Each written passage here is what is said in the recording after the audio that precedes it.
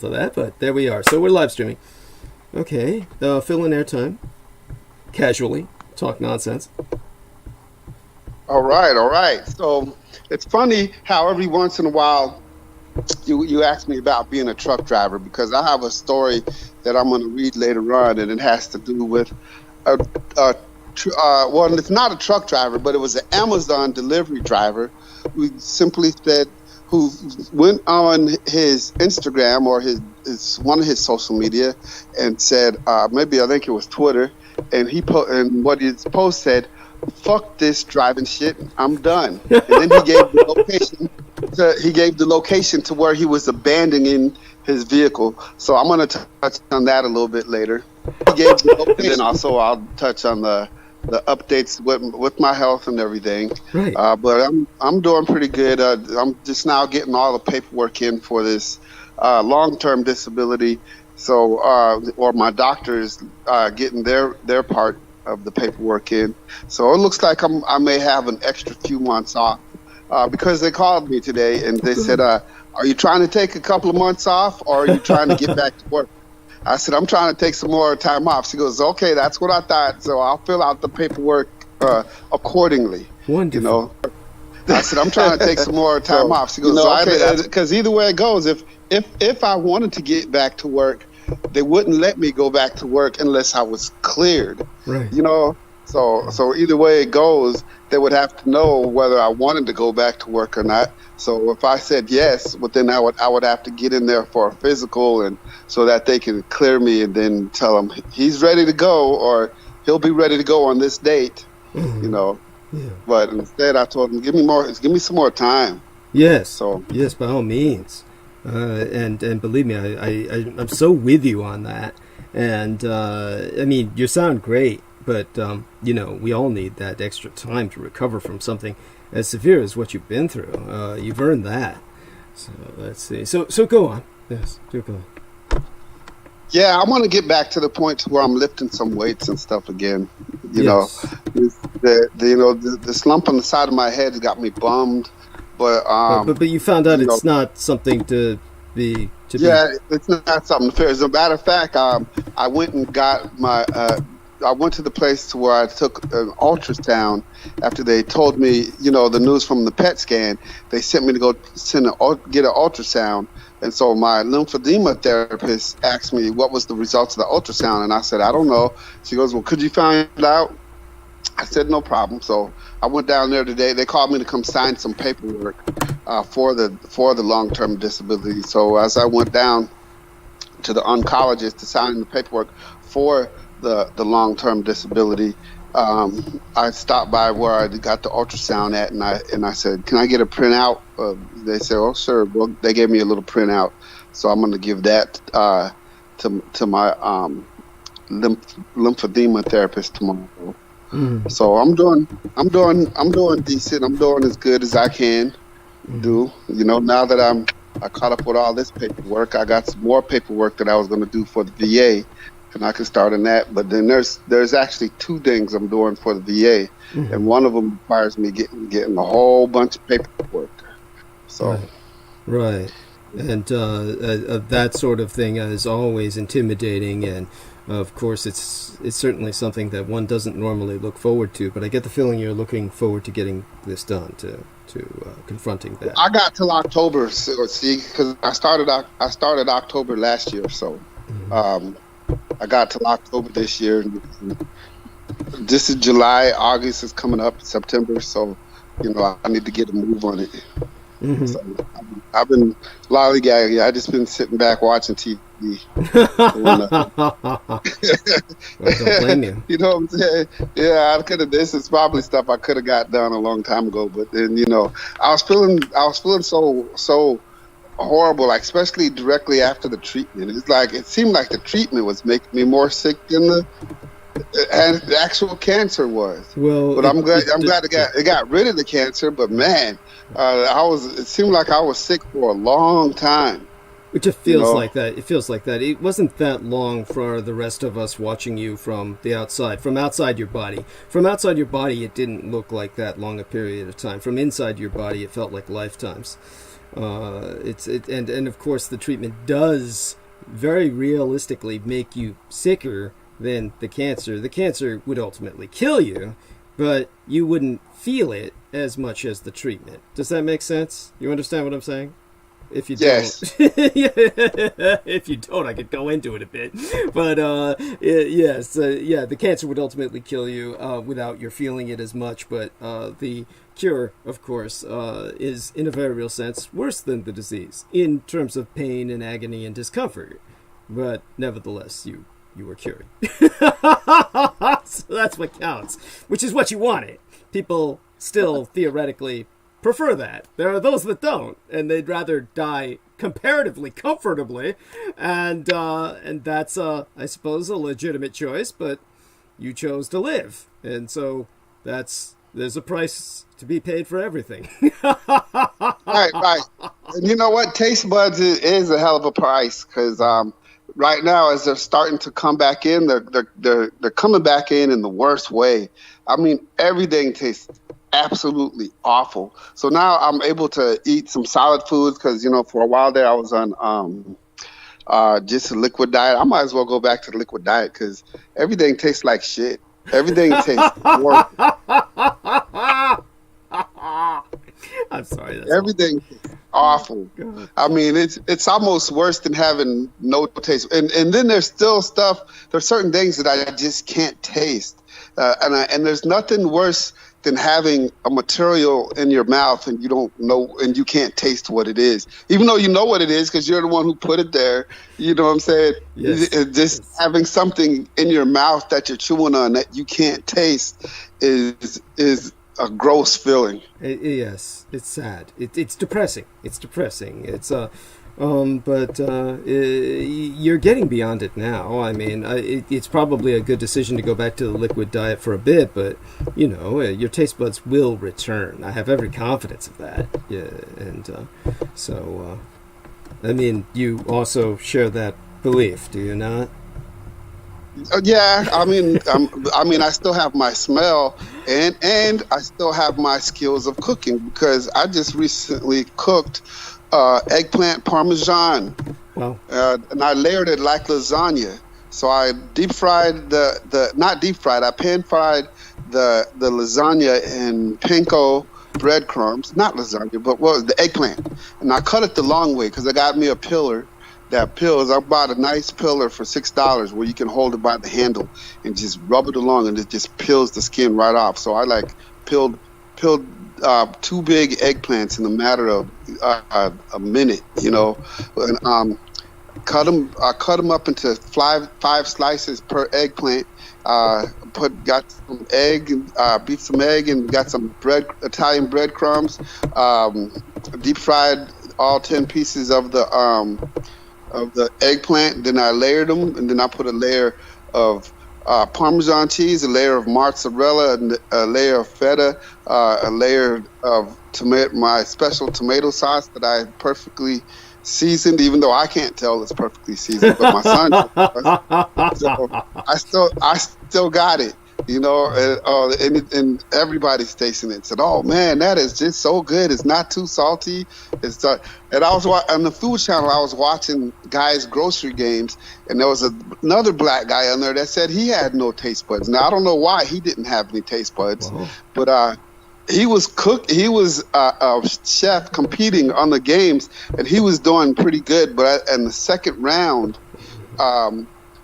something he made was too salty. Okay. And they told him about it, but then he can't taste it. So, that's what I'm worried about. I think if I could choose another career right now, I watch the Food Channel and the Cooking Channel so much. I think chef would probably be one of them, which is strange from coming from a person who can't taste nothing. But I think I think I'm getting enjoyment out of looking at food. Right. And just enjoying learning about it. I'm learning some stuff watching this channel. That's incredible. I really appreciate that.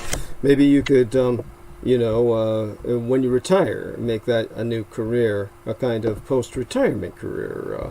Man, you know what? Some of these restaurant owners make everything from scratch. They make all their own sauces. They make all their own creams. They make all their own breads. I mean, some of these restaurants, I don't know how they do it. You know what I'm saying? Mm. Everything is made from scratch. You know what I'm saying? I would probably incorporate a lot of that in, you know, if I had enough money to start a restaurant and hire people to do certain things, kind of like give them a occupational skill, get me a bread maker, a dough maker, a saute person, a barbecue master person. You know what I'm saying? Yeah. But yeah, I would. But there's people who do all that stuff on their own. They're the barbecue pit master. Then they make their own barbecue sauce because they've spent so much time barbecuing the barbecue. They don't want to turn it over to somebody else's sauce, so they make their own sauce. Then they don't want to turn it over to somebody else's bread, so they make their own bread. You know, so they make their own pot. These people make some everything their own. I admire some of these guys. They're putting in 14 hours a day. Right. You know? Right. Of course, they're making $200,000 plus a year. That's the part they don't tell you about. You know. Oh, that's the important part. That's the part that makes it all worthwhile. At any rate, our lovely manageress, Lady Shay, is with us. Say hello, honey. Hi. Oh, yes. Well, hi, everybody. Yeah. Hi, Eric. Hi, Doug. Hey, baby. And how's it going, lady? Good. How are you? All right. How are things going with Erica over in the pool? Good. Yeah, she's on fire. You know, I admire her, just her drive. You know what I'm saying? That right there motivates me. Wow. Yes. Yeah. I would be really motivated too by somebody who could, you know, teach a mermaid class. That's amazing.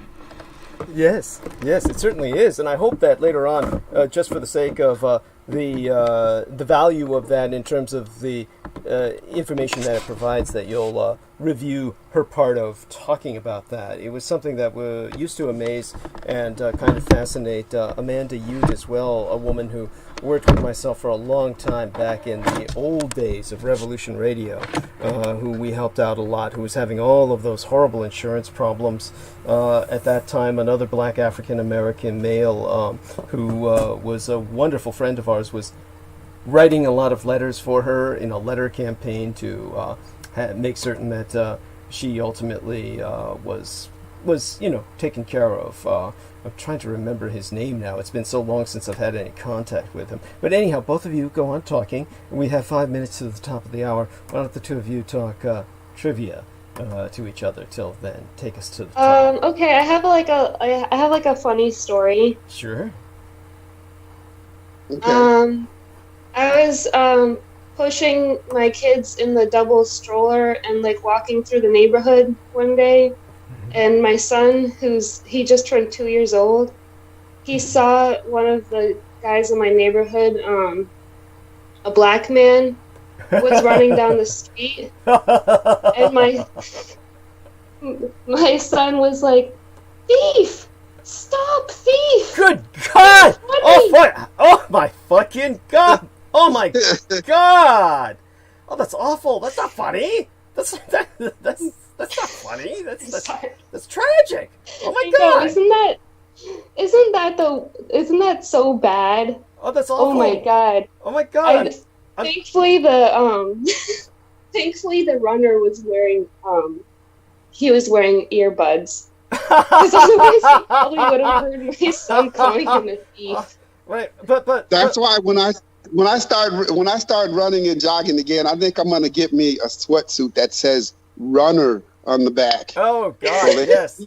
That I'm running. Yes. You know, and you know, I think I'm gonna have to give the earplug. You know, the music actually gives you adrenaline to keep going. But the last thing I need is for a cop to be like 20 yards behind me and said, "Freeze!" Right. Freeze! Right. And then put 16 bullets in my back because I kept going after he said freeze. Yes. You know what I'm saying? And of course everybody's gonna say it was justified. You know, he said freeze and he kept going. You play stupid games, you win stupid prizes. You know how that goes. Oh God, Right. yes. Oh my God.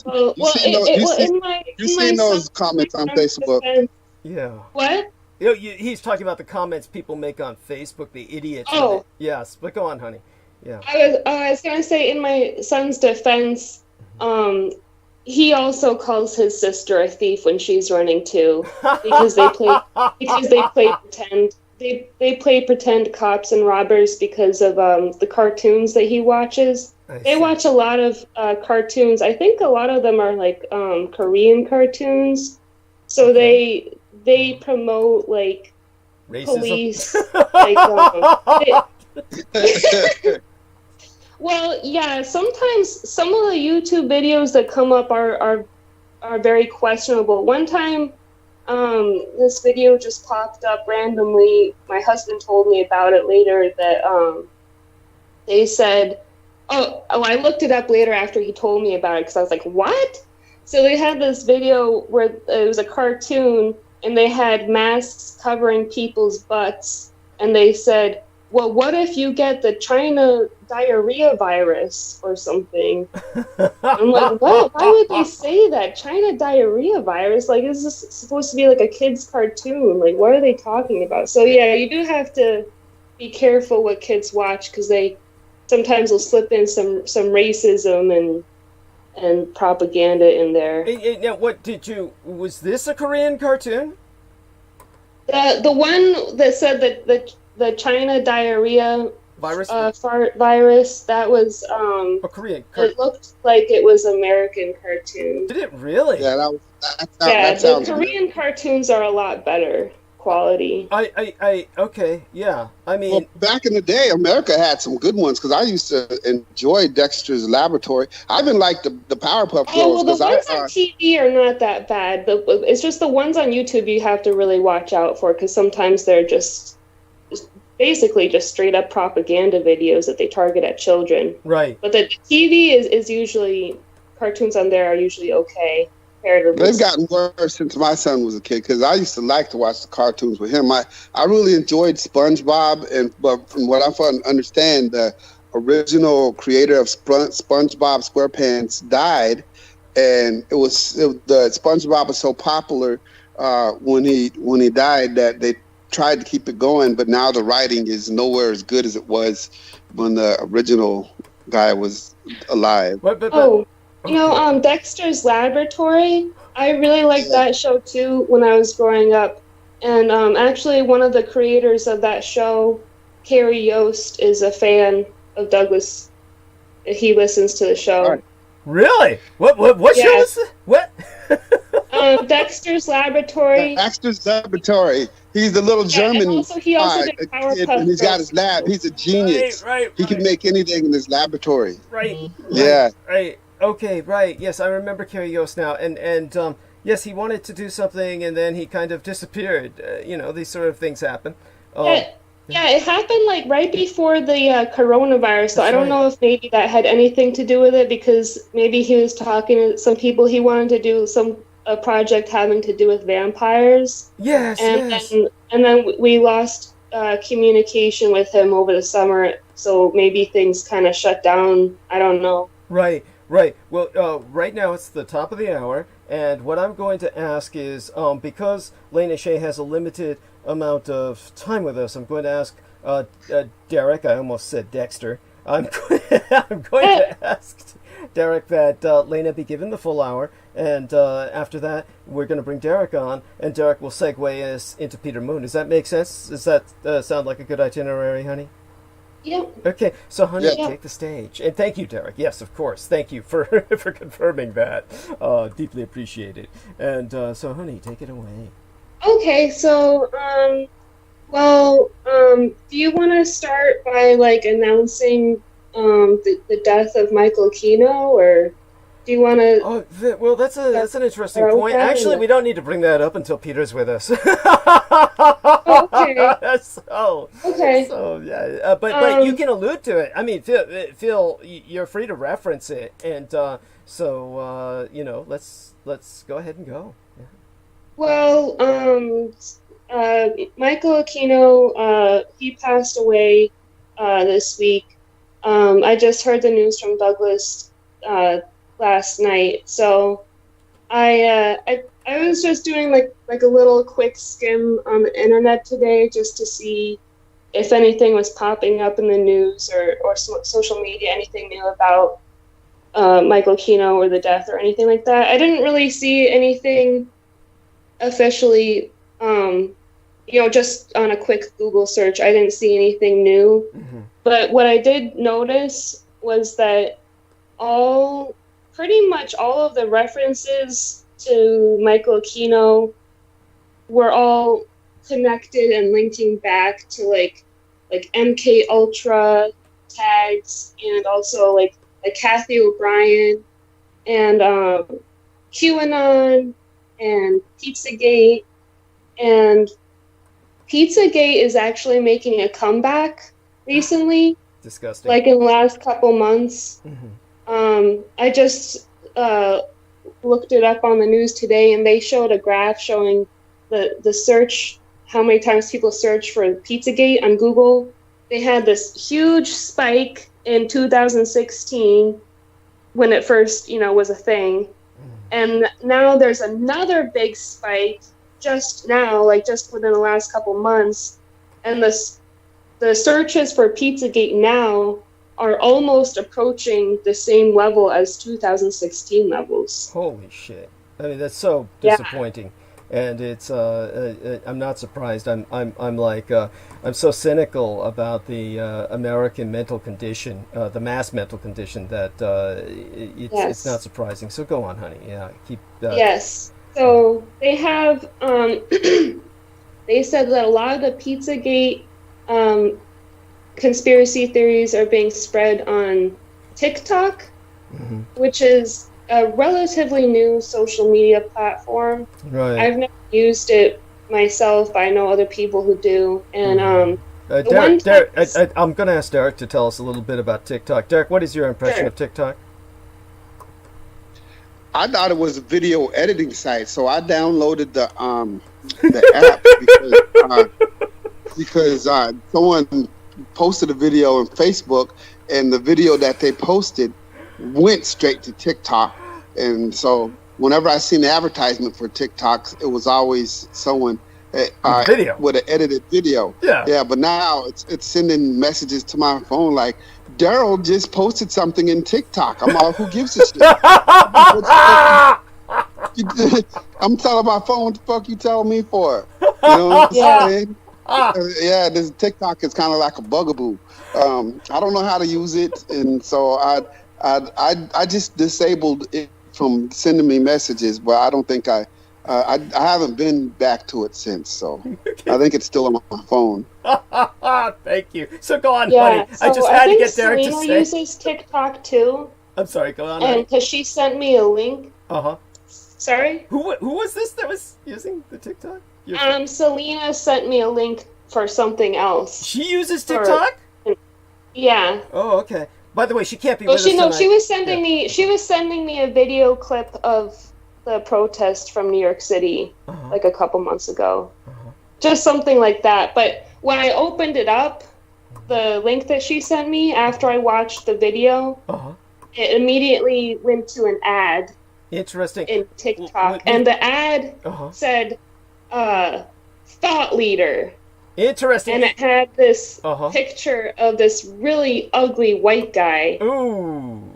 Oh, shit. So I just immediately swiped it away. Oh, good. Good for you. You know what? Our man Brendan Zoget has chimed in now. Brendan Zoget, of course, he's the man, and is he gonna come? Can he come on air? He's gonna try. But right now, he's communicating with us as best as he can. He probably, if he's able to, let all of you know, of course. But he's incredibly impacted by work. He'll try and come on tonight. If he comes on tonight, it'll probably be more around the time that our man Peter Moon comes on. But what I can tell you, sourcing from Brendan Zoget now, is that he knows about these sites, and he says TikTok is a Chinese communist propaganda software infiltration tool, and this is why India nationally forbids it by law. So the entire nation of India, the largest democracy in the world, the largest population base in the world, of over 1 billion people, no one there uses it by law. It's officially forbidden. In other words, India is nationally boycotting it because the Chinese are using it to push their propaganda agenda. Extraordinarily important. I'll be going into that later tonight about the Cold War with China and why it's so important that this war be waged. And so take it from there, honey. Now, both of you, I hope, Derek and yourself, understand better context for why TikTok is something that both of you never felt drawn towards and why both of you felt a natural aversion towards. So go on. Yeah, well, like I said, I never really used it except for that one time that Selena sent me a link in there and the ad popped up immediately. So that was immediately a turn off and a red flag for an ad to pop up saying, here's your next thought leader, click on this guy and we'll tell you what to think. Yeah, and some ugly what the fuck is that? Thank you. Thank you. Yes. So by I guess the way, was there any particular aspect of the individual that made him particularly ugly? I'd like to hear this. Repulsive. Well, the word would be repulsive. He was like, he had like a little bit of like stubble, like facial hair, but it was in between.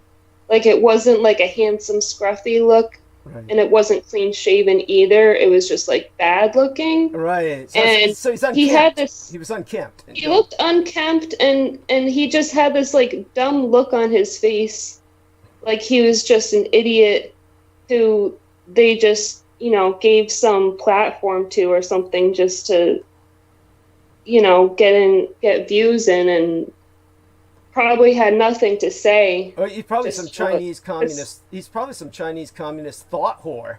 So go on. Yeah. Yes, I mean he works for the Chinese communists. So yeah, so go on. Yeah. Yeah, kind of like how like Jamo was saying the other day. Sometimes you can just look in people's eyes and see if they're intelligent or not, and if they're just dumb, they have this like dull, lifeless look in their eye. Thank you. Thank you. That was like this thought leader on TikTok. There you go, a man whose eyes just like were empty. Yeah, or bright with stupidity. Bright with stupidity. There we have that. Yeah. So anyway, so now TikTok is propagating or helping young people, propagate the Pizzagate conspiracy theory that came back from the dead from 2016. And Michael Aquino is being tied into the QAnon and the Pizzagate conspiracy because people hear about him from Kathy O'Brien, but when you listen to Kathy O'Brien's interviews and read her books, she also implicates all these other politicians, including Hillary Clinton. Right. And we've talked about Kathy O'Brien in the past, but just to remind people, we acknowledge that she is a victim, but she's still under mind control programming, and she doesn't realize it. So she has cascade memories programmed into her where she believes that she was satanically, sexually, ritually abused by Hillary Clinton. Like, she believes that what she's saying is true. Yeah, I'll actually contextualize this. Yeah. It's actually worse than go that. ahead. It's actually worse than this. To put this into perspective for everyone, Kathy O'Brien is basically of the attitude that you may believe it or you may not believe it, but this is what I believe. And then she'll lay it all out, and basically what that does is it doesn't matter what she qualifies it with. The reality is most people, they're just conditioned, they're programmed to accept what people tell them as truth. This is an evolutionary mechanism that Michael Aquino took advantage of incessantly. It's the same kind of stupidity or naivete that this open-minded right-along memory system, the WAM, as programmers call it, that human beings have as a species, that when they stop to ask directions and somebody gives them directions, they expect those directions to be true. No one expects on a dark night to be given directions that will take them over a cliff. And it's taking advantage of this that Michael Aquino pointed out allowed entire populations to be destroyed throughout history by just giving them the directions over the cliff. And as a result, he's been doing that with all humanity. He's led all humanity over the cliff. And this is how he does it. Kathy O'Brien is one of his tools. So what she does is she says she was molested by everybody. I mean, there's no one Kathy O'Brien hasn't had inside of her. From Ronald Reagan through Hillary Rodham Clinton, through William Jefferson Clinton, to almost any politician you can name, they've all been inside of her, according to her. And this is part of the insanity. Anyone who accepts that is accepting the fact that there is no distinction in parties, that they are all part of this globular mass of course, of satanic perverts. And that's the whole intent, so that you lose all faith in the system completely. This is exactly what the Russians want, so that you don't vote, and then they take over. They take over because their boys are voting. The white boys are fucking voting. And they all have the guns. And in the end, they'll vote themselves into power and kill you all. Because you're stupid enough to believe this. And because of that, that's evolution. You're evolutionarily so stupid, you don't deserve to fucking live. So take it from there, honey. Basically. So, yeah, because it's like, how can people believe this stuff? I'm ashamed to admit I used to believe parts of the Pizzagate conspiracy theory. Right. And you know what? I'm sorry, when I looked into it, I have to interrupt again. I'm so sorry, because that reminded me of the thing that I should never forget. Jonathan Shalimar, who's going to have us at the Conscious Truth Summit, the Living Truth Summit next year. He made a point of saying that he had Kathy O'Brien speaking at one of his Living Truth or Conscious Truth Summits in the past. The name has been changed a few times, or at least has changed recently. And he spoke with her handler, who came out to speak with him personally, one-on-one, and they had a young girl with them who Jonathan Shalimar intuited, realized, could interpret only as their programmed candidate to take the place of Kathy O'Brien when she gets too old to have the sex appeal anymore, to look like a sexy victim, or a victim whose story is sexy anymore. And so they're raising a young girl to regurgitate all this sewer shit, because she'll be so much more attractive and people will listen to her, while going there for the eye candy. So he said he could see them producing this young victim in this cycle of never-ending violation, to promote a never-ending violation of the human mind. And the handler who came out to speak to him removed his eyeglasses, and he swears up and down it wasn't contact lenses. He saw the man's pupils contract into slits before his eyes, something no known technology of contact lens could do. And that the man, when he took off his sunglasses, is when his eyes contracted, the irises, into slits of reptilians, of the reptilian eye slit. And so he's convinced that this was a negative reptilian. But when I questioned him about whether he felt all reptilian peoples were bad, because the Buddha himself is said to have descended from the Nyaga, or the reptilian stock, Hachurui as we call them, the serpentine people, or the serpent folk in the Japanese lore, he said, oh no, they're like people, some good, some bad. So he had the wisdom to see that. So with that, I turn it back to you, honey. I'm so sorry, I had to throw that in there. And so please. Oh, I'm so glad you did. Yeah, so take it from there. Thank you. Thank you. So yeah, with Pizzagate, when I looked into it back in like 2016, 2017, I read like the emails that they released from like the hacked Clinton emails, like the emails in question that people were pointing to as quote unquote evidence. And they were just talking about like, cheese pizza and like all the different toppings they were going to have. Yeah. And someone's like, oh, cheese pizza, CP, child porn.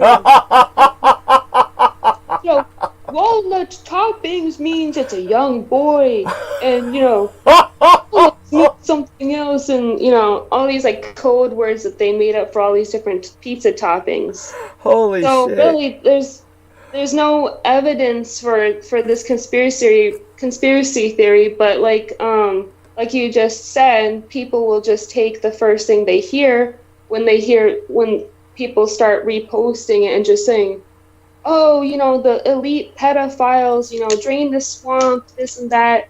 And then, like, when you look up Michael Aquino and you see on Twitter, people are like, oh, yeah, he's so bad, he did all this bad stuff, and, oh, yeah, I'm MK Ultra, MAGA. And, there you you go. have all these... Yeah, it's not that MK Ultra is real, it did happen, but then you have all these so-called, these MK Ultra agents. Well, yeah, but they're just like it's all a psyop. They're taking, and yeah, so they're saying MAGA. I mean, that alone shows you. They're taking it. Yeah, I mean, if they're saying MAGA, that alone shows you that it's basically it's back to the enemy all over again. There's no way that anyone who is MK Ultra or programmed would be saying "Make America Great Again." Why would somebody who has gone through a program where you're ritually raped, electrocuted, injured repeatedly, and beaten down by a bunch of American people who uphold the system, why on earth would you, of all people, ever say "Make America Great Again"? What would that mean to you? What would that even mean? Yeah. The insanity speaks for itself. Obviously, if you can... Yes. Yeah. So go. And then you have, I saw someone else posting on it, or no, it was, well, of course, because, and I don't recommend this to anyone. I don't recommend you go dredge through the sewer of what's online, but I just did it as an experiment to see what false directions people are being fed when they look up Michael Aquino. And so when I looked it up and I saw the MK Ultra people on Twitter say MAGA, Twitter recommended me to follow somebody else who had the racist frog next to the username. And this is somebody else, not the other person that you told me about before, but a different person had the frog thing on their thing. Right. If you see that, their turn profile, around. If you see automatically. Yeah. If you see that, turn around and don't ever come back to whoever the fucker is who's displaying that. That no one in their right mind will ever display Peep the Frog. That is an instant sign of basically I'm a piece of shit. If anyone's got that there. So anyhow, go on. So that person posted QAnon disinformation is necessary sometimes. So now that they have been exposed for what they are. For spreading disinformation, now they're admitting it and owning it, and it's like they're proud of it. Yes. That they're saying disinformation is necessary. They say, oh yeah, I follow QAnon, but the disinformation is necessary, and then they have like a quote saying like, it says something about deception and war, so the enemy doesn't know what's really going on. A quote from Sun Tzu, something like that. Right, yeah. And basically it's to make themselves look deep when it's all just about a... Yeah. And they're just saying like, oh yeah, we got caught lying, but we don't care, because, so these are the same types of people that are spreading disinformation, like about coronavirus, like about the mask situation too. Yes. Like, I can't believe that this is even a debate that we're having about whether or not to wear masks. Yes. Like, in the beginning, the debate was more about, like they wanted to save the N95s for, like, frontline healthcare workers. But now it's been established, scientific fact and studies, they do say that even just having a regular cloth or disposable mask around your face or a bandana, they said any type of face covering does reduce your chances of getting infected. And that's without a doubt. So to see, like they had this lady on TV, like in Florida, on John Warrington sent us this link. Yes. They had this lady, like, ranting. She's not a lady. She's a crazy bitch. All right, so go on. Yeah, they had this crazy bitch ranting in front of everybody. And first of all, how did they even let this crazy bitch get in the room and, like, get in front of a microphone? Thank you. Like, how was she even, like, allowed there to say all that in the first place? That's what I want to know, because even just, you know, putting, even when you're debunking false information, is still a risk to even talk about it, because some people will just, like, take that as validation of what she's saying, is like, oh yeah, there's something to it, if they're actually letting her, like, talk on TV about it. Yes. Because when I looked in the comments, well, most of the comments were what we would call, like, normal, sane people, you know, saying, like, how wrong she was in the video for saying that we shouldn't have, basically in the video she was ranting to all the politicians, saying that they were criminals, that they were going to hell, and, you know, God would, you know, punish them, and she would conduct their citizens arrest against them, and that they were killing people. And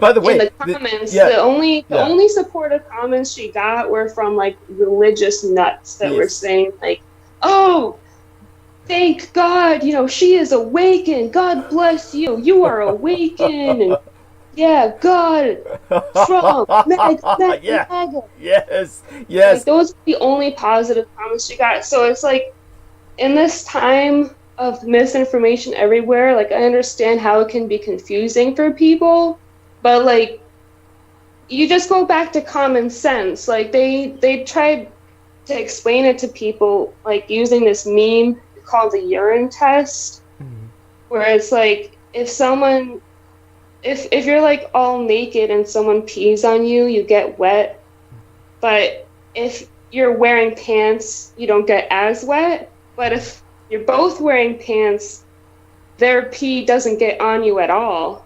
Yes. You know, so they're trying to say that, like, just imagine you have, you know, the mask on your face, and the coronavirus is transmitted through the air droplets, the water droplets in the air from when you breathe, or when you, like, cough or sneeze or talk or breathe. So it gets blocked by the mask. So it does work.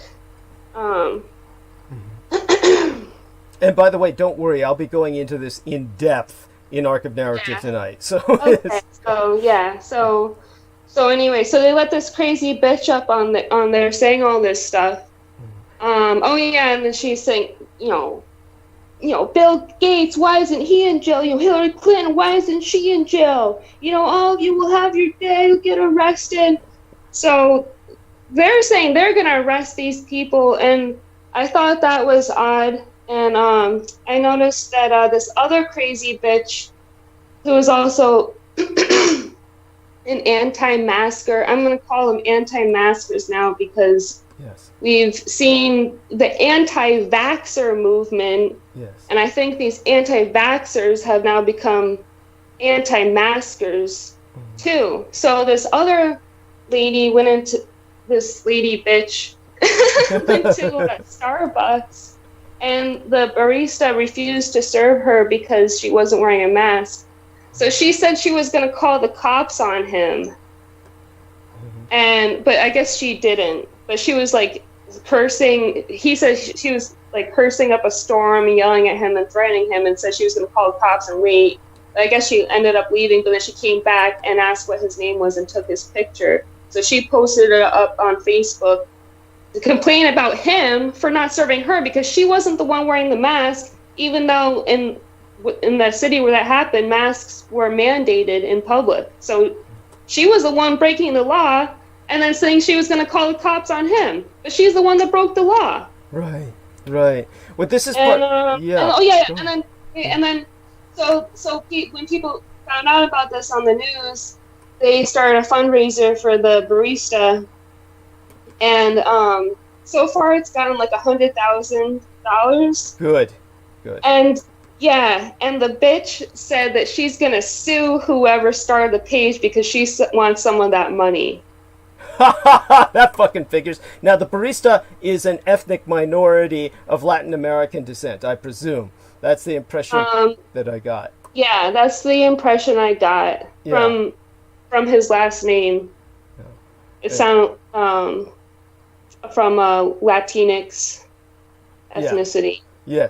Yes, that makes sense. And so, in terms of what we have with that situation, it's also indicative. Oh yeah, and then also the person that was posting about QAnon and disinformation being necessary, he was also saying that the soldiers are now, we have all the soldiers we need on the internet, or something like that. Mm-hmm. And that was like really confirmation for me of what you've been talking about lately about the white male supremacists mobilizing online. Yes. Because those are the people that are pushing, those are the people that are creating like all these stupid memes and pushing the content and spreading it around to like other people who are like, it's just some random like teenager who might not be like a white supremacist, but is just going online and then seeing these memes and thinks it's funny or something. And then they start to get deeper and deeper into that hole in the web where the white male supremacists are trying to like draw in and suck in people like just casually browsing the internet. Mm-hmm. Those are the ones that are creating the content. And then you have these anti-vaxxers. Well, really, you just have moms, like just regular moms, just like me. You know, just that's how I got sucked into it. I'm just a regular mom going on the internet. And if you're researching something about like health or, you know, lifestyle, like your kid, like children, you know, vaccines or like, you know, child abuse or something like sex abuse topics and stuff, you start to see these things pop up, and then they suck you into these conspiracy theories like, oh, Bill Gates is trying to like nano-chip your children with vaccines. And don't go to public school because you know the 5G in public schools are gonna make your kids autistic.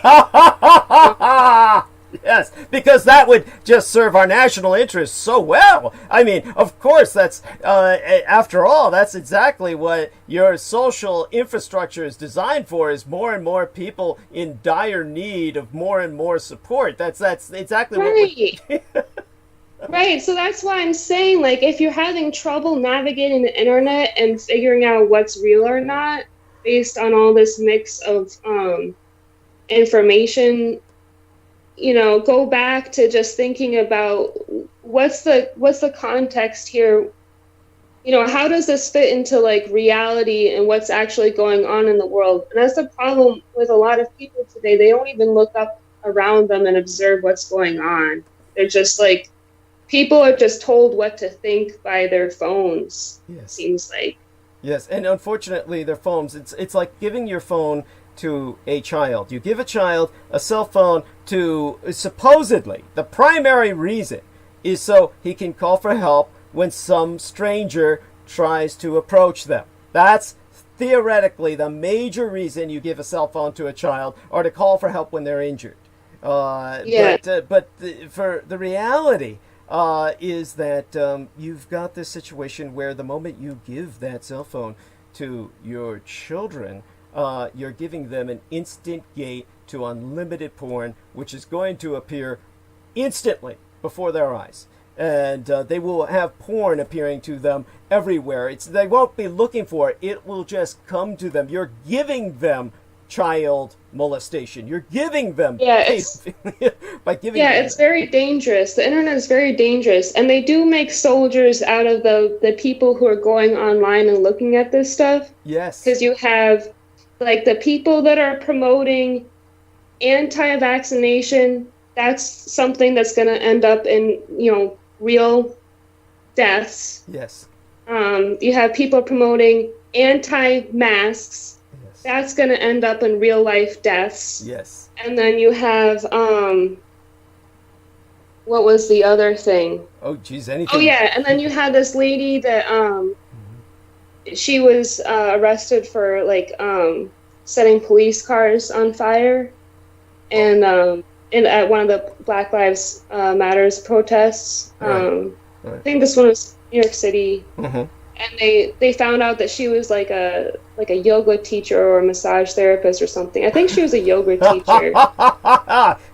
So here you have this like new age chick, you know, going to the protest and setting a cop car on fire. I mean, that's not what the peaceful protesters, the ones who are legitimate, you know, protesting the death of George Floyd, I'm pretty sure they're not there to burn cop cars because that would like delegitimize, you know, their statement. The yes, that's right. Yes, that's the whole reason why they have they have literal insurgents, you know, white supremacists, agents, provocateurs. Yes. Yes, so go on. They have agents going into the protests to attack from the inside, and we've been covering that a lot lately too. So they also have, besides the people who are actually openly admittedly in like a militia, then they also have these, you know, yoga teachers and massage therapists that are just like doing terrorism in their free time, like on the weekends. Yeah.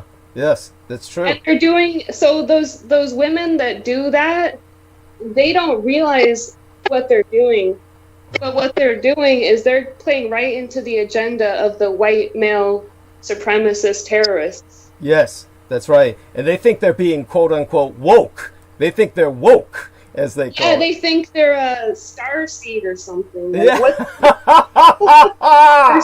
It's like space seamen or something. Oh yes, that's right. And then they'll go out and pull shit like this, and it really goes to show you that the New Age has been very largely subverted. Believe me, if the New Age... Yeah, I just saw on my Google scan today, I saw something that was supposedly an email from Michael Aquino, and he said, "Oh yeah, I thought you wanted to like talk about New Ageism and fascism and conspiracy theories, haha." So there you go. Those are his 3 favorite topics. Yes, thank you.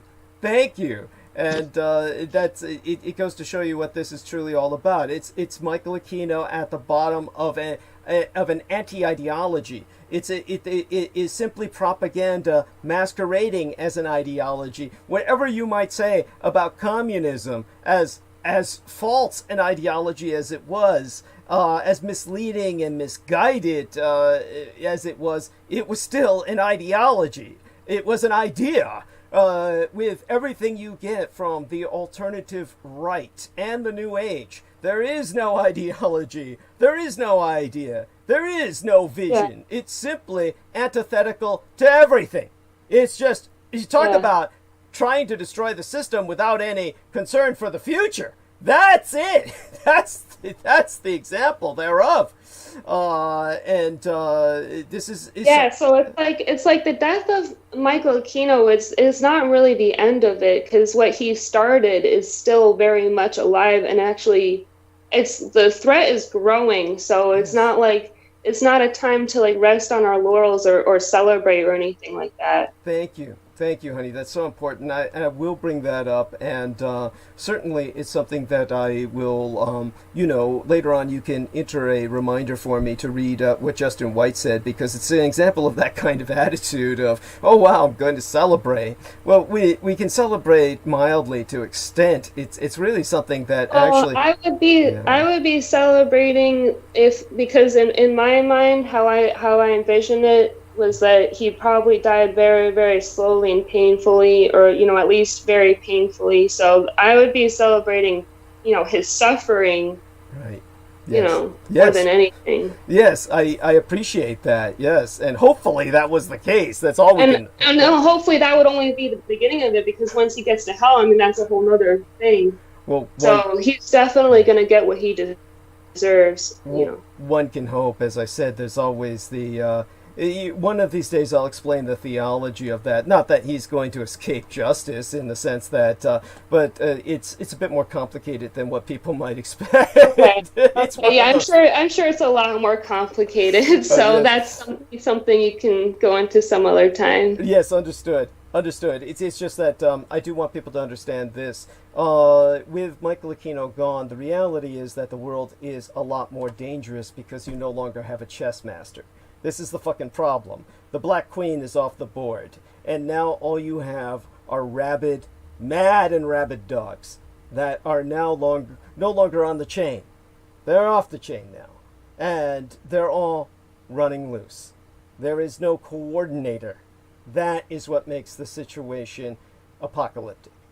This is something that Michael Aquino always wanted. After me, the deluge. This is why he was so tolerated. It's not like he was well loved, but this is why he was never killed by his own. By that I mean the government, which maintained as much of a lever on him as they could, maintained his suspect status on the Criminal Investigations Division for all his pedophilia of the United States Army. He was never removed from that, though he sued the U.S. Army to have his name removed from that list. It was not.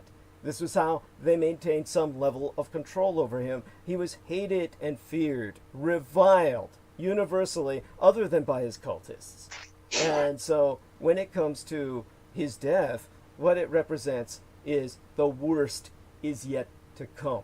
It is not something to celebrate. It is something that I've always feared. And now it is upon us. Unless, of course, he's faked it, but that's just part of the confusion that his cultists wish you to believe. I'll put some perspective behind that when Peter Moon comes on. But certainly, honey, go on, and you've been with us for a little bit, but I think you've got a good understanding of the time. So, yeah, keep on going, and as far as you wish, and unless you need to take a break. Yeah. Is Derek still there? Yeah, he can break you so you can take a smoke if you want. Yeah, I'm still here. What do you think about all of this, Derek?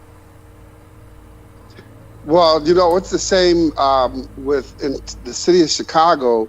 They did an operation to remove all the gang leaders.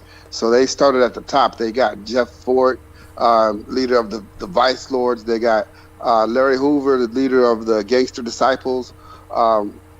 Jeff Fort was, Jeff Fort's leader of the Black Peace Stone Nation, street gang. But then they got all the top leaders and they put them in prison. And all that did was make all the street gangs go rogue. And so now you have hundreds of street gangs that are broken off from each other, and fighting for power and fighting for who's going to be the leader now. And, the gangs, people in the same gang shooting at each other, trying to get that spot of the big guy. So it's probably it's going to be the same thing with the death of Aquino, or all these people who think that they're next in line are going to be gunning for that position. I agree with Douglas. There's mayhem to come from this. Thank you, sir. Thank you. That was beautiful. I think that's very relevant. That's an excellent parallel. Now, I think we're buying time for Lena to toke up, is what I think we're doing. So, so keep it. She can. Yeah, I'm not really sure what else to bring up tonight because that was pretty much the main thing. So. Well, one of the things I want to emphasize is it's indicative and symptomatic of the lunatic position, the stance of these people. By that I mean the people who are basically unwitting drones of the cultists, that they come up with a citizen's arrest angle. And as a United States citizen, you are, of course, legally within your rights to perform or conduct a citizen's arrest. It is something none of us ever really consciously think about if we're normal and we're sane, because obviously it's a responsibility. If you are to arrest somebody, okay, where do you go from there? The whole point of empowering a United States citizen to conduct a citizen's arrest is so you could be deputized under posse comitatus. Now, the whole point of posse comitatus, and this is one of the reasons why the entire policing situation is so incredibly fucked, and I'm not going to go into the policing situation pretty much not at all tonight. We've done it quite a bit. I can go into it in the future. I can return to that subject. If you haven't got the reality of how bad the police situation is by now, there's no fucking hope. I mean, I'll touch upon it tonight inescapably, but the reality is that the reason you're given the power of citizen's arrest is so that a policeman can protect himself through you. In other words, it all came down to the fact that policemen are very much outnumbered. And so in the old days, when a sheriff was in town and the gangs rode in, you either have a situation where they turn it into a shootout at the fantasy factory, like you get out of Hollywood, where that single sheriff takes everybody on, or you have reality, where the sheriff goes out in town and rounds up every swinging dick in the field and says, you, and you're all deputized, get your fucking guns, and you're going to stand in front of me so that when the gang comes in, you're going to catch the bullets so I can direct the operation. Because I'm the only son of a bitch who knows what I'm doing. So the rest of you fuckers are cannon fodder. That's the whole point. Now, it got worse when they began to hire women. This is why I say you need an all-female police force, because it's all or nothing. It always is. Because if you get an all-female police force, the woman will be trained as units, and they will operate as units. And even though a single woman, demographically, statistically, can never take a man down. Statistically. There are women out there who can take men down, but statistically, it's not the case. On average, a female cannot take on an average man. So a group of women can. Operating as a team, 5 women, a womanable, can take a man down with ease when they're trained to operate as a unit. So the point was, because they haven't gone that far and they've done it chicken shit and they start hiring women piecemeal, then you get these stupid bitches, because only one dumb cunt would ever want to become a fucking soldier, service person, or police person when they're not surrounded by nothing but other women, because all they're going to get is raped by every man in the field. It happens to all the females on the front and behind the lines in the military, and it happens to all the women in the police force. They get gang raped. It's called an initiation. They get broken down. They're turned into just the person who brings the coffee around, or they turn into bull dykes. And they're man-hating bull dykes, and they're the lousiest cops in the world. They're the lousiest, most worthless cops in the world. That's where the posse comitatus really comes in. Because the woman, who's nothing other than some stupid cunt who wanted to be a man, can't take on the man. She has the power of posse comitatus, where she can say, you, and you're all deputized. Now, that guy's too big for me. You take him on. And if you don't obey her rules and risk your life, as quite likely an unarmed man on the spot who's just been deputized to perform a citizen's arrest for this cunt, you are guilty of a misdemeanor. If she winds up getting injured, God forbid, because you did not take action, you are thereby guilty of a felony. And you will go to jail for approximately 10 to 15 to 30 years, depending on how they swing it for you. Depending on how seriously she's fucking injured. That's the law. And so you're there with your power of citizen's arrest to protect her, not the other way around. Get that through your fucking ignorant heads, and you'll realize what the power of citizen's arrest means. Because you have no power to detain. You can arrest someone. If you detain them, you are guilty of kidnapping, abduction, holding someone against their will. These are felony crimes. So your citizen's arrest is worthless. Only a cop, a sworn peace officer, has the legal power to detain. You can arrest, but only they can detain. So the only reason you have citizen's arrest is to empower you to arrest someone so the cops can come in after you've done the work, take the credit, get the pay, and do the detention, which they're equipped to do and you are not. So that is the law. As a sworn peace officer in the past, I'm educating you on something none of you fuckers know, and all of you fuckers want to play at. So you get this crazy cunt in Florida who comes in and says, I'm going to pull a citizen's arrest on all you politicians. She's threatening to arrest all the authorities, which means she's going to arrest the entire governmental system, cops on the way on up to the president, theoretically, by claiming what she's claiming. This is the insanity at where people are, where they think the empowerment of the citizen is the legal equivalent of the Second Amendment, where, according to Thomas Jefferson, you've got all those guns so you can overthrow the government every generation. That is the voice of Maoism. That is Maoist communist ideology. That's what Jefferson was promoting. The hell of endless revolution. The revolution that never ends. So I'm sorry, but go on, honey. You were going to say something, or Derek, one of you was, please. Yeah, I got a question. If I do a citizen's arrest on someone, do I have to read them their Miranda rights? Excellent question. What does a citizen do when they make an arrest? Now, theoretically, I would say no, because you're not a cop. You're not trained. So why should you? Right?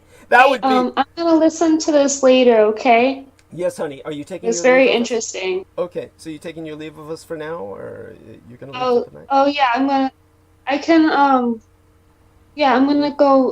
to say goodnight for now, so I'm going to listen later. Okay, thank you. Okay, we all love Bye. you. Good night. Good night, honey. Good night. Yes, blessed night. So that's Lena Shea. She helped get the discussion started. Deeply appreciate it. Derek Talley is going to take over now. He will help segue us towards Peter Moon's arrival. And I'll bring Peter Moon on, when Derek feels that it's apropos. So, Derek, do us a favor and give us a situation report, a status update on your personal health, a situation report on what's going on with yourself otherwise with your job. And if, you manage to get access to Erica's sacred yoni or not. I'm sorry, I couldn't resist that. It's yours. Take the stage. All right. Well, this is Derek Talley. I want to thank everyone for your thoughts and your prayers and everything. I'm doing pretty good. Now I'm still at home, not working, and it's tough being a truck driver. And I actually have an article here. In this article, it says Amazon driver quits, tweets location of abandoned delivery van. And it's from Zero Hedge, and actually the headline starts off by a quoting from the tweet, and the driver said, "Fuck that driving shit." Now he was actually driving the van. He's not a truck driver, but the article starts out today in Why Work When I Can Make More on unemployment news. A now former Amazon driver, Derek Lancaster, took to social media yesterday to inform the world that not only was he quitting his job as an Amazon driver, but also the location of his fully stocked delivery van, which he claims to have left at a Metro Detroit gas station. "Fuck that driving shit," Lancaster tweeted, alongside the location of his apparently abandoned delivery van. "It's full of gas with the keys in the ignition," he said. The tweet has gone viral and has almost 250,000 likes. The 22-year-old driver told the Detroit News Monday, "I was making 200 to 300 stops a day, and I just couldn't do it anymore. I was working from 9 in the morning to 10 at night." See, that's still less hours than what I drive. That's 13 hours. Yeah, I do about 14 hours. So he's doing about 14 hours, because if he's doing 9 in the morning to 10 at night, he still has to go take his vehicle back and then do the post trip on it, which will take him to 11. So yeah, that's 14 hours. He was working from 9 in the morning to about 10 at night. and I couldn't do it anymore. Lancaster says he was working for Amazon for about 5 months, and it was based out of the Amazon's Hazel Park delivery station. After starting with the position in the warehouse, he switched to the delivery, the report says. He said that while the warehouse workers have a set schedules, drivers can't go home at the end of the day until all their packages are delivered. You work from every penny when you're delivering, he said. Oh, the horrors of having to work for your money.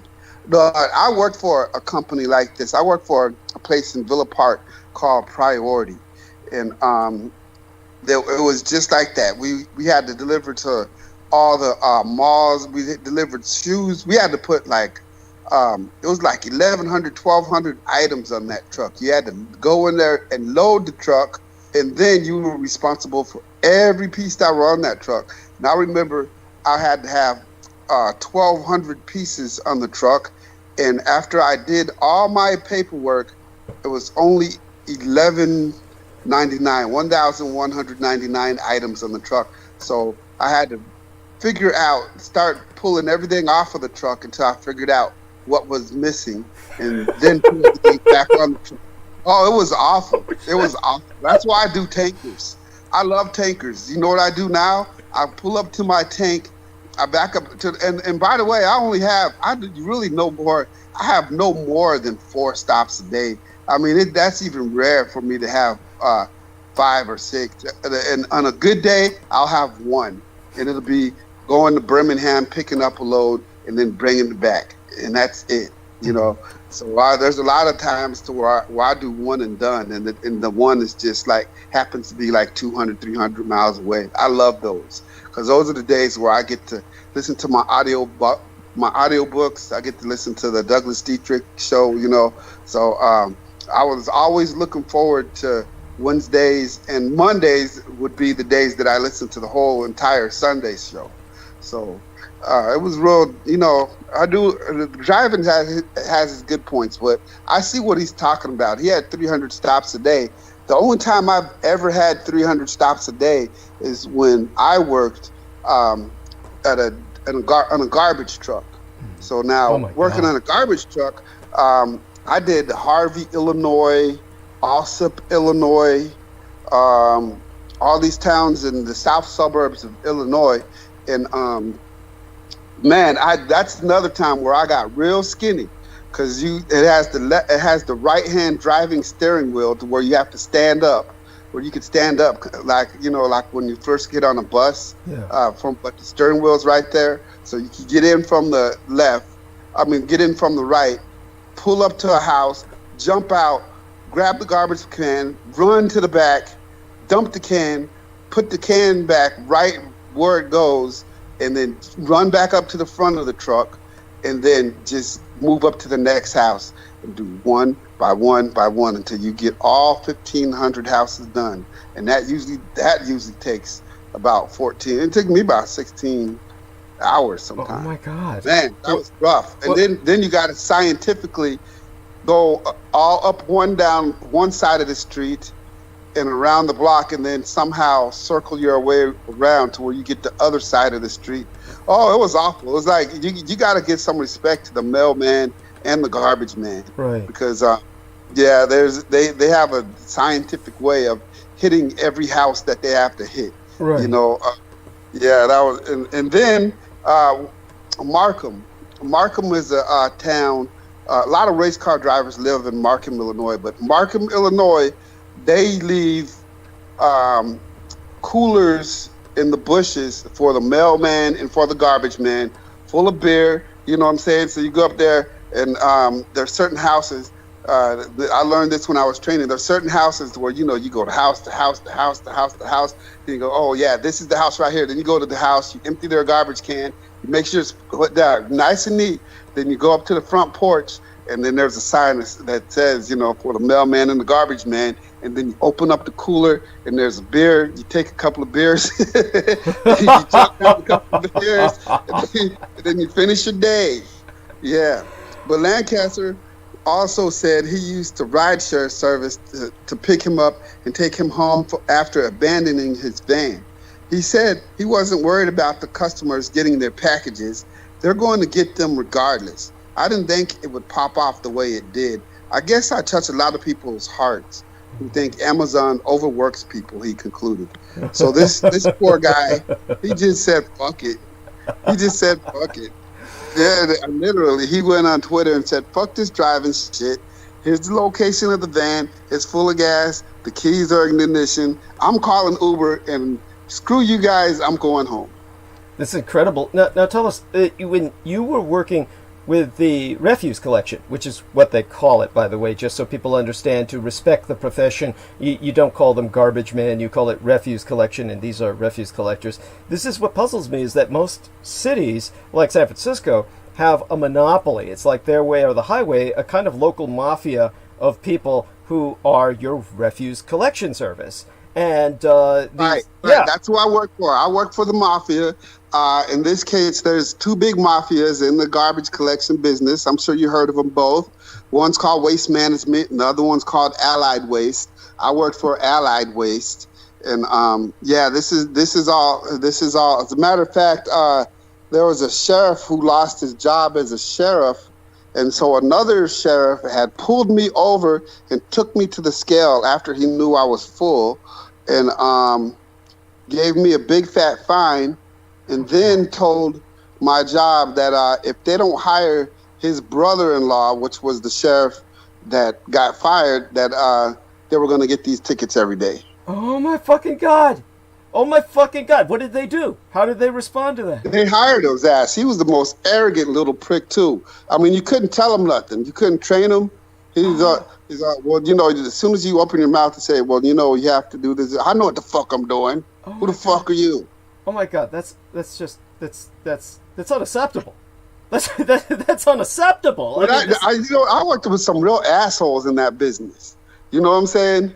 You know, in the all the bosses had cocaine parties. You know what I'm saying? Right. So this is one. Yeah, this was a true mafia, Chicago, Illinois mafia outfit that I worked for. Oh my God. Yes. I'm just appalled. I am appalled.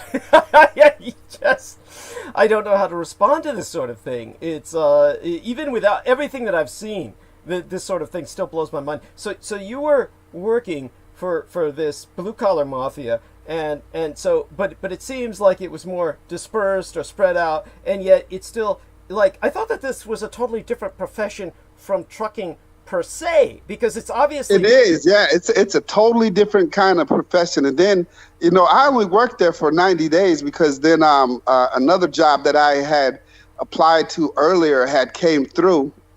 So, but I was just so used to running back and forth. I got a big adrenaline rush off of the physical aspects of the job. I was jumping out of the truck. I mean, throwing it in park and jumping out of the truck while the truck is still coming to a park, running to the back, dumping that can, running back to the front, moving a couple of feet up to the next house, jumping out of the truck. I'm talking about, it wasn't since I was in the Marines that I had this level of physical activity, and I got used to it. And then once I got into my dream trucking job, it really threw me for a loop that all I have to do is just sit in this seat for 10 fucking hours a day. I don't get to jump out and dump anything.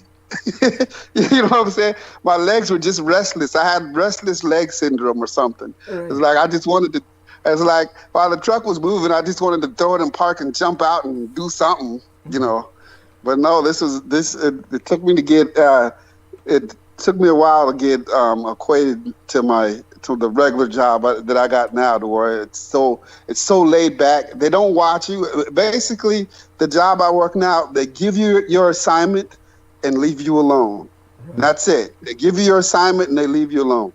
And you know, and your job is to complete the assignment and bring the truck back with one piece with no damage. Right, but of course, like you said, the ability of them to be so graceful about it and to provide you that level of freedom is based on their technology, to be able to monitor you if something goes wrong. Oh, yes. We got Drive Cam, we got PeopleNet. So in the case of PeopleNet, for him to text his location of the van, I'm sure Amazon has something similar. So like when I'm sure he has some type of electronic monitoring to where when he gets to his stop, not only can they see him where he delivered, but he'll have to put it in the computer that he delivered, and then go to the next one and put that in the computer that he delivered. So everything his whole entire route has been downloaded on computer, and he knocks each one off of the computer as he gets to a stop. So for him to put his location up there, it was just a race between somebody from Twitter saying, "I'm going to go get that fucking van and raid it," and the boss is getting there. So it depends on who gets there first. But with today's technology, Coca-Cola, Pepsi, they all have they've put a real big dent in the way people used to steal from the companies, and they've got it down. They've got it down pat. Of course, in our case, we can't. Still, I've had one person I've been since 2004. All my 16 years of doing cryogenics, I've only had one person ask me if I could bring them some liquid oxygen. Like, "Hey man, could you put me some liquid oxygen in a container and bring it to me?" I said, "No, that would be a bomb.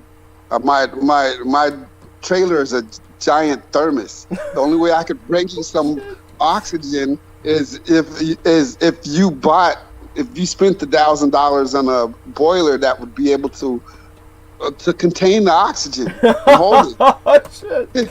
I mean, no, just put me some in a thermos, man. You can take it. But the pressure will build up and it's gonna blow like a bomb. Oh my fucking. Yeah. Oh my God. These people don't understand. You got special containers that you put these things in. Right. So. By the way, we've just gotten input from Brendan Zogit. Quite sadly, this is the general situation, and hopefully this can change. He wants to come on, but he cannot do it at home, at least not tonight, and the library took off the public Wi-Fi, so he's unable to come on tonight. And so do maintain him in your thoughts and prayers that all gets better with his situation. And we'll try and send him something to cheer him up in the near future. And he's entering some other stuff. I'll report it as his messages come in. But our man Derek has been doing great with keeping us occupied with. What else have you seen in the current events that, of course, or in your own personal life that you can relate that you feel is relevant and that take us through as far as you feel you wish to go now that you have the stage until you feel like segueing over to Peter Moon, and then I'll call to bring him on. Just tell me when whenever you're ready for that. But in the meantime, okay. I only have one more story, and it was the one that I had brought up the last time. Mm-hmm. But it's charting the $1.7 billion transfer of military equipment to police departments. Thank you. In the wake of the countrywide protests surrounding the killing of George Floyd, questions around the militarization of the police forces have taken center stage once again. How did so many police departments across the United States end up with bomb-proof trucks and night vision goggles? Where are the departments acquiring this equipment, and at what cost? Well, visual capitalist Nick Rotley notes that these questions are more answered by data from the Defense Logistics Agency, which oversees the 1033 program. The visualization above tracks the flow of military equipment to law enforcement over the past decade. The 1033 program was conceived in the years following Operation Desert Storm, just as America's violent crime rate was hitting an all-time high. During this era, America's war on drugs and tough on crime political platforms provided the impetus for the militarization of the police forces around the country. The 1033 program has been linked to Craigslist's free stuff section, and the comparison is apt. The mechanics of the program are relatively straightforward. Outdated military gear is transferred at no cost to state and local enforcement agencies who go through the application process. The equipment is loaned to the agencies who are responsible for shipping and the subsequent operation costs, like the fuel and the spare parts and everything of the equipment. Law enforcement agencies gain access to a vast array of military surplus, from office supplies and thermal underwear up to armored vehicles and multi-million-dollar communication systems. Also included in the mix are medical supplies and gears and search and rescue operation equipment. Since the program's inception, over $7.4 billion worth of property has been transferred. Of the most popular items acquired by the police departments is the mine-resistant ambush-protected vehicle, or the MICHÆL. Over the past decade, over 1,000 of these vehicles were transferred from the military to law enforcement agencies. This includes places like Monett, Missouri, population 9,000, which is on the record as receiving 2 of these MRAP vehicles. Night vision equipment is extremely popular as well. Items like goggles, scopes, surveillance equipment, which can run thousands of dollars per unit, have been shipped to police departments around the country. Of course, military surplus isn't about fancy vehicles and weaponry. The Meade County Sheriff's Office in Kentucky is on record for ordering a single box of toilet paper just as COVID-19 was on the rise in that state. Since with the excess equipment, cash-strapped police departments are happy to oblige. More than $1.7 billion of surplus has been ordered over to the police around the country over the past decade. The 2 biggest spenders are California and Texas, combined to acquire a total of $271 million in equipment. But looking at things on a per capita basis helps to show the states that were the most enthusiastic about the 1033 program in more relative terms. Okay, so Texas spent the most. Now, Texas spent the value of their equipment, or not what they spent, but the value of the equipment that they received, $141,519,366. Now, when you look at the population of Texas and you do the value of equipment per capita per citizen, that's only $4.88 per citizen. Now, California spent a whopping $130,221,309. But when you look at the value of equipment per capita and their population, that's only $3.30 per citizen. Now, Tennessee, the state that I live in, almost spent as much as California, even though we're nowhere as big. So we spent $130,062,523 on police equipment. I mean, that's how much police equipment we received. Now, the value of equipment per capita per citizen in Tennessee is $19.05. So while Texas spent $4.88 per citizen, and California only spent $3.30 per citizen, Tennessee spent a whopping $19.05 per citizen on all that military equipment. Tennessee had by far the highest spending consideration, considering its population, with police departments in the state acquiring $20 worth of equipment per person, with the exception of Arizona. All the states that rank highly in the metrics per capita police spending, that sits well below the U.S. average. So yeah, Tennessee is rough. Our police departments are ready to kill out here. Oh my fucking God! I mean, it's incredible. It's overwhelming. This is the militarization of the police state, and when you add in the elements of racism, of white supremacy that I've articulated and will again touch upon tonight, it's enough to really it's enough to make you realize that the republic has to end and be replaced with a true democracy. And so that is where I'll kind of conclude the arc of narrative with that tonight. And but that was wonderful. What I'm going to do is ask Mr. Moon if he can come and join us. It may take him a few minutes to do so, so we'll continue transitioning with you, Derek. But you've definitely opened us towards that. So let me ask you, be ye ready, sir? Ready or able? Be ready or able. Let me know. Or able.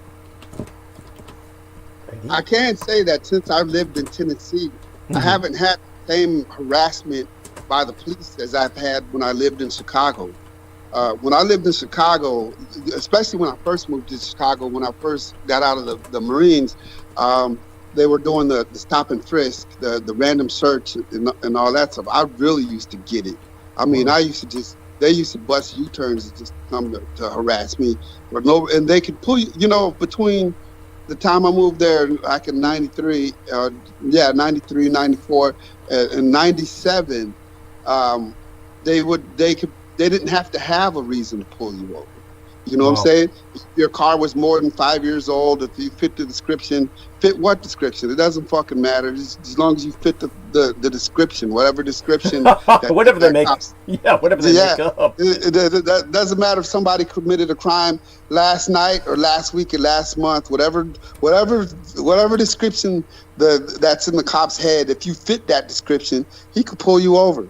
And sometimes they were quite, like kind of just like jolly, like, we just pulled you over and we're just going to search your car and then you'd be on your way. You know what I'm saying? It's just like if you're lucky. Yeah. So if you survive. Right. But see, in 97, that's when they came out with, they ended their random search program, which is kind of like New York stop and frisk. Chicago had random search. So that's when they started with, you had a license plate light out, or they started chumping up all these little nonsensical charges. Because, it's like between 93 and 97, I didn't get any tickets. They would just pull me over and search my car. So after 97, when they said, well, there's going to be no more random search, that's when I used to get all these little petty ass tickets, tinted windows, when I know damn well I didn't have tinted windows. Well, just go tell it to the judge and she'll throw it out. But we got to give you a ticket so that we can't say we just pulled you over because you're a fucking nigger. Right. Right. No, I get it. It's outrageous. Let me check the messages here. And so our man Peter says he's ready. And thank you for bringing us to that point, Derek. So do continue with your narrative, and I will call now. Let me tell her. I will call. Let me spell that right. I will call now. Super. There we are. Good. Okay. Now let me proceed to follow up on that. And here we are. And looking up Peter Moon. There we are. And then press the add button. Okay. And that will bring on. There we are. So, thank you, good sir. And of course, we hear a little noise in the background. If you have, of course, if you have our program on, make certain to turn it off. And that will help immensely to prevent. There we are. Okay, good. I think he's turning that off because the echoing is ceasing. And with that, we're bringing on Mr. Peter Moon, who I shall now introduce. This is, of course, Douglas Dietrich's official biographer, in a sense. Certainly, I saw one individual ask if he's going to be doing a biography, and he said we're starting off, of course, with the Roswell book. And he is, of course, the investigative editorial author and Project Montauk Maestro, Peter Moon of the TimeTravelEducationCenter.com. But you can pay your respects at Facebook.com/Peter.Moon.566. And most importantly of all, he is the publisher at SkyBooksUSA.com. do go there to keep track of the books that he's published. Now, Derek Talley may have some words to finish up with. So, Derek, I'm going to have you introduce Peter Moon by segueing over to him. Was there anything you wanted to finish up? Because you're going to stay with us, obviously, and you're welcome to interject as you see fit. And these days, you're feeling a lot more fit than you used to. So I have Peter and I both have less concern that you might drop off on us at any moment. Yeah. So do bring up anything you wanted to point out before Peter makes himself known more verbally, and we get into the Aquino thing, which Peter's going to be doing a lot of talking on, because he's also going to be bringing up several things that I think need to be pointed out about latest developments, and we'll kind of go into that. But take it away for a few minutes, Derek, and segue us over to Mr. Moon. All right. Well, I finished everything. I had those 2 stories, and that's about it. And I pretty much did the update on my health. I'm still hanging in there. I'm finishing up all the paperwork to extend my disability a little bit, because my disability ends in August, my short-term disability. So at this point, in order to get my long-term disability in, I have to do some more paperwork. And it looks like the doctor finished up all that paperwork today. So I'll find out pretty soon. So that'll give me a little bit more time off, a little bit more time to relax and heal. But in the meantime, we have some important updates and current events that we have to hear about. So I want to introduce everyone to author Peter Moon. How you doing, Peter? Oh, good. Thank you, Derek. And it's so great to hear that you've made such progress.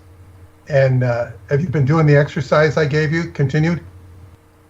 Yes. I haven't been consistent with them, but I do them as much as I can. So, and I thank you for giving me those exercises. I don't know if I talked to you the last time, or if I got a chance to tell you about it, Peter, but okay, I got the PET scan back from my cancer, and it said for the most part I'm cancer free. They use words like improvement. So, my doctor. I did hear you say that. Yes. Yeah, but my I thought I had pulled a muscle, and I couldn't remember injuring myself. It felt like I had a sports injury, and I couldn't figure it out. And it turns out that the radiation did damage to the blood vessels in my left arm. So I noticed it's been hard for me to put on my shirt. It's been hard for me to brush my hair with that arm, when I try to brush my hair on that side of my head. And I couldn't, I thought it was something I did. And I'm like, what did I do? I don't remember doing anything good. Well, when the PET scan came back, the good news is that I was cancer free, but the bad news is that it did damage to my blood vessels in my left arm, because that's the one thing that the doctor asked me was, how's your left arm feeling? I said, it feels like shit. I can't do nothing with it. I'm constantly holding it. Okay, Derek, the whole key is circulation, blood to the area.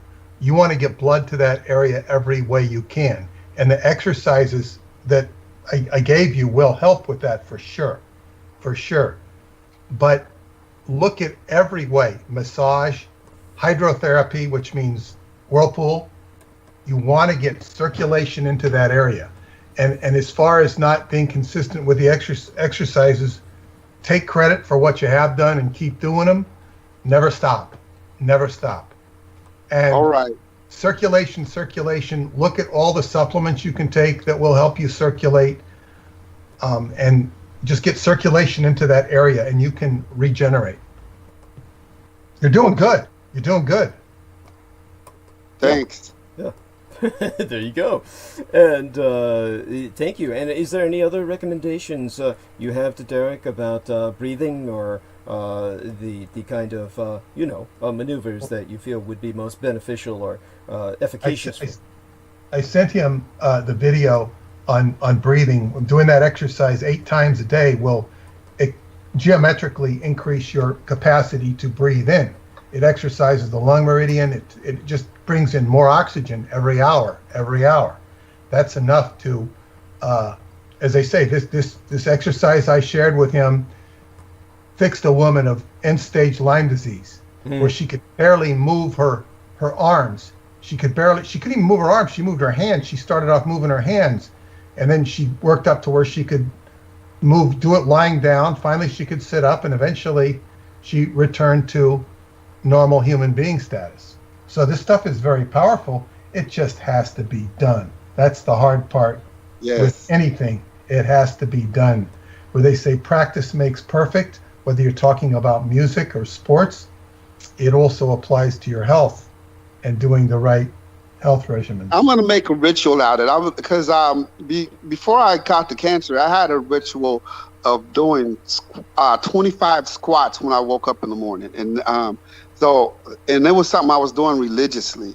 I would wake up out of bed and, I'd go to the bathroom or something early in the morning, and then I would immediately do 25 squats. Just put my hands out, in front of me, just straight out in front of me, and just do 25 squats. What's really good to do with that, I'll give you a squat, is that when you stand up with your arms by your side, and then you squat with your arms by your side, and go all the way down, and then lift the arms up, extending them outward.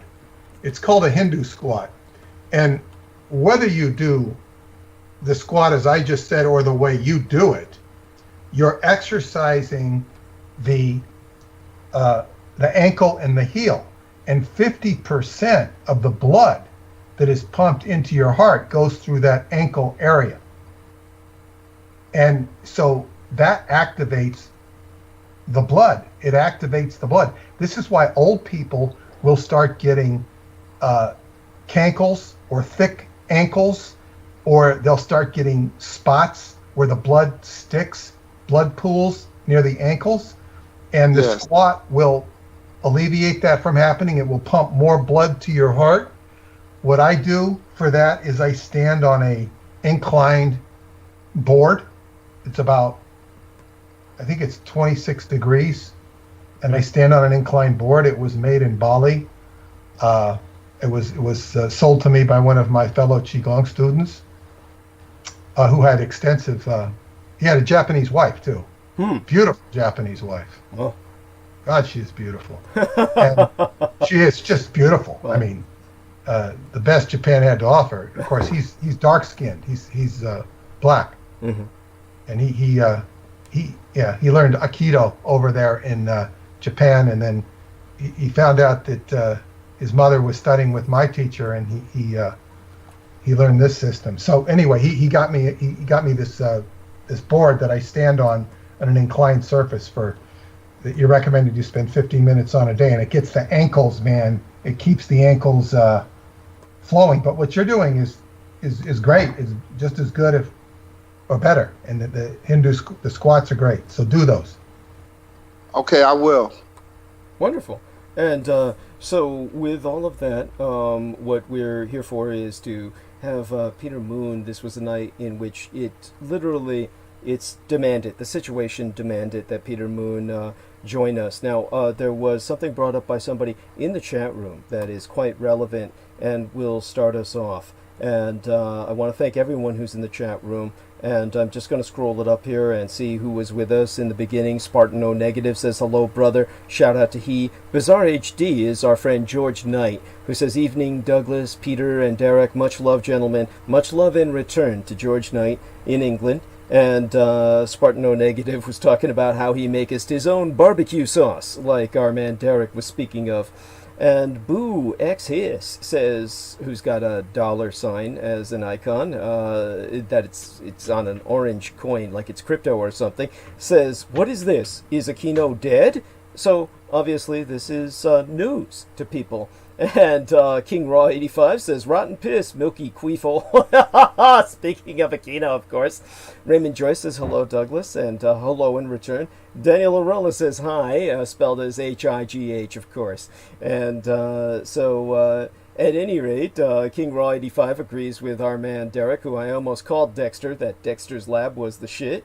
And, of course, it goes on for a bit. Karen O'Connor, hello to her. Sarah Shields, hello, dear lady. I saw one of your comment entries that was from 6 days ago on just today.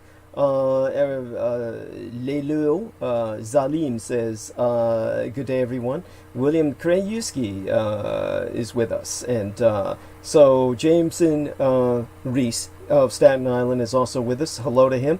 He played an important a part of all of this in a way that I may explain at some point.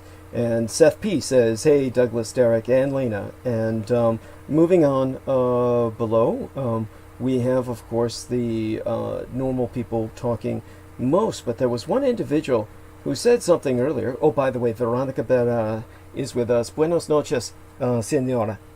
And thank you so much for joining us. Now, someone said something here earlier that they may have withdrawn their comment. Oh, BRN 2579 says, the Temple of Set website says Aquino allegedly died on mine own birthday, which is September 1st. This is BRN 2579. Now, he has a brown icon, so I guess the BRN is for brown. And his birthday is September 1st when Aquino allegedly died, saying it was only posted a couple of days ago. This quote-unquote fact that Aquino died on quote-unquote September 1st. So he asks, why would they wait almost 10 months to post his death? So thank you, sir. That is an excellent question. And I will answer that to the best of my ability, based, of course, on my knowledge of the man and my knowledge of course, history. Now, Sam Alex says, always with you, Douglas, Daddy D. Thank you, sir. With you as well. And with that, we turn to Peter Moon. So, Peter, what does that strike you as? What do you think's going on here with that? Well, there are at least two websites, and I don't think I forwarded them to you. Let me see here. I'm prepared to. One is it'll. Let me see. Michael Aquino dead was, well, first off, I heard you mention that it's likely he's dead. Yes. I would first ask you, where did that come from your resource? When I went to sleep, it was at, I might as well catch up everyone with this because it's morbidly entertaining. So the last transmission that we held prior to this one, the latest transmission, was one in which I was explaining to everyone the challenges that I deal with, which actually motivated me to take as long as I did with the transmissions, why I was spending such long periods of time on them. For one thing, it's only twice a week, and therefore I was kind of just letting it go, and I've never had so much freedom in the past, and I found out what the envelope is with YouTube. YouTube has an envelope of basically 12 hours. And so I can't really go past 12 hours or it just screws everything up. So what I was doing was I was off times because I just try to start looking around for what to analyze that's current, bringing people on to help me burn the bandwidth until I got everything down where I could, construct an arc of narrative. So while that was going on, the biggest problem that I had was when Lena Shea and Michhæl Andahar in particular, but many other people were articulating the fact that it was just too much. It was just too long. So I was shortening it for a while, and we were trying to put it under 8 hours, and it just proved to be disastrous because what happened was I went to bed earlier, and then once I go to bed, I'm kind of down for the count. It's not necessarily that it's the way it used to be where I die and reanimate, much later, and it's like I was just in cryonic suspension or something, which was the way it was for a long while after my hypnotherapy. But now it's evolved, and which is where my hypnotherapist had said it would ultimately reach when I had evolved past a certain level of trauma. And that is now where I have dreams, and I have dreams. So I sleep with a vengeance. I have pleasant dreams, and I reemerge, as I call it, and I submerge. It's like a submarine. I emerge and I submerge, and I do that several times throughout my sleep cycle. But even then, I can't really get up. I'm not motivated to get up short of a physical assault or the building's on fire or something like that. So what happened was my home-delivered meals were stolen, and this is like a social statement almost, because if it were stolen at night, which I know it was not because they deliver in the morning, If it was stolen at night, it would be the homeless. But it's not. It's stolen during the daytime when I sleep. And I know for a fact it's the desperate situation of so many of the people around me who are my neighbors, who are people who are involved with the Silicon Valley economy and other elements of industry that float San Francisco that are now out of work. And these same people who would look at me with great disdain and contempt for receiving home-delivered meals are the same motherfuckers who are now stealing them. So I had to prevent that, and I'm happy to say that I succeeded with the last time. I got up in time and was able to get the meals in. And it's important that I do that because they're not going to deliver on the 4th of July weekend. So normally the time that they would deliver would be Mondays and Thursdays, which is why I do my shows on Sundays and Wednesdays, so that I'd be up in time to get the food. And so it all works out. So I was able to stay up till the time they delivered at 8 in the morning, approximately. And so that's only like 4 to 6 hours after the show ends, depending on when I end it. So things worked out with the last time, and the only thing that annoys me is that when they prepare for things like the 4th of July, they try to stock up as much food as possible in like deliveries, 3 or 4 deliveries ahead of time, so people have enough food through that holiday weekend. And they put in some interesting things that are like little experimental things that would normally not be part of the meal delivery. It's just irritating that some of these thieves would be getting that stuff as well. So I got mine this time, and so aside from that, when which is all part of this narrative, when I woke up to do what also needs to be done, and the reason I had to get up so early was because Tuesdays are garbage day, and or rather refuse collection day, as I was telling Derek. You want to refer to it by that. So it was on Sunday night we did the transmission. I stayed up long enough to collect the food, bring it in, keep it in the cooler till the next time I awoke on Tuesday. Went to sleep for the rest of the day. As I said, I can sleep for days. And then I had to get up early in the morning on Tuesday because of refuse collection early in the morning on Tuesday. And it was around that time that what woke me up was not so much the fact that there was an alarm, or I realized suddenly, I got to get up and take out the refuse, put out the refuse for collection. I had this feeling that the only way to describe it would be a disturbance in the force. Would be the best way to describe it. And it was like a vacuum in the sense of a vortex, like a giant, like Beaver used to describe the economy during the 2008 collapse of the financial industry, a giant sucking sound that just kind of pervaded my consciousness. This giant, like, the sinking. And so I just woke up with a feeling of, what the hell was that? And it's hard to describe this. A sense of loss. Really. There's no other way to describe it. I wouldn't say... I've explained why it is not a positive that Aquino is gone. Perhaps it will be in the long run. In the most immediate sense, it's not. And he's been such a part of my life, however negative a part. It's hard to imagine the future without him. So, in a very real sense, I'm not going to lie. He will be missed. He is, of course, someone who, in all his profundity of evil, taught me almost as much as the man who raised and guided me, my father, George Joseph Henry Dietrich, Chief Petty Officer, United States Navy, retired, who was the man who, for all intents and purposes, is my father, who raised me and loved me. And for that reason, of course, is orders of magnitude more important than someone like Michael Aquino. But Michael Aquino, nevertheless, in a very, very real sense, created me. And so in all of that, there was the same sense that I would have had someone like my father died and I had not been there. Now, I was fortunate enough to be there when my father died. In terms of my mother, the case had just layers of complexity to it that I would have to explain in another episode sometime.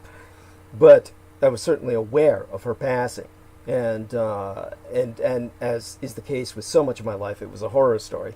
But in the case of Michael Aquino, there was this going, and we had all been aware he had health issues, and we were all expecting him to pass at some time.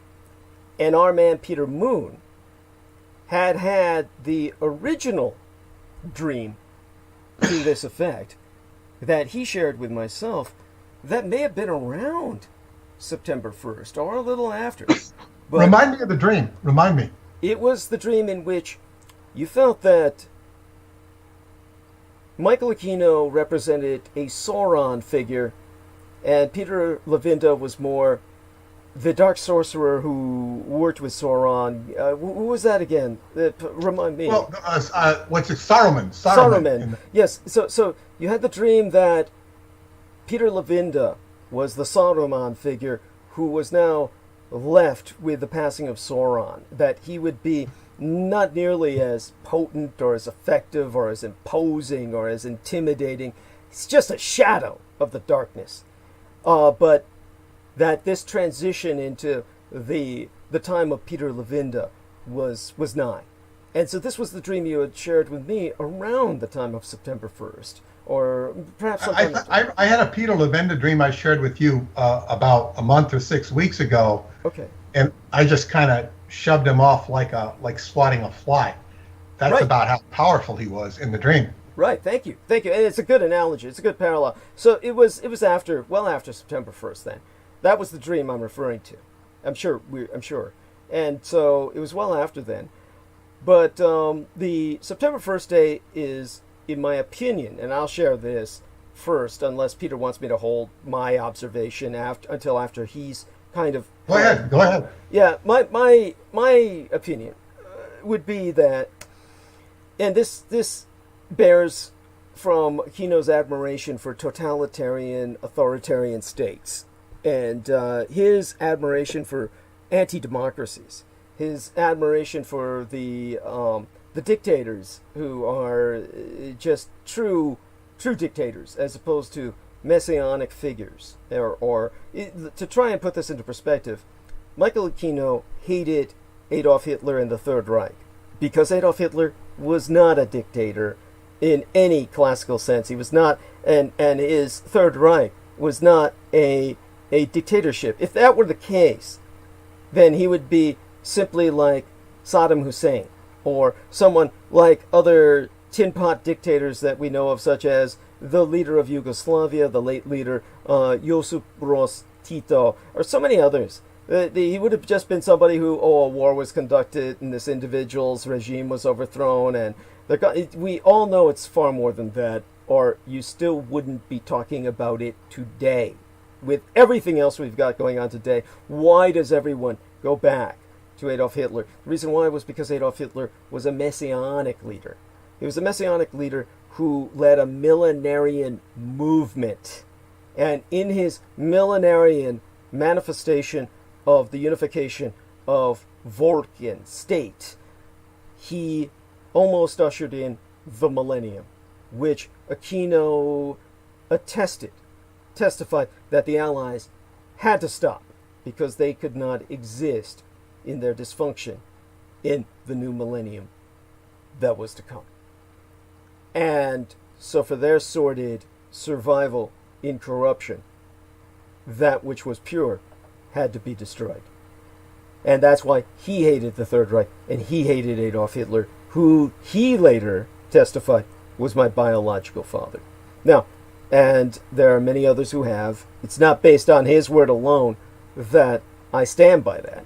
But such being the case, and again, the important thing to emphasize is it doesn't even matter whether I believe it. It doesn't matter whether you believe it. The one thing that does matter is that the United States government, rather the military-industrial complex, which runs your government, believes it and has acted on that belief as it being true. So, with that in mind, That's all that matters. So when it comes to Michael Aquino's passing, he's emulating those types of states where the great leader dies, but they have no successors. What Michael Aquino arranged for was the Louis XIV situation, after me, the deluge. And this is why, as hated as he was, as feared as he was, as loathed and reviled as he was by everyone else within the military-industrial complex, it's not that he was loved by these people. They feared him. And so they maintained what lever they could over him, exemplae Greciae, the fact that he was a suspect on the Criminal Investigation Division's list as a pedophile in the Presidio military case. He sued the U.S. Army to have his name removed from that list, and he lost that lawsuit. They kept his name on it because it's a lever that they had over him, one of the few by which they could keep him in line, as he kept them in line by so many dead man switches. So, in that sense, there was a balance of terror. This is how these people operate. And with that balance of terror, upset by his passing, then the fear is what happens next. When you have the policy of after me the deluge, similar to what Vladimir Putin has in Russia, he's ensured he has no successors, so that everyone has to have him around, because once Vladimir Putin is gone, the system collapses into anarchy and chaos. This is what kept Michael Aquino around. And so they didn't try to assassinate him or take him out. They let him live despite the fact that he was the greatest danger to so many other people by the very fact that he was known to have been a pedophile. That everyone spracketh of him openly as a predatory pedophile. And as a result, they would have wanted him dead just to silence that noise, that background noise. But no one dared to touch him. So you had the situation where when he died, it's conceivable he died on September 1st, and that, of course, was why the secret was maintained for so long, to prevent that descent into chaos that becometh inevitable with public knowledge of his passing. I don't believe that. That's just a potential, if that is true, the way it's being promoted on his Temple of Set site. I did not have any feeling or impression or intuition in the past that he had left us. That huge feeling, that feeling of the giant sucking the vortex, the vacuum, as he left our realm. That was on the night of the transmission, when I went to sleep, and pretty much on really hit. It was there throughout my sleeping, throughout the day, after the transmission, throughout Monday, and then really hit to the point where it woke me out of my slumber violently on Tuesday morning, in time to take out the refuse, put out the refuse for collection, appropriately enough. So that tells me, from my experience with him, the psychic connection, which is undeniable. I could almost dare to use the term intimacy, not in any physical sense, in the sense of a bond that develops with somebody that you worked with as a butler would to the man that he works for, who is essentially the master of the estate. So, with that feeling of this individual vacating our universe, this is where I have the sense that he left us within the past 48 to 72 hours. More like, I would say, the last transmission was, let me take a look at my Google Calendar here. Latest transmission before this one was Sunday the 28th. I'd say he pretty much left us almost at time of transmission that day, the 28th. And so when I think on this, I would say his Temple of Set website puts out that disinformation to confuse the issue. And they do that because this is what they do. This is the nature of the beast.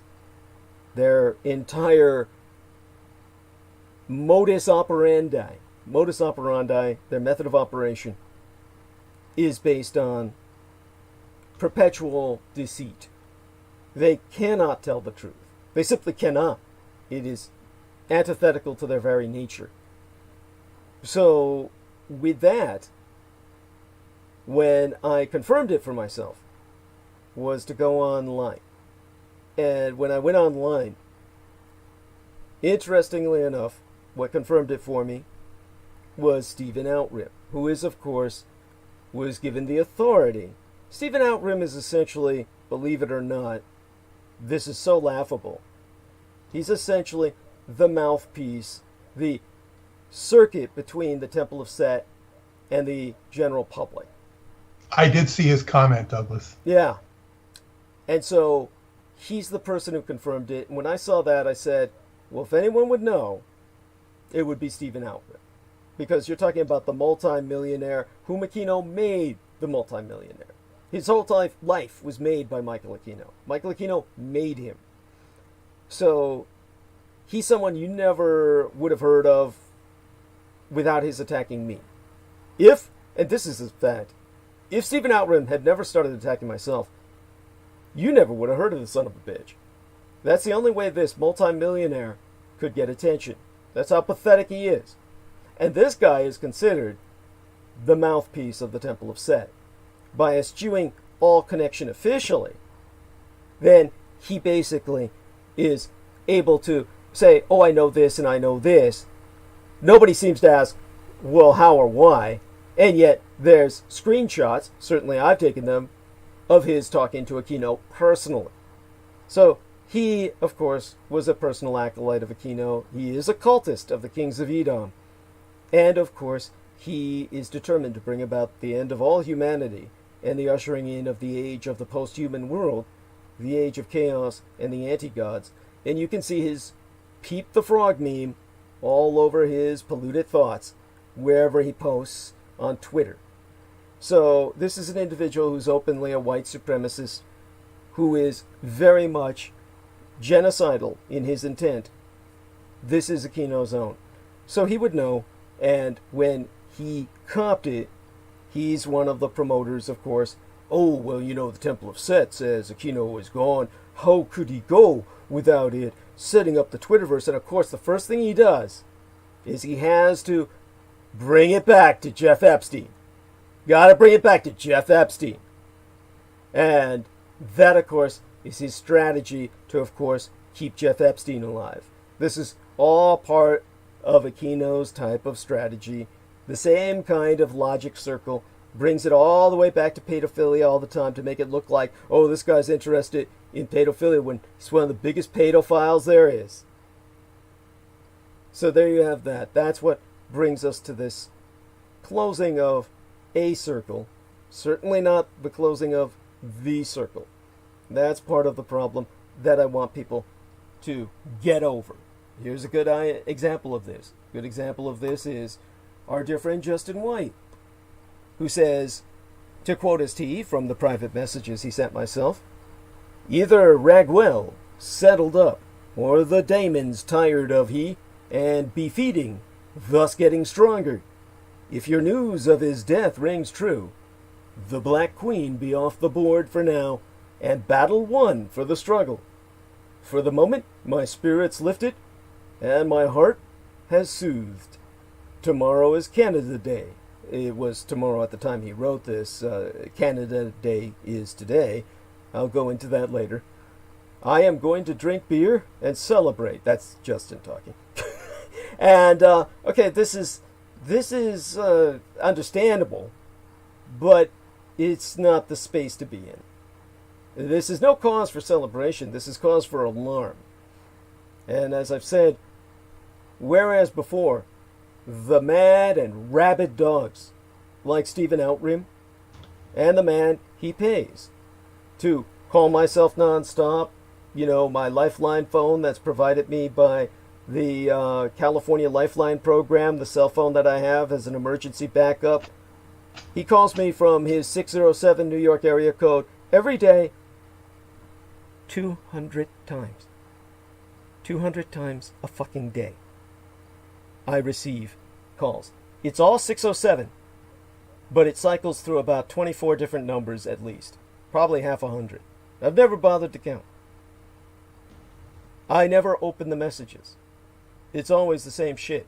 But this guy spends all day calling, and he's calling, it's not automatic, because he leaves messages. The messages are so many that my message box is completely full.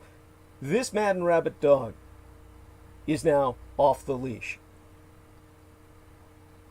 Stephen Outrim's off the leash. All these Madden Rabbit dogs, the worshippers of the anti-gods, the cultists of the kings of Edom, are now without a master. This is nothing to celebrate. And so, the end result is, can Peter Levinda manipulate these people to the extent Aquino did? No. As Peter No Moon way. No way. Yes, thank you. Thank you. Yes. And, as Peter Moon said, he swatted his presence away in the astral as if he were but a fly. This man has none of the capability, none of the hold, none of the imposition, and none of the, how would I say it, just the dirt on these people that Aquino kept as the deputy director of the National Security Agency. So, you have this adaptation on my part, which has worked till now, like maintaining a separate cell phone for use, with the Lifeline phone being essentially the flypaper for Richard K. Cole. And then you have the other adaptations that I've taken on over the years, which has sufficed to this point. Now, of course, we have to deal with the fact that there's no longer a united opposition or a chess game. Now it's simply what everyone's feared until this point. Anarchy and chaos. And at this point in the national experience, nothing could be more dangerous. So where we're at now is also a kind of adaptation on my part to educate people to understanding this reality.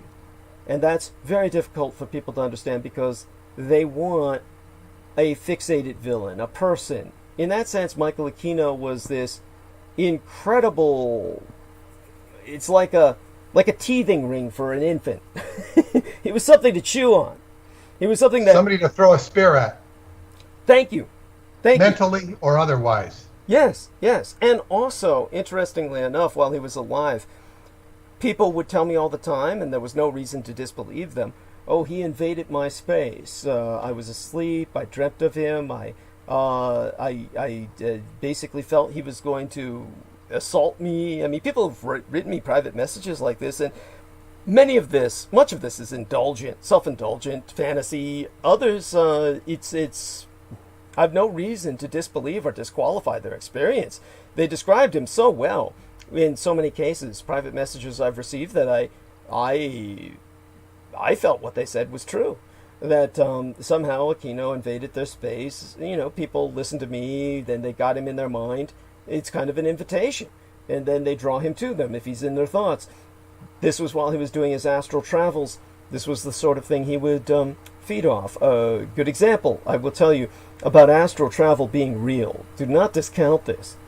There was a woman who was a friend of mine on Facebook, whose name I don't even fucking remember at this point. She was the lover of Jeff Young. And Jeff Young was the bandsman who spent a year with Megadeth. And so she was like the lady who told me how abusive Jeff Young was. She lived in a housing project herself in Texas. She's still alive, as is Jeff Young. And Jeff Young had left his girlfriend and went to live with her. And apparently, well, according to her, he was physically abusive to the point where she had to call the police. This is all relevant in the sense that she was telling Judith Ager, the lady friend who has been a co-hostess on this program in the past, how she was following me in the astral and telling Judith what she saw about where I was in the astral. as she claimed, hanging out with the ladies, pretty much. And so Judith was relating this to me. And at the time, I was kind of like, oh, she might be just trying to, because Judith wanted to learn how to astral travel because she knew that I had encounters with Christine Joanna Hart and, of course, Solaris Blue Raven in the astral. I've mentioned this in the past. I brought this up when Justin White was actually with me on this program. And so Judith wanted to meet me in the astral. And I was telling her, well, these other two ladies are heavy practitioners of witchcraft. And especially in the case of Christine Joanna Hart, she was an acolyte of Michael Aquino's, still is. So they're much more adept at this. And so all of you might poo-poo this and say, oh, it's a bunch of people with a kind of shared fantasy or something. They're all feeding off each other. But no, when I was hanging out with V and she was working on me at one point, had me all relaxed, working my acupressure points, she said, so who's this lady? And she named her. The lady whose name I can't even remember now, who was physically abused by Jeff Young, the Megadeth dude. She named her and said, so who's this chick? And I was like, just shocked. I had never brought this woman up with me. And I said, how do you know of this person? She said, oh, she's hovering over you in the astral. I can see her. And that really hammered it home. So the idea of Aquino doing this is all too possible. By the way, we're getting a lot of noise input. I'll let Peter start talking now because I think there's something going on his head that's causing a lot of noise anyway. We might as well let him. I don't think I'm producing any noise. Okay, something's coming over. Maybe it's Derek. Must be Derek. Derek? Is that you? Maybe he fell asleep and left something. No, there's no noise. No. But I did have a question. Sure. By all means. If it's true, his claims about being a demon possession, or him being a spirit possessing a baby that was stillborn that eventually became Michael Aquino, then after his death, that evil spirit still roams on this earth, and probably will possess the next person who will take charge. I mean, if it's possible.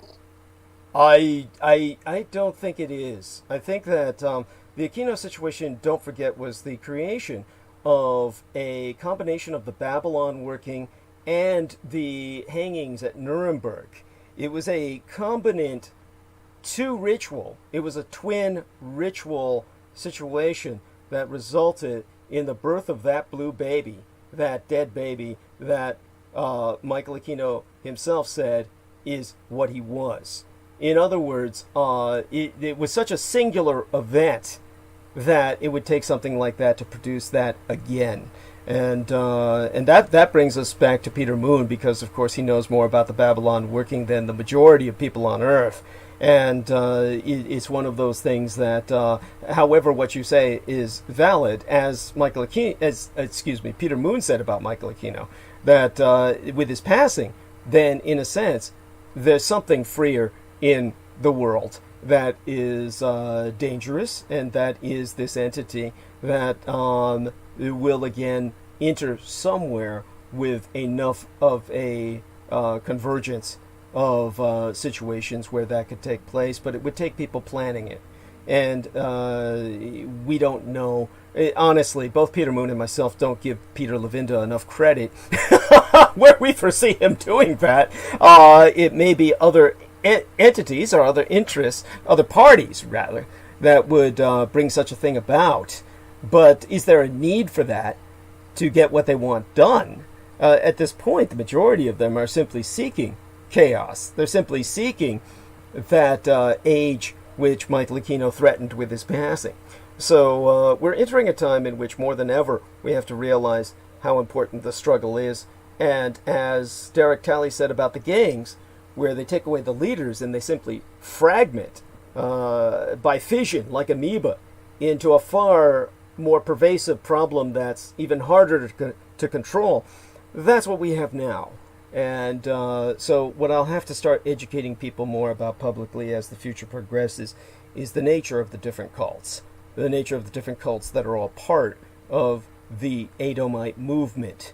And exactly what these cults represent and manifest and how they manifest themselves. And of course, as different attacks and different current events develop, I will do that. But definitely a valid point. And with that, we turn towards Peter Moon. And so, by all means, take the stage. And thank God that noise disappeared the moment that Derek brought himself on to ask the question. So I think it was Derek waiting. And while he was waiting, there was kind of like this audio kind of phenomenon that was accompanying his kind of waiting. And it was just Aquino stirring up, saying goodbye. There you go. That too. That too. Yeah. As you spoke, I narrowed down looking at the sites that I had looked, because first I heard it from you, and the entire source, there's two sources. One is the ŠÞEPR website, which is Aquino's website, saying he died on September 1st. That is what they say, as you said yourself. Then Stephen Outram says yesterday on June 30th, Michael Aquino is dead. And then he has Michael Aquino dead. Was ŠÞEPR his last interview? It does not lead a link to that, although there might be a link to it I could probably find. And then, then it says June 29th, did you see that Aquino supposedly left his body transition yesterday? I'm confused about the September 1st date. Is it a different calendar? Did he die on June 28th? And then Stephen Outram says, has anyone seen him since ŠÞEPR? My impression is he died a while back, and they just updated the website now to announce it. Okay, so this tells us that it's the ŠÞEPR website is the source that Stephen Outram got it from, and he's only announcing it now because Stephen Outram just found out, hasn't been apparently in touch with Aquino for a long time. He says, and then there's what they said is on the ŠÞEPR website, let it be known that on Sunday, September 1st, the 54th of the Eon of Set, Ipsissimus Michael A. Aquino, PhD, remanifested from his physical body. As he had let the world know, he had been experiencing declining health for several years. So this is what it says. Now, there's also a posting of 3 days ago, ŠÞEPR.org. It comes from Michael Aquino is gone. Rest in peace. From Ancient Engine. Goodbye officially, old friend. And then these things are kind of laudatory. Goes on. Of course. Yes. But by the way, okay, go on. Yeah, please. By the way. Well, it's been sort of ever since it was announced he had cancer and recovered. Yeah.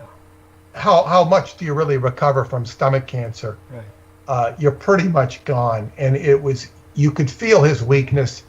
And my strategy with the first book, which I would have done anyway, we're not attacking Aquino in this book. Right. We're mentioning him, but we're not attacking him or even pointing too much out about him. Just that Douglas worked for him. And he was a character on the stage. Michael Aquino will never be able to deny that he worked with Douglas. Yeah. He'll never be able to deny it again. And so what I think is interesting is apparently he did pass away some time ago, but it's only becoming news now. I would say this. We have to keep some things in perspective. The Stephen Outram, of course, is basically promoting a facade about himself that he hasn't been in contact with Michael Aquino in a long time. That's very much a falsehood. He's been regularly receiving orders from Michael Aquino. He was very much in contact with him throughout the period of time that he was attacking myself quite openly, which is how I got screenshots of him having exchanges with Michael Aquino. That was over a year ago, though. Oh, years. It was years ago by now. But I'm convinced that did not change. Stephen Outram, of course, his whole point is to try and make himself look as separate from the cult of the kings of Edom as possible to do what he feels he needs to do. So he's going to say, oh, how's this? Is this rather mysterious? He's even rather insulting to Michael Aquino, saying, oh gosh, if he's playing, if he's faking his own death, he did this rather unimaginatively. It's all done with this kind of like, everything he says is this kind of like convolution. This is what Aquino trained him in, is convolution. There's nothing that he says. Yeah. One thing is I think Michael Aquino is a master at what he did. Yeah. Stephen Outram and Peter Levenda, I do not, aren't even close. Thank you. They're not even in the ballpark. Thank you. Yes, go on.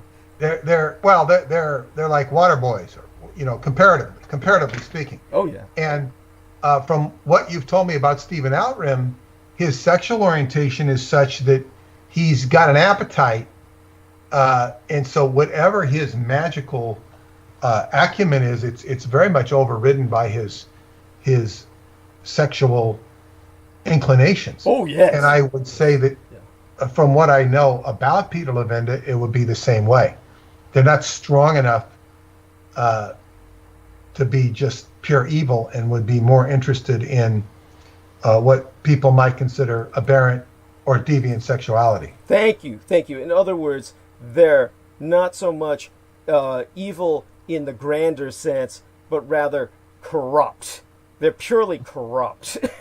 And but that, of course, doesn't negate what I've said. I hope what I said is coherent. You understand what direction I'm coming. It's very coherent, but I'm just saying I wouldn't give them too much credit. I mean, like mad dogs being unleashed, they're going to end up with the dog catcher. Oh, good point. I mean, that's, your point is well taken. And I agree. I mean, as a matter of fact, we can take heart in that. We can all take heart in that, in like Michael Aquino said. One of the reasons Michael Aquino indulged me so much in so many ways, why he was so indulgent in me and indulged himself of me, was the fact that, as I brought up before in Satan's Crusaders, one of the lectures I delivered on it, was he basically was surrounded by idiots and incompetents and fools, people whose appetites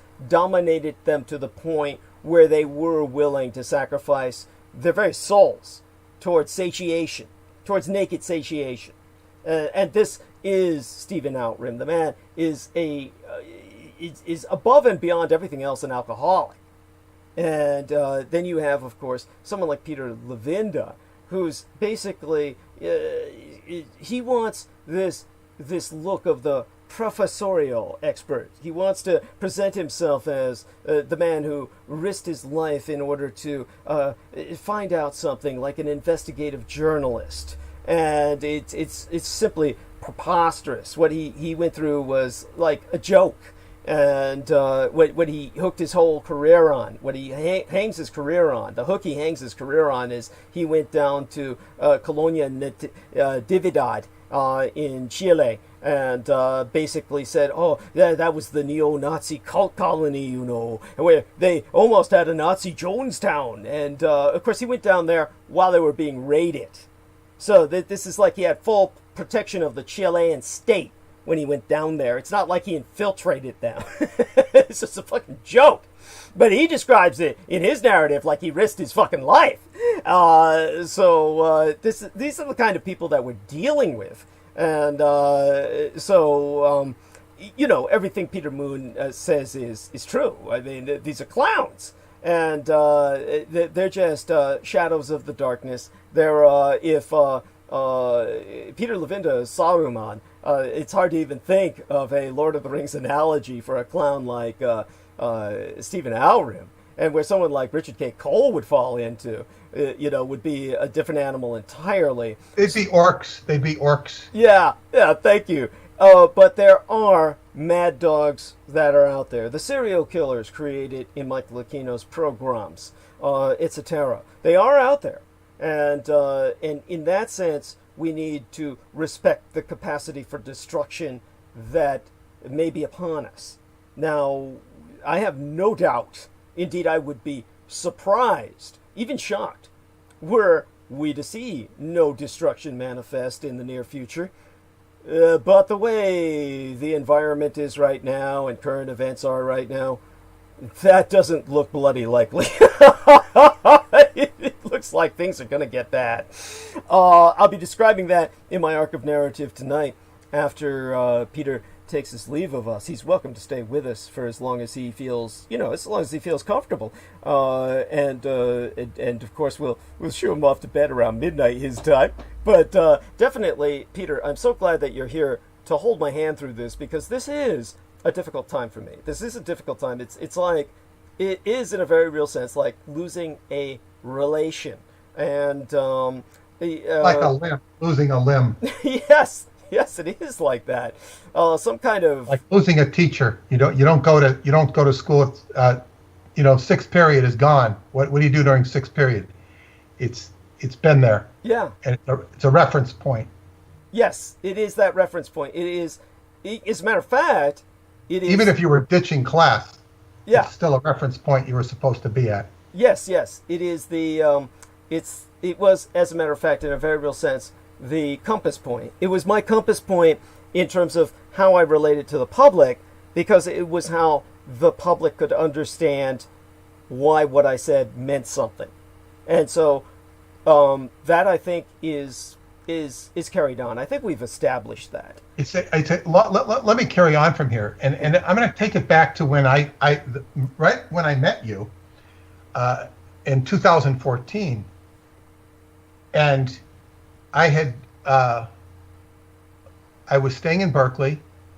I went over with my friend Doug to visit you. We spent a day in San Francisco visiting Chinatown, made our way up to the Presidio, and spent dinner with you and into the late evening with early evening or late evening with you and Lorian. And then I headed over to one of my hometowns of Davis and spent a few days there. I met up with Dennis and headed down to the Gold Country. And at the Gold Country, I first time I'd ever been to the Gold Country, and going to West Point, I delivered a eulogy to Sasha Germer, for Sasha Germer. We were looking for her grave. We had two of my friends, my longtime readers or fans, Marcia and Judith, with Dennis. And we searched all over the West Point. This is West Point, California, where the Wilson family is, ancient Wilson family, creators of the aeroships, the mysterious aeroships of the 1840s and 50s, German technology, connection to German technology. The Wilsons married into the Miwok tribe. So there's a whole connection there that I still hope to follow up on. And Sasha Germer was the wife of the dissident of the Order Templi Orientis. He took over, Carl Germer took over from Aleister Crowley. He was the designated successor. And his wife was Sasha Germer. Now, when Carl Germer died, he was, the successorship of the OTO was kind of dormant. And there was a big fight, and it ended up in a court battle, which Aquino appeared at. And the court battle was between Marcelo Mata of Brazil and Grady McMurtry and Israel Regardi, who were representing the reconstituted OTO. It was McMurtry and Regardi's side who won. On the day the court judgment favored McMurtry, he died of a heart attack. Oh, shit. He was dying anyway. Okay. Regardi died similarly. Whatever rights they claimed, they didn't enjoy, at least in a legal sense. These were eventually, the eventual designated successor, and I don't remember all the road, became a guy named William Breeze. William Breeze, and he was the one I met who actually introduced me to Cameron. I met him at the book fair. I've never said his name before, but it's all over the internet. You can find it. I always kept his name secret by word, and I just ran into Christopher Hyatt, the famous occult author who either owned or was part owner of New Falcon Books, and I ran into him and I said, I'm looking for Marjorie Cameron.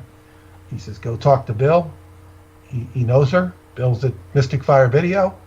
I dogged that booth, and I got to meet all sorts of notable OTO people. They're kind of hung around with him, more chit-chatting to a certain extent.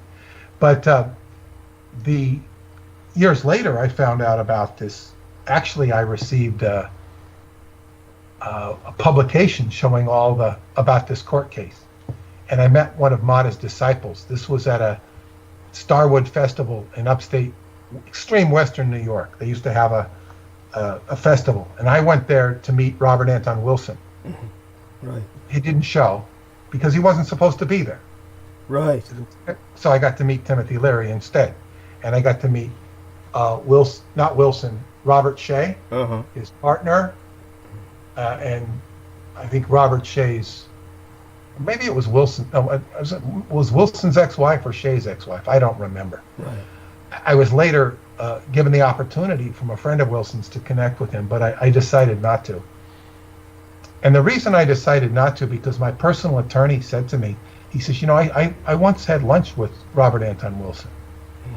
And he says, I just got the feeling that this is a guy I didn't want to be around. Thank you. Thank you. Yeah, go on. Yeah. And that was my attorney. And the way I met this attorney, he was at a lecture that Preston and I were giving. And we started talking about, he started asking me about Jack Parsons. And we developed a friendship.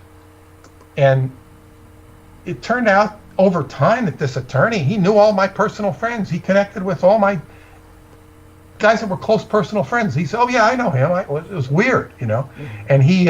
uncanny. It was uncanny.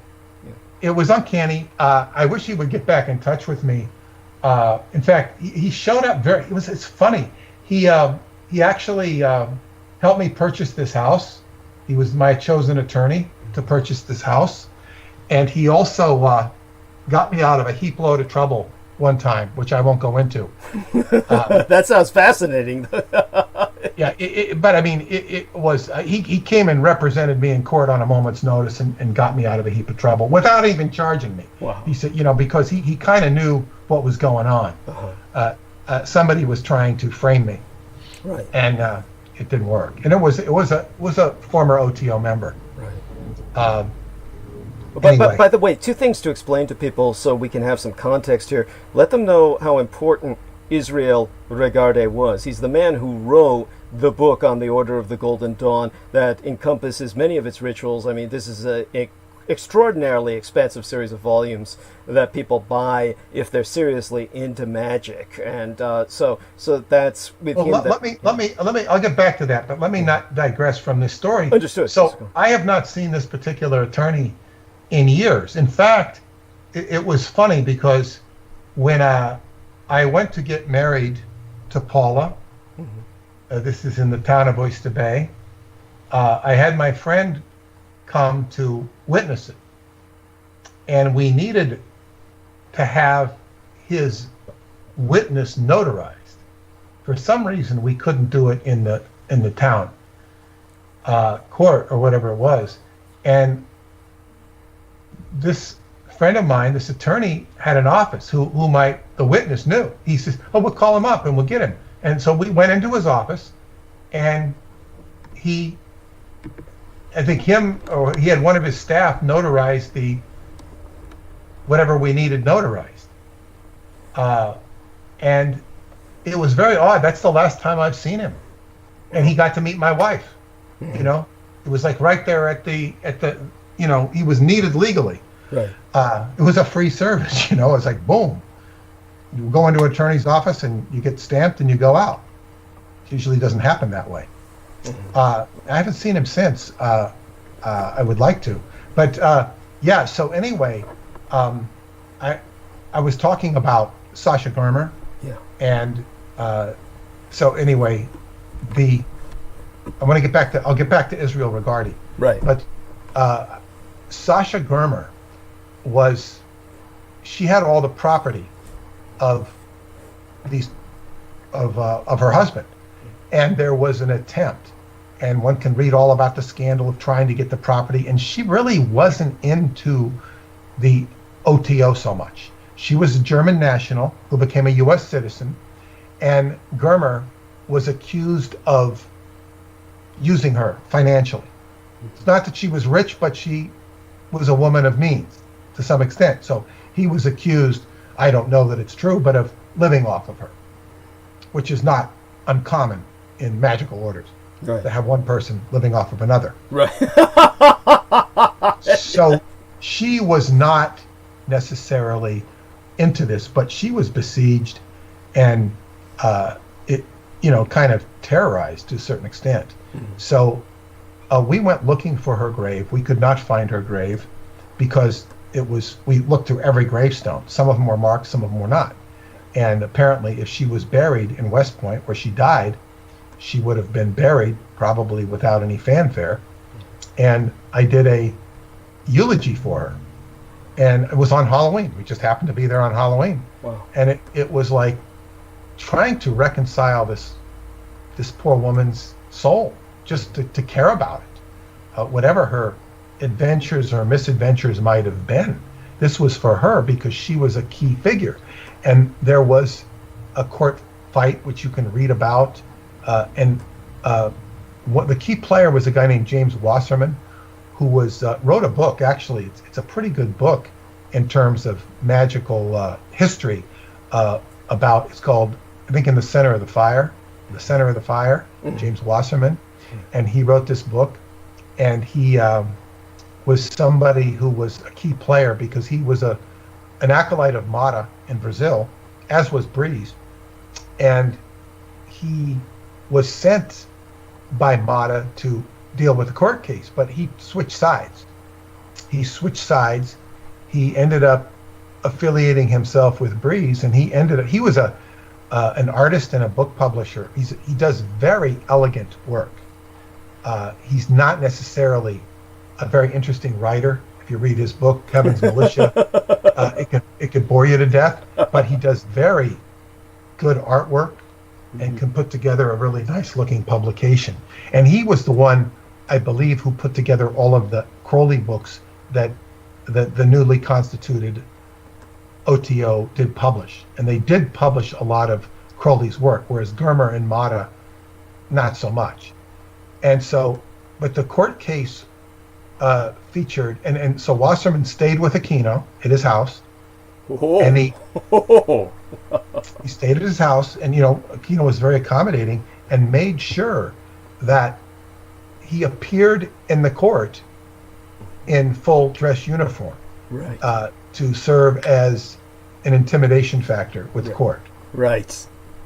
The initial publication that I wrote it was sold to me for a few bucks. It wasn't by a voodoo priest I had met at this festival.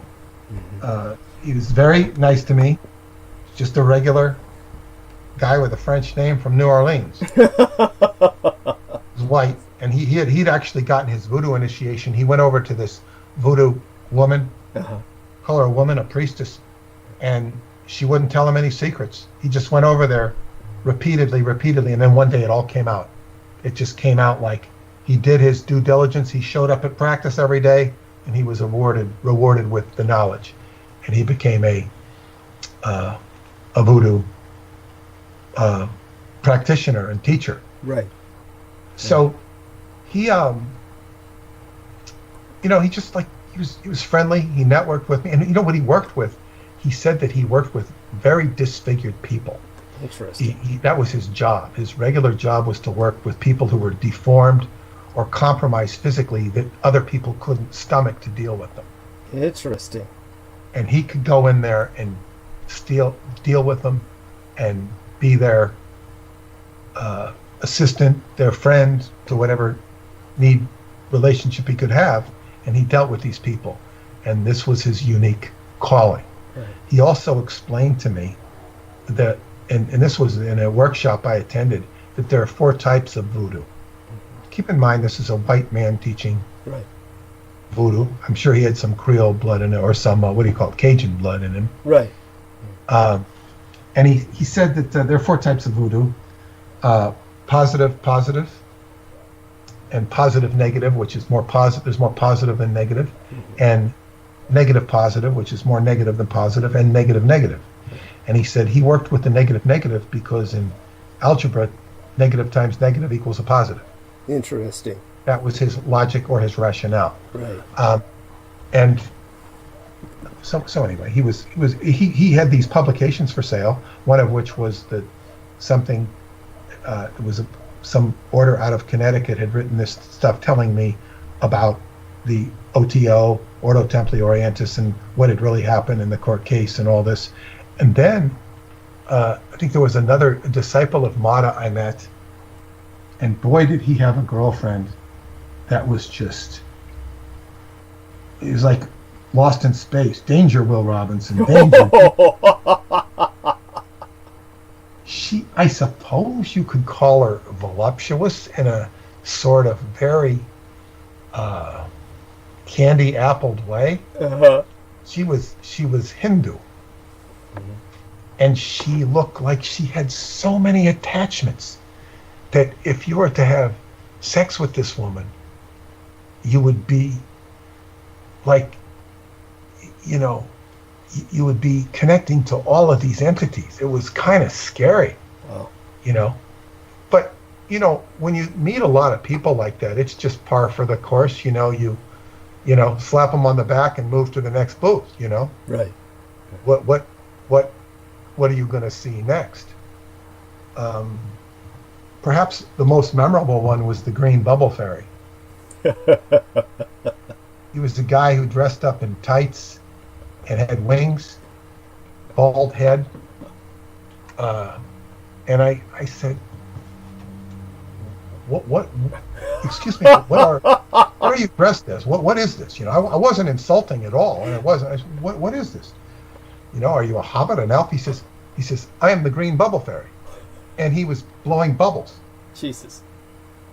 I saw him a few days later, and he was wearing purple. And I said, what are you? He says, I'm the Purple Bubble Fairy. Jesus. So, and actually, when the whole festival was over, I kind of missed him. I said, it's like, there's no green bubble fairies out here, Right. out in the regular world. Right. You stop at the first road stop, and you see that everybody's Judaically Christian oriented, and they're all going into the bathroom. They didn't have face masks on in those days. They didn't need them. Different world, yes. But their clothes were kind of like face masks, and you kind of see them. Okay, so okay, yeah. I said I missed the green bubble fairy. It's just like there was no repression. So anyway, going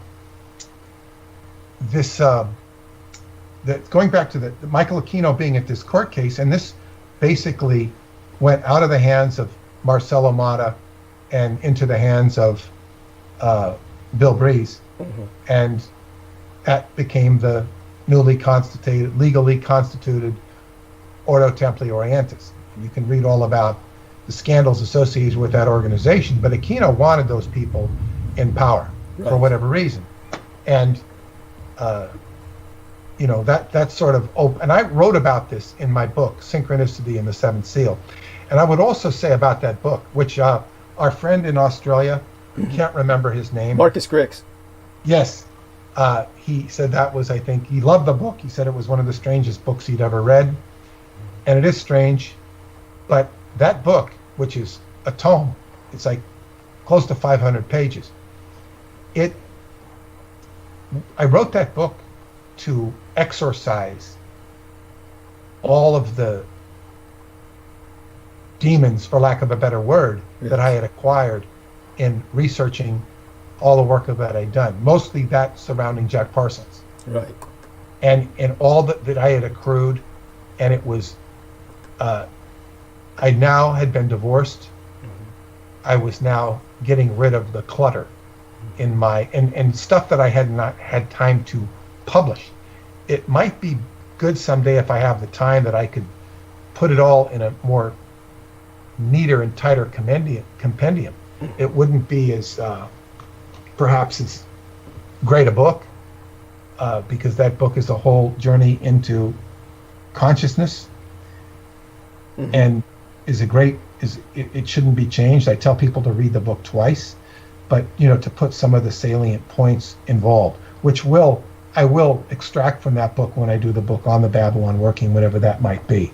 So I was talking about delivering a eulogy about this woman and really trying to deliver something to her soul, because she was the one who was kind of in between, in the twilight zone of all this. So I'm now going into the eulogy of Michael Aquino.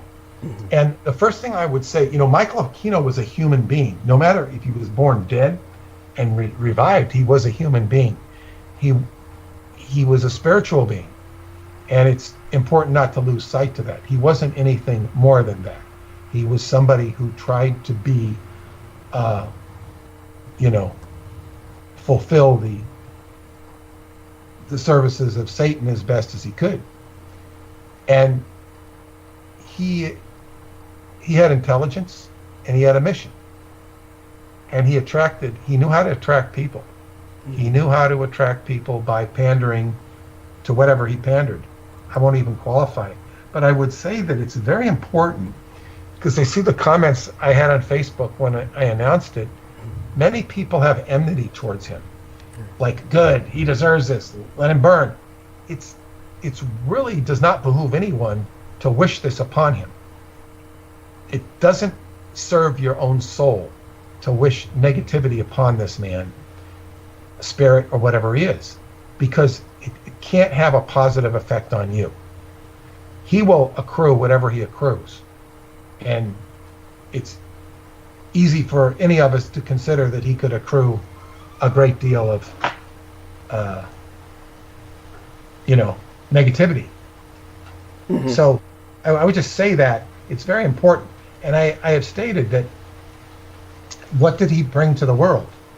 He brought a lot of things into the world. He brought a lot of manipulation, control, and chaos.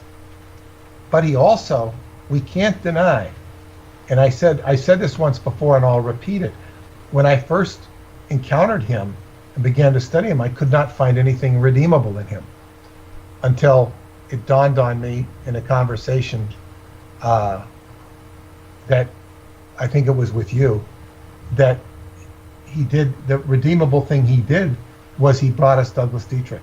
He taught Douglas Dietrich certain things, and he brought Douglas Dietrich into a situation where we can all be enlightened about who Aquino was and all of these secrets that we're now learning, and have been learning. Douglas has been talking about it for 9 years. So he's delivered a service, it's like in the yin and the yang.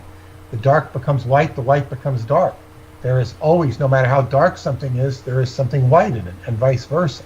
So his contributions have, and now we're moving into, because although he appears to have died months ago, we don't really know, he's now being acknowledged as dead by his own brethren. And they've done it very sort of unobviously. And there might be different reasons for that. But now, as the planets have conjoined, this is a big conjunction we're having today, yesterday. Yeah. Pluto conjuncting with Capricorn and Saturn. This is what set off the pandemic. I just wrote a whole newsletter on it, and I sent it out in the mail on Monday to my subscribers. Okay.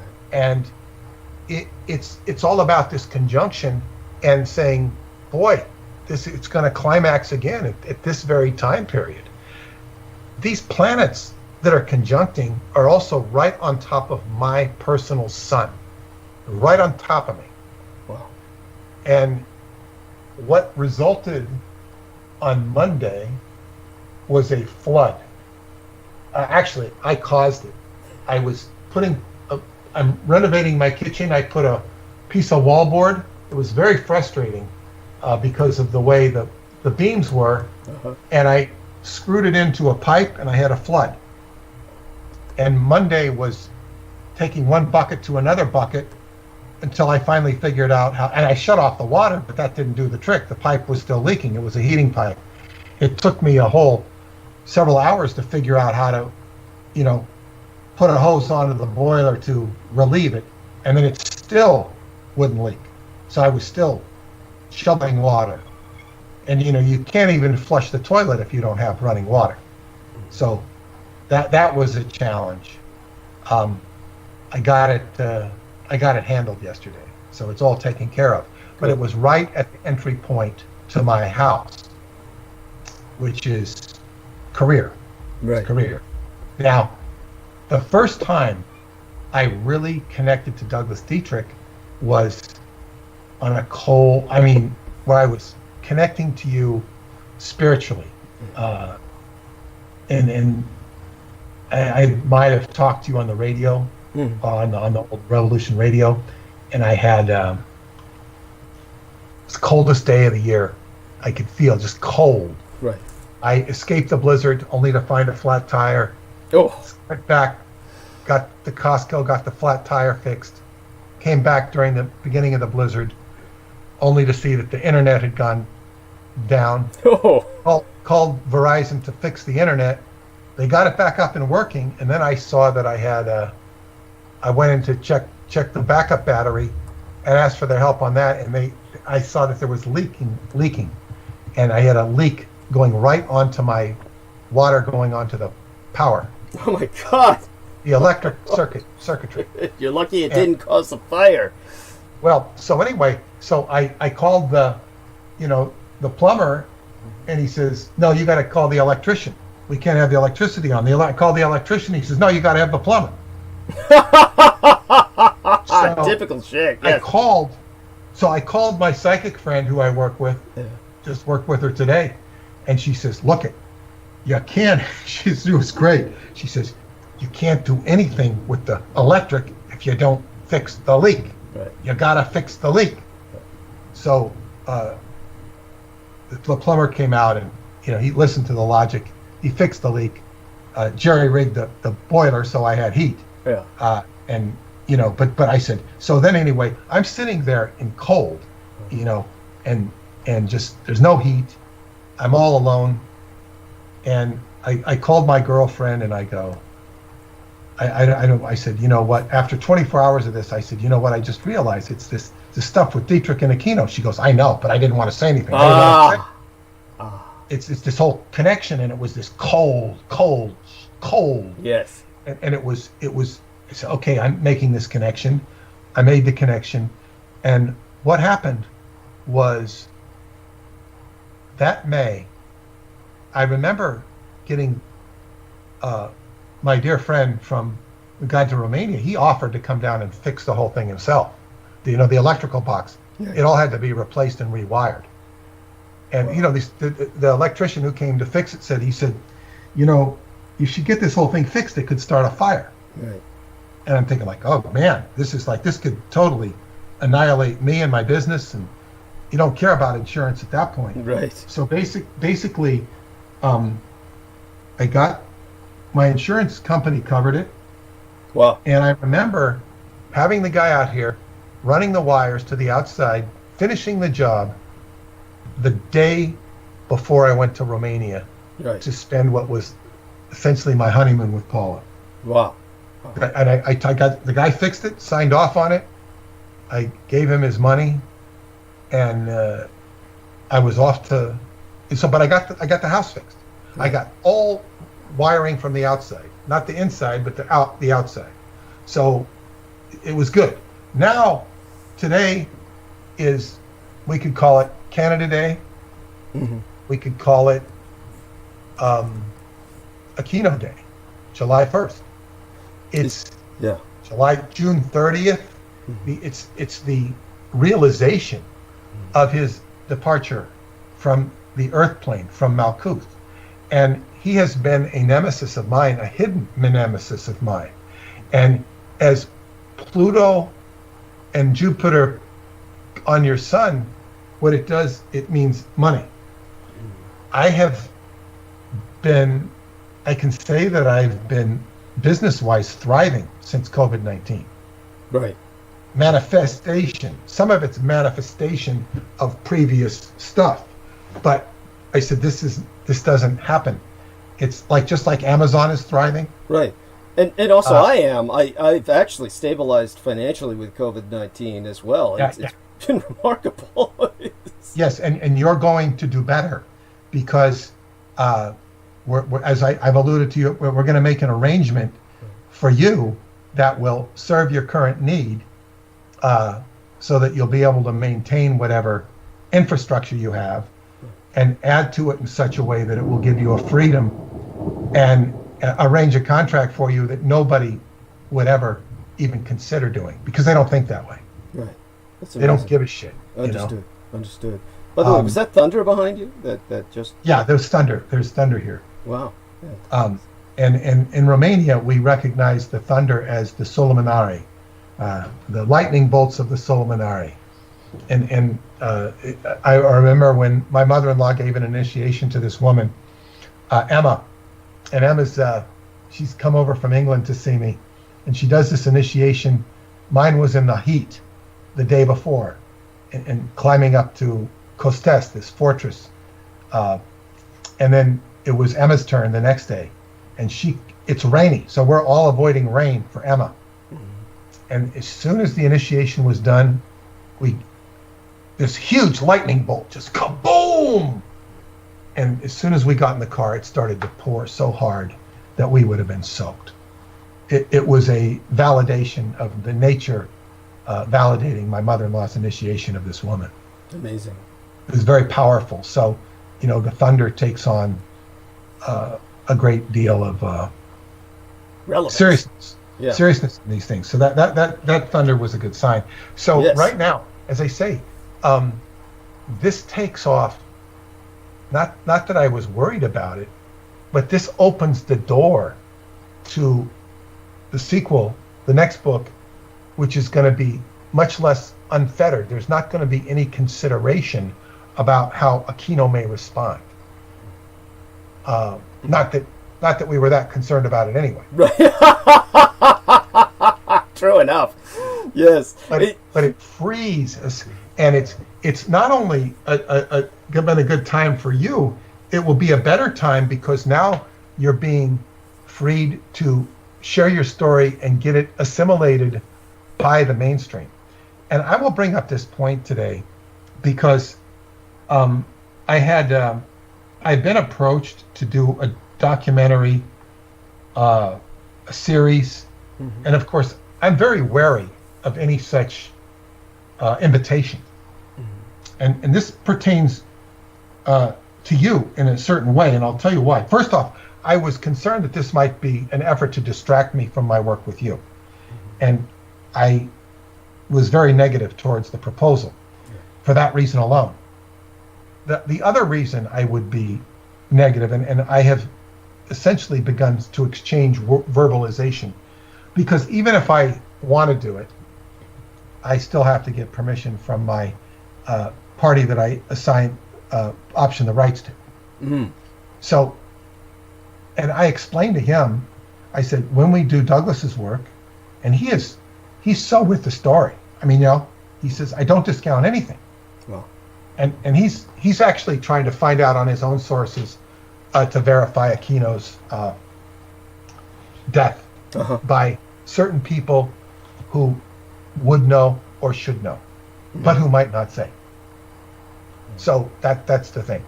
He Facebooked somebody immediately when he heard me talk about it today. Okay. And he did not get a response from the guy. He says there could be reasons the guy's not responding. So we're going to try and get an answer for that. However, so this is the problem. If I look at the history of all that's been done with the Montauk Project, all the documentaries, they don't tell the story. They either interview me and then omit me and omit any mention of me. Like, what's the purpose of this? Why would you do that? And then number two is they include me, but they omit any mention of David Anderson. And they put Michio Kaku on to say how the patent is like the scrawling of a child. Right, that son of a bitch. Yeah, what I'm saying is like, what is this? So if I relinquish editorial control, I am, how can I do this? Now, in your case, it cannot absolutely be done. It cannot be done because, they could make you look like Dieter from Saturday Night Live, if you know who he is. Right. You know right. Dieter? I can imagine. You can describe him if you wish. Dieter was it was a takeoff on Saturday Night Live that Mike Myers would do. Mike Myers, who did that Austin Powers stuff. Right.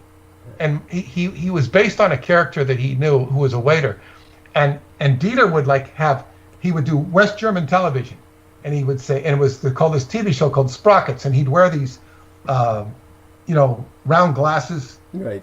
Wired rim glasses and a black turtleneck with black tights, and he'd say, "Hello, this is Dieter, and welcome to Sprockets. Welcome to Sprockets." God. And he'd have a monkey on his shoulder. Would you like to touch my monkey? Oh shit! He acted like a avant-garde artiste, right?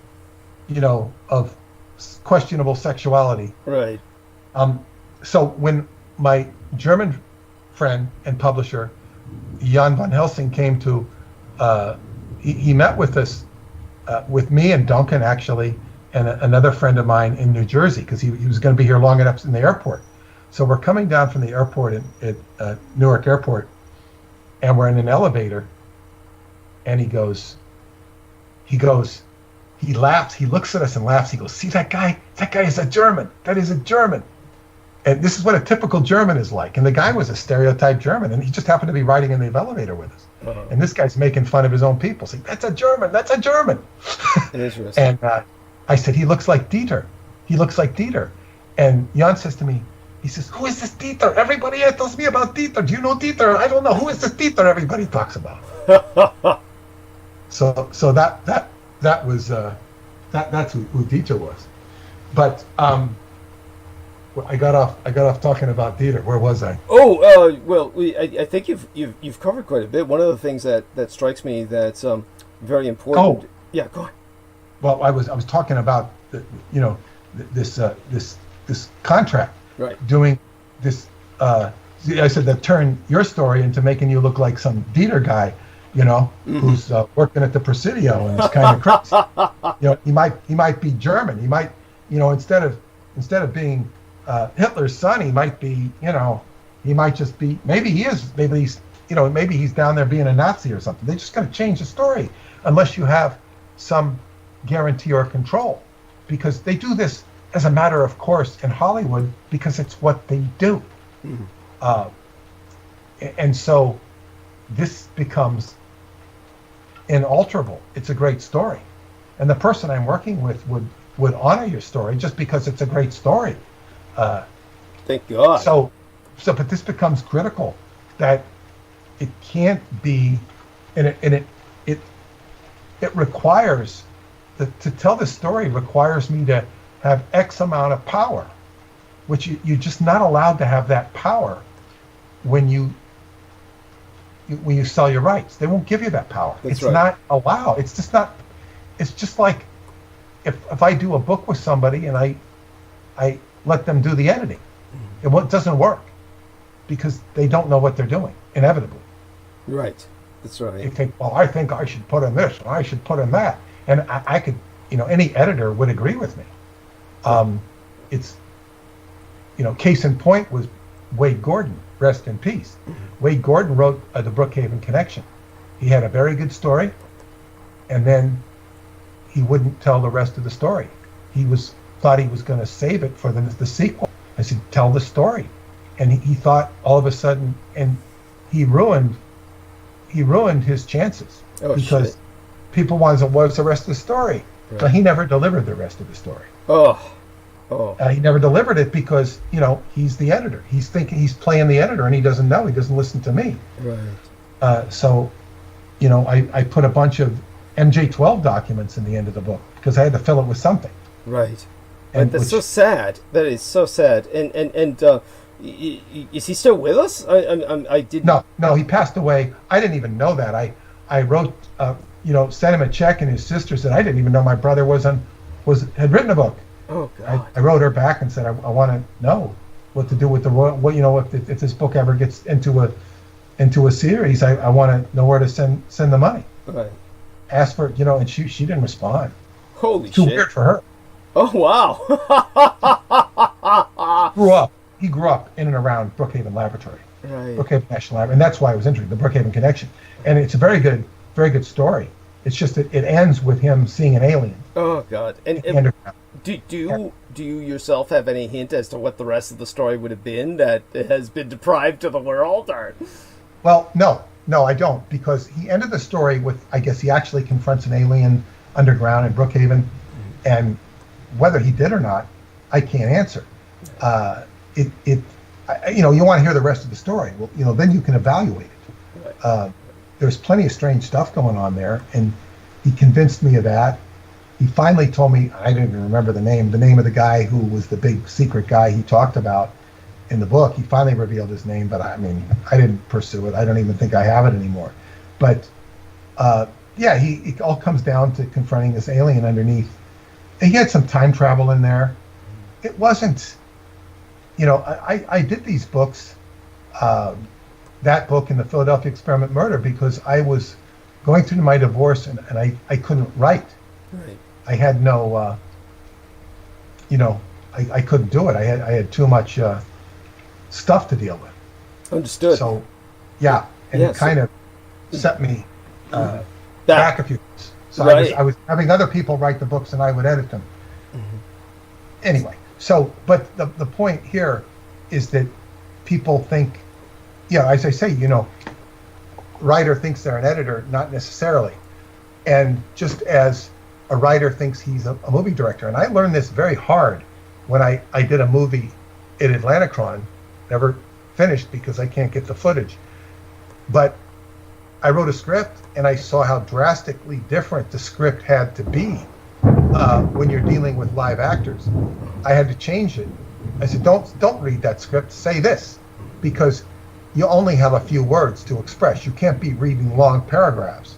You can't be reading the Gettysburg Address and deliver it, or even 5 lines of it. You've got to say, you know, I'm going to kill you. You know, no, you're not. Where's the money? You know, whatever. You have to make it fast action with not too much philosophy. And if it's a philosophy, it's got to be pretty, a sentence here, a sentence there. And so basically, if I'm going to do this project, I'm confronted with the prospect of requiring control, or a certain amount of control, not because I'm a control freak, but so to guarantee that they don't screw it up. Yes. Understood. Because what I explained is the Montauk Project's about mind control. Unfortunately, the directors and the producers are part of the mind control because they don't understand the subject. Yes. So it's the same thing with you, because they're not going to understand the whole story. Right. So it puts us in the position of having to hold out or require or have the right person. So things are going to get better for us, you and I, Yes. and independently and codependently. So, and it's like we're coming into our time. So Aquino's death is just a signal, is a sign of the times, and we have to look to the positive and not to all the frightening snakes. And I would allude to the death of the Wicked Witch of the East in The Wizard of Oz. Right. And the Munchkins sing, "Ding dong, the Wicked Witch is dead." Right. Because Dorothy has the ruby slippers, and she can't. The Wicked Witch of the West is now, okay, the Wicked Witch of the East is dead, but now there's the Wicked Witch of the West. Yes. But she can't hurt her while she's got on the ruby slippers, and she goes to the wizard, only to tell she has to go defeat the Wicked Witch of the West, which is really a fool's errand. Right. He doesn't expect her to come back, Right. and she does come back. And then she only learns that she has all the power inside of herself with her red shoes, the ruby red shoes, which are the vehicle. Yeah. The power is inside of her. And for all the chaos that is being released on the world right now, and will be released on the world, come Biden, come Trump, come whoever, come Kamala Harris, come, maybe they'll get one of these walking zombies to be president. Why not a zombie president? But I'm a real one, a real zombie, not any of these, enfeebled, senile old men. Yes. So whatever happens is you have to take stock of your life as an individual and grow from that and look inside of yourself. This is the only comfort, and be self-reliant as you can. I mean, I was out of water for 24 hours. I can't tell you how, I don't have to tell you, it's horrible. Yes, it's just awful. You can drink, yeah, but you pee, and number two, unfortunately, I had enough buckets of water to use. I could handle the number two, but I was dead out of water by the time the plumber came. Oh my God! And came right at the right time. I mean, you can always go to the neighbor and use their hose. Right. Wasn't that desperate, but to fill up your buckets, but. So we're some people are suffering horribly right now. Right. We don't hear of their suffering. We hear media bites. The media wants us to hear. Well, but I go ahead. Oh, I was just going to say that the when it comes to the situation that you were in, I can really relate. I actually forgot what I was going to say as soon as you said go ahead. Go on. I was going to bring up, just to contextualize all of this, because I think it needs some more historical context. Before we go into that direction, though, one of the things that Mr. BRN 2579 said, and along with Jameson Reese, that both made some excellent points. There were some other people who were in. One of them was Michael Frack. So a shout out to Michael Frack, if you're still out there.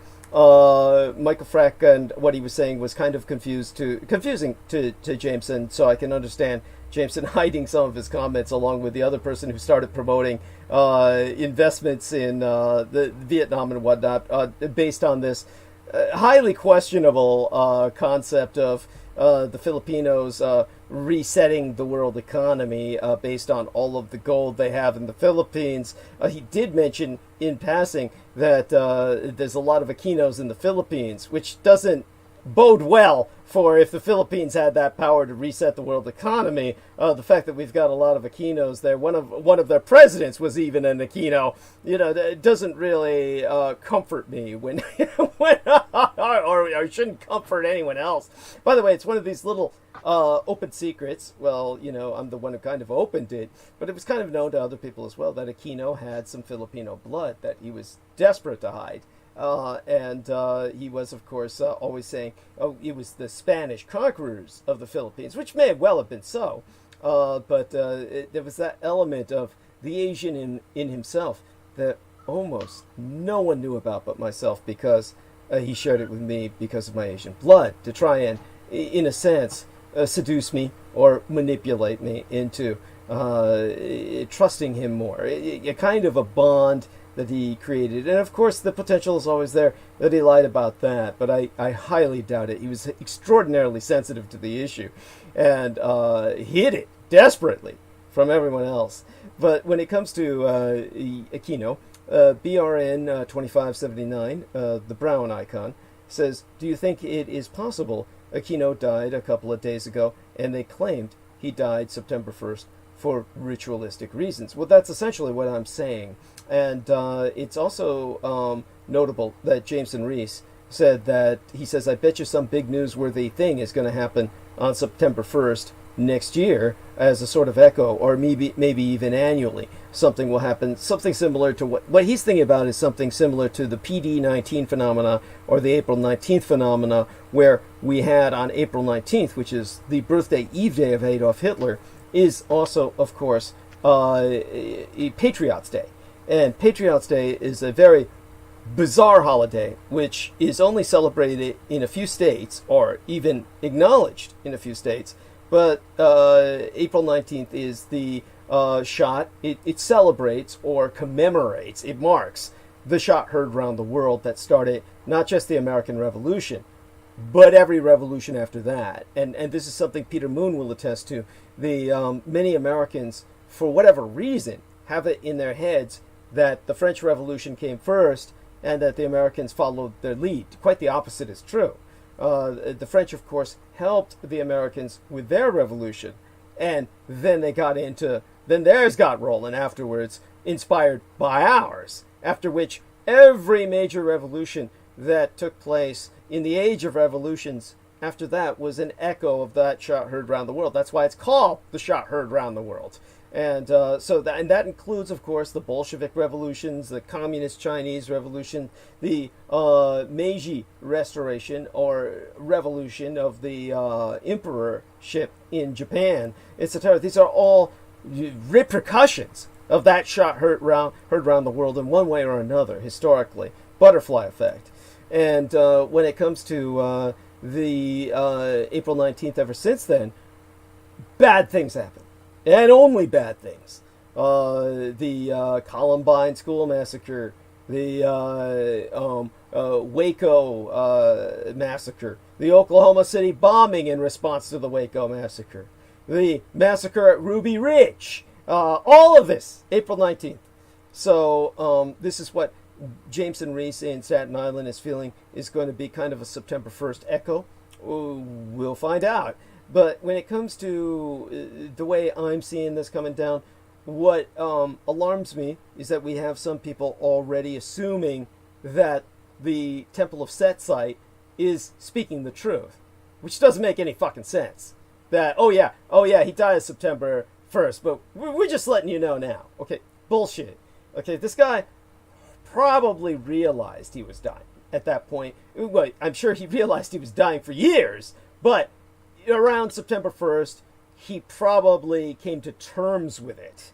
And when he came to terms with it, then he basically, how would I say it, had them mark that as his death date because September has always been very important to him. Now, I don't remember why, but I know for a fact that he was born, of course, as Peter Moon said, 9 months practically to the fucking day in your average 30-day time span of a month from the Babylon working, and that he was born on exactly the day of the Nuremberg hangings. I mean, I know the why of all of that, but what I don't know why is for some reason an overwhelming amount of people think he was born in September. And for some reason they all thought he was born on a particular date in September that I had multiple people communicate to me was their birthday. Like, oh, yeah, I unfortunately have the same birthday as Michael Aquino in September, whatever. So I know for a fact that for some reason there was this impression people had that his birthday was in September. And it was something that I know almost certainly sourced from him. So he was giving people the impression. Now, this also is common to the dictators that he admired, the authoritarians who warped and created their own reality. Men like Joseph Stalin. Joseph Stalin changed his own birthday. He felt his own birthday was not auspicious, so he officially made his birthday the equivalent of a national holiday in the Soviet Union and changed his birthday to a totally different date from the date he was born. So people can vet this. They can look that up. That's historical fact that's easily verifiable. So Michael Aquino was doing something similar, even though he prided himself on being born on the day of the Nuremberg hangings. As a matter of fact, it used to be a running joke at the Presidio that was how he would start conversations at parties. That, yeah, you know, Michael Aquino, he'd start a conversation at a party. Yeah, I was born on the day of the Nuremberg hangings. Yeah, you know, best conversation starter to break the ice at any party, right? You know, that was a running joke.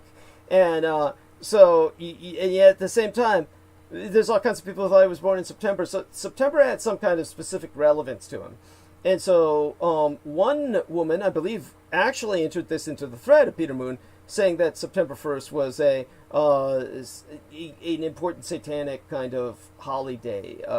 Of course, you would use the word unholiday because it would be unholy, right? But they said July 1st as well.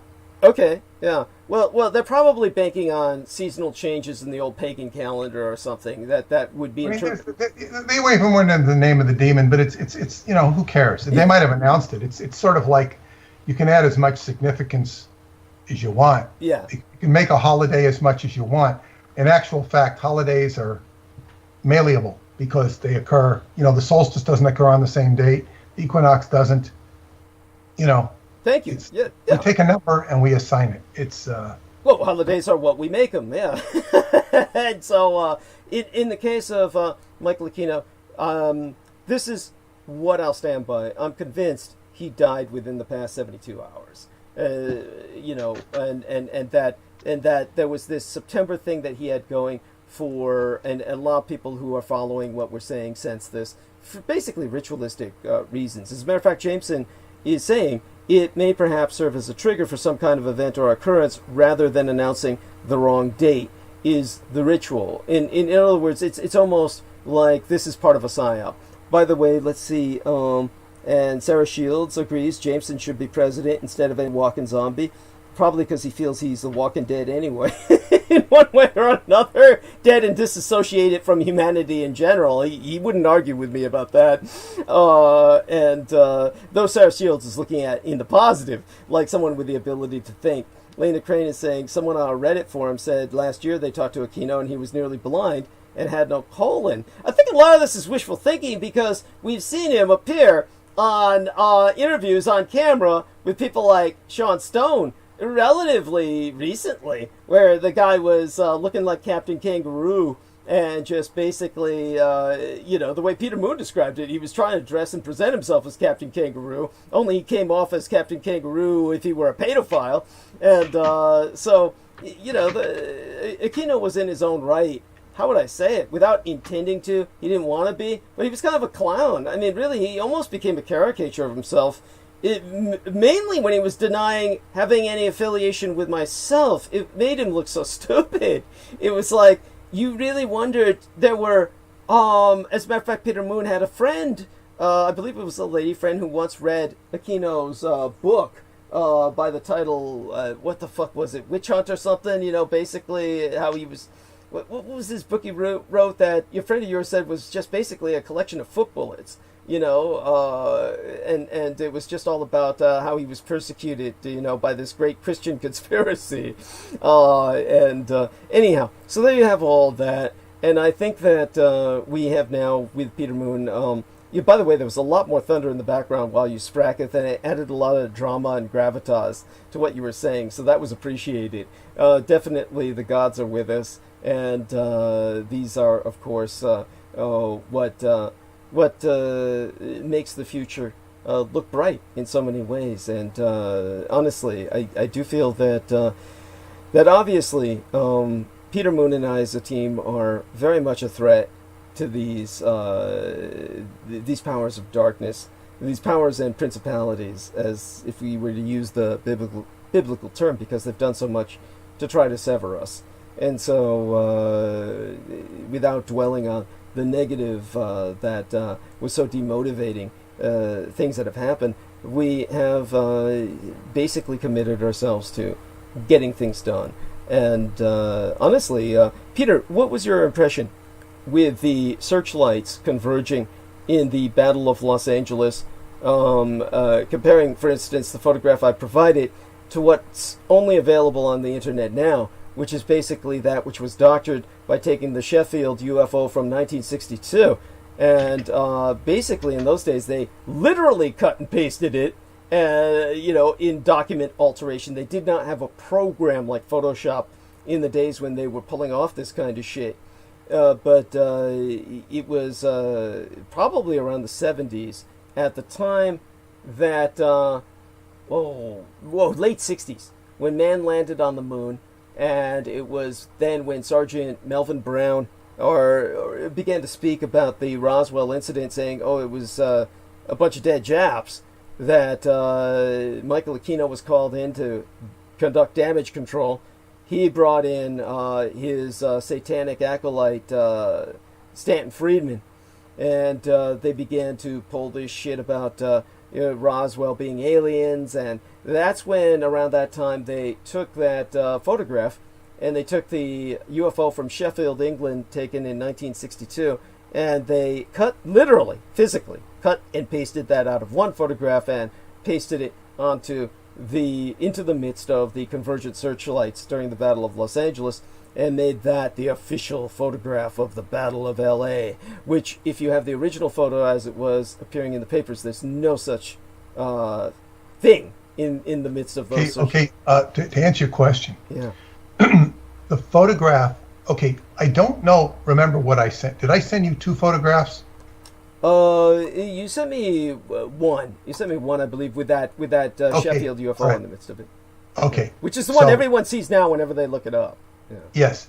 Okay. So I put in the book, and you'll see it soon enough, and I'll put your photo that you sent me there today.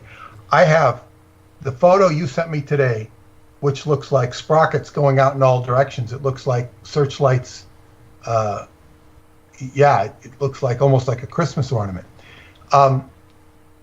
That is not the same photo that was doctored into. The one you sent me was not the same photo that was doctored into the Sheffield UFO. Good point. Yes, it's a different. So I have a photo that I screenshot from a newsreel type video on YouTube. Yeah.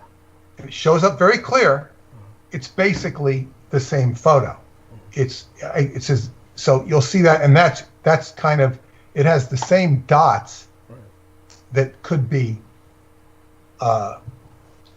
satellite craft from the balloon, right? Or whatever phenomena, but it doesn't have the Sheffield UFO in it. So you can see, it's very obvious that they put something in there. I can show all these photographs, and now it clears. It's clear. Yeah, there's no. It's not even a balloon. What do you call it? A dirigible. It's not even a super dreadnought dirigible. Right. So it's just it's very clear to me now. And I have, by the way, I haven't told you this, but I have, I think 14 chapters. And the chapter, I just did one on the triple nickels, and now I'm adding a chapter after triple nickels that's going to feature, can't remember his first, Herman Perry. And I was going to put him as a footnote, but it's very important in these times to give him a chapter and then explain what happened to the conscientious objectors that had their bones broken by the parachute. Thank you. And I was going to put that in anyway, all in the chapter. Yeah. And that's chapter 15. It's called Black Lives Didn't Matter. Yes, excellent. Excellent. And this will be very topical and very relevant. I mean, I was going to put it in anyway, but now I'm going to give it, more oomph. And I will have this. It's just a matter of me proofreading this chapter, which won't take long. I got distracted by all the water events, and you'll have it soon. You and Lena and George will all have 15 chapters plus my forward, and I've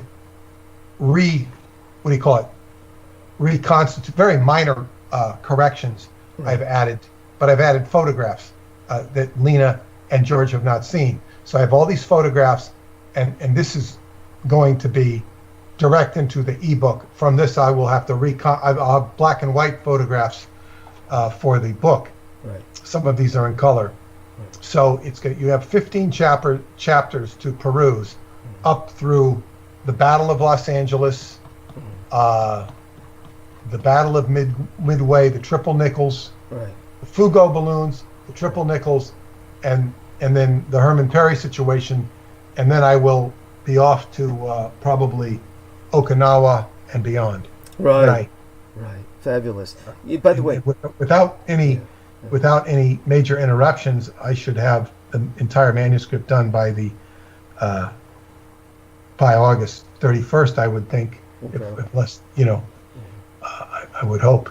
Right. No, deeply appreciated, as is everything that you're doing. It's incredible. Really, it's almost magical. It's really almost supernatural how this has converged at just the right time in our lives. And Peter Mood really is a godsend. And that goes back to you in October. I hadn't listened to you for months. Yeah. And I hadn't, just because, for whatever reason. And then I tune into you one day, and you say, I will be having Peter Moon on soon. Yeah. There you go. That's good. It makes sense. Okay, yeah, I'm ready. I tuned in, and you was like you tuned into me, which was great. Also, I should voice this now. I am beginning to see more clearly the second book, and great, and how it. I mean, obviously, there's the stuff with Gary Hambright. Right. There's the stuff with the Presidio, all of that drama that occurred around there. But then it all leads to the Hitler dynamic. Right. And I wrote in the Black Sun book about one of the problems with all of these characters in the Nazis or the National Socialists are, you had Hitler, Göring, Goebbels, Himmler, Hess, and mainly those. There might be a few others. But I wrote in there that there's something about the souls of these men that have not been put to rest because they keep coming up again and again and again. You can't get rid of them. You can't get enough of them. I think people have had enough of Michael Jackson. You don't hear too much of Michael Jackson. I mean, he's kind of satiated everybody's appetite. They think whatever they want to think about him. But not so much with the Nazis. It keeps coming up. They had, on the Science Channel, they had, they're going into these bunkers that they were building for the V2s. I never saw this. They only figured out what they were, I guess, several years ago. Right. The bunkers for the V2s. Yeah. So I'm thinking they're digging new stuff up that I've never heard of. Yes. And it's just keep digging it up and digging it up. Now, this means that your position is certainly going to, like in that movie, The Lord of the Rings, how Sauron's eye would divert when it would get attention. When the ring, all of a sudden, his eye would divert to Frodo. Yes. Just, but you're going to get some eyes diverted on you when the Hitler connection is brought up at least in the book and the literature. It's already been brought up, and already people think of it. But it's sort of like, because it makes the collective have to deal with it, and there are deep issues that if one wanted to be dismissive of your connection to Hitler, one cannot be dismissive of the associated information that you bring to the table with regards to him. So it becomes, but it's going to rivet all the eyes onto certain aspects of metaphysics. And that was the one interesting thing is about what the Third Reich did, is they were unabashed about going after the gusto when it came to the supernatural aspects of religion. Yes. Such as the Ark of the Covenant, such as the Holy Grail. They weren't in denial. Right. They might have had many misguided aspects about them, but they were not in denial. It's so true. And this is why. So go on. I'm sorry. And perhaps it was for the very reasons that you allude to, that they were going for the gusto because they believed in the gusto, whereas the Americans trying to hide it, right, because they wanted to annihilate it. Yes. There we have it. That's what it comes down to, and therefore it defines which side was on the light and which side was on the destructive or the dark in this struggle. And it's the antithesis of the propaganda. Everyone intuitively knows this. That's why they won't let the Nazis die. This is something that everyone intuitively understands this, and they keep looking back, and they keep trying to damn the Nazis more and more, trying to make them more and more evil as they can. And the reality is, of course, now people expose this in the United States and say, oh, there's the pedopatho-phallocracy of the United States, and then they try to blame that on the Nazis by saying, oh, it's because they brought the Nazis over. They brought the Nazis over who taught these people how to be child molesters or something, as if the Americans weren't a bunch of corrupt pedophiles using what they called the White House boys from out of that reform school in Florida for over a century. This is part of the American insanity, is they're looking for someone to project their evil onto. It's why Carl Gustav Jung, the great Nazi psychotherapist, the man who was their replacement for the Jewish psychotherapist Sigmund Freud. Of course, the Reich wanted their own homeboy to kind of run the kind of form the thesis, or form the paradigm in which psychotherapy would be conducted for citizens of the Reich. So Carl Gustav Jung was someone who was very much a National Socialist who survived the war and then basically reformatted himself, rebranded himself. But anyone, of course, who... He was Swiss. Yes, he was able to do that because he had Swiss nationality. But a lot of people don't understand how pro-Nazi the Swiss were. And the men who actually tried to escape the war by bailing out of their bombers into Switzerland, because they were flying multiple missions, which statistically it would rack up to the point where people, I don't want to over dwell on this, but just to make a point, everybody hears about the Marines dying all over the Pacific, and they would assume that the Marines had the highest fatality rate in World War II. Nothing close. The people with the highest fatality ratio in World War II were the American bombardiers over Germany. And the American bombardiers over Germany had such a high fatality ratio that women would marry them for their insurance. And there's a film produced in the 1950s that, as a horror film goes, is profoundly interesting, entitled The Blood Monsters. And they have a German villain who is basically the man who has created these plasmatic creatures that are feeding off of human beings and anything else. And this German individual's going to sell this to the highest bidder, this formula for this new weapon of mass destruction. And but aside from that, one of the characters, the hero, is an American airman who survived World War II. And one of the things he brings up was, yeah, when I came home alive, my wife was so mad that she instantly divorced me because, women would marry these guys expecting them to die so they could get the insurance. So that was a point that was made in the film. So these airmen would oftentimes say, fuck it, after enough missions. They said, there's no way that our lucky streak can go on. We're all going to die. They would bail into Switzerland. And then they'd discover that the Swiss guards and the commandants in the Swiss prison camps were all wearing Nazi uniforms. This is a historical fact. And so they would instantly find themselves in a Nazi stalag in Switzerland.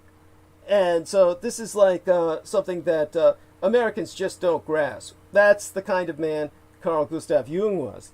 And so Carl Gustav Jung was saying that the reason Americans are seeing so many UFOs, he would say, Amerikaners, Amerikaners or Americans, the Americans nar, the Americans fools, the reason they're seeing so many UFOs is because of repressed guilt.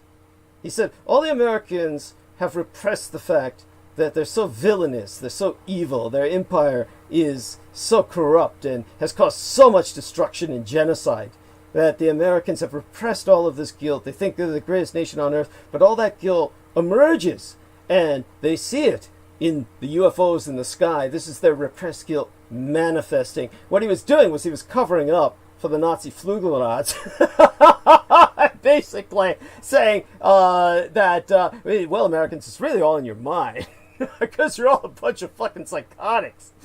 But that was his service to the Reich after what Americans perceived as the end of the war. So you can look up his writings on this. This is exactly what he says.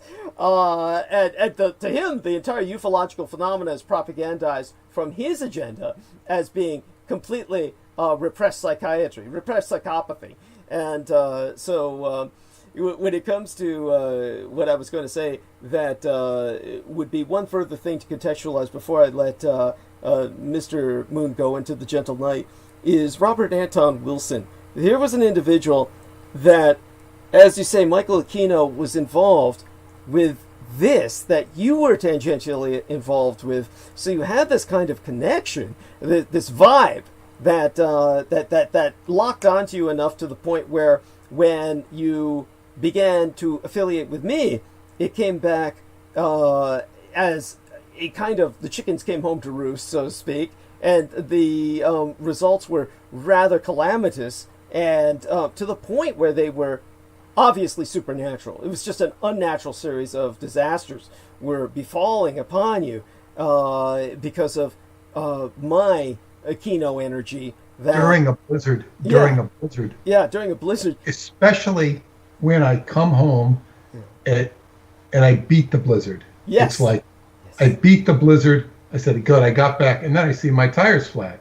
And then I said, well, I go out into the blizzard. It's not that bad yet. Fix the tire, come back. I beat the blizzard a second time. And then, okay, now the internet doesn't work. And then I have a leaking pipe over the electric box. In such a manner that it's a fire hazard. In such a manner that it could literally kill you, burn the house down. Yeah. Yes. It's just... Yeah. In other words, and then once I had it all repaired, I asked the repairman, I said, because water had dropped down there, they said, that's a liability. You should get it fixed. After he fixed it, I said, what are the chances? Do you think anything would have happened if I didn't replace the whole fuse boxes? He says, probably not. He was honest. He says, probably not. But, you still do it. Right, of course. You don't risk your life and your home. No, of course not. And so my point is, the other connection with this was Robert Anton Wilson, who was, of course, a Satanist. He was a person who was a propagandist who claimed, of course, he took his name, Anton, from Anton Szandor LaVey. He was a student of Anton Szandor LaVey to the point where he called him his magical father and said that, oh yeah, I take on his name as my middle name. This was how dedicated a Satanist Robert Anton Wilson was, and he is the piece of shit, the white trash piece of shit, the subhuman piece of garbage who wrote the Illuminati trilogy that people began reading in college campuses all over the fucking world and took to be gospel truth. And they took, oh, this guy's really writing history concealed as satire. But that was his joke on the world, which he even said it was his joke upon the world, his satanic LaVeyan joke upon the world, was that, oh, the Nazis were all really Cthulhuoids and worshipping Cthulhu and trying to bring Cthulhu into this world. And that's how he ends his book, with all the Nazis dying horribly in this ritual to bring Cthulhu into the world within his Illuminati trilogy. This is the kind of bullshit that Americans have bought into, that the West has bought into, and that they think is the real history, when the true Cthulhuoid was Michael Aquino. Now, Michael Aquino told me himself that Anton Wilson was someone who had basically been paid to produce this propaganda. And so I'm wondering how much did you know about him at the time in that regard, his Satanism, his pure raw evil, and how everybody loved this son of a bitch, and he was the hero of campuses everywhere, and he's essentially molded the paradigm of the postmodern world. Everybody who's falling into QAnon, everybody who's falling into the conspiracy theories, and they're all bringing up Illuminati, all the Steve Jackson games that were produced that got people believing the Illuminati, where they game it and play it and say, oh yeah, the Illuminati run the world, to the point where we refer to power cabals as Illuminati.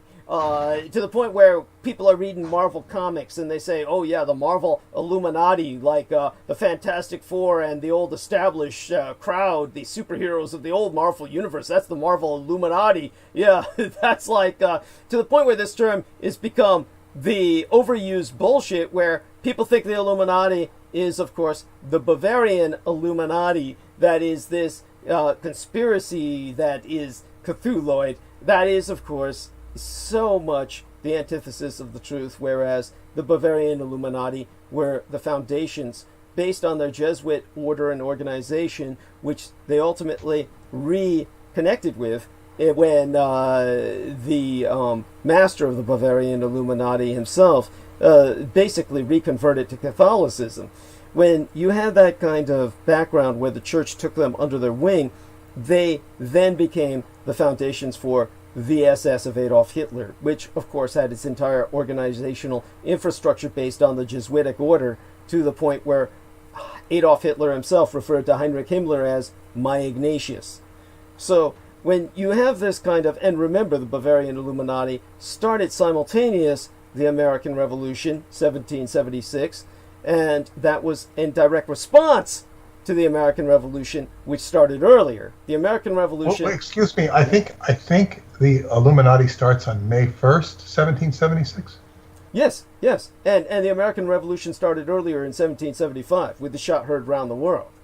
And so the Illuminati was a response to the American Revolution. In other words, they understood the Freemasons as the enemy, and the Freemasons were the people who wanted to engineer the final fall of Atlantis. They had the background where they were proud of, where they had engineered the first fall of Atlantis, and now they had conquered the new Atlantis, which was the Western Hemisphere, which was referenced as the New Atlantis. And they wanted to ensure the downfall of European civilization as they had ensured the downfall of the old Atlant civilization, whereas the National Socialistisch were based on their concept of preserving the Atlant heritage. That dude says, where our audio is sounding clear, so that's good to know. And so, in terms of Robert Anton Wilson, so did you know anything about his darkness, his background, his evil, his degeneracy, and his corruption? Well, I'll tell you what, first off, how I even became focused on him. I'd probably heard of him, just because he had a name. I was never attracted to his trilogy, still have never read it. Good. You aren't missing shit. But go on. I've had people tell me that, oh, your stuff is just like his. Oh, Jesus. It's not. Thank you. Because it talks about world conspiracy, world issues, whatever. So they associate that. But anyway, because when I was researching the Montauk Project, the name Wilson came up. Wilson. Hubbard was named Wilson. That was the final revelation, was that Hubbard and Marjorie Cameron were both Wilsons. Mm-hmm. So this was the occult signature all over the Montauk Project, was Camerons and Wilsons and 666. Yeah. It was all tied together. Yeah. So you could say that's the... And I never looked at it as satanic per se. I looked at it as 666, the carbon-based universe of 666, 6 electrons, 6 protons, and 6 neutrons, mm-hmm. more Malthusian, and that this is the code, rather than the sinister aspects of Satan, right, so to speak, although it was definitely Crowley's signature all over the place. So the name Wilson was, of course, attracting to me. And then I, in the book by a guy named Rupert Wilson, The History of Long Island, I picked up the book and saw that there were pyramids at Montauk. They had the picture, and that created a whole book called The Pyramids of Montauk that I wrote. So that was revealing of that the pharaohs were the pharaohs of Montauk were the royal tribe of Long Island. Mm-hmm. And then I eventually ended up meeting the Montauk pharaohs, which led me back to Qigong. So, but the Wilson name has always been of interest. Now, because I had met this woman who was like written to me with like regal stationery, and she was like, I have a home on Long Island, I'm interested in this, blah, blah, blah, blah. So, I met with her. The woman exuded wealth like you've never seen. Wow. And she had a home on Long Island. She had a butler. I remember she invited me over there, and she wanted a meeting with Duncan. We got our meeting with Duncan. Duncan did not care for her at all, energetically speaking. Right. She got to meet Duncan. I had a bunch of people at her house, and I remember we were buzzed by black helicopters. Oh. She was Brazilian. She was very gifted, and very, I guess, what you call. I think she had, if I recall, she had a daughter. She never got married. She was too independent. Very dynamic and very, I suppose you could say, attractive, but in a very dynamic sort of way. And she said that when she went to the Monroe Institute, she was obviously the only one who had any ability. And the OTO wanted to recruit her. They wanted her to sign a blood oath. Oh. She rejected it because she had ability. Right. I never heard of any of them having a blood oath before. Oh. So anyway, she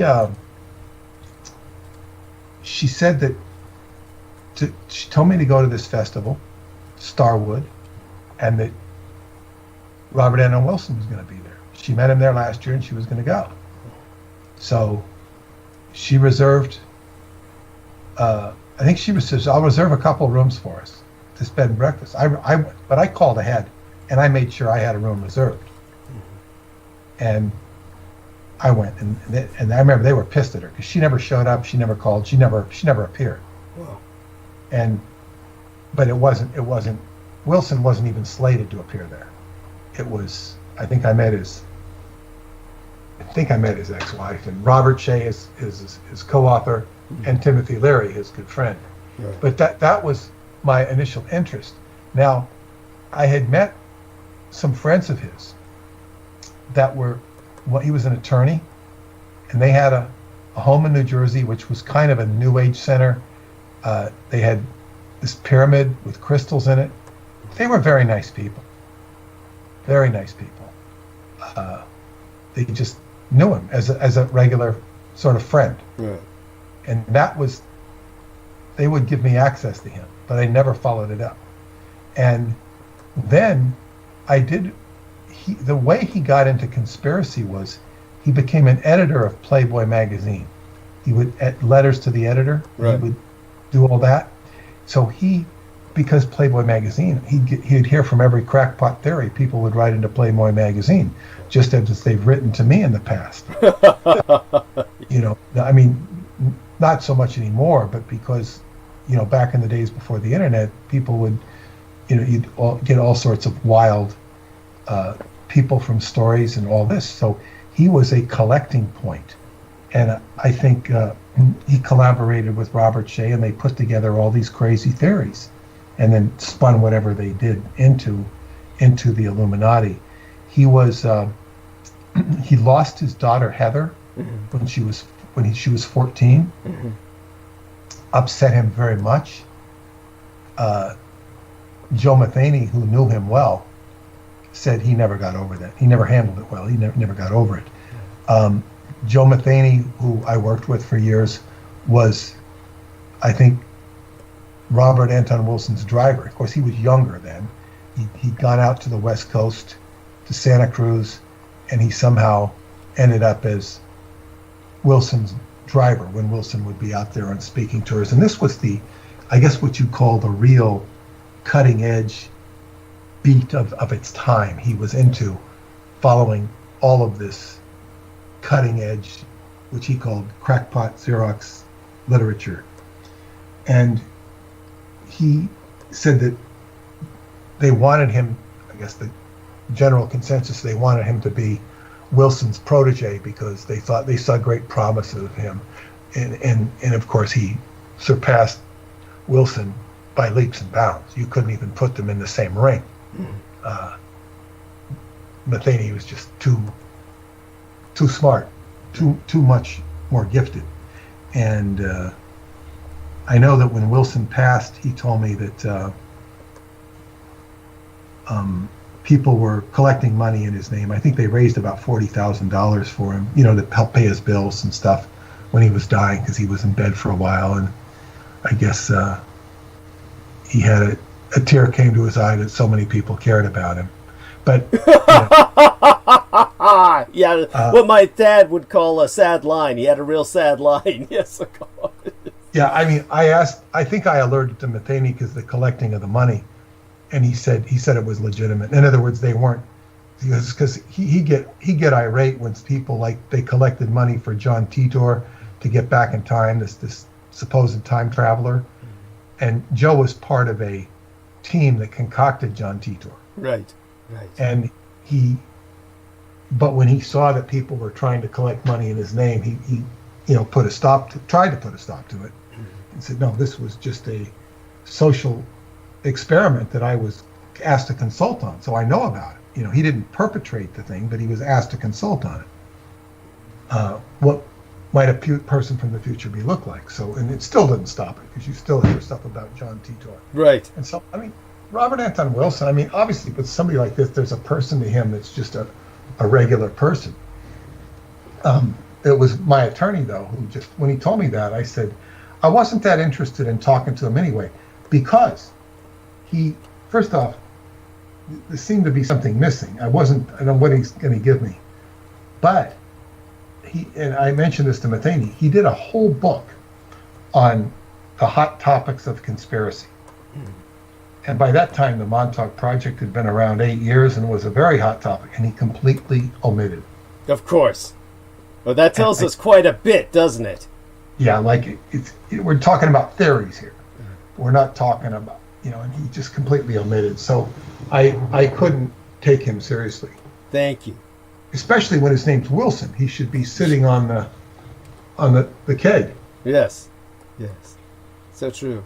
I thank you for sharing that. And that helps to historically contextualize some of what Peter was dealing with, and I hope people can appreciate that as we move into the gentle night, which I'm going to allow Peter to retreat into. Do share our love with Paula.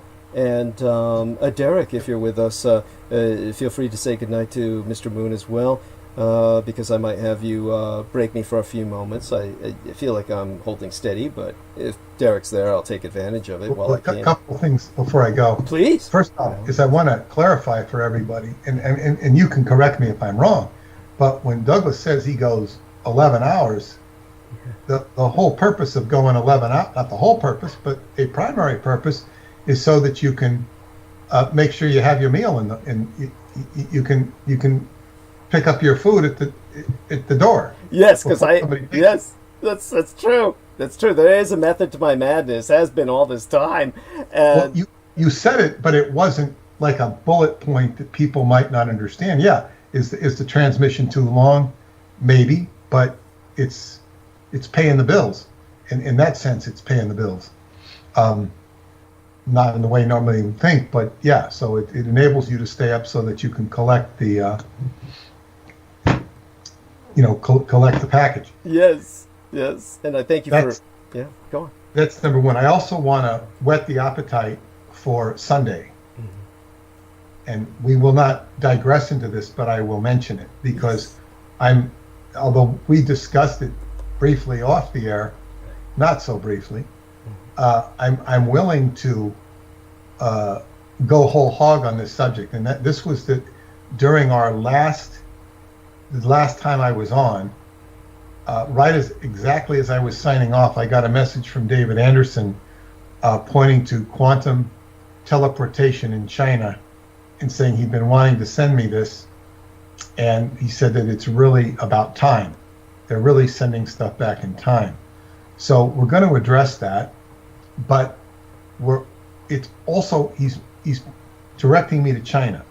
But I've also been directed to China in listening. I didn't hear the whole transmission, but you were mentioning how China was taking over the AI in the world, and that the United States was going to send the Chinese who have AI back to China, which is going to put the United States behind the 8 ball as far as AI from that perspective. Right. Now, so then I'm proofreading Radu Cinemar's book, which is called The Etheric Crystal, the Third Tunnel. And this is a third tunnel he talks about that runs from the Romanian Sphinx underground to Tibet. But he can only tell us about the part that goes to Baghdad, which is where he recovers this etheric crystal that he's going to make a chair, sort of like the Montauk chair, where he can have extrasensory perception and astral travel with this chair, Right. Which is the whole story in itself. However, he says, I can't tell you anything about the rest of the tunnel that goes all the way to Tibet with an offshoot to Mongolia. And he says, I can't tell you because in deference to the Chinese, we have certain diplomatic arrangements with the Chinese, and to honor and respect these, I can't say anything about this.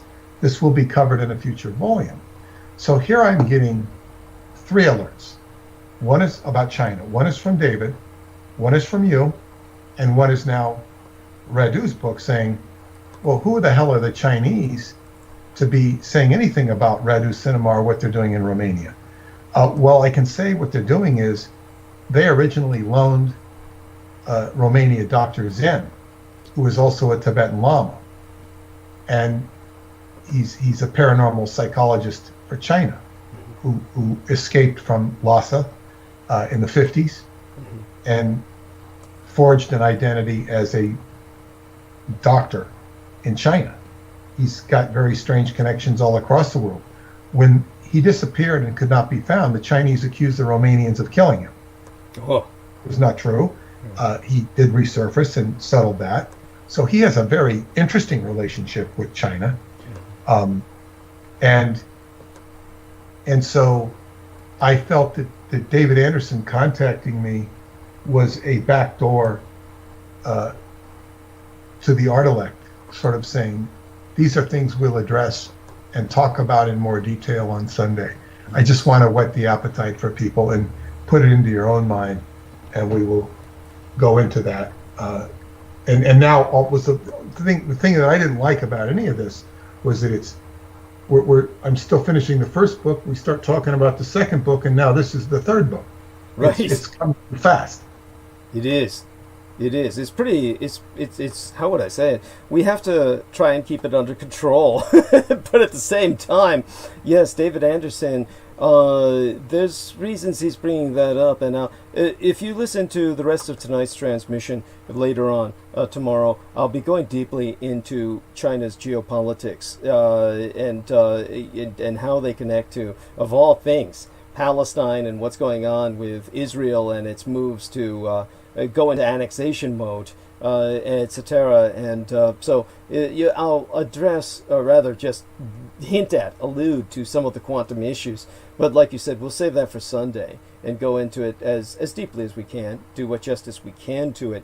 And so Mr. Anderson has brought that to your attention, and we'll try and puzzle out what his motivations might be, without overdwelling on them, of course, because there's only so far we can go. But we'll try and puzzle out why he may not try to stop progress of Chinese time travel, etc. Certainly, we don't want to go into that now. But as Peter and also, I could tell him Aquino has passed, and yes. But I mean, probably doesn't even matter to him. His censorship issues must reach far beyond Aquino. Right. Whatever his censorship issues are. Yeah. Some of them are obviously out of necessity, but some of them are put upon him. Yes. Yes. So we can address all that, and all retreat into the night. And this is Aquino Day, July 1st. We'll never forget it. Yes. Excellent point. And as you say, it literally doesn't really matter when he died. What matters is when everyone accepted the fact that he died. And that's actually... It's the restructuring, and it feels like, because it's summer, it feels like the last day of school in some way. It's like we're free.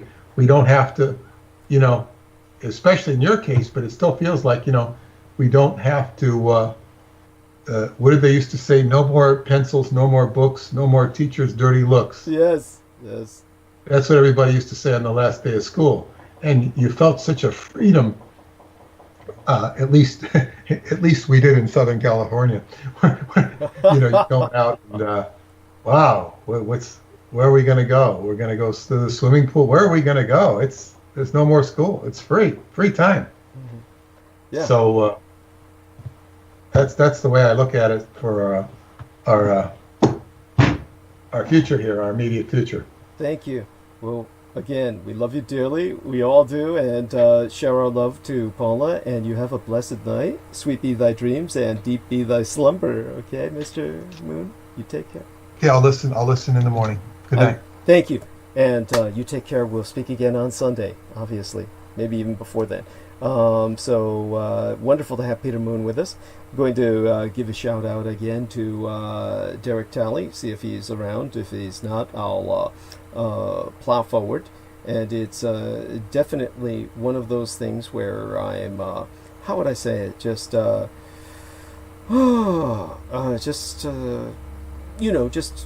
overwhelmed with the recent events.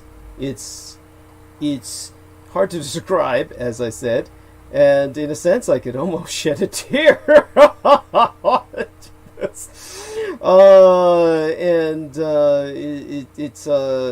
in its own way, it's sad and alarming, but at the same time, it was something we were psychologically preparing ourselves for a long time. So I definitely hope that people appreciate what they have in their lives, and the stability that we had with the kind of Cold War era, that when that disappears and then it's replaced by the era of terrorism, that's kind of what we've got coming. And that's something that I want to psychologically prepare you for. So with that in mind, I'm going to see what I can to buy some time for myself to kind of breathe, get myself together before I launch into everything tonight. Because once I start, I'm not going to stop. And the way that I will, of course, continue myself keep myself going, is to check into the chat room every once in a while and see how things are progressing there. That, of course, is something that I'll do to, put into context for myself how people are responding. Of course, the chat room is not something that one ever monitors general public response by, because most of the people who care enough to be there are either allies, people who are sympathetic, they feel it, or they're trolls and trying to sabotage it, trying to destroy it. And so definitely just being here, of course, is a privilege, and there's so much to talk about, and it's not even, how would I say it, I can't even begin to do it justice. It's just one thing to how would I say it, do what I did all the while that everyone was talking, go around out there and see what's up, and still formulate an arc of narrative in my mind that can even begin to do it justice.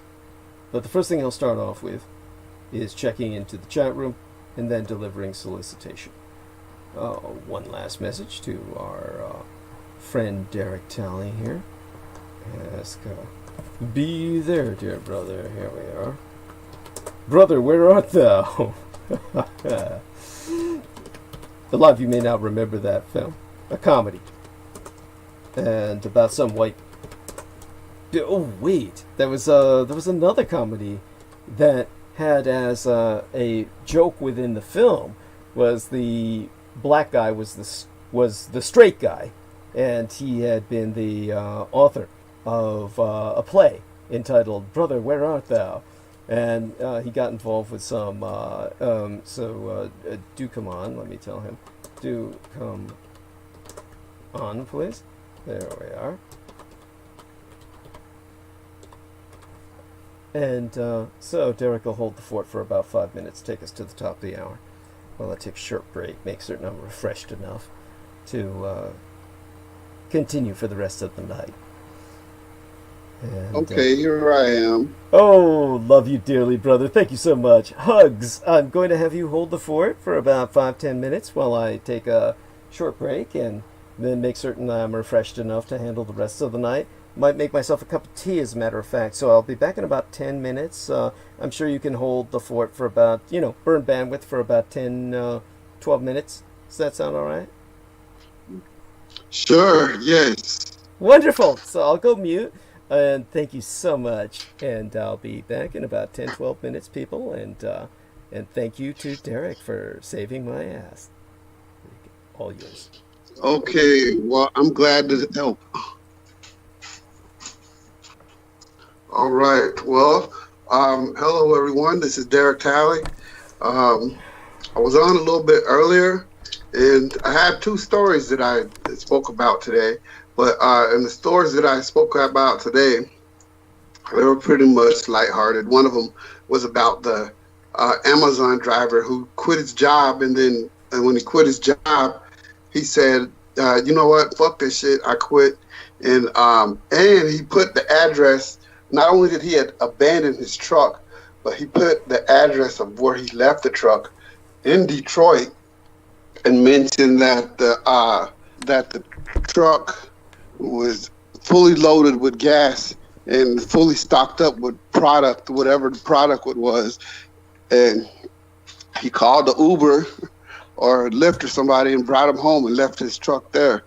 And he was having 300 stops a day, which is a lot. And I can understand how that goes well past, 14 hours a day.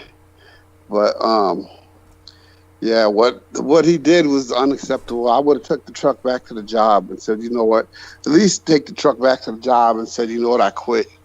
So in order for him to put the truck out like that, or put the van out at a gas station and call an Uber, and so it's probably that his vehicle wasn't at Amazon, or he probably didn't have a vehicle. Who knows? But in order to avoid calling Uber to come pick you up after you quit your job, at least drive back to your job. That's what I would have done. But I was going to see about some different stuff that was in the news today. But man, I had a long one. I was real tired today. So let's look at the other things that are in the news. U.S. claim of Russia bounty plot in Afghanistan is dubious and dangerous. Okay, before takedown of General Flynn, he was planning to audit John Brennan for running billions off the books. Thousands of U.S. judges who broke laws or other remained on the bench. Well, that's not surprising. Thousands of U.S. judges who broke laws or oaths remained on the bench. In the past dozen years, state and local judges have repeatedly escaped public accountability for misdeeds and have victimized thousands. 9 of 10 kept their jobs. Reuters investigations found, including an Alabama judge who actually jailed hundreds of poor people, many of them black, over traffic fees. Okay. Yeah, we already knew that miscarriage of justice. That's how the legal department works in the United States. Flu virus with pandemic potential found in China. Uh-oh. Why the U.S. empire works so hard to control the international narrative about Russia. Julian Assange faces second superseding indictment. So, Julian Assange. Okay, moving forward act will force car owners to breathe into a breathalyzer to start their vehicles. Well, I know that technology is already there, but it would be a shame for them to make that a law Now that the technology's been invented already, they probably don't have the sales that they need to sustain themselves. So they send a lobbyist to Washington, D.C. to make it a law for every single one of us to have to breathe in a breathalyzer before we start our car. So that would be just another a luxury in our vehicles, that before we could even turn the key, you have to blow your breath into a breathalyzer and in order for your car to start, or else your car won't start. So this is called the Moving Forward Act. So Moving Forward Act will force car owners to breathe into a breathalyzer to start their vehicles. In less than 5 years, the Moving Forward Act will require all passenger vehicles to be equipped with drunk driving detection technology. Wow. Well, they got every other technology in there, so that looks like probably a way to get rid of you driving yourself. They want to put driverless cars out there. So one way now that they got the technology to get rid of the human driver, now you just got to come up with convincing the public. If you let a human drive a car, they're going to be too drunk and they're going to go kill somebody anyway. So you need to pass these laws in order to save the public. Next thing you know, driving yourself will just be outlawed altogether. Predictive policing could amplify today's laws enforcement issues. Law enforcement in America is facing a day of reckoning over a systematic institutional racism and ongoing brutality against the people it was designed to protect. Yes, well, that's true. Predictive policing could amplify today's law enforcement issues. So, we've seen the Minority Report, that movie, to where they, you got the Future Crime Division, so we can predict crimes and take people off the street before they commit them. Yes, that's something that the Chicago Police Department has a list, a computerized list of who's likely to die, what gang members or people who they claim are gang members are likely to die. The problem is there's babies on that list, there's infants, newborns on that list. And so the police are going door to door questioning people before any crime is committed in order to keep that computer program that they got going up. So it's something very strange that they got going on in the city of Chicago that looks like all of the United States is about to be a part of. LA orders closure of beaches for July 4th weekend. Sheriff refuses to enforce the ban. Well, what are you going to do? The Los Angeles orders the closure of the beaches for the 4th of July weekend, but the sheriff refuses to enforce the ban. The closure of the Los Angeles beach over July 4th weekend was ordered by county officials Monday to prevent dangerous crowding and confirm cases of COVID-19. So the LA County officials said, all right, we're going to close the beach. And the sheriff says, no, I'm not going to enforce that. So we'll see how this works out. It looks like they're having a little tug of war in Los Angeles.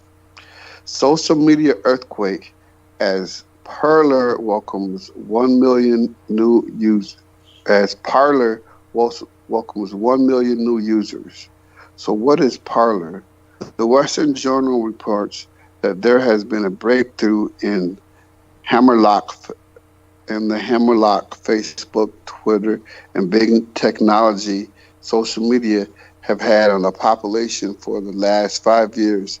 These big networks have become creeping censors, eliminating well-known but more fringy conservatives and their news sites from mainstream sharing and distribution. Now with Twitter and Google's recent bans or warnings, again, quite prominent conservative or alternative news sites like Zero Hedge and the Federalist and Carpe, Dunk Turn, Never heard of carpy dunk turn.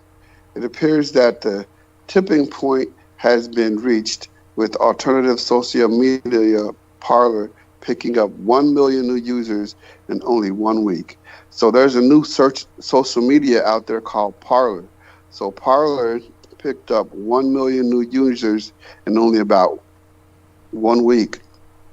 So I guess that's the social media's answer to Facebook, Twitter, and I guess after so many people has gone to Facebook jail, I think most of my friends have at one time or another been in Facebook jail. Well, there's a new one called Parler, but see, I guess Parler was made for the right wing. As far as the way this article is worded, so we'll see what happens. Independent journalist tours the city destroyed by Black Lives Matter rioters. Okay, so here's another slanted article, but it says independent journalist Michael Tracy has been traveling the country over the past few weeks to try to capture the wholesale destruction caused by the Black Lives Matter riots, which he suspects the media is refusing to cover because they don't want to be perceived as discrediting the movement. Man, this article is so... Okay, who wrote this? This sounds like some straight up Alex Jones. Okay, this is Chris Minahan from Information Liberation. Yes, I know Information Liberation. Information Liberation, a couple of years back, used to seem to be a good little go-to place for to get some credible news. They're no longer credible. They're just straight up. They write articles like this. They write articles like that are just so slanted against that. They write anti-black articles. All their articles now are just anti-black. They just drew a line in the sand and says, you know what? If you're black, you're the enemy. And then they write articles like this. Independent journalist tours the city destroyed by Black Lives Matter protesters and rioters. And the reason it's not being so covered is they don't want to be perceived as being racist against these Negroes. So, you know what? Information Liberation can shove it up their ass because that's a bullshit-ass publication, if you ask me. It's nowhere to get any news, so they've made it clear where they stand. I'm making it a point to call them out because I'll no longer be going to Information Liberation to get any more news. 83 ton of fake gold bars, gold market rocketed by massive China counterfeiting scandal. So I guess there's a massive China counterfeiting scandal. Over the last years, we periodically reported on the occasional gold bar discovered as counterfeit in Manhattan's diamond districts, which instead of containing yellow precious metals would be filled with gold-plated tungstens or in some cases copper. The news would spark a brief wave of outrage, prompting physical gold holders to run the ultrasound and get checks on their gold bars in the inventory, at which point interest would wane. And why not? Buyer, after all, beware in gold. Every other market, and if someone is spending thousands to buy fake gold, well, that's Darwinism in action, they say. Oh, that's so cruel. Oh my God. No need to be repetitive on my account, but what did I miss? In summation, somebody's replacing the world's gold supply with fake gold? Yep, 83 tons of fake gold bars. Gold market rocketed by massive China counterfeiting scandal. Oh my God. So that's the article from Zero Hedge. Oh my God. Well, what's your own intuition about this? Do you think this is like potentially fear porn, or do you intuit this to be true, that this is like a new form of economic warfare taken to another level? You know what? I have no way of knowing, but Zero Hedge, I kind of they don't have a clean record when it comes to fear porn. So, they'll blow some shit out of proportion. So, there may be some truth to it, and they take it and run with it to the nth degree. But but nowadays people are getting their ultrasound on their gold bars, or buying gold bars, but they're getting them ultrasounded. Wow. It looks like. Well, that's it doesn't hurt. I mean, it may cost money that, I assume that'd be rather expensive. I mean, but obviously worth it if you want to make certain you have what you purchased is the real thing. Oh my God! But thank you. Love you dearly, brother. Anything else you want to mention before I let you go into the gentle night? No, I had a blast. So thank you for letting me get on here and talk about some of the different stories and whatnot. Wonderful. Well, you always do us a favor, and we're all so glad you're doing well, and blessed night, and we'll be speaking again soon. Okay? All right. Good night. Okay. And thank you so much to Derek Talley. And, of course, as you know, with all of the people that we have on Team Dietrich, it's not easy to bring them all on at once. And especially with Brendan Zogit, hopefully I can repay him a bit in the near future. I'm considering doing something for him. So you definitely, I appreciate everyone who helps to make that possible. And either way, it's always a struggle. And of course, it's getting better with people like Peter Moon involved. I do feel our future looks bright, but there's always a struggle of some sort. And mine struggle, mine Kampf, be thine own. Contribute to that struggle at DouglasDietrich.com, because the fate of the world depends on it. You're going to hear a lot about the world tonight. Most of tonight is going to be concentrating on world affairs out of necessity. And at DouglasDietrich.com is where we now be accepting contributions via PayPal Holdings Incorporated. And in all due acknowledgement unto our own personal hero, we asketh of everyone moral and or fiscal support on behalf of our dearest English brother in battle, John Henry McMills Warrington. Friend and follow he via his Facebook timeline at, I think it's at facebook.com/john.war. And subscribe to his maggot channel on YouTube at youtube.com/c/Magatur, which be spelled MAGGOTAUR. He is the property manager thereof, who also be Teen Thrax, Dietrich's or Dragon's ultimate post-episodic producer, and our final productions archivist at DouglasDietrich.com. And we're in no for he. Nigh all videographic works of the internationally recognized renegade military historian would have been lost forever. So if financial aid no be prohibitive per budgetary constraints, electronically relay monetary assistance via tinyurl.com /M as in Mary maggot millions. That's an M maggot millions, double M, A double G O T M I double L IONS. And if he gets enough donations there, he's going to change the name to M maggot billions with a roll of the eye.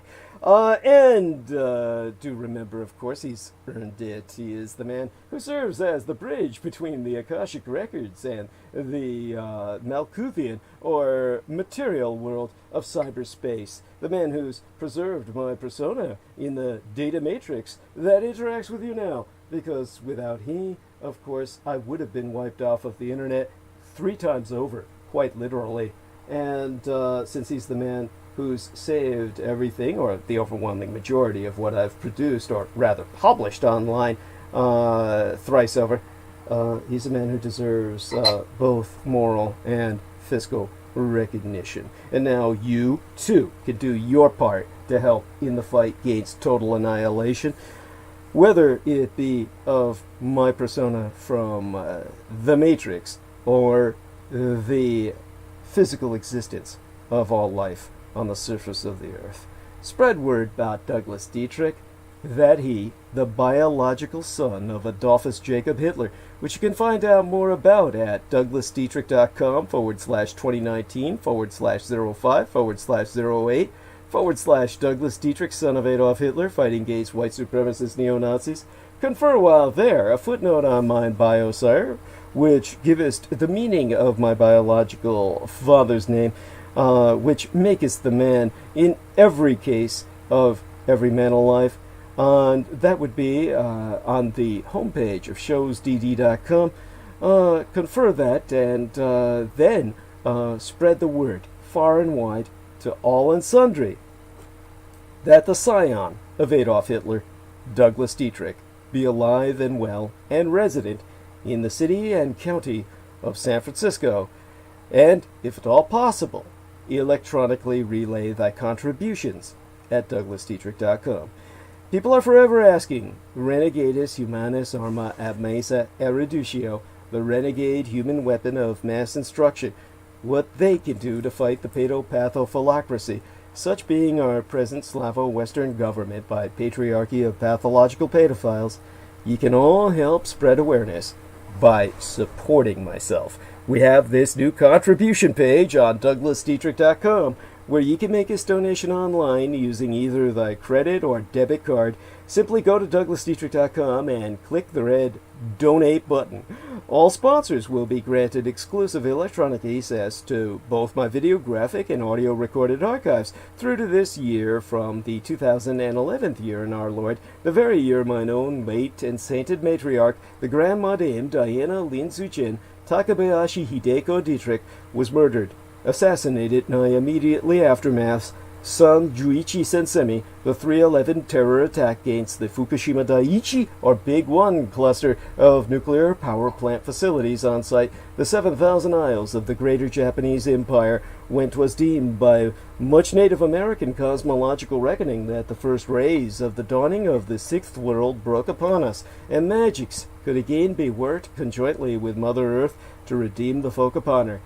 They're not on YouTube anymore, whereon the intra-global crises analyst Douglas Twain Dietrich long agone established his high-profile visibility platform per rationale of personal security by way of public promotion.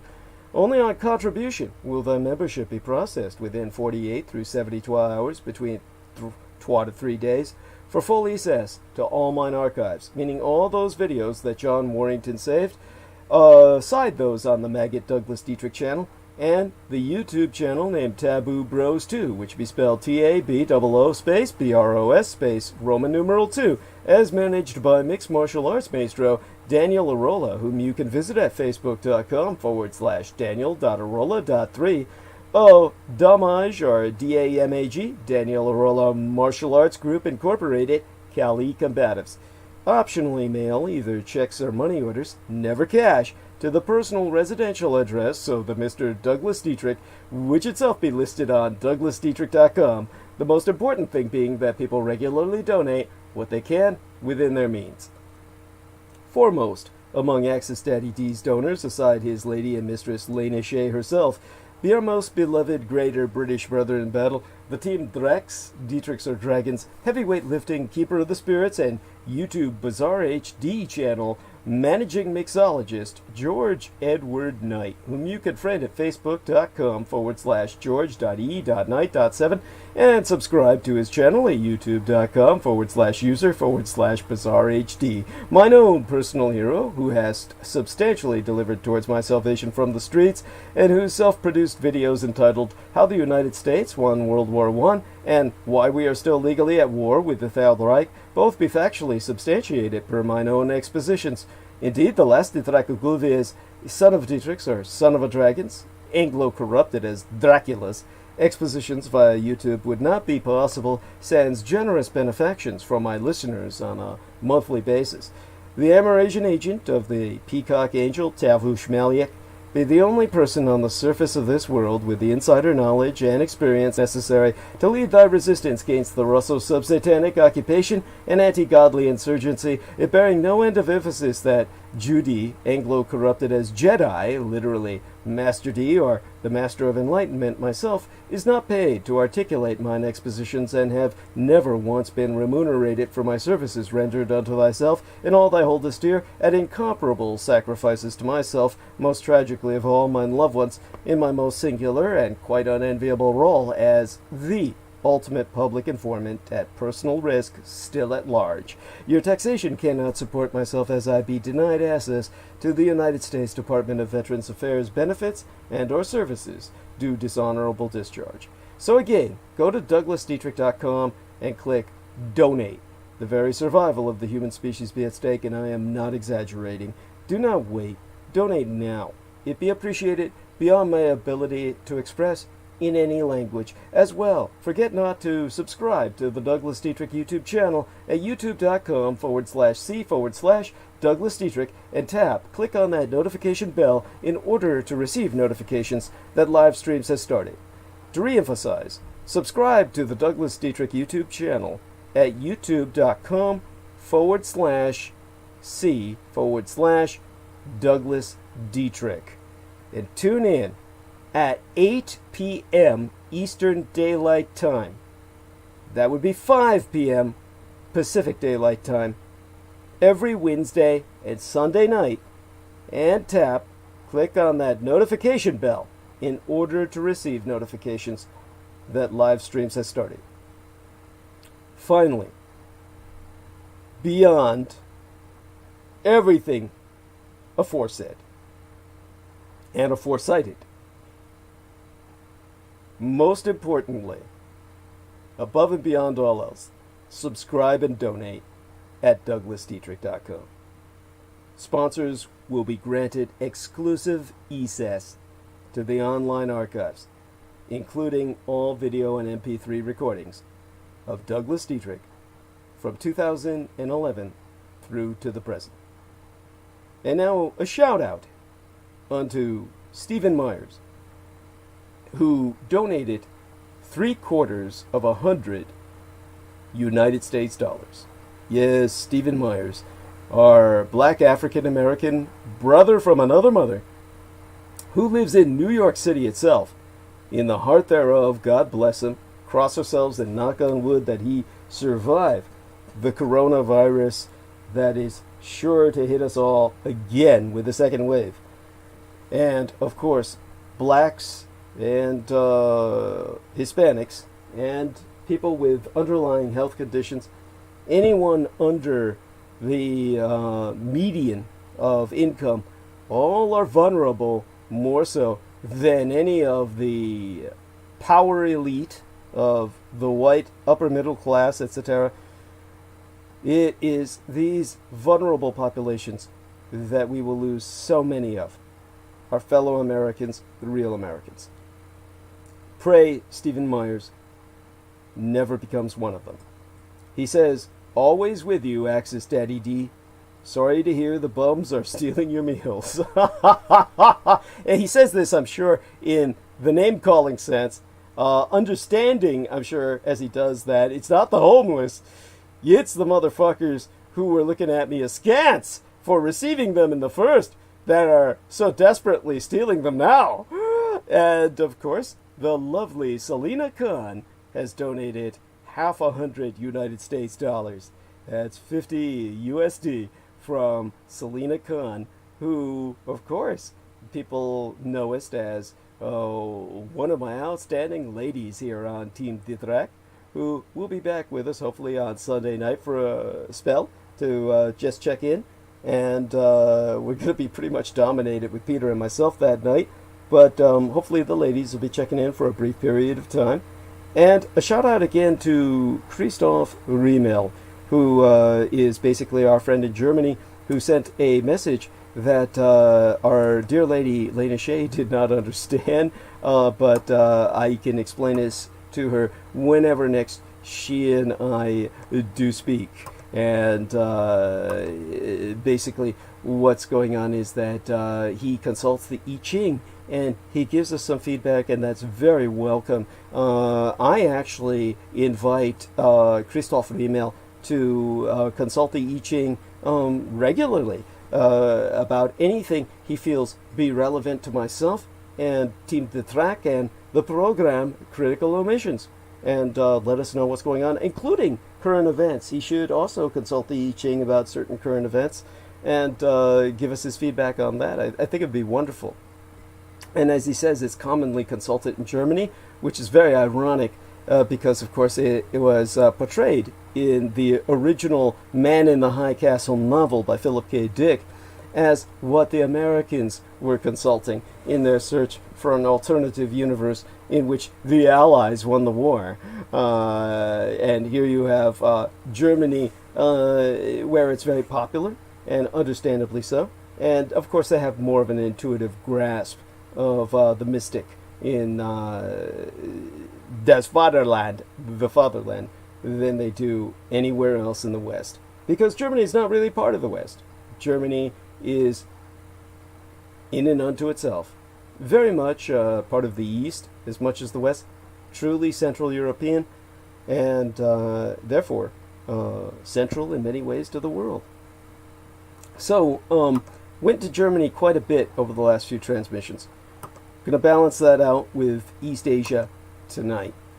And a shout out to Jameson Reese, a wonderful individual who basically makes everything work in so many ways in the chat room. God bless him. And hopefully he's still up to hear this. If not, he'll hear it later. And Christoph Riemel says, excellent transmission. David Tooley says, dang, I'm way late. Did I miss the Aquino scoops? You'll hear him soon enough on the replay. Now, in what is, in many ways, the meat of the program.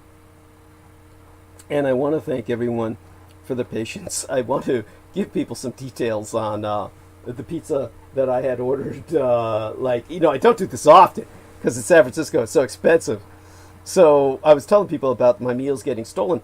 Just so people understand, and I think I made this clear, that wasn't the reason I ordered the pizza the other day. I ordered the pizza because as a bachelor, I don't cook. And so one of the things that I do is, of course, reheat the Meals on Wheels. And, sometimes you just get tired of them, and the quality of the food has gone down during the coronavirus epidemic. It is only now beginning to swing back up. May go down again when things go back under with retreat into lockdown again, as I'm sure we're retreating into now in any place that has any modicum of reason in terms of its governance. And the pizzas in San Francisco, which I ordered to have a hearty, input of calories to carry me through the program on a few transmissions ago.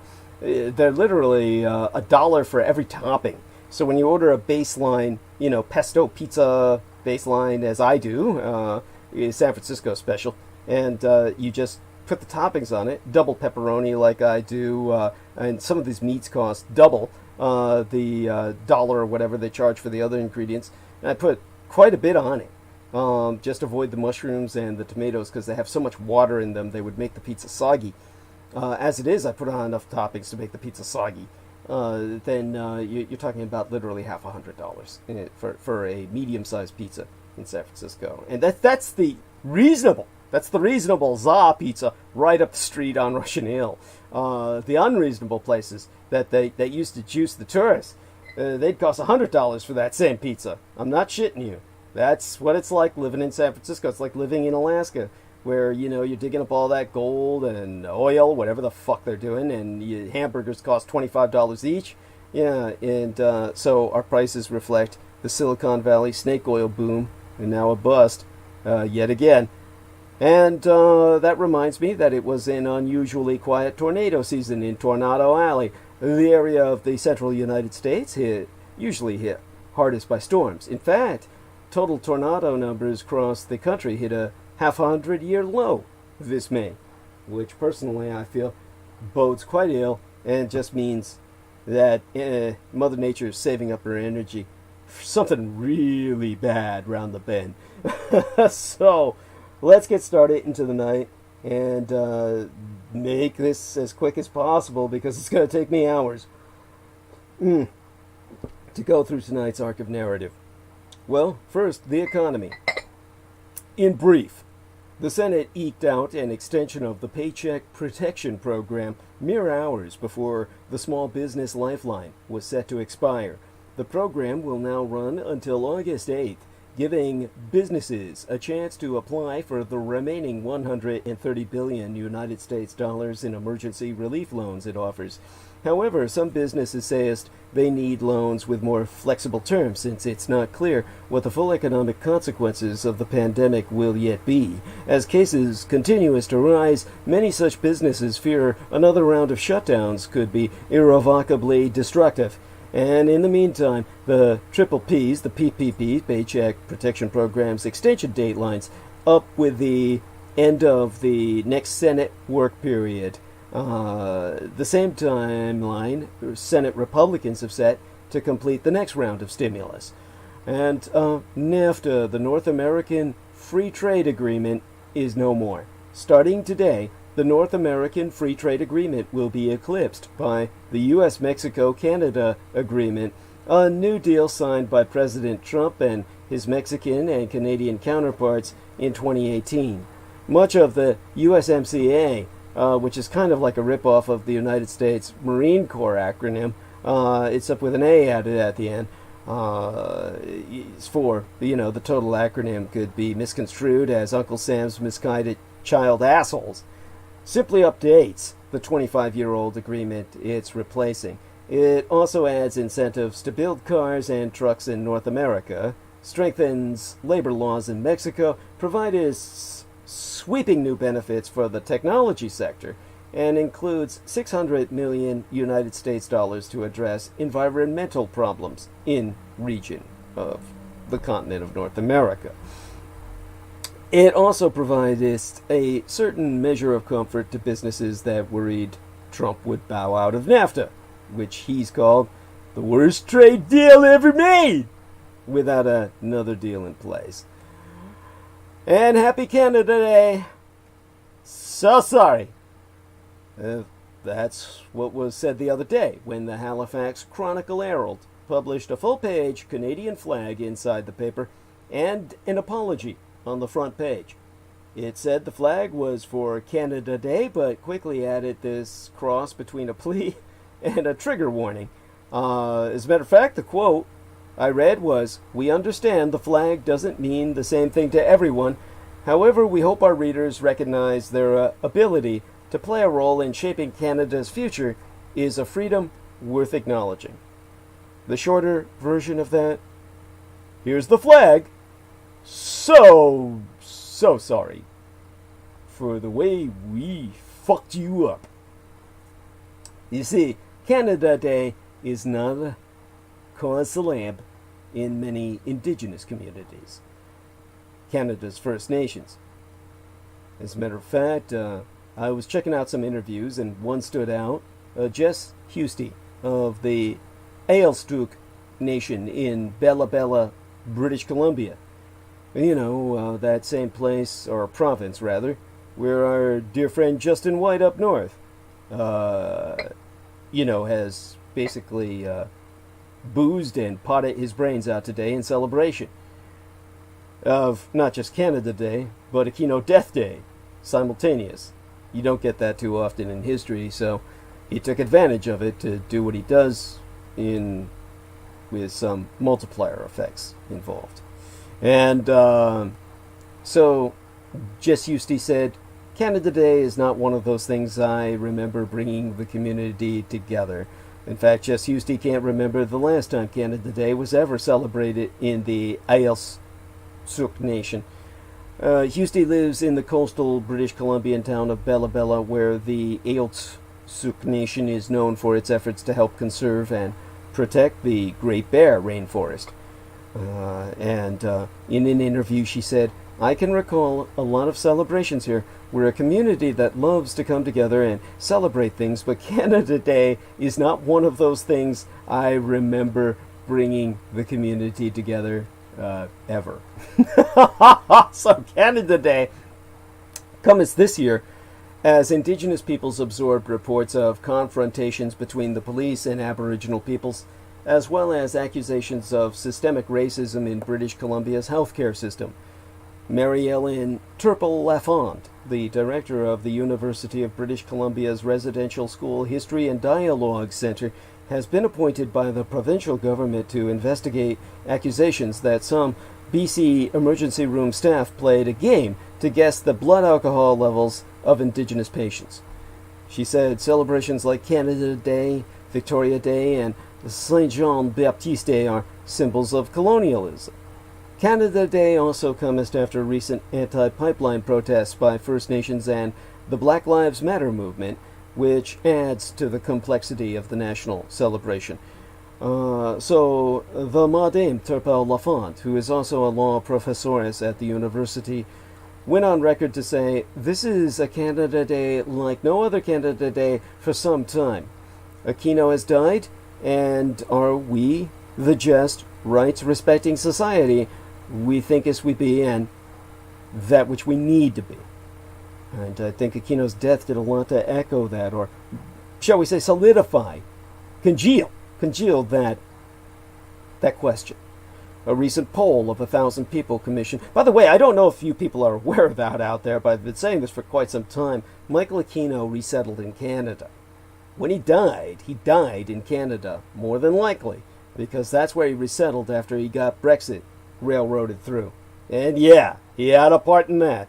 Remember what I said. He claimed to be Scottish royalty, owned a castle in Scotland, and had to relocate when I exposed him to the point where people in Britain, like John Warrington, and even more so in many ways, Mr. George Knight, got together and basically started hounding him, investigating him. I wouldn't say terrorizing him, mind you, just investigating him.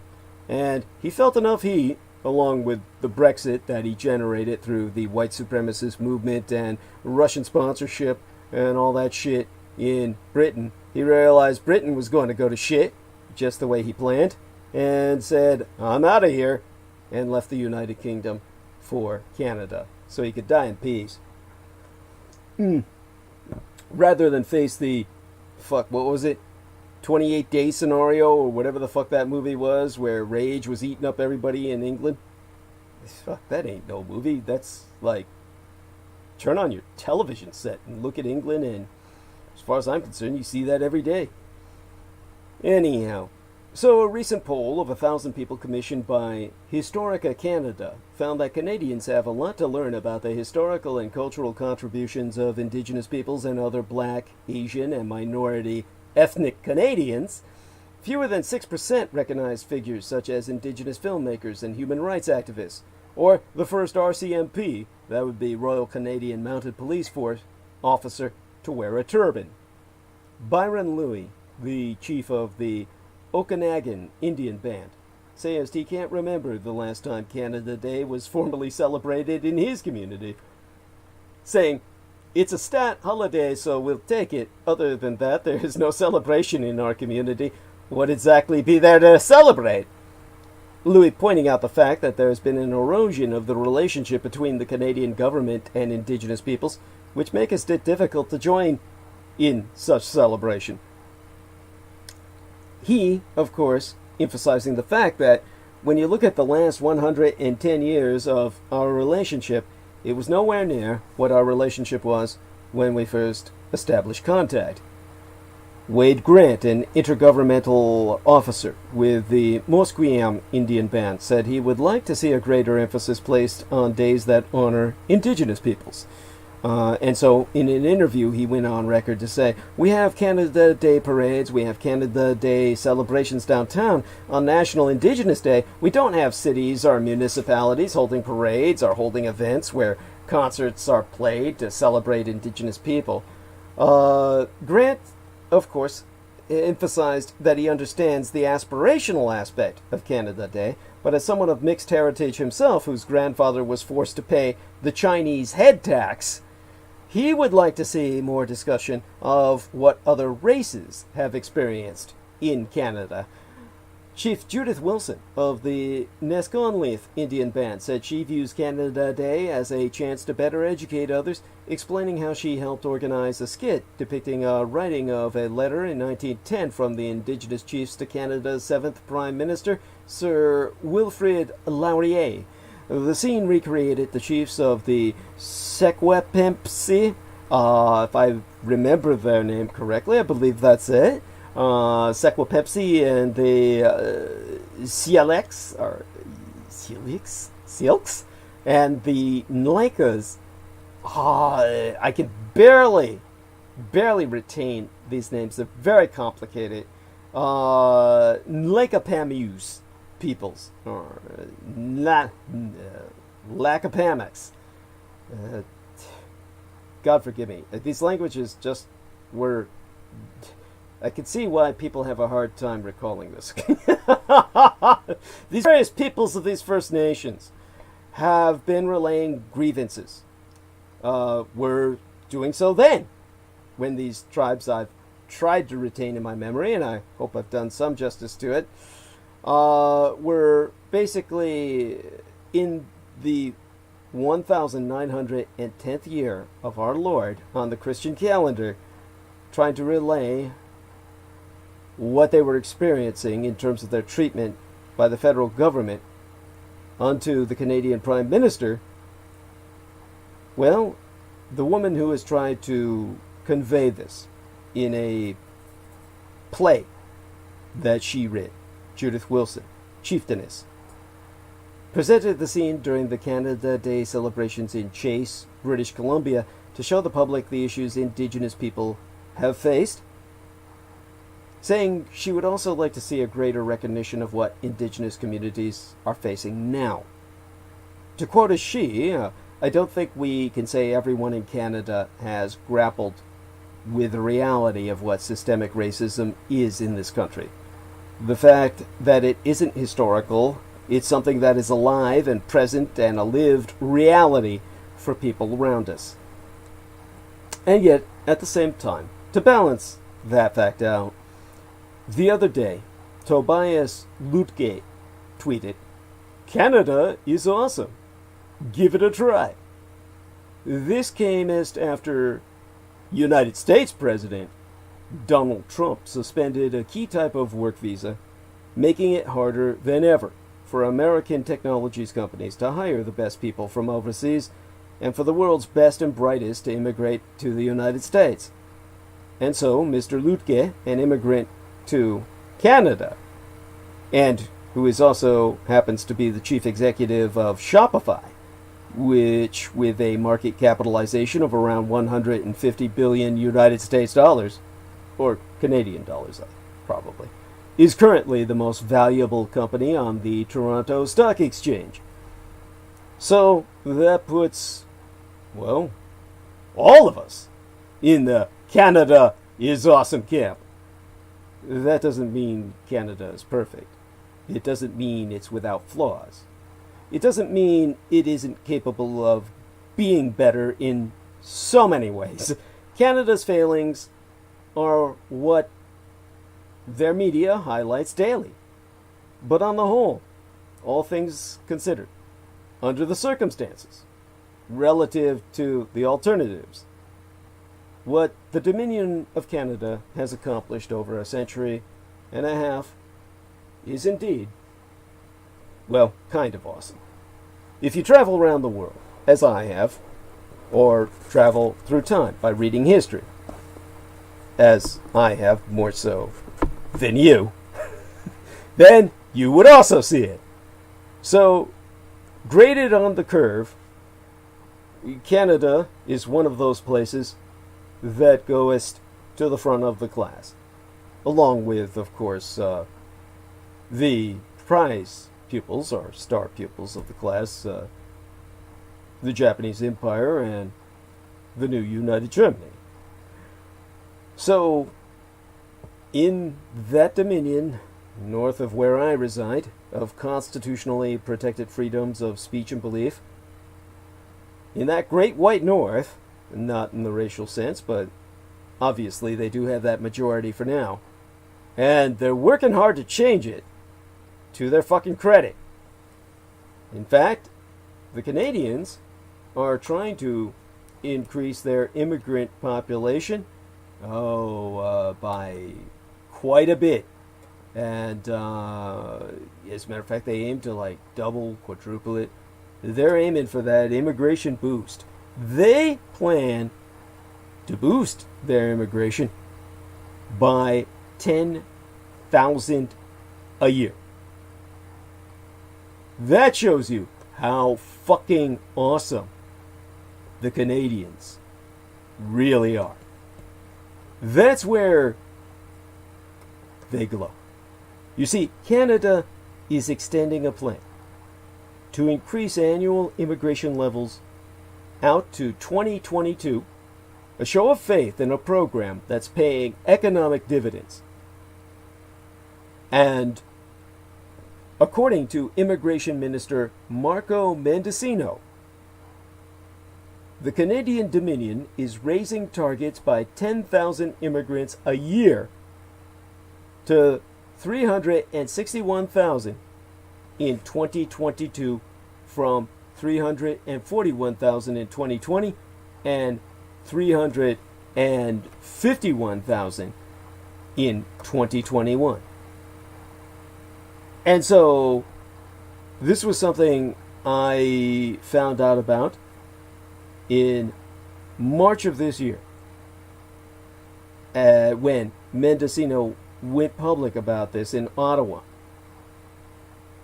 This plan I'm sourcing includes key provisions to grow the population in rural areas and expand the workforce to counter an aging white demographic. So yesteryear, Canada added a net 437,000 people from abroad, including students and temporary workers, along with immigrants, helping to drive the fastest population increase in 30 years. The Canadian Dominion has relied on immigration to keep its economy growing as exports and business investment deteriorate. And so, Mendicino declared during this press report delivered on the 12th of March this year that we understand that immigration is an economic driver for this country and the future of this country depends on immigration. How incredibly refreshing when you hear all this racist bullshit in the shithole country south of their border. The shithole. Guys like Jameson Reese and myself and Stephen Myers are trapped in now. Canada's economy had been expected to be one of the fastest growing countries in the group of 7 until the coronavirus outbreak threw global markets and growth forecasts into disarray. So, God bless them. They have the right fucking idea. They know what the future depends on, and they're going for it. So, in the land up north, as I said, the great white north that is now chromatic. You have every right to not be interested in Canada Day. The Chronicle Herald, which published that apology along with that big red maple leaf that be the core symbol of their heraldry, and other papers in Atlantic Canada's saltwire chain, have every right to excuse the presence of a Canadian flag, of their own national banner, if that's what they thought Canada Day called for. And the truth is, in a non-jingoistic dominion with historical amnesia, most people simply treat the 1st of July, Canada's 4th of July, as a rare day off in their too brief summer, where the main concern is whether it will rain. Canada's freedoms include the right to object to Canada Day, or the Dominion of Canada itself. People in Catalonia were thrown in jail for holding a referendum to leave Spain. In Hong Kong, you'll be imprisoned for seeking independence from communist China or disrespecting their blood-red Chinese flag. But in Canadian Dominion, in Canada, you have an absolute right to advocate for the end of the country itself. So bring it on, Wexiteers. Those are the people in the West who want to leave Canada to secede from Dominion.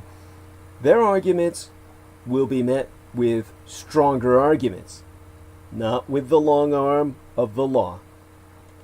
Canada has so much confidence in itself that members of Parliament from the Bloc Québécois can sincerely take the oath of loyalty while sincerely working for Canada's dismemberment.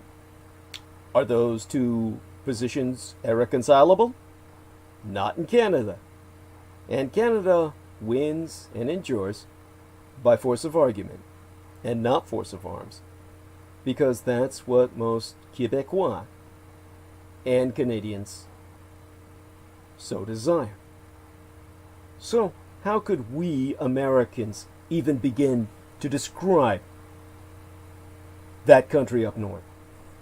In a word, we can only describe it in comparison to the sewer we're stuck in now, the septic tank we wade through and swim in and barely keep ourselves above waterline before we drown in the shit that has flooded up from its reservoirs of unending toxic waste built up historically and concurrently. We can only look up at Canada as if it were heaven itself, while we were sinners like dives in hell, and say, awesome.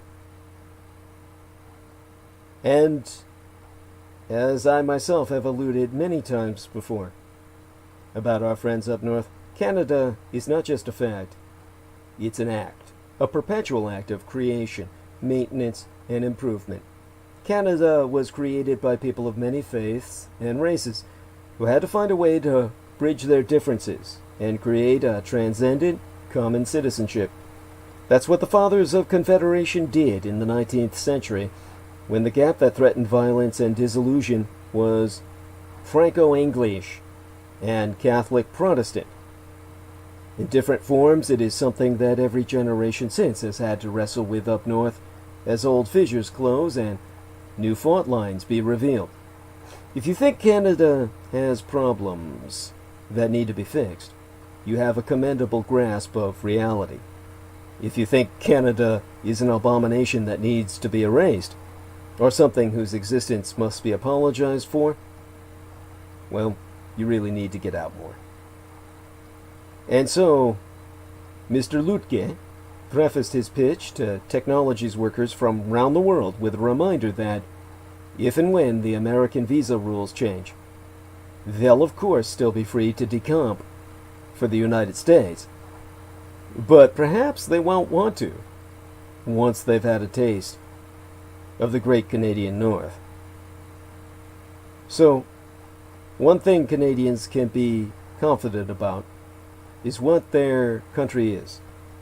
They can be thankful, truly thankful, for what they have inherited, not just mouthing platitudes like Americans do.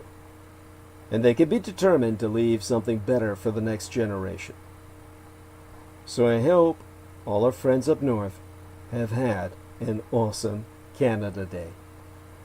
Now, that brings us to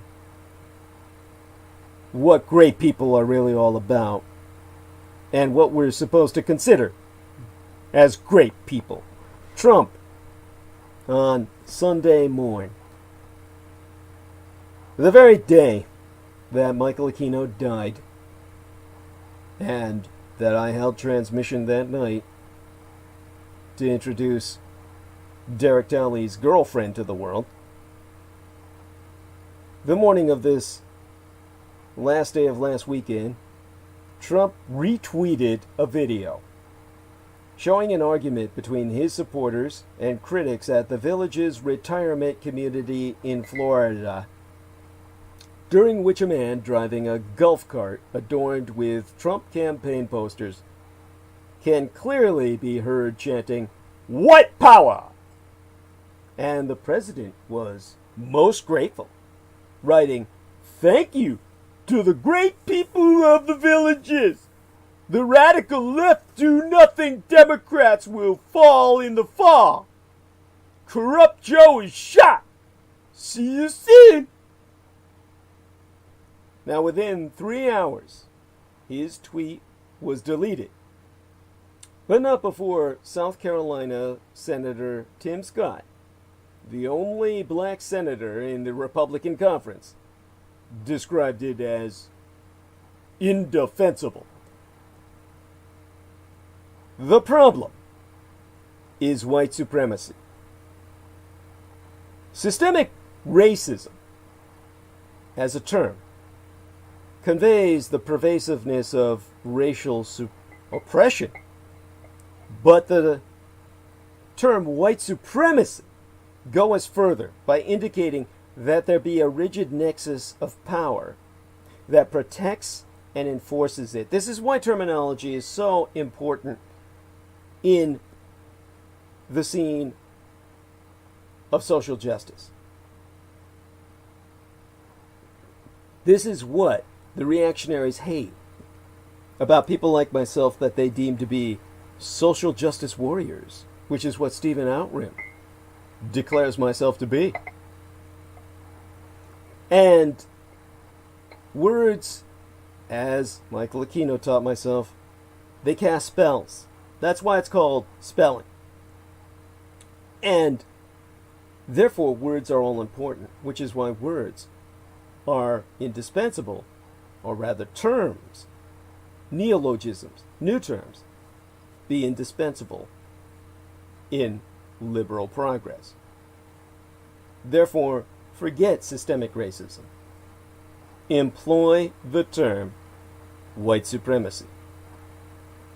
In her novella entitled In Darkness and Confusion, Ann Petrie provides a wrenching fictional account of the 1943 Harlem race riot, which took place, obviously, during the Second World War, when blacks were considered an insurgent population and allies of the Axis by the FBI. The story is told from the perspective of William, a working-class husband and father, whose son has been drafted into the army and sent for training to the no-man's land of rural Georgia. And so William and his wife, Pink, are worried because they have not heard from Sam for a very long time.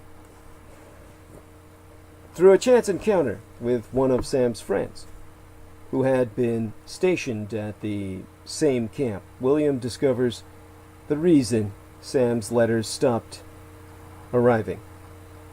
He is in prison, sentenced to 20 years of hard labor for shooting the military police who shot him for refusing to move to the back of a segregated bus.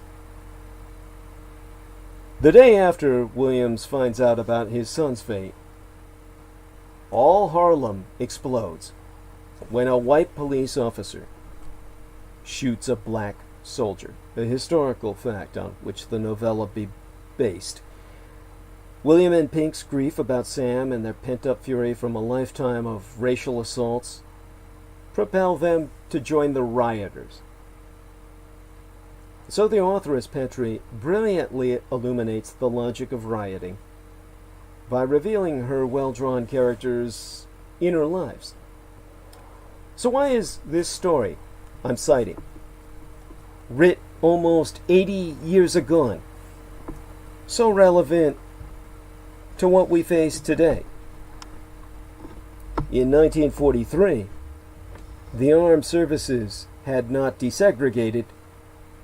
Brown versus Board of Education had not been decided.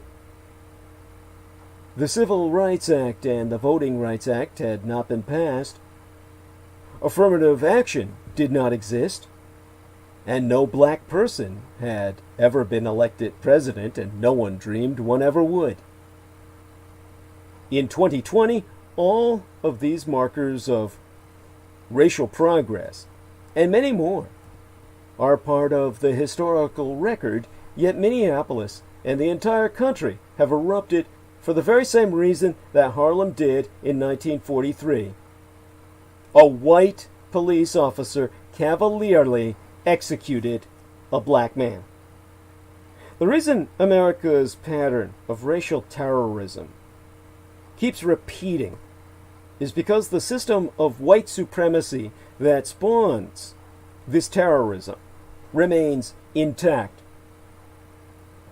Despite the hand-wringing that occurs when the nation's racial value system gets exposed, usually by unspeakable acts of violence, the reality is that this country has never done anything to eradicate the root cause of these atrocities.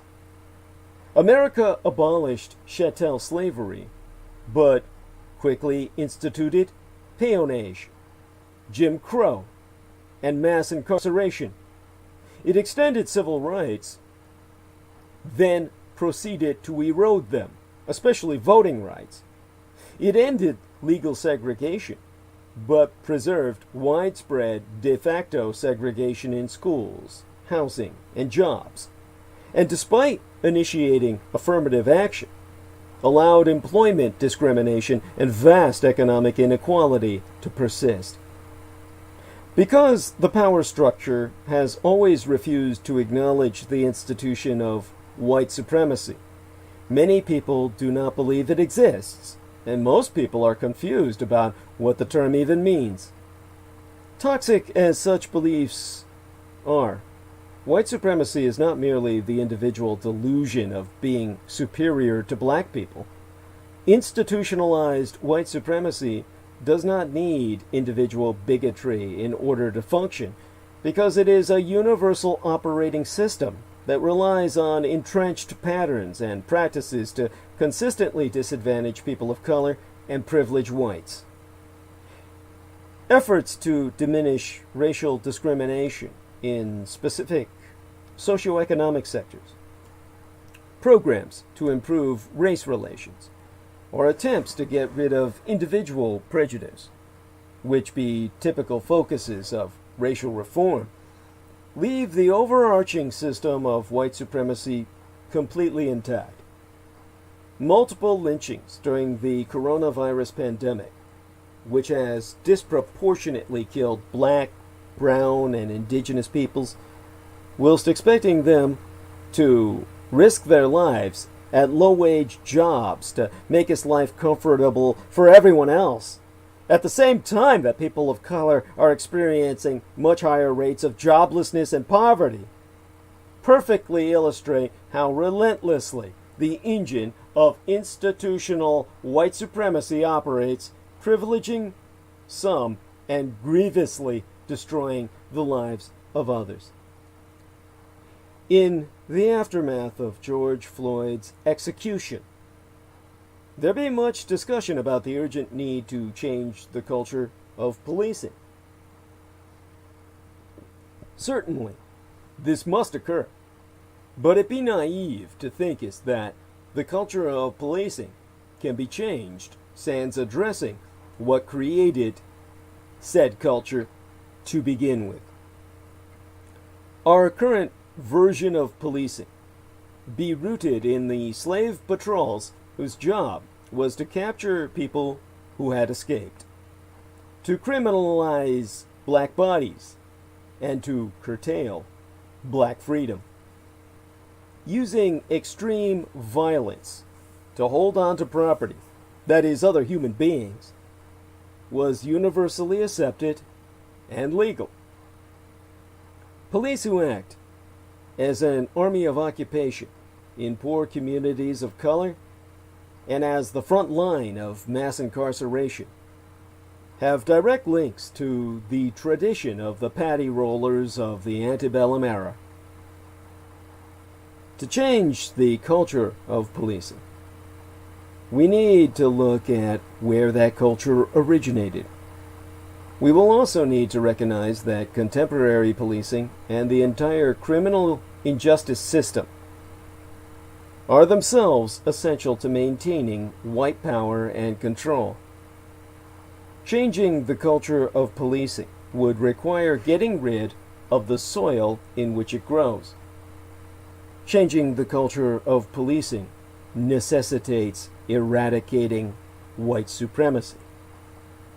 There be little reason to believe, even in the midst of conflagration, that these United States will change course and begin the Herculean task of dismantling this fundamentally undemocratic system. But what if it did? What would happen if we began an honest national dialogue about the disaster of white supremacy? What if we consistently use the words white supremacy so that everyone would have accurate language for conceptualizing what is actually going on? The way we describe this problem matters. Exempli gratiae.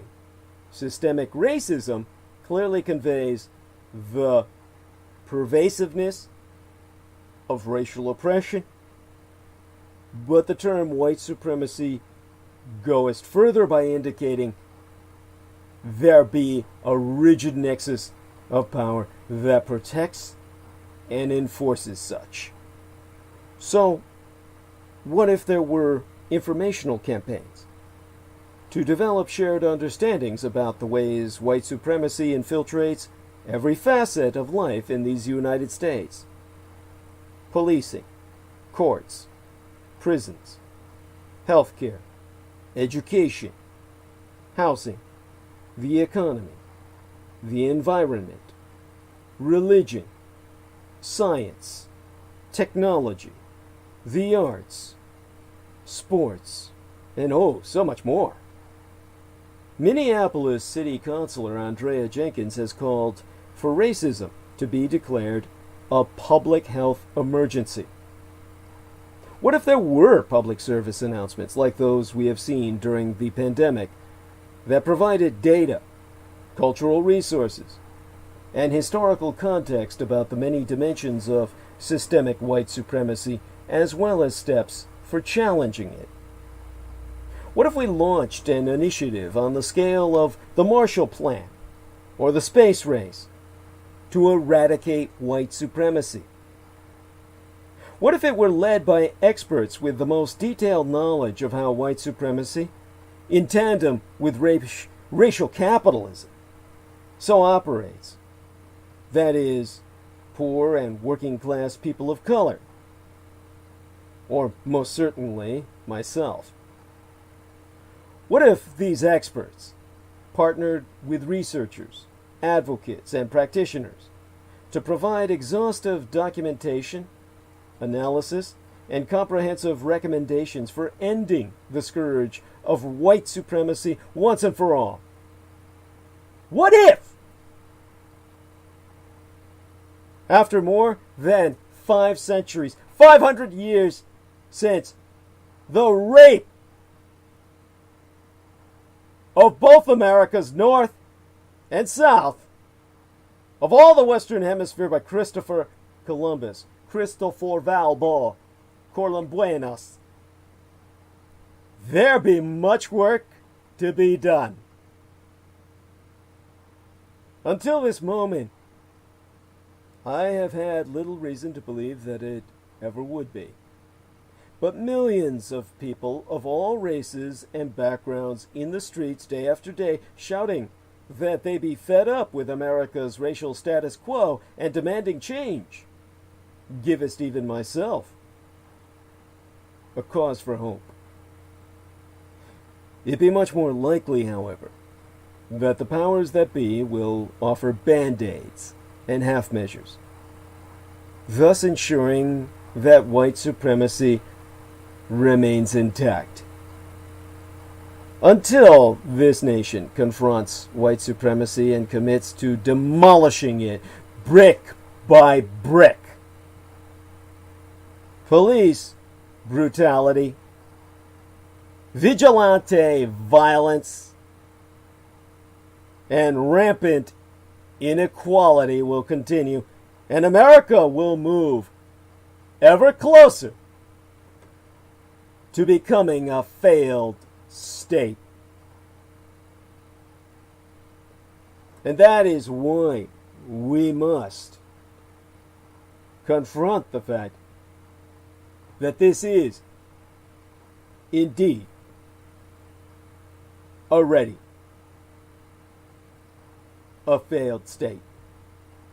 And what does progress in a failed state look like? Well, even by the post-Orwellian standards of this White House, oh, so appropriately named, Vice President Michael Pence's statement was staggering.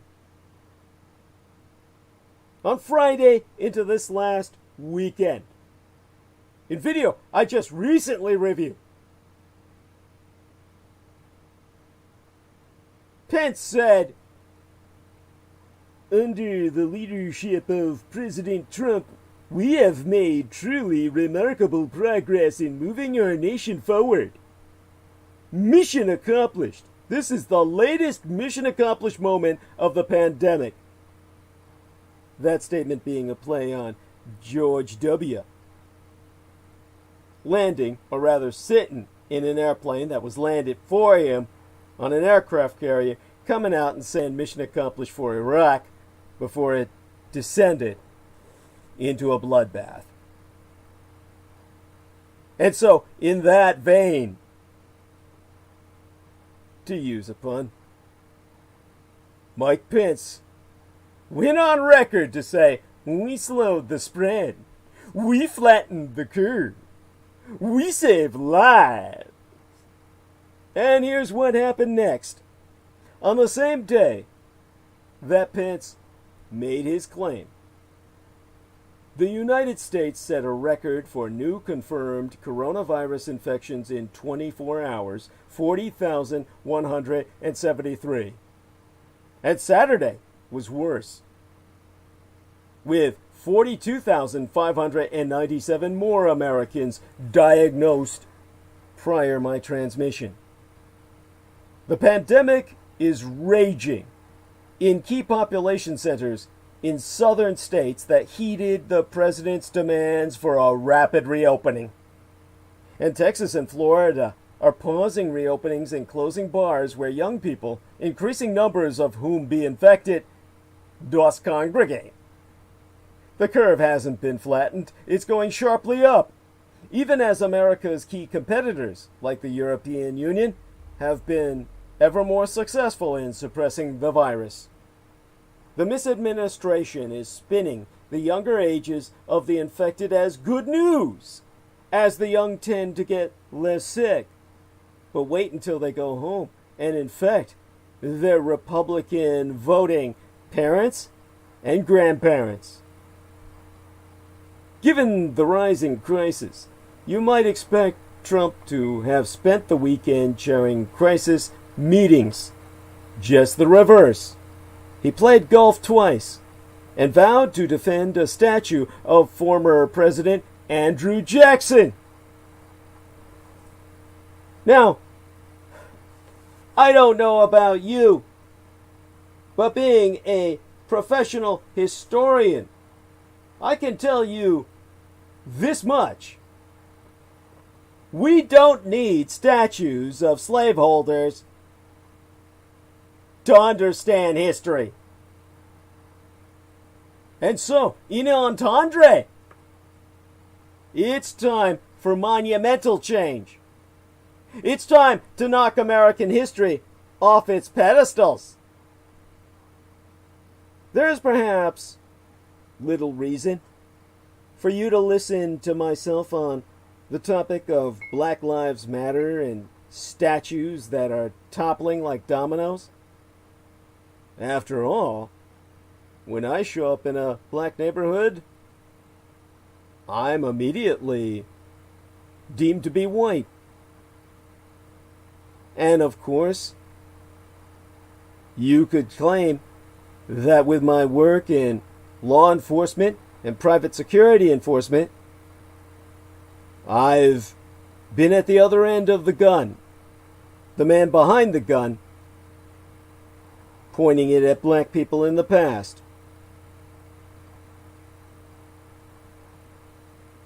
But I, of course, experienced busing, where they specifically had our parents get up at an ungodly hour of the morning to escort us children to bus stops in the pitch black of what was still night, with the moon hanging overhead, so that we could take buses to different schools at the other end of the San Francisco Peninsula in forced integration experiments. I can claim that experience as well as my growing up in the all-black neighborhood, for all intents and purposes, of the ghetto of the Tenderloin in San Francisco, the worst ghetto on the surface of this earth, and I've been over quite a bit of that surface in person. I could go on and on about my experience in a personal level with black African Americans, who, of course, played enormous roles in my life. The woman who helped me survive in my career in the Department of Defense as a librarian was a black African American woman whose name I'm even forgetting at the moment, even though I worked with her for years. There was, of course, Anthony Howard, a former National Football League and NFL player who got involved with police work and personal security enforcement. An individual who had a profound effect on myself. He and I worked together as partners on many a patrol.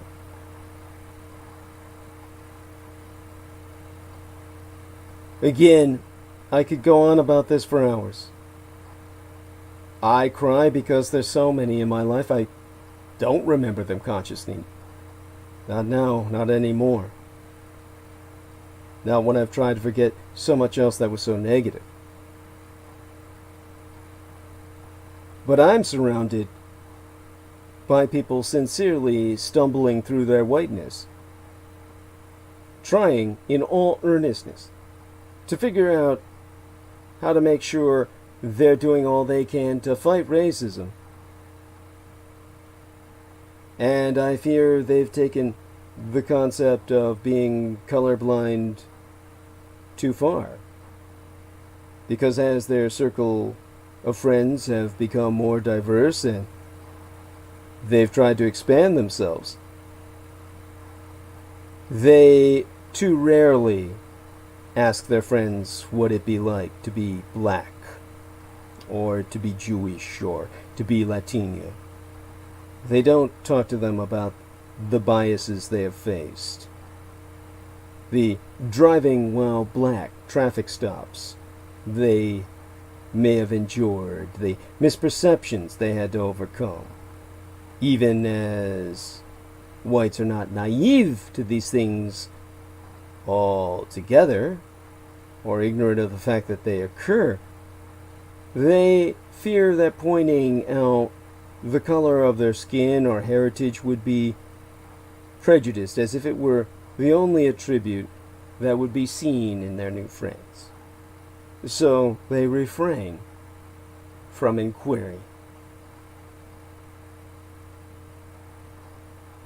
So today I would encourage all of you, the more questions you ask of your friends and of your country, the more exhausted and enraged, truly enraged, you will become by the answers. And you will be exhausted by the hand-wringing, by the second-guessing, by the justification of those who argue us that we will forget the country's complex history if we don't have dirty little reminders everywhere. In art, in statues, in the names of streets, of schools, and of cities.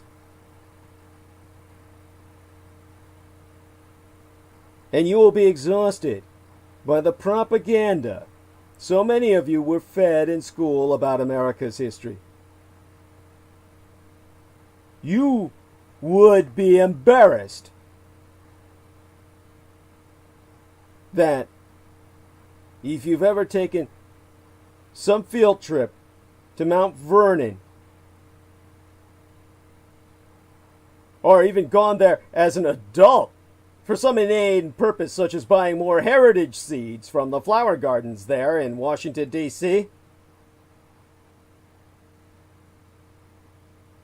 that at this point in history, having had your eyes opened by listening to myself, Douglas Dietrich, that when you stand there this time, you will see through the bullshit narrative delivered by the docents, who tell the visitors that many of the slaves were treated like family. And you would be livid as tourists nod and assuage America's guilt with that lie.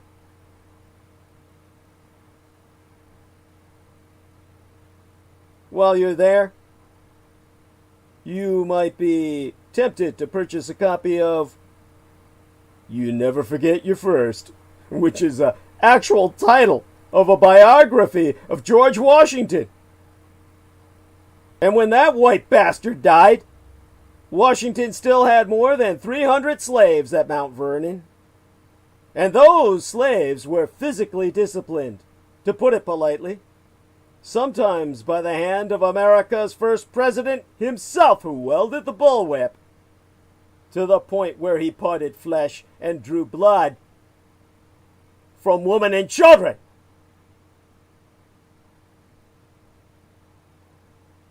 So you'd likely skip the gift shop at the tour's end this time,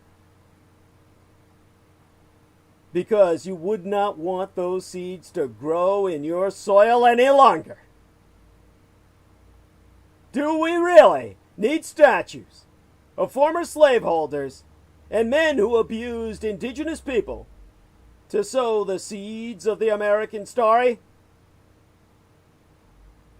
At Golden Gate Park in mine own San Francisco, but recently, monuments of Francis Scott Key and Ulysses Grant and Father Junipero Serra came tumbling down. A few George Washingtons have been toppled throughout America. And the Golden Gated City of mine residence has also chosen to take it upon itself to right even more wrongs, I am proud to say, by addressing the actual need to topple even more of these false idols of American myth. As a matter of fact, my Golden Gated City of San Francisco removed the statue of Christopher Valbo Corlimbuenas Christopher Columbus himself at Coit Tower. And in the Northeast, among the ranging grounds of many of my co-hosts, whether my manager is Lena Shea or my biographer Peter Moon,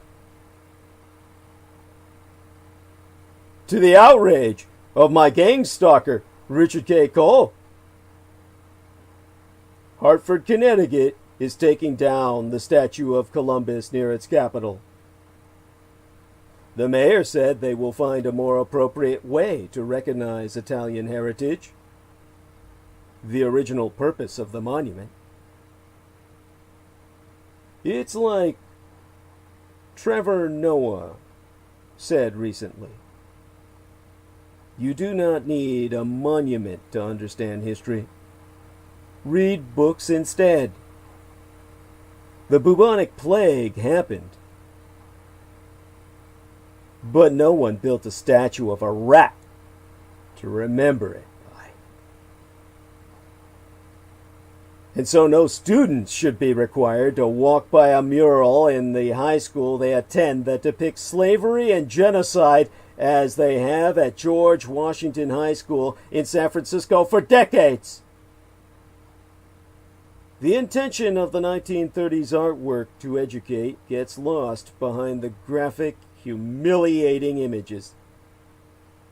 After much debate, the San Francisco Unified School District last year finally decided to cover it up. Yes, it be high time to dismantle these monuments to misery. And yes, maybe there has been some collateral damage to a hero here and there, who perhaps should not be tarnished with the same broad brush. That be perhaps the price of change. And so, in some newsrooms, they have been discussing whether to start capitalizing the word black. Because, as I've said, words cast spells. That's why it's called spelling. And if you capitalize the term black, you imbue it with a gravitas that has people take it seriously. And then the Associated Press, which advises on publications per style and grammar, changed its style to make the word black start in the uppercase B when it refers to race. And so newsrooms across the country have adopted the change immediately. It's not that hard.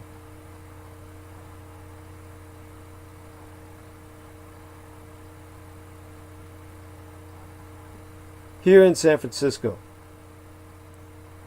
there is a newspaper that is available for free. The San Francisco Examiner,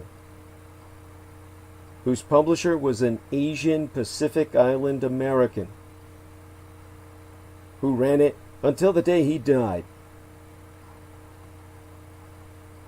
He purchased the paper because his own research had turned up a dark period in the Examiner's history, when the paper started under another name and was a pro-Confederate publication.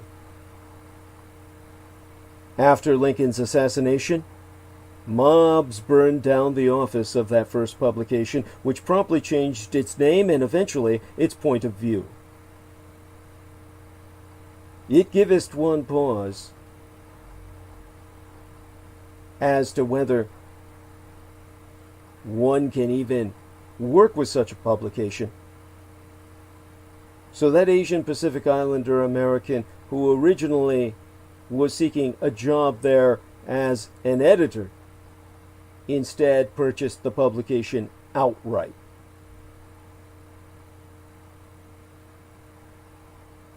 And ever since, the Examiner has more than made up for the past in their current iteration. Now it's time for America to do the same. Yes, we need to change policing policies and attitudes and oh, so much more. But if a few monuments come down as we do so, so be it. And after they do, let's wait a good long time before we decide if and when to fill those empty pedestals.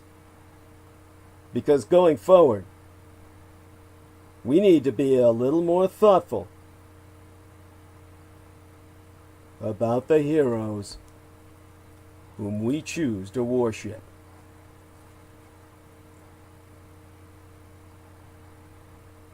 Now, that brings us back to Donald Trump. It brings us back to the fact that after he vowed to defend a statue of the former President Andrew Jackson, his favorite Indian genocidal and slave owner, he then retweeted and later deleted a video in which one of his supporters chanted, "White Power!"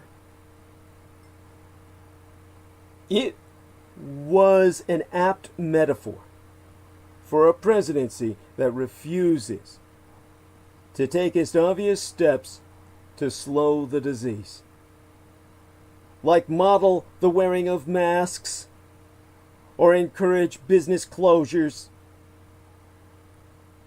as thousands more Americans fall ill and die.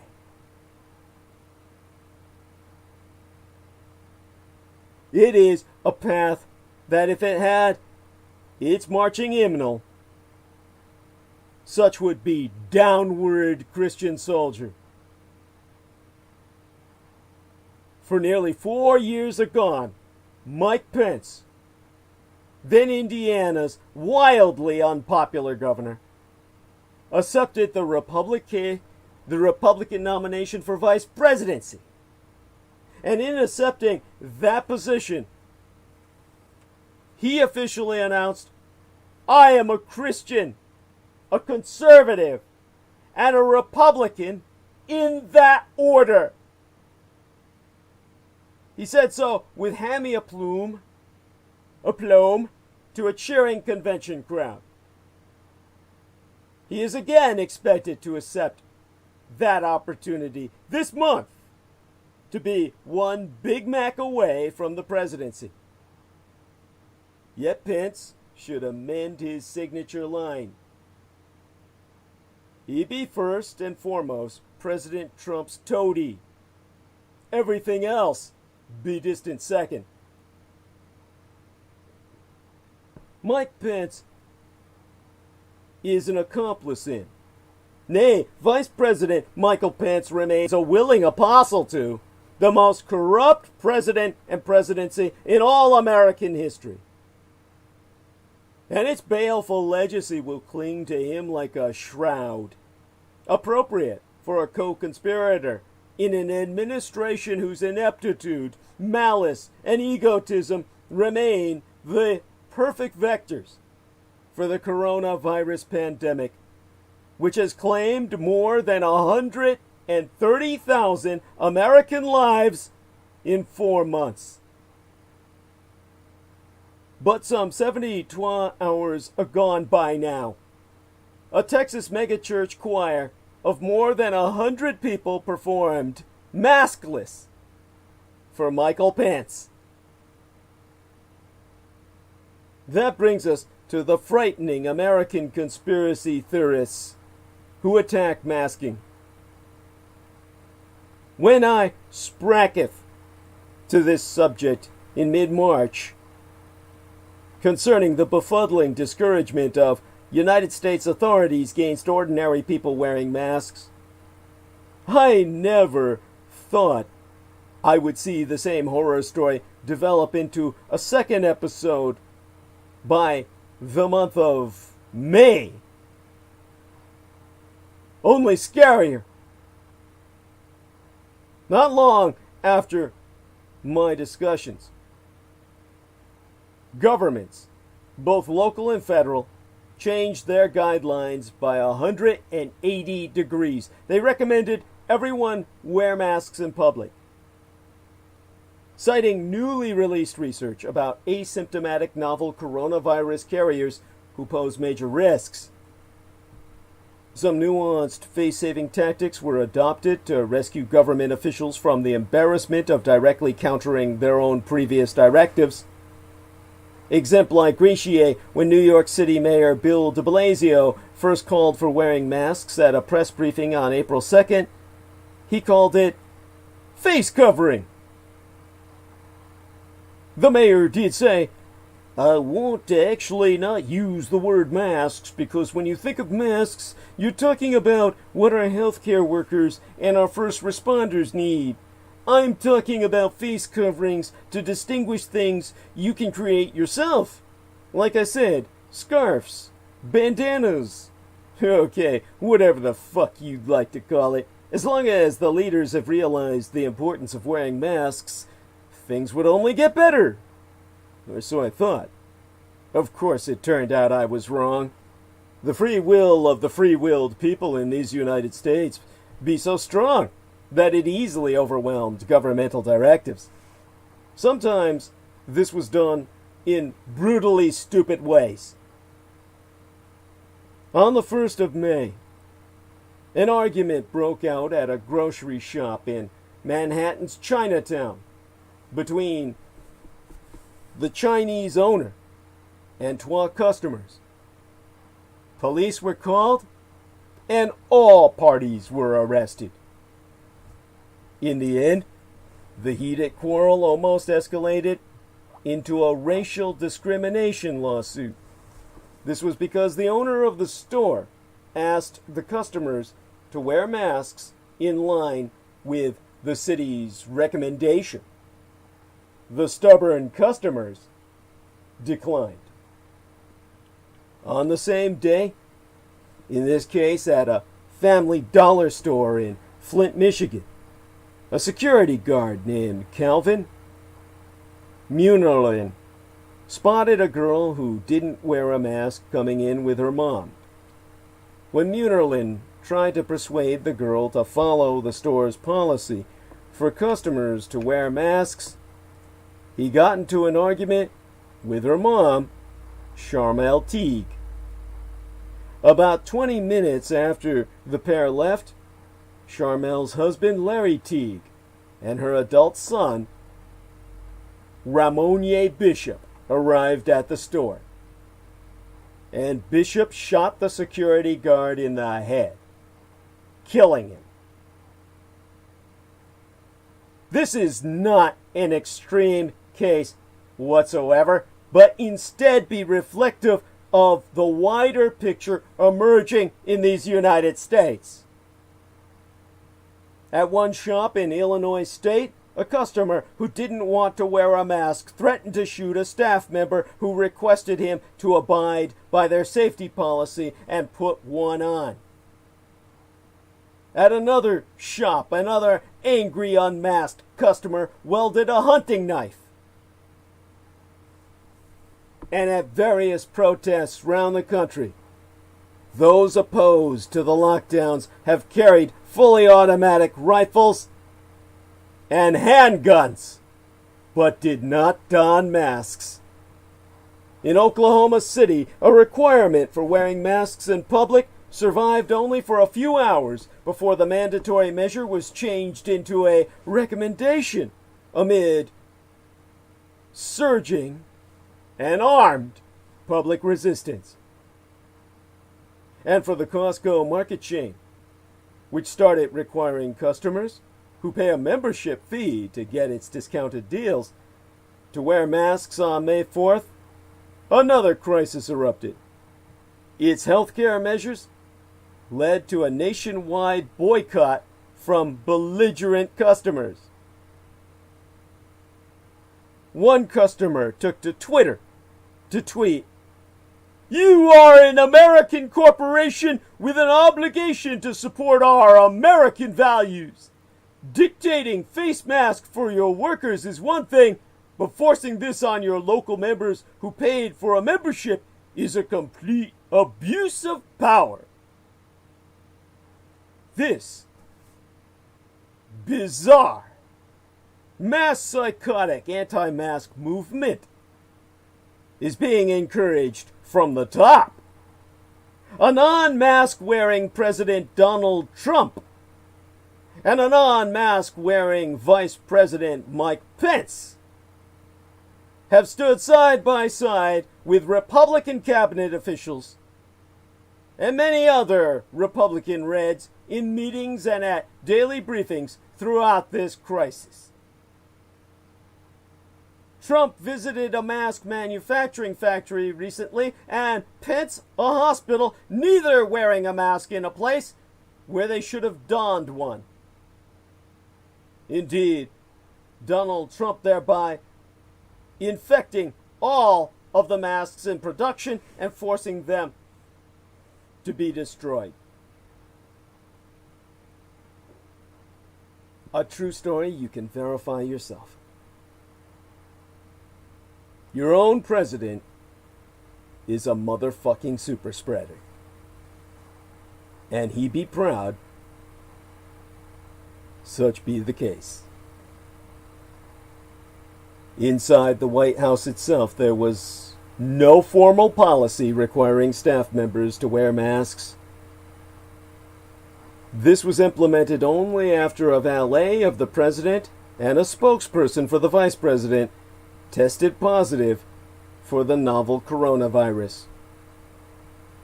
This was more than a month after the United States Centers for Disease Control and Prevention issued guidelines calling for wearing masks in public.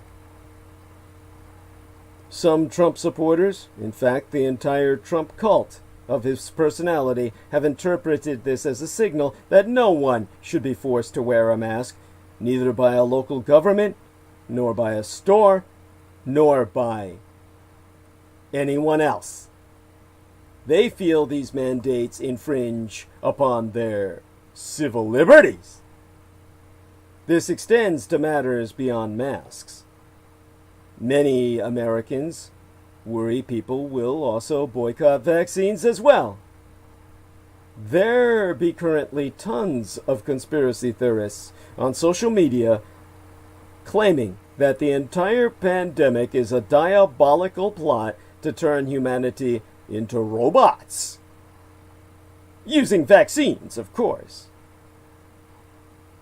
Altogether, this be a frightening mass psychosis. Politics, not public health, drive all Americans' attitudes towards the divide on coronavirus masks. Mask wearing has become the latest partisan divide in an increasingly politically divided pandemic. You may ask why it matters, but it be becoming increasingly clear that wearing even a basic cloth mask is one of the most effective ways to prevent the spread of COVID-19. But whether or not people be willing to wear one has less to do with the risk of the pandemic than their political affiliation. And so, by the numbers, I can tell you that results from months of the Axios Ipsos coronavirus polls show us a clear and growing political divide between Democrats and Republicans on mask-wearing habits. Nationally, the percentage of Democrats who reported wearing a mask all the time when leaving home rose from 49% between April 10th and May 4th to 65% between May 8th and June 22nd. During the same time period, the percentage of Republicans who reported constant mask wearing rose from 29% to just 35%. In context, the political divide Americans are reporting on mask use echoes one seen within nearly all levels of the government. President Trump has never been seen to ever wear a mask, and he told Axios, well, Was it just last week that a 10 days at his Tulsa campaign event on June 20th, the week before last, should do what they want on masks which were not required at the rally? Governors in many red states like Nebraska have refused to mandate facial masks in public, even as cases began to skyrocket in recent weeks. Simultaneously, leaders in blue states, especially those that grappled with large outbreaks of COVID-19, have urged residents to wear masks, with California Governor Gavin Newsom mandating their use, but yesterday this week last, as cases in the state passed 4,000 a day. The situation be even more divided at the local level, with leaders of red towns in blue states pushing back against mask mandates and vice versa. This brings me flashback. Some of the blame for the divide can be traced back to muddled public health messaging on mask use in the early stages of pandemic, when Americans were urged not to go out and buy masks in bulk because of concerns that there wasn't enough personal protective equipment or PPE for frontline healthcare workers. Those fears were quite real, as government virus expert Anthony Fauci pointed out in congressional testimony months ago. And public health officials worried that pushing masks would inadvertently encourage Americans to continue going out in public at a moment when lockdowns demanded they stay inside. Like the divide among experts on whether mass protests would increase coronavirus cases, just the perception that health advice might be based on politics rather than science give us cover to those who would forego masks, especially since the outbreak itself initially seemed like a blue state problem. Health experts now know that cloth masks are most effective, not so much at protecting individuals from infection, as protecting the community from infected individuals.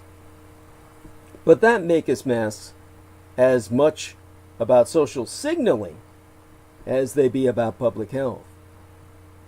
Reactionaries who prize individual autonomy over any social responsibility experience a massive pushback of psychological resistance when presented with mask mandates, as observed by Stephen Taylor, the author of a work entitled The Psychology of Pandemics. Taylor so saying that reaction is reinforced if leaders like Trump downplay the significance of COVID-19, or if they themselves will not wear masks. Resultantly, wearing a mask in conservative communities means visibly going against public opinion, whilst the opposite be true in communities where mask use be common. The Axios Ipsos data reflects this reality, showing that while Republicans in blue states use masks less than Democrats, they wear them at higher rates than Republicans in red states, just as Democrats in red states use masks at lower rates than Democrats in blue states. So, if you're asking what to watch in this space, the one factor that seems capable of breaking the political deadlock is the outbreak itself.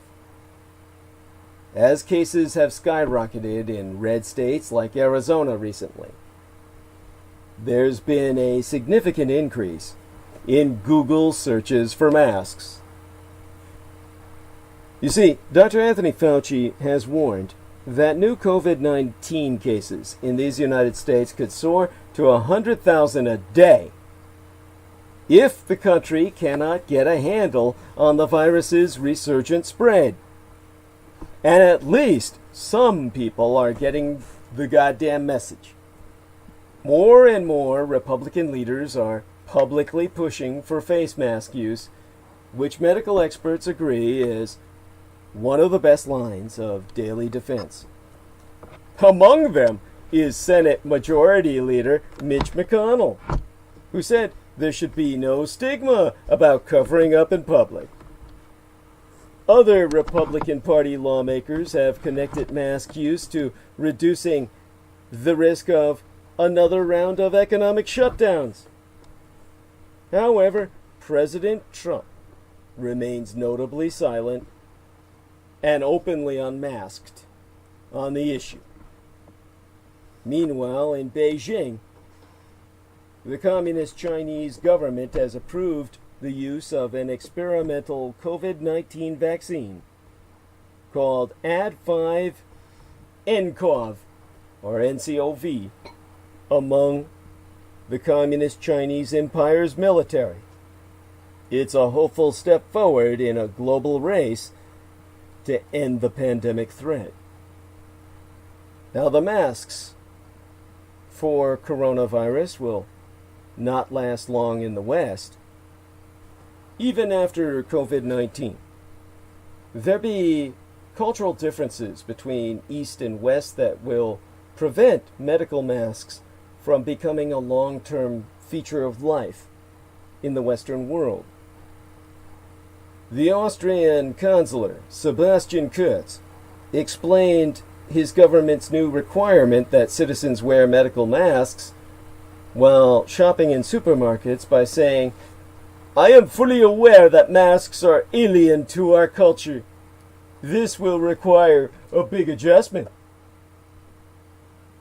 Now, that order was expected to be expanded to more public spaces in Austria months ago. And if public health authorities were to be believed back then, we were expecting the same soon enough in other Western countries. Reopening businesses might require adopting the same culture of welcoming such masks in public that we find in East Asia. The scientific evidence being very compelling that masks dramatically reduce the spread of virus-spreading droplets, and that, how do I express this? The more of us who wear them, the more difficult we make it for sick people to transmit and healthy people to become infected. We will do it to pass safely through this extraordinary time of global pandemic. We may even consent for a slightly longer time to require masks on people who be passing through airports or in certain closed spaces. But this change will only be temporary. Mask wearing cannot become a regular feature of life in the West because people will tolerate them for a short while, but quickly feel that masks are ridiculous, menacing, or an imposition on life, then conclude they must be temporary. Once the worst dangers of pandemic be past, airports and other places of business where they be required will notice that mandating them be detriment to their profits. And the public itself will begin to defy or resist these measures.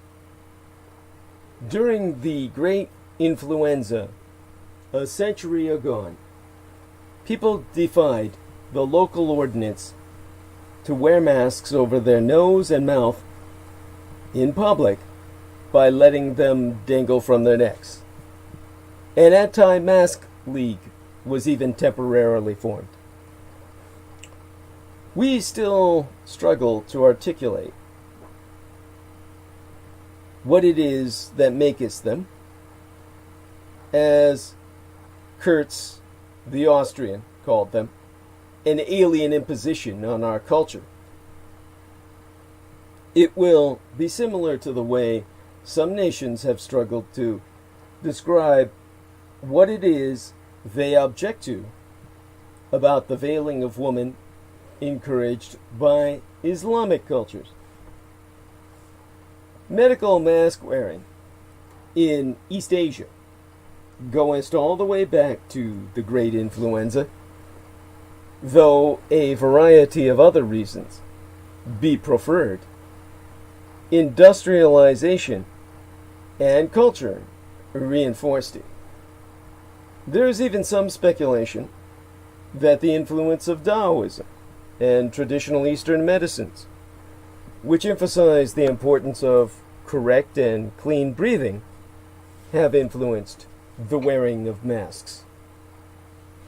Some say the mask has the virtue of being a kind of social shield that disinvited unwanted interaction in public.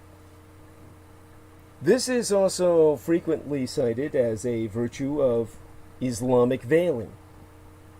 Our prejudice is to view it as a form of oppression. The virus locks us behind the mask. A low view of woman imprisons them behind a veil.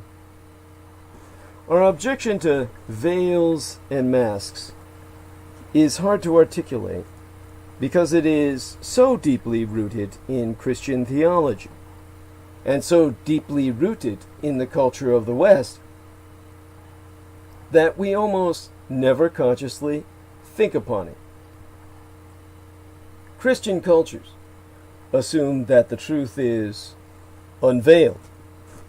It reveals itself in everything from our cliches, our pattern of business travel, to see people face to face, and even in our architecture, where, unlike in the Islamic world, our homes be typically open and sociable to the street, showing their faces. In the Gospels, the crucifixion of Christ on Calvary was accompanied by another event in Jerusalem.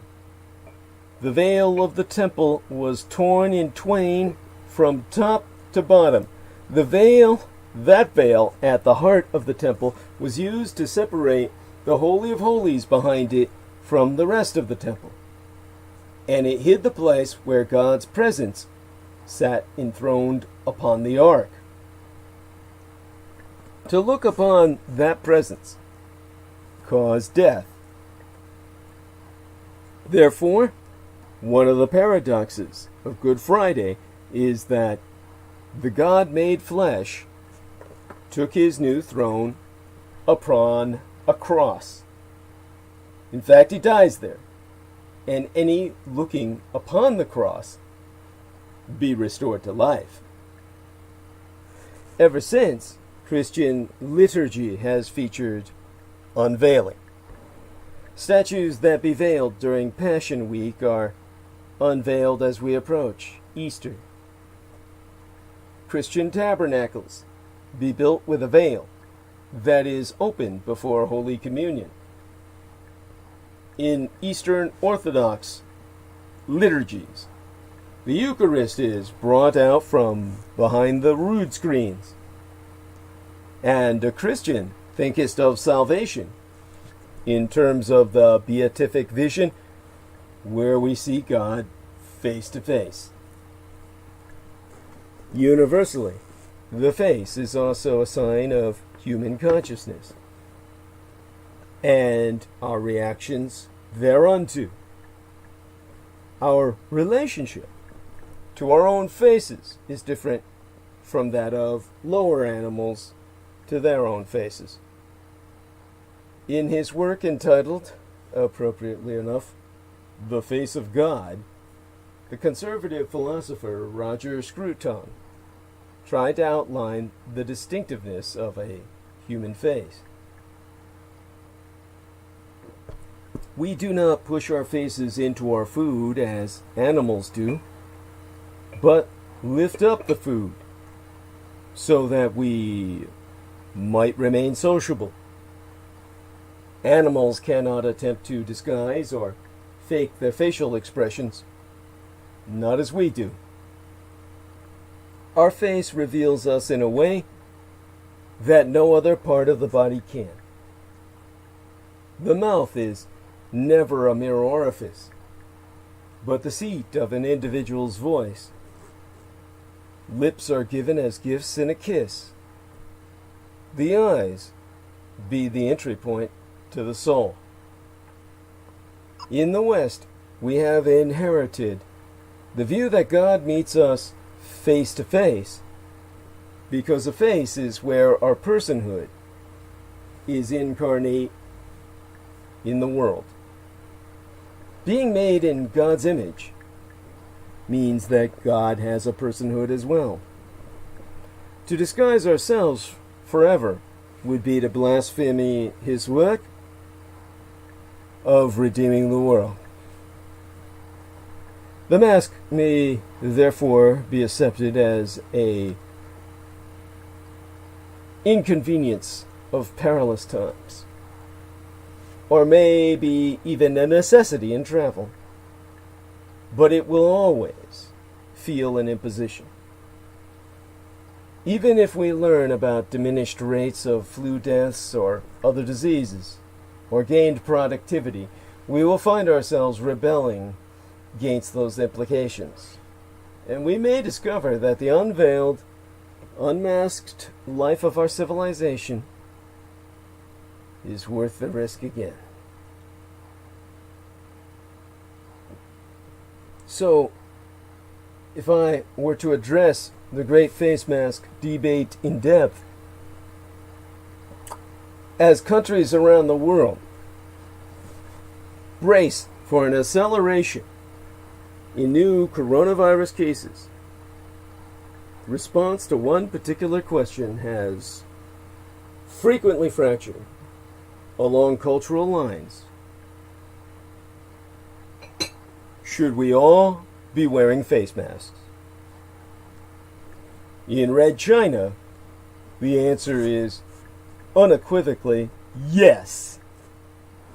Since governments across the country declared public health emergencies in January in response to the COVID-19 epidemic, mandatory mask wearing in public, where you're feeling sick or not, has featured prominently in strategies to control the spread of the disease itself.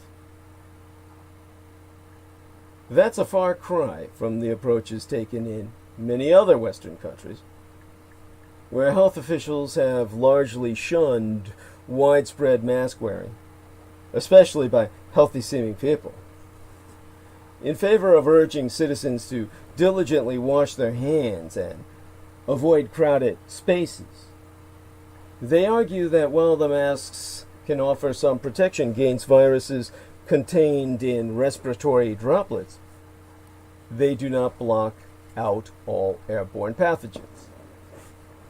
For years, people in China and its neighbors have worn masks in response to minor respiratory diseases or heavy air pollution.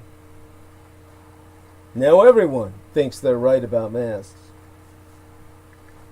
Raincoats, plastic covers, gloves, goggles, and face masks.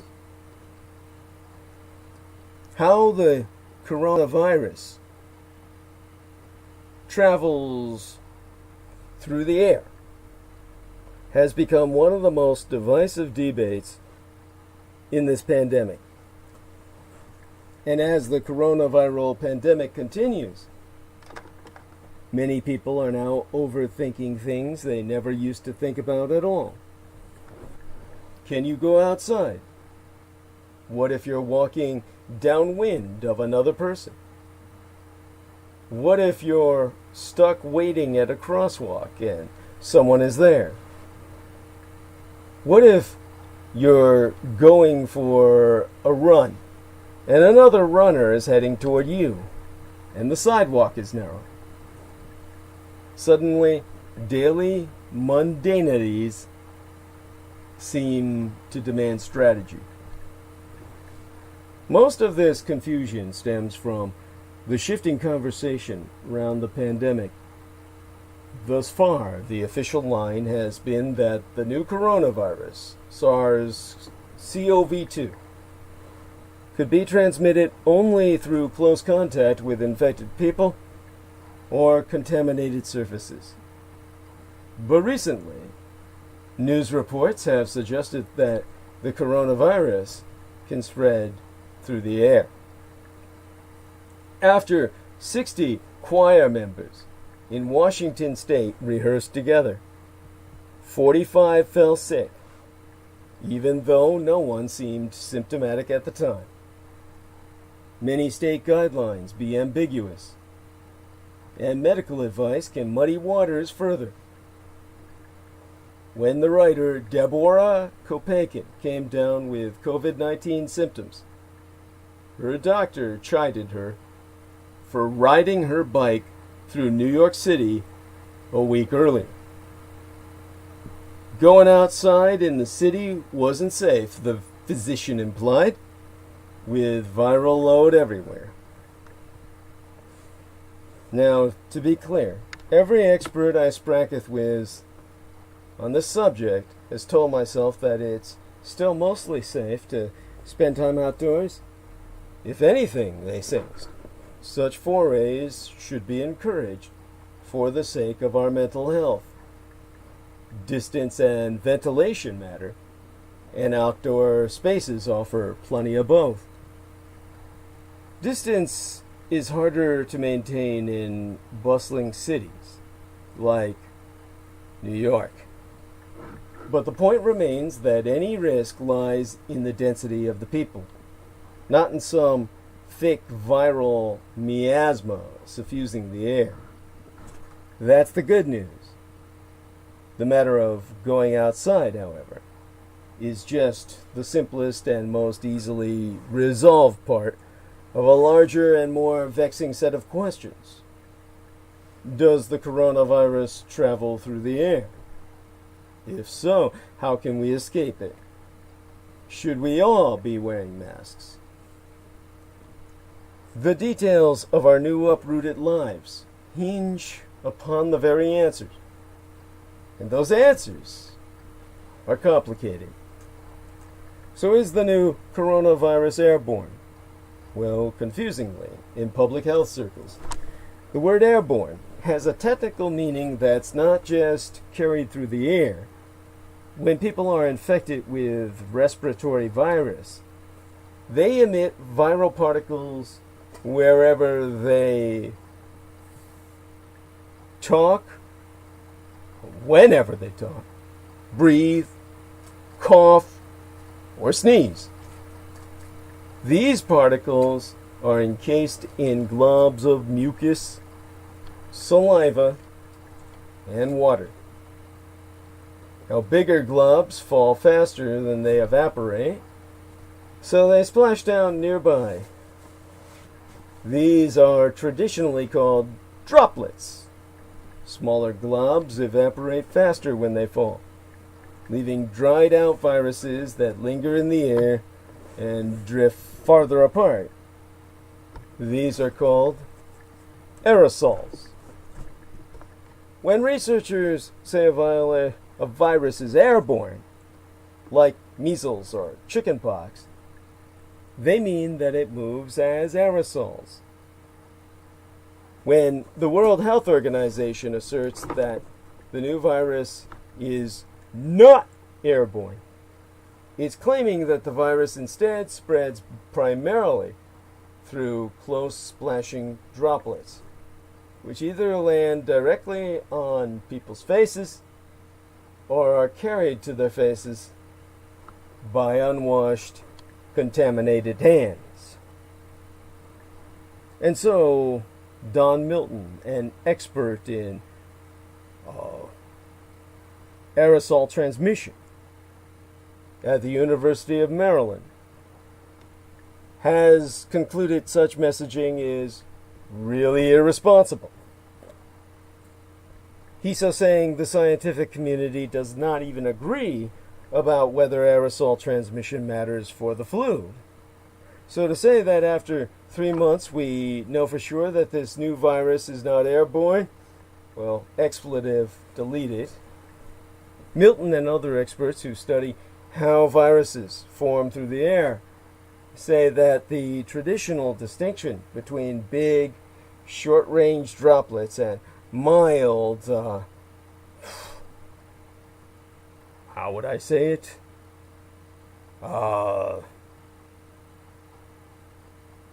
Small, long-range aerosols is based on outdated science. Lydia Burubieva of MIT, the Massachusetts Institute of Technology, for instance, has shown that exhalations, sneezes, and coughs unleash swirling, fast-moving clouds of both droplets and aerosols, which travel many meters further than older studies even predicted. Now, both kinds of glob also matter over shorter distances. Someone standing next to a person with COVID-19 is more likely to be splashed by droplets and to inhale aerosols. The question then being, isn't whether the coronavirus is airborne in the tediously academic way the word has been defined.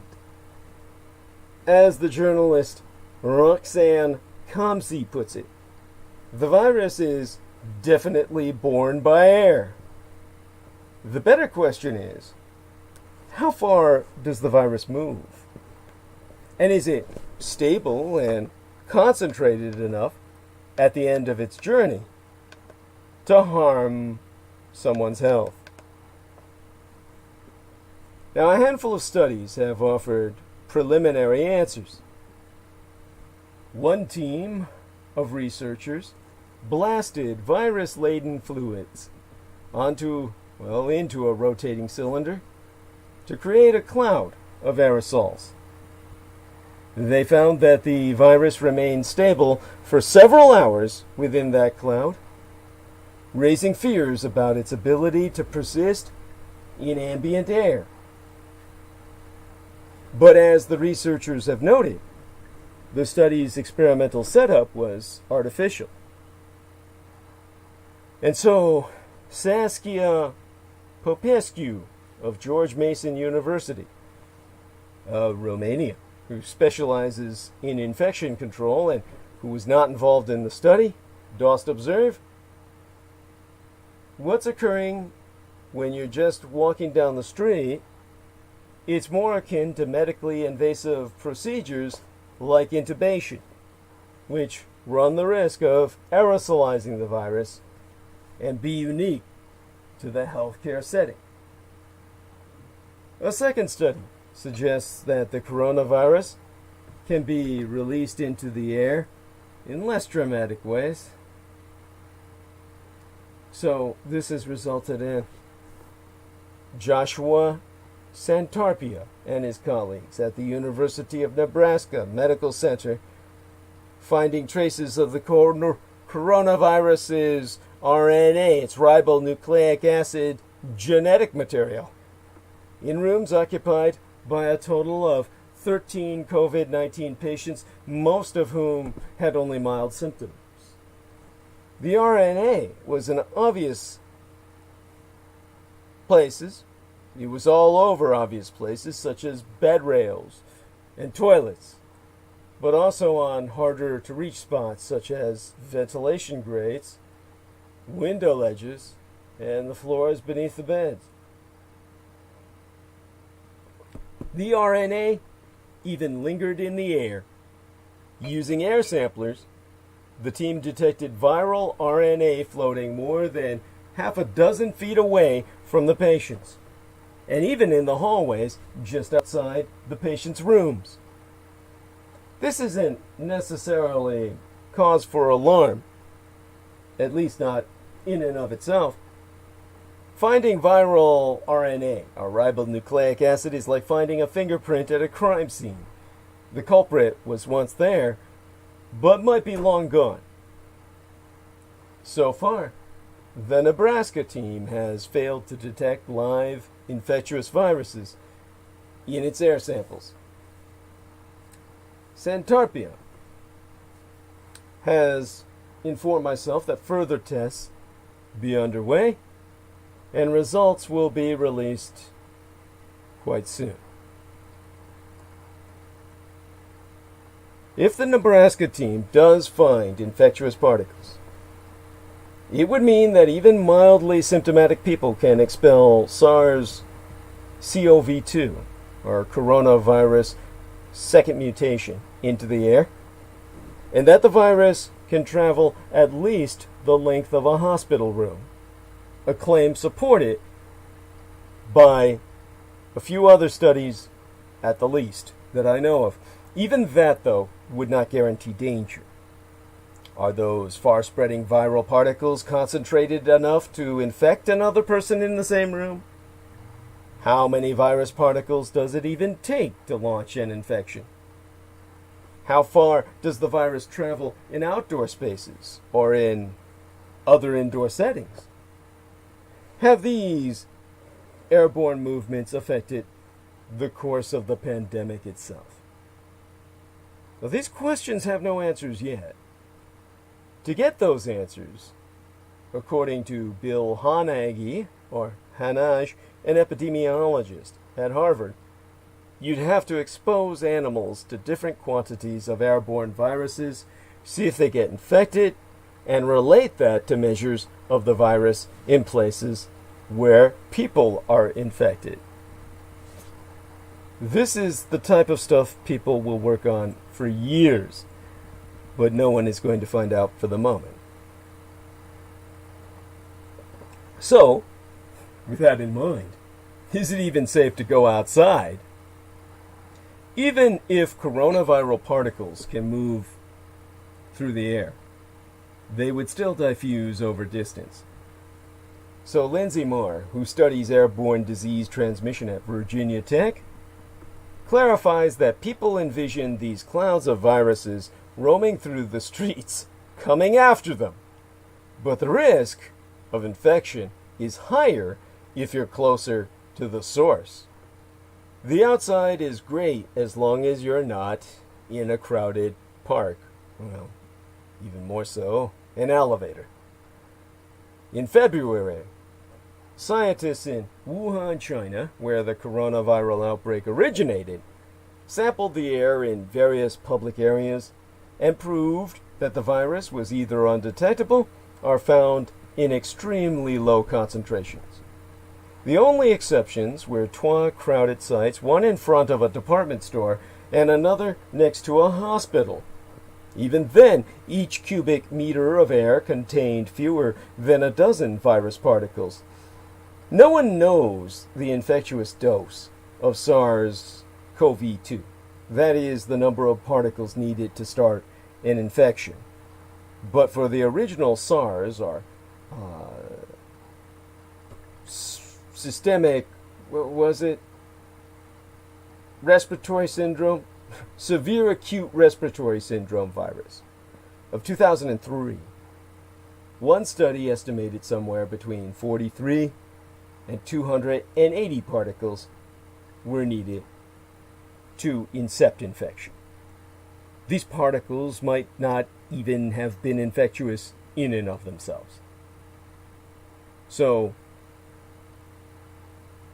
that's why it was concluded that we'll find that, like many other viruses, SARS-CoV-2 isn't especially stable under outdoor conditions, like sunlight or warm temperatures.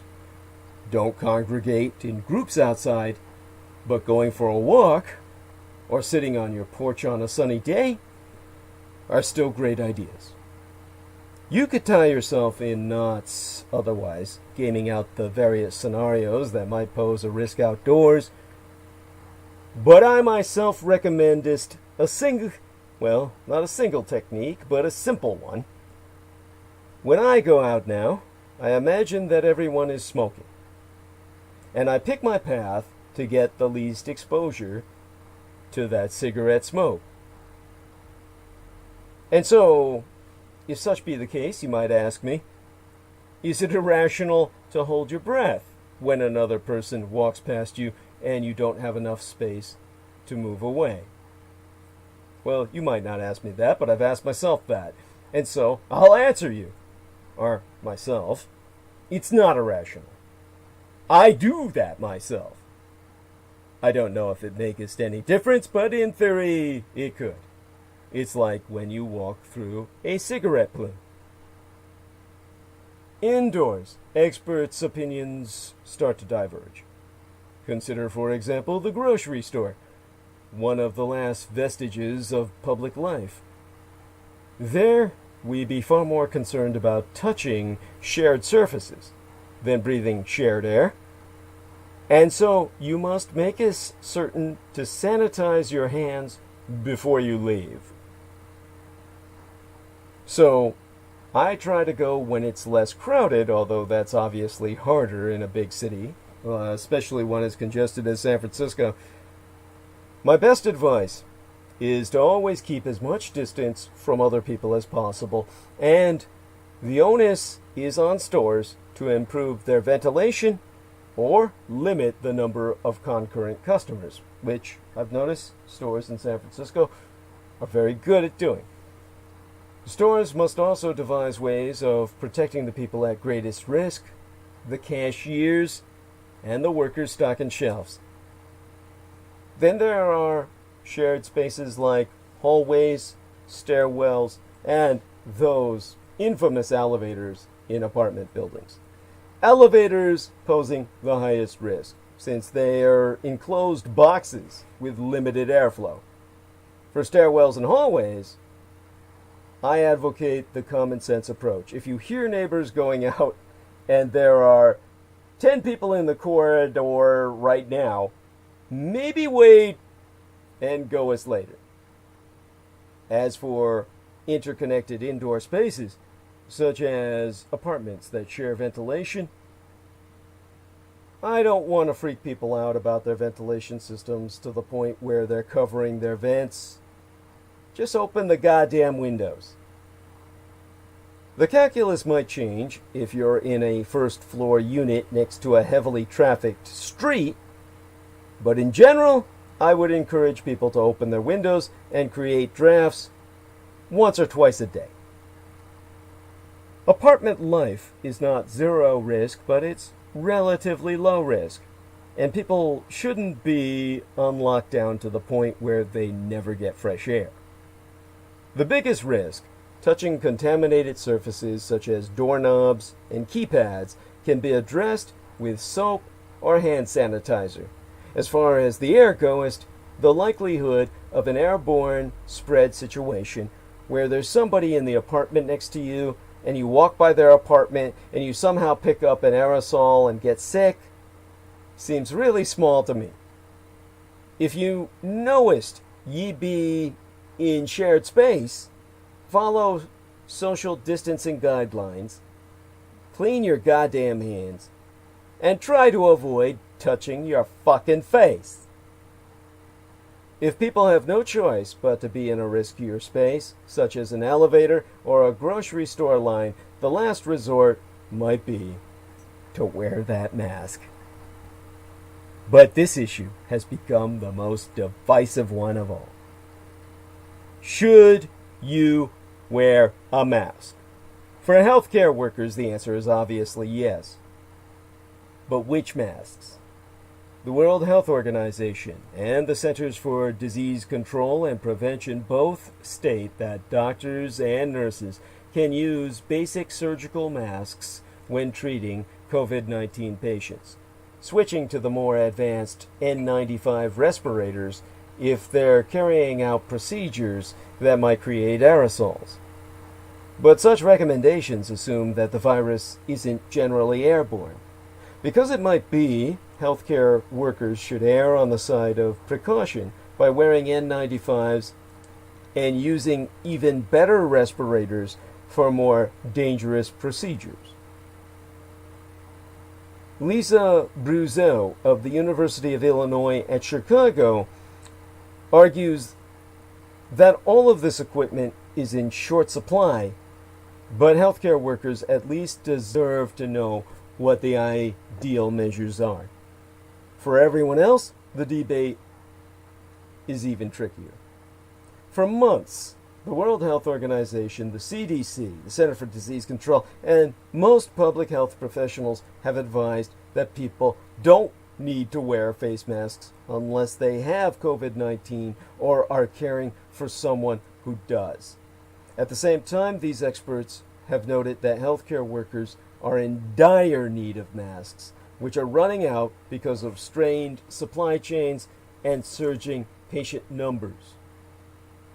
On February 29th, the United States Surgeon General, Jeremy Adams, tweeted, "Seriously, people, stop buying masks!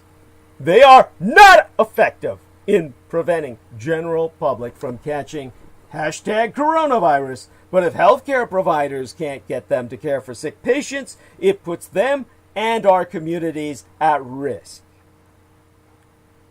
If masks are limited, conserving them for the people who need them most makes sense.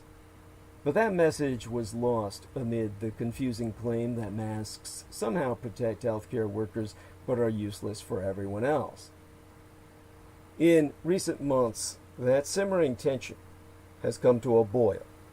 Opinion pieces, news stories, and scientific papers have urged Western countries to use masks widely, emulating the example set by East Asian countries.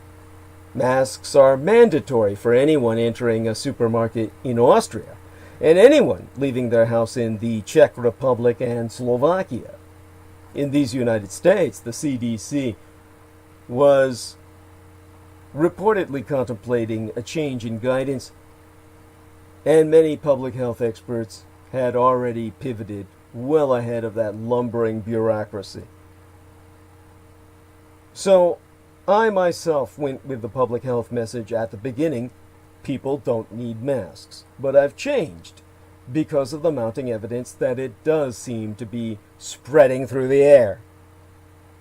Since the virus is traveling through the air, then it seems intuitive that masks would block it. But the evidence for this is all over the place, especially for surgical masks, which are more common than N95 respirators and which don't form a tight seal with the face. Several past studies have found that face masks reduce the risk of flu-like infections, slow flu transmission in households, and even reduce the spread of SARS, the severe acute respiratory syndrome that kills, especially when combined with hand washing and gloves. Other stories have been studies have been more equivocal, finding that masks provide us no benefit, small benefits, or benefits only in conjunction with measures like hand washing.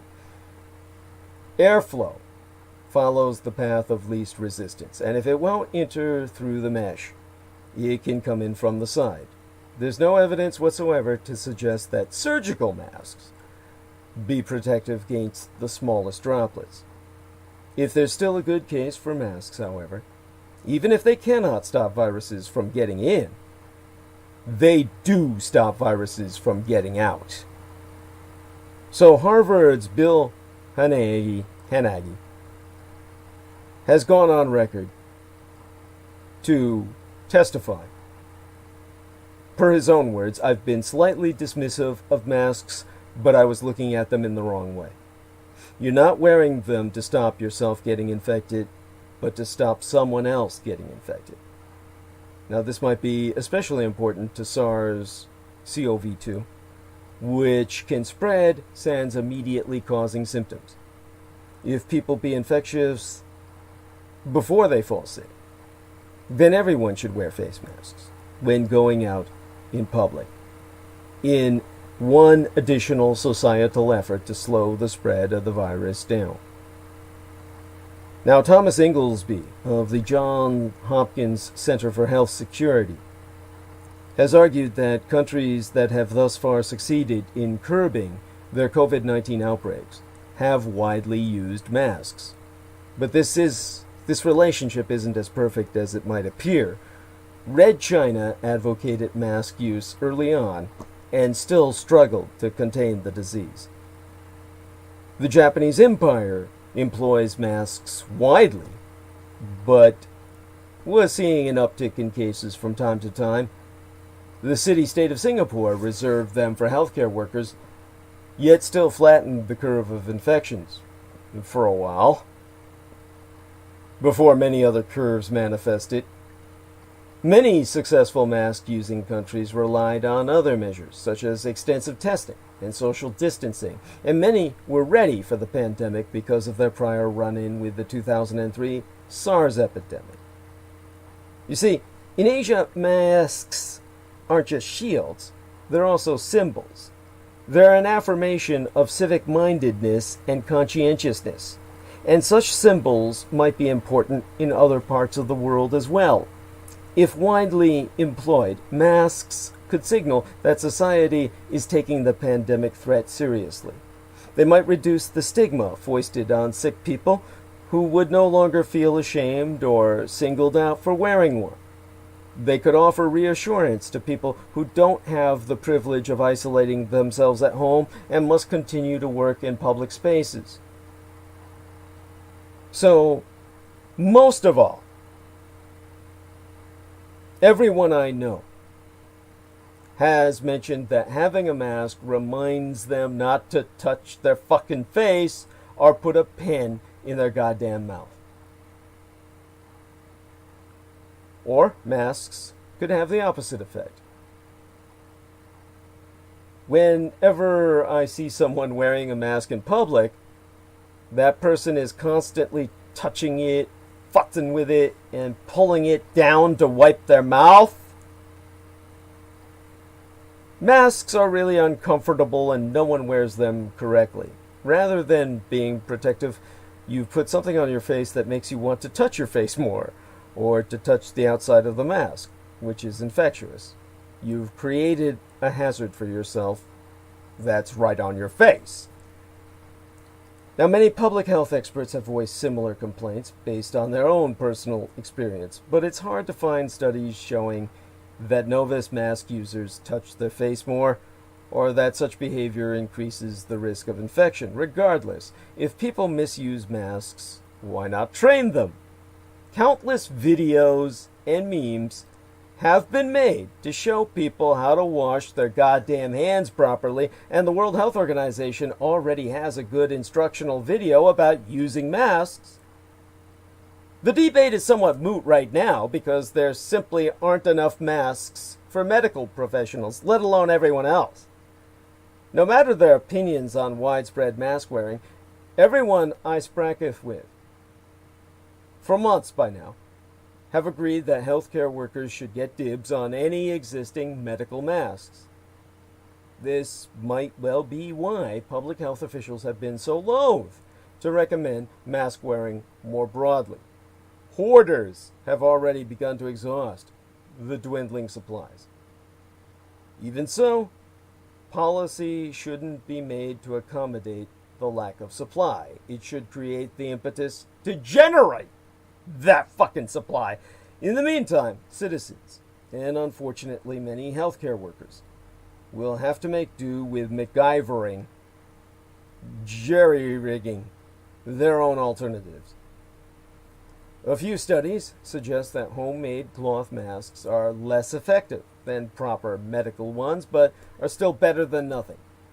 In one experiment, a surgical mask filtered 96% of viral particles from the air, a tea towel blocked 83%, and a cotton t-shirt blocked 69%. In general, thicker materials are better than thinner ones, and a tight fit across the face is important. If people employ makeshift masks, they should thoroughly wash them afterward. And most of all, they should remember that homemade masks are not fully protective.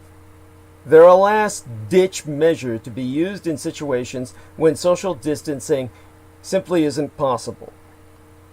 It's not like I'm wearing a mask and now I can talk to everyone. The mask debate is so intense because both the stakes and the uncertainty levels are so high. We're trying to build the plane while we're fucking flying it. We're having to make decisions with massive, quite massive consequences in the absence of any secure data because President Trump declared the disease was a hoax and therefore no studies were done. It's a nightmare for your average cautious public health professional. The coronavirus pandemic has moved so quickly that years of social change and academic debate have been compressed into a matter of months. Academic squabbles are informing national policy. Long-standing guidelines are shifting within days. An experiment that's done in a hospital room can affect how people feel about the very air around them and what they choose to wear upon their faces. Masks are a symbol, yes, but not just of conscientiousness. They're also emblematic of a world that is changing so quickly, no one has time to take a breath. But, all that being said, everything aforementioned being taken into account, guidance against wearing masks for the coronavirus is wrong, and you should cover your fucking face. Before I go on, I'm going to take a quick check of the world around me. Taking a look at some comments left by people upon my timeline. Oh, hey, Jennifer Lynn says, I'm so beautiful like an angel.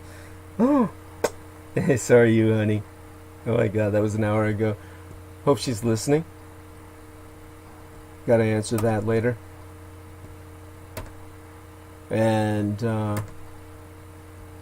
let's take a look in the live dashboard for a second. And there we are. Not too much going on in the chat room. I do hope people are more active. Quite funny, Scott Doty comes in and says, did Aquino die? Look, I'm sorry. I shouldn't say that like that. It's just, that's going to be ongoing. This is going to be ongoing, that question. And there we have that. And so people kind of stopped talking after I stopped talking about Canada. So hopefully that changes and people go back to talking about Canada. Back to talking about everything else I'm talking about now. Nothing wrong with Canada, but forget Canada at this point. We've got plenty else we've got to talk about. Now, let me get a little more input here. It's 11:38 at night here in San Francisco, which, let me check the time in New York. And it is now, oh, that was asinine. New York time, 2:39 a.m. So, be going on for a little while. And let's take a look at what's something I can see here.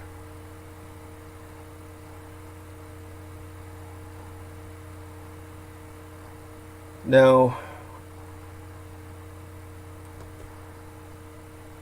one of the things that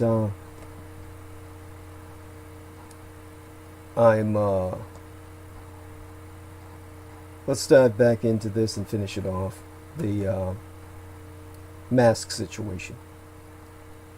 And if you can know this much, if you can successfully block access to your nose, throat, and eyes, you will avoid infection by the coronavirus, influenza, and any of several hundred other respiratory viruses.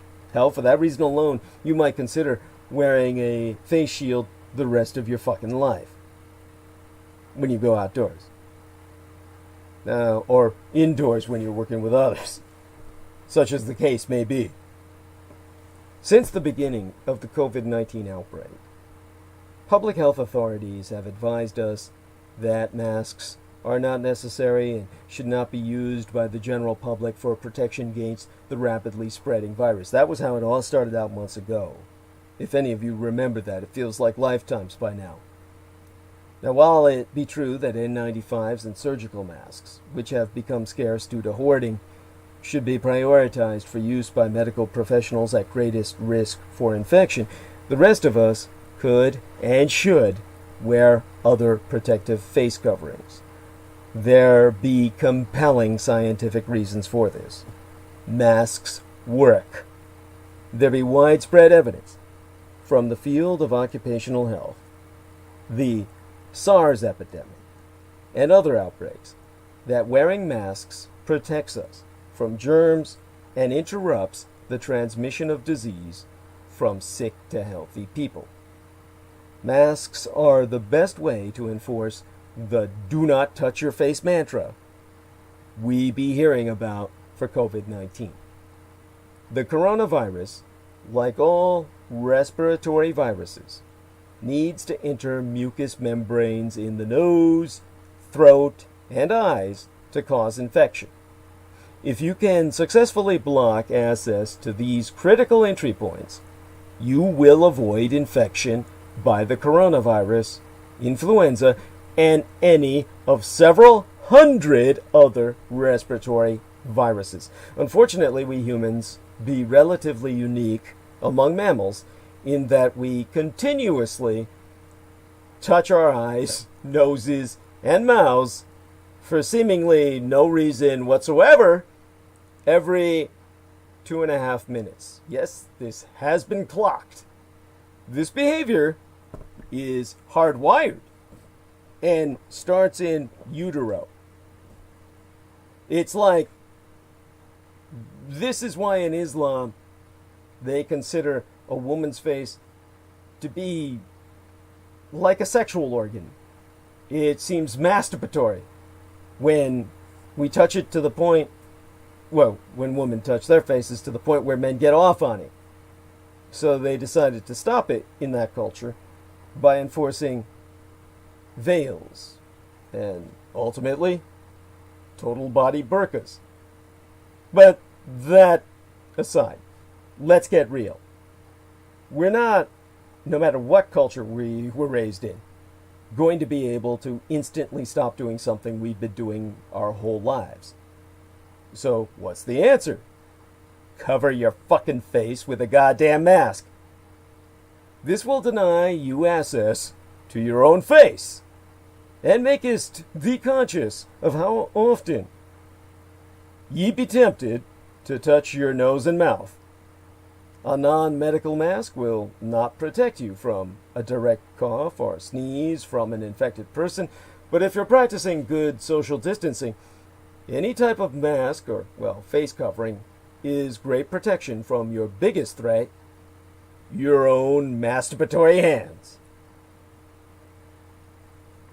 Wearing masks is a powerful signal to others that these are not normal times, and that we all need to change our behaviors to stop a potentially devastating epidemic in its tracks.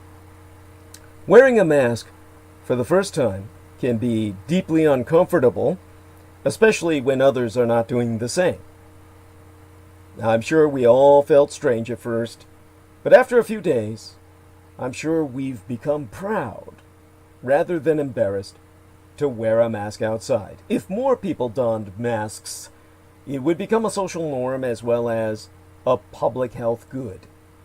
If we can stop handshaking to fight COVID-19, we can also end mask stigma.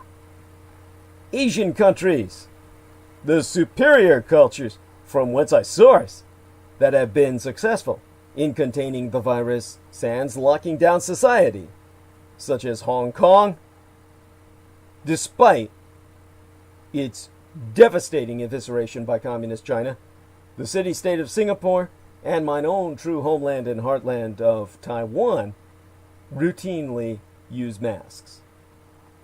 Well, as of March 17th, which date I'm happening to call up on screen right now with a very exhaustive study taken at the time, those three countries together had fewer than 1,000 cases of the coronavirus, despite having close connections to Red China's Hubei province, where the epidemic originated and exploded late last year. There be many explanations for this success, including the rapid recognition of the threat, swift application of lessons learned during the 2002 SARS outbreak, and widespread testing and strict isolation of confirmed cases. But masks are also used routinely for protection against infectious diseases in these countries, and universal mask use is part of their coronavirus guidance. In mine own native Taiwan, masks are such an important first line of defense that artificial intelligence is used to create live maps of local supplies of face masks so that citizens know where to get them. This is Taiwan's indirect way of acknowledging its supervision by the Dietrich Architect, which Peter Moon and I will go into more this Sunday. So what needs to be done here in these United States, where instead of the great Dietrich Architect, you're stuck with Douglas Dietrich? Cover your fucking face. Non-medical masks should be worn by everyone going outside. Inexpensive cloth masks are available for purchase online. Alternatively, scarves, bandana-style neck gaiters, and other similar face coverings can work effectively. Masks should be placed over the mouth and nose and removed carefully, sans touching the outside surface, and cloth masks should be washed frequently. We must also encourage others to cover their faces as well. We need to change our perception that masks are only for sick people and that it's weird or shameful or unchristian to wear one.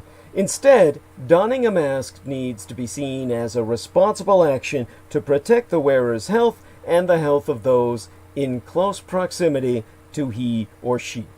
If our political leaders and cultural influencers put on masks, we could change our social attitudes and norms quite rapidly. This will not be easy.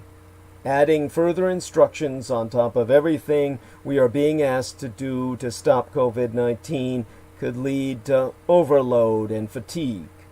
However, hand washing, social distancing, and doing your best not to touch your fucking face are not enough in and of themselves to stop the coronavirus.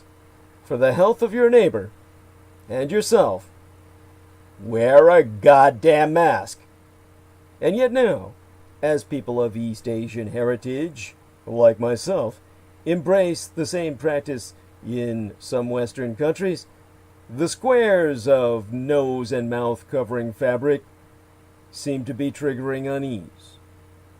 Why, but the month before last, in Washington, D.C., a Chinese newspaper reporter for Caijin, meaning a mainland Chinese reporter, someone who sourced from communist China, was told to his face, "Only sick people wear masks," while attending a press conference at the White House. More seriously, East Asian communities in countries including these United States, the United Kingdom, and the Australian Commonwealth have linked mask wearing to an increase in racist attacks. Stupid fucking white trash pieces of shit throughout the English-speaking world. English is the language of the stupidest people on earth. The medical community itself lacks a clear consensus on whether we should all now be affixing face masks before stepping out of the front door. That has only recently, all too recently, been resolved.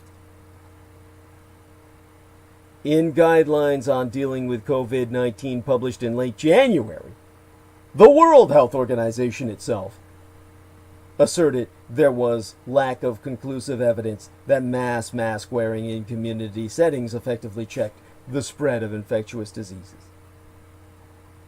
Of course, it took rogue experts like myself to push back against that position.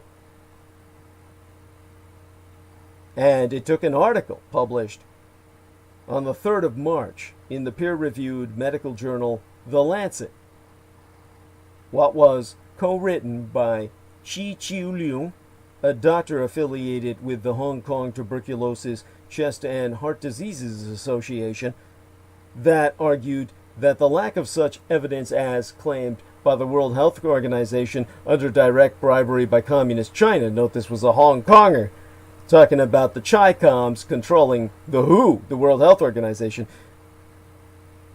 so struck back, saying the so-called lack of such evidence, the purported lack thereof, should not be equated to evidence of ineffectiveness, especially when facing a novel situation with limited alternative options.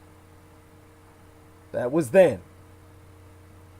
In combating transmission, to understand face masks helps prevent the spread of COVID-19, we need to consider how the virus itself spreads.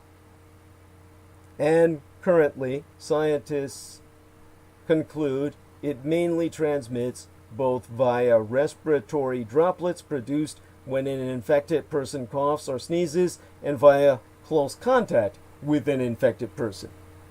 In addition, there be evidence of the so-called aerosol transmission, and plenty of it, tiny particles suspended in the air when people stay in closed environments for prolonged periods.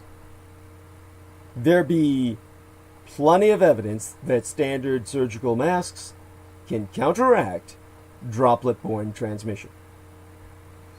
And so, according to an article on the reasonable applications of masks published by the Beijing-based Zhuanwu Hospital at Capital Medical University, such masks, which include a water-resistant outer layer, an air-filtering middle layer, and a moisture-absorbing inner layer, protect both the wearer and others around them from respiratory droplets by blocking them and neutralizing the pathogens they contain. Similarly, a 2006 study into the influenza A virus by researchers at the University of Toronto stated that surgical masks can be used to guard against the spread of large droplets, but not aerosols. But things get trickier as the vectors of disease get smaller. According to an article on the United States Food and Drug Administration's official website, I just called up now and scanned, although surgical masks can effectively screen large airborne droplets and those expelled by the wearer, their relatively loose-fitting design cannot totally filter out the smaller particulate matter transmitted through the air during coughing and sneezing, preventing germs from reaching the nose and mouth. And so, the CDC, the United States Centers for Disease Control, do not recommend that people who are well wear surgical masks or their higher specification counterparts, so-called N95 respirators, to protect against COVID-19. Now, this is an old article that I noticed they've since superseded. So, points are made, and points have to be dismissed. This is what happens when you do what I do and look through the internet while you speak. But, according to the FDA, the Food and Drug Administration, the term N95 is given to respirators that block at least 95% of the very small particles down to 0.3 microns in diameter. So although the CDC wasn't originally advocating for preemptively donning N95 respirators, major research has concluded that the dome-shaped, tighter-fitting facial gear offers better protection against infections spread by droplets than surgical masks, contrary to many hospital guidelines worldwide. However, even N95 respirators cannot provide complete protection against the tiniest of particles. In short, surgical masks might do a decent job at screening out large airborne droplets, but they don't put up as strong a defense as N95 respirators when it comes to the smaller stuff. However, whether or not we all need to be wearing one depended for the longest period of time on who you asked. So, a multi-pronged approach be best. Some research suggests that combining mask wearing with other preventative strategies can effectively stop diseases from spreading. A 2009 study, co-sponsored by the US CDC, the Hong Kong government, and Hong Kong University, split 259 households into a control group, a hand-washing group, and a combined hand-washing and mask-wearing group. And the study found that those who took the combined approach within 36 hours of a family member contracting the flu had infection rates up to 70% lower than expected. A University of Michigan study conducted during the 2007 through 2008 flu season took a slightly different approach, splitting nearly 1,200 young people at 5 college residence halls into a control group, a mask-wearing group, and a combined mask-wearing and hand-washing group, finding that the rate of flu-like infections in the combined group fell significantly compared to the other 12 groups. However, those 12 studies don't necessarily in and of themselves mean that wearing a mask is completely ineffective.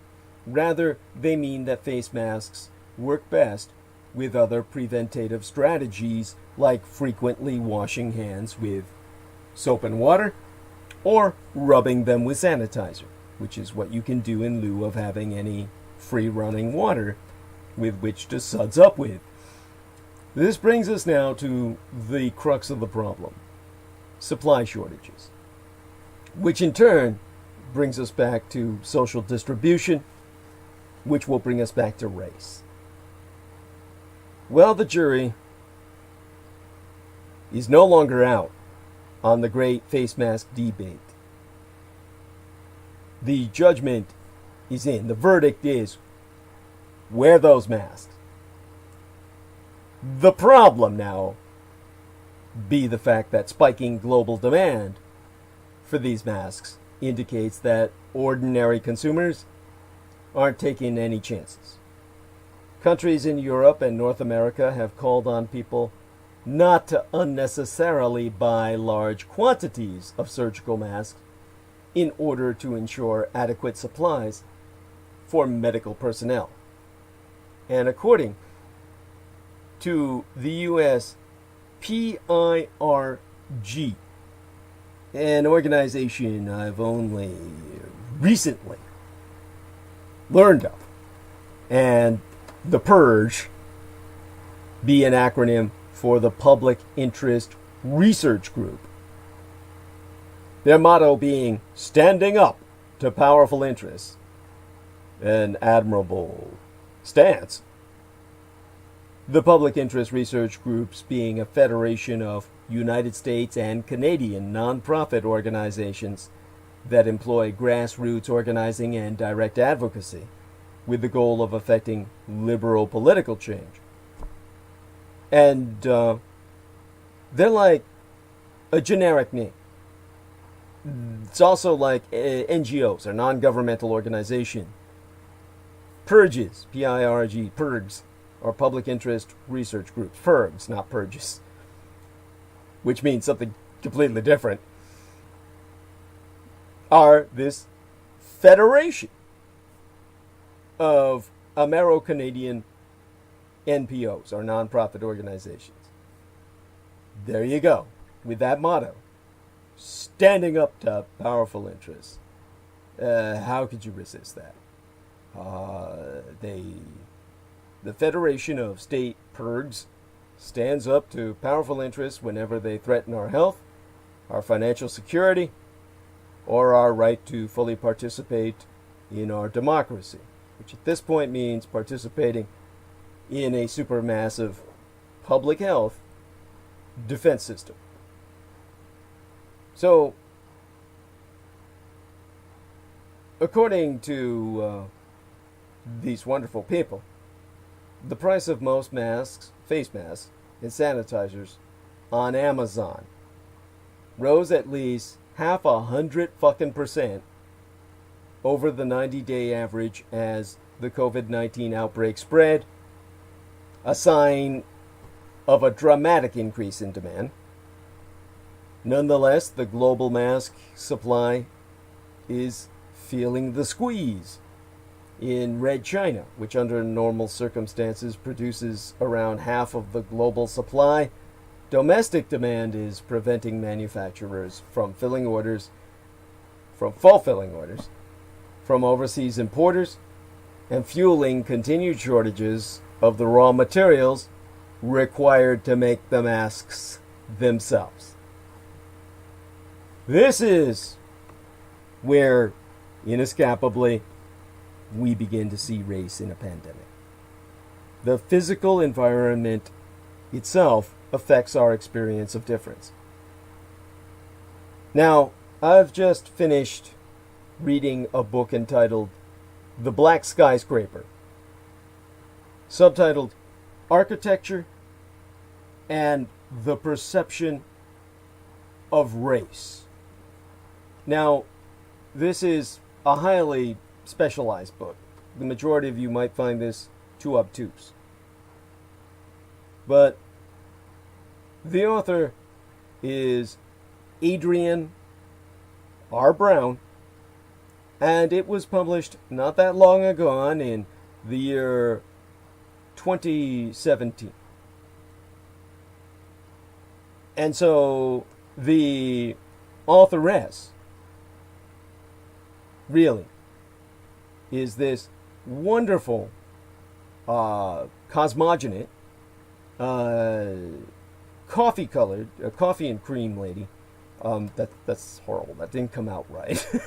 Coffee and cream colored lady whose magisterial work on the effects of race and racial perception, emergent with the rise of the vertiginous symbols of industrial capitalism and modernity that sprouted in America's metropolitan centers in the first half of the 20th century, it articulates that with the development of the first skyscrapers in the 1880s, urban-built environments could expand vertically as well as horizontally. Tall buildings emerging in growing cities to house and manage the large and racially diverse populations of migrants and immigrants flocking to their centers following Reconstruction. Again, this is entitled The Black Skyscraper, subtitled Architecture and the Perception of Race, by the authoress Adrienne R. Brown. Her first name spelled A-D-R-I-E-N-N-E. Again, wonderful woman. So, having read her book, she has made me realize that the material environment we move through shapes how we perceive race. And focusing on the skyscraper's emergence on the American scene in the late 19th and early 20th centuries, she showed how the new densities, vantage points, and urban scales shaped by this architecture affected people's capacities to see and read bodies as racially marked. Now, skyscrapers first rose to prominence at a time when understandings of what race was, where it resided in or on the body, and strategies for recognizing and reading its alleged characteristics were all in flux. As Reconstruction ended, Jim Crow rose, and millions made their way to growing urban centers, many Americans turning to law, science, and culture to stabilize racial definitions and categorizations. Skyscraper architecture, however, unsettled the very ground upon which Americans perceived and threw a wrench in efforts to shore up certainties round race. Given that everyone appears as a dark speck when viewed from high enough, we're all ants, the skyscraper raised questions in this period about how and whether race would even remain legible in an urbanizing nation where tall buildings were challenging what it meant to see in the first place.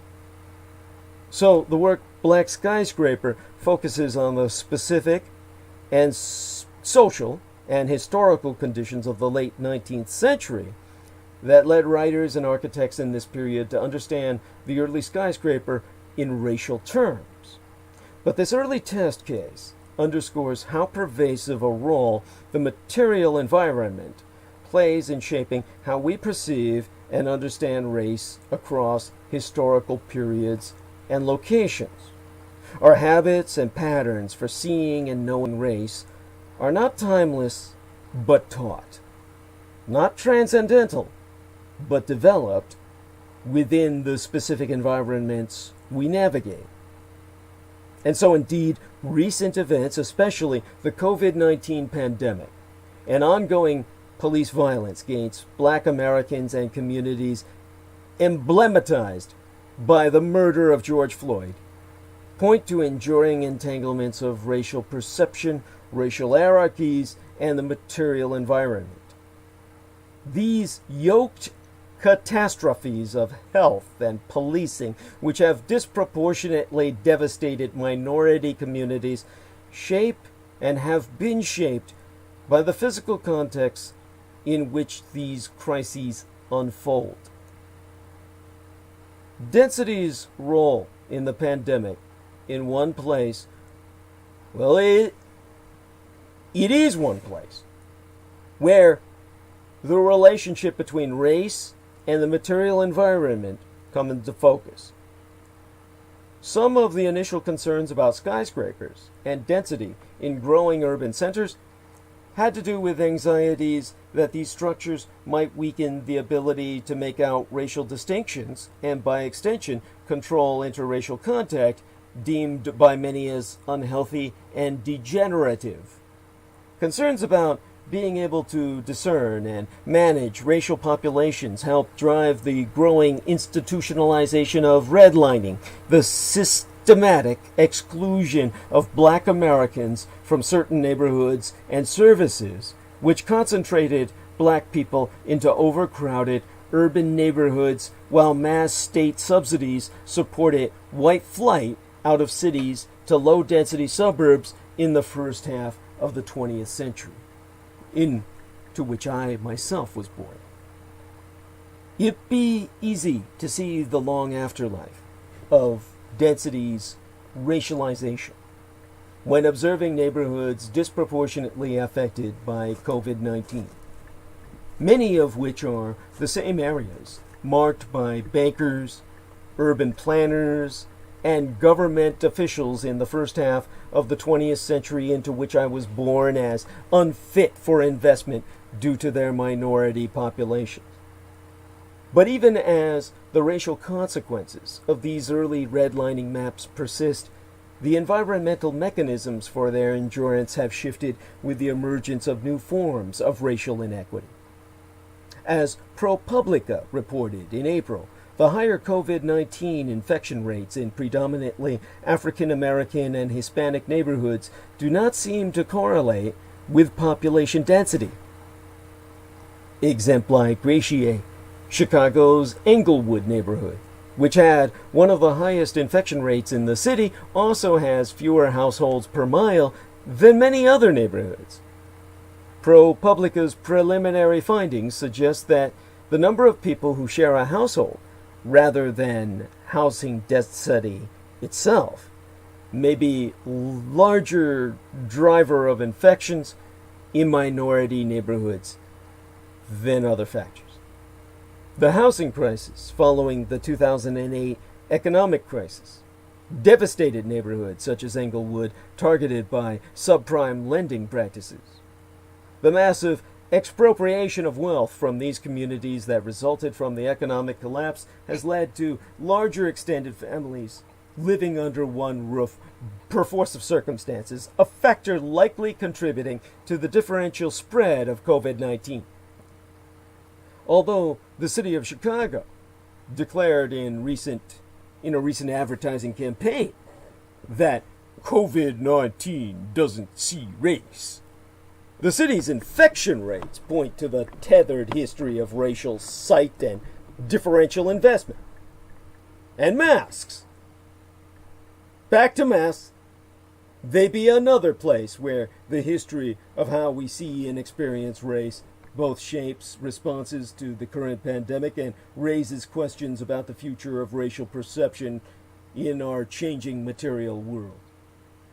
While the act of wearing a mask in public to prevent the spread of COVID-19 was first framed as a matter of public health, it quickly transformed into a symbol of sovereignty when largely white and largely maskless crowds began descending on capitals and state houses in early spring to protest stay-at-home orders for infringing on their freedoms, which freedom to them is simply a code word for white privileges, their ability to go to bars and go to nail salons and hair salons and maintain themselves while black workers and other coloreds labored on their behalf.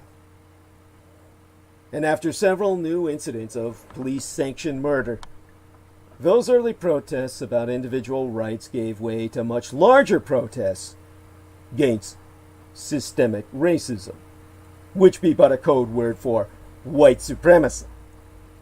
Yet the remnants of these earlier protests endure in isolated and at times belligerent acts of dissent, staged by those unwilling to wear masks in stores and venues requiring such. It's rare for a week to go by without new video of a fish belly white patron becoming incensed when required to wear masks to receive services delivered by a colored peon. The outrage provoked by perceived infractions threatening one's sovereignty as a white person of privilege reverberates with a much older racial ideology that understood power over oneself to be a categorically Anglo-American trait.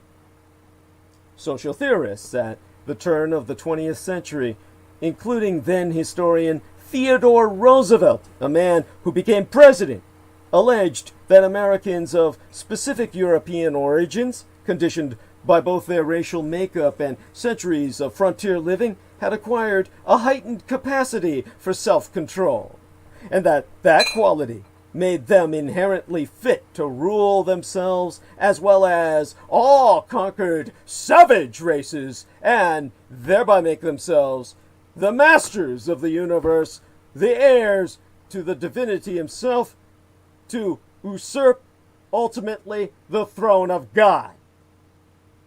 Such hubristic theories construed whiteness as the right to own and occupy all space.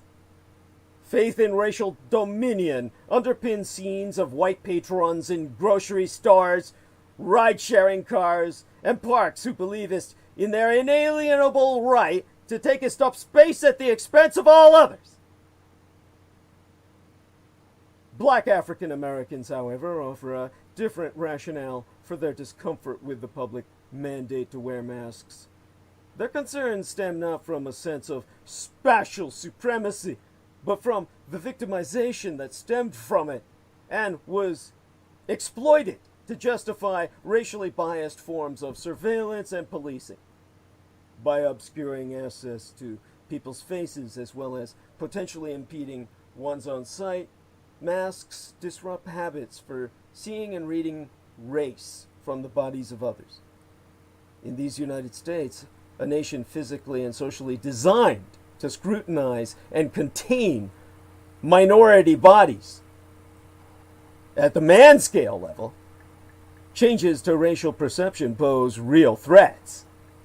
Black African Americans have described their concerns that wearing masks would heighten racist assumptions about black criminality, making them even more susceptible to surveillance and harassment. Speak truth. The disproportionate punishing of minorities for violating public health ordinances instituted in the wake of COVID-19, coupled with reports of masked black men being questioned by police for appearing suspicious, reflects the catch-22 of mask wearing for any black Americans. And so, disruptions to norms of racial identification have historically been followed by systemic efforts to produce and enforce structures capable of doing the work instead. Race-based methods of property appraisal in the early 20th century and facial recognition technology in the 21st be but examples of systems designed to produce and enforce alleged racial truths more effectively than subjective individuals can, generally with completely discriminatory results in the most negative sense.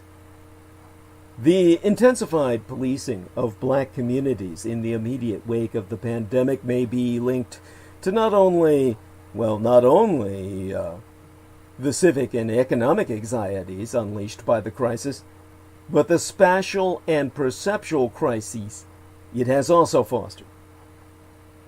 But with alterations to racial perception, also arise new abolitionist and emancipatory visions. To return to a lesson gleaned from the work Black Skyscraper, which I've just finished reading, whereas white writers such as Henry James and William Dean Howells expressed great anxiety about the effect of tall buildings on our ability to see and knowest race, black writers such as W.E.B. Du Bois and Nella Larson imagined the skyscraper's capacity to scramble the senses as an opportunity for dismantling racial hierarchies by exposing their arbitrariness. The pandemic and the uprisings in response to police violence seem to also be seeding experiments in racial perception and liberation. The oversized calligraphy declaring Black Lives Matter and defund the police being drawn on a growing number of streets in these United States at a scale reflective of the urgency of the demand. The virtual DJ sets emerging in the early days of the pandemic, reframing the relationship between sound and sociality, and the new habits of attention being cultivated in the wake of shelter-in-place orders, forcing many to rethink their orientation to the natural, material, and social worlds around them. Protocols for perceiving race are difficult to disrupt, especially since habits for racial assessment and meaning are generally learned informally rather than through explicit pedagogy.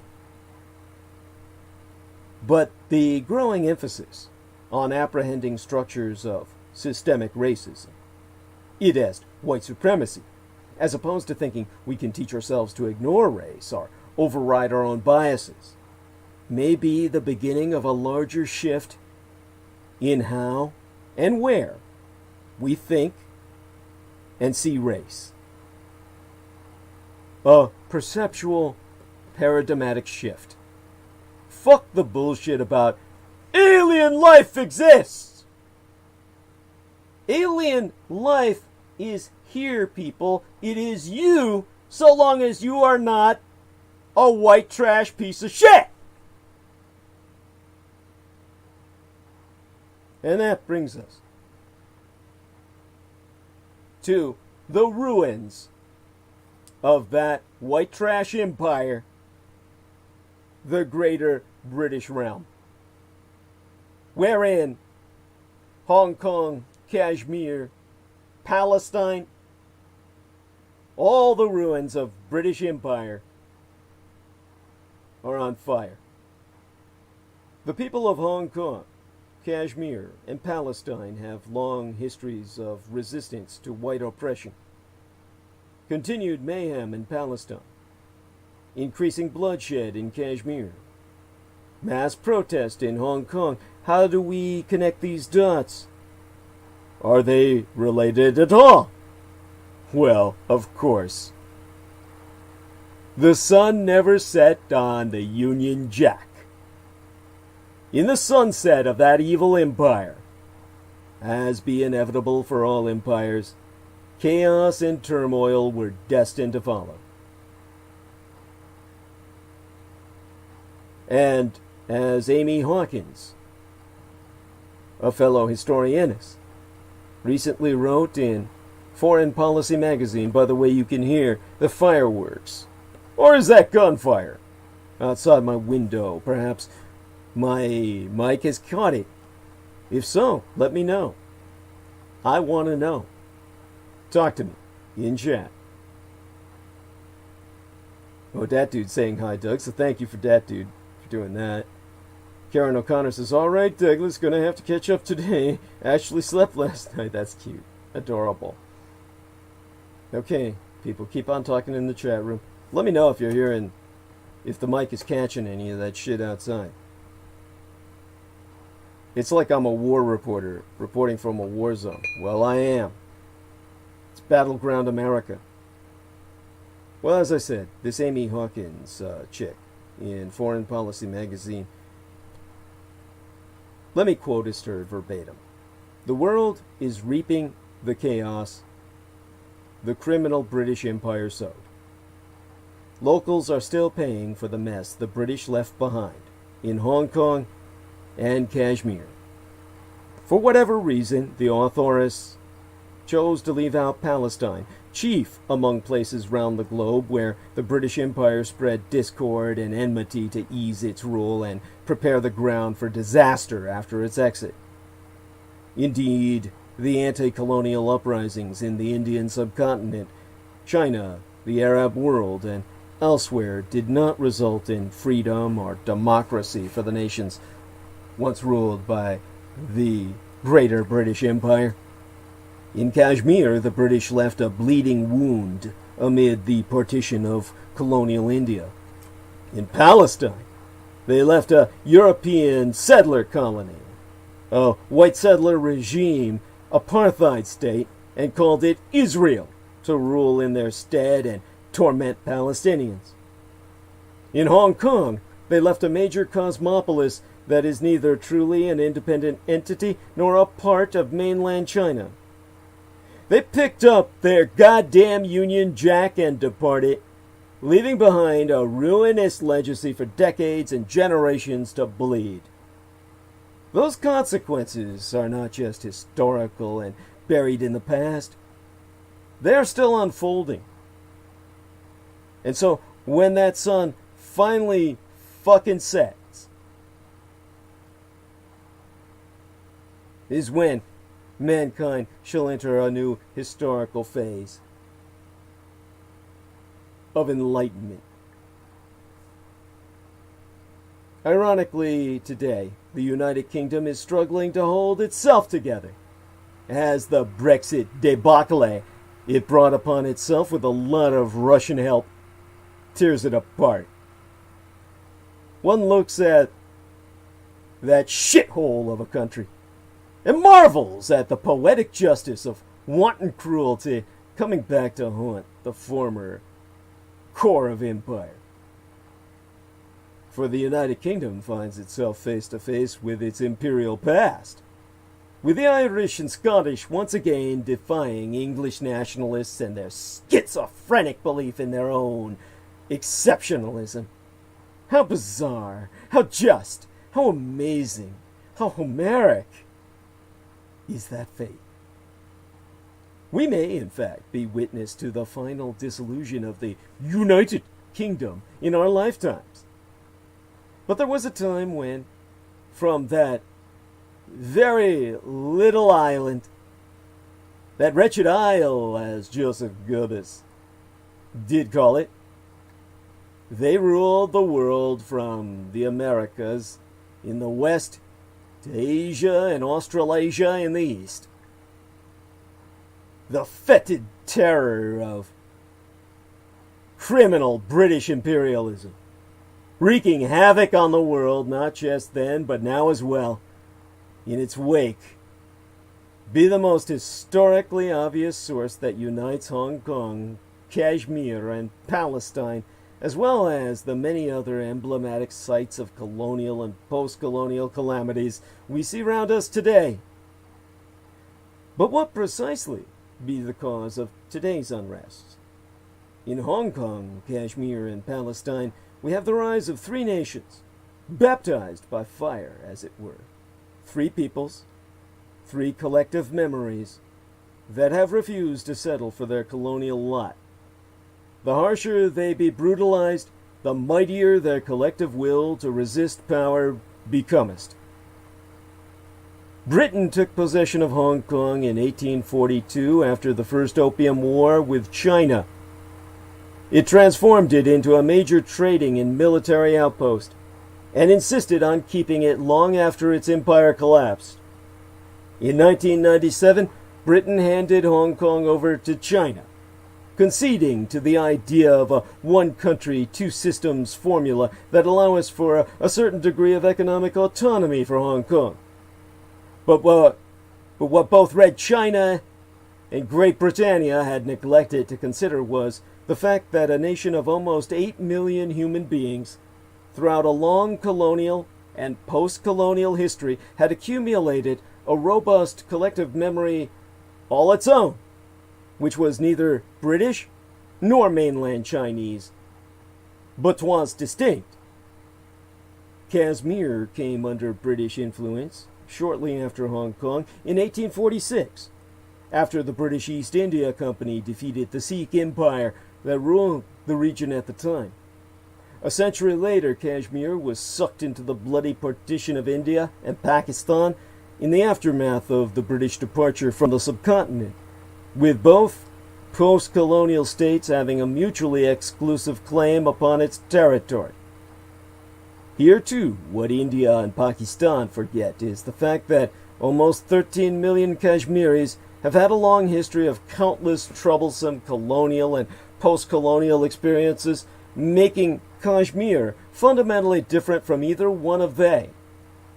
The same be the case with Palestine, which fell under British rule circa 1920 after the defeat of the Turkish Ottoman Empire in World War I. Before the British packed their colonial possessions and left almost 3 decades on, they installed a successor settler colony in the form of a Zionist garrison state. Decades of unrelenting struggle against the barbarities of the British and the white settler Zionists have left Palestinians in possession of one of the most courageous and steadfast histories of resistance to colonial domination in the human experience. Memories of resistance, all around, in revolting against Red China and democratic India and apartheid Zionist Israel.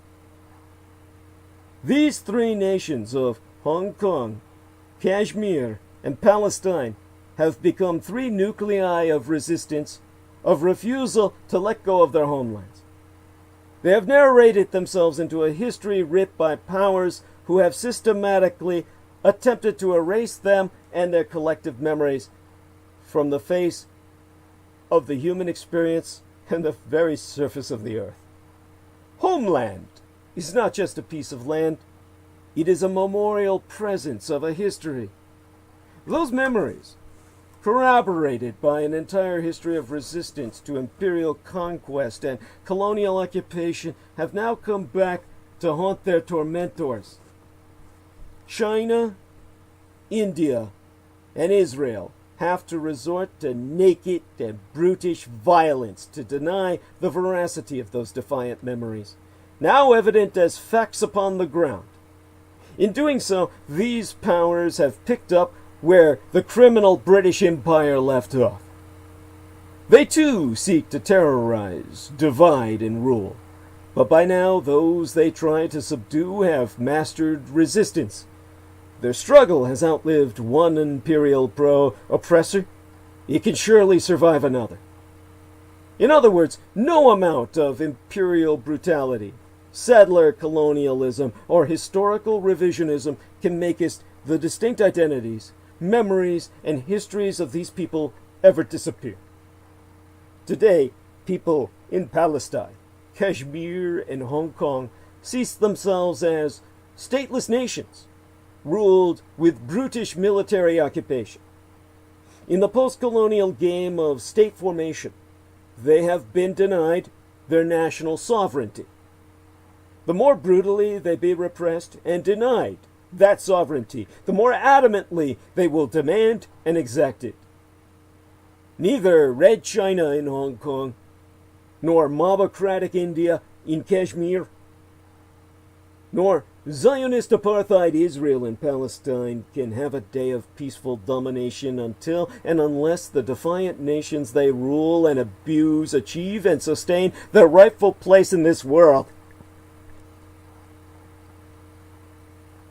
An American hypocrisy, the hypocrisy of the American empire be beyond redemption. You figure this one out with Washington. It's okay for Israel to annex Palestinian territories, but not for Red China to raise issues that concern its interests in Hong Kong. When I was learning the Srpski language, the language of the Serbs, the Serbian language of the former Yugoslavia, in Berkeley University, I encountered many misguided Marxists in that liberal institution who were big fans of the late Yasser Arafat and the Palestinian Liberation Organization, the PLO. Now, of course, I myself, in a certain sense, don't care about the Arab-Israeli conflict because it's not my fight. And, of course, if I were to have any sense of identity with any of the three hot zones of conflict, I've just been historically educating yourselves about. In terms of my own heart, I would have a fight much closer to my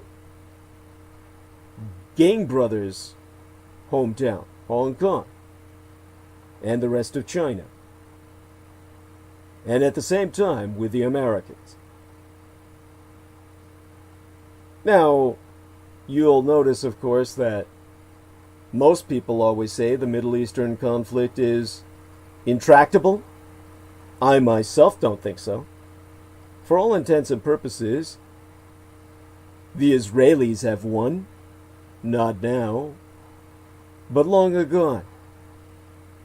The latest annexation to them in their minds is just their delayed reward of victory dating back to 1967, the year after I myself was born into this vale of tears. So, if I were to go completely cynical, as a political realist, I would presume the annexation has always been inevitable. No one seriously thinking Israel would ever dismantle all those Jewish settlements, or, as Israelis like to say, facts on the ground. But of course, if you still believe in international law, or the so-called two-state solution, you might be in despair. Having said all that, it's most instructive to compare the very different responses of the American empire to the Israeli annexation and to Beijing interference. However violent, terroristic, and brutal it truly be in the city-state of Hong Kong. So someone help me wrap my mind around this. Washington is giving Israel the green light to annex formerly British Palestinian territories in the West Bank in direct violation of international law. However, it relentlessly criticizes the Communist Chinese Empire for interfering in the formerly British Crown colony of Hong Kong, which, of course, ethnically would be indisputably Chinese, albeit not so culturally as I've articulated. The United States Secretary of State Mike Pompeo said annexation was ultimately an Israeli decision. Shouldn't it also be a Palestinian decision from the point of view of international law? Not at all, says a U.S. State Department spokesman, who has subsequently clarified, "We are prepared to recognize Israeli actions to extend Israeli sovereignty and the application of Israeli law to areas of the West Bank that the vision foresees as being part of the State of Israel." Hypocrisy, double standards. I think we be way beyond all that with the United States. All these have nothing to do with right or wrong, international law, human rights, or self-determination. It's just naked power politics. Israel is the 51st state of the United States in function. The United States' closest ally, well above and beyond Little England. The Communist Chinese Empire be at the least a rival, if not an enemy. China's wolf warrior diplomats have called Pompeo the common enemy of all mankind. That's just nonsense. The truth is, Pompeo can't say anything bad about Israel or anything good about Communist China. So the two-state solution is dead. What comes next? Be far worse. Annexation of the West Bank will cement a one-state reality on the ground, enshrining Israeli rights over Palestinians. Today, yesterday at this point, it being 12:30 a.m. in the Pacific, on the 1st of July, Canada Day, and Michael Aquino's death day, as recognized by the general public, Israel moved to annex parts of the occupied West Bank under the terms of a coalition agreement signed in April. Palestinians, meanwhile, are left questioning their leadership and wondering how they became so far removed from their original goal of a Palestinian state. And as Israel slowly carved out big, bloody, bleeding parts of the West Bank over the years, its settlements swallowing hilltops and displacing Palestinians by destroying their homes, the Palestinian leadership cravenly chose its political dominance and economic interests over holding the occupier of its land accountable.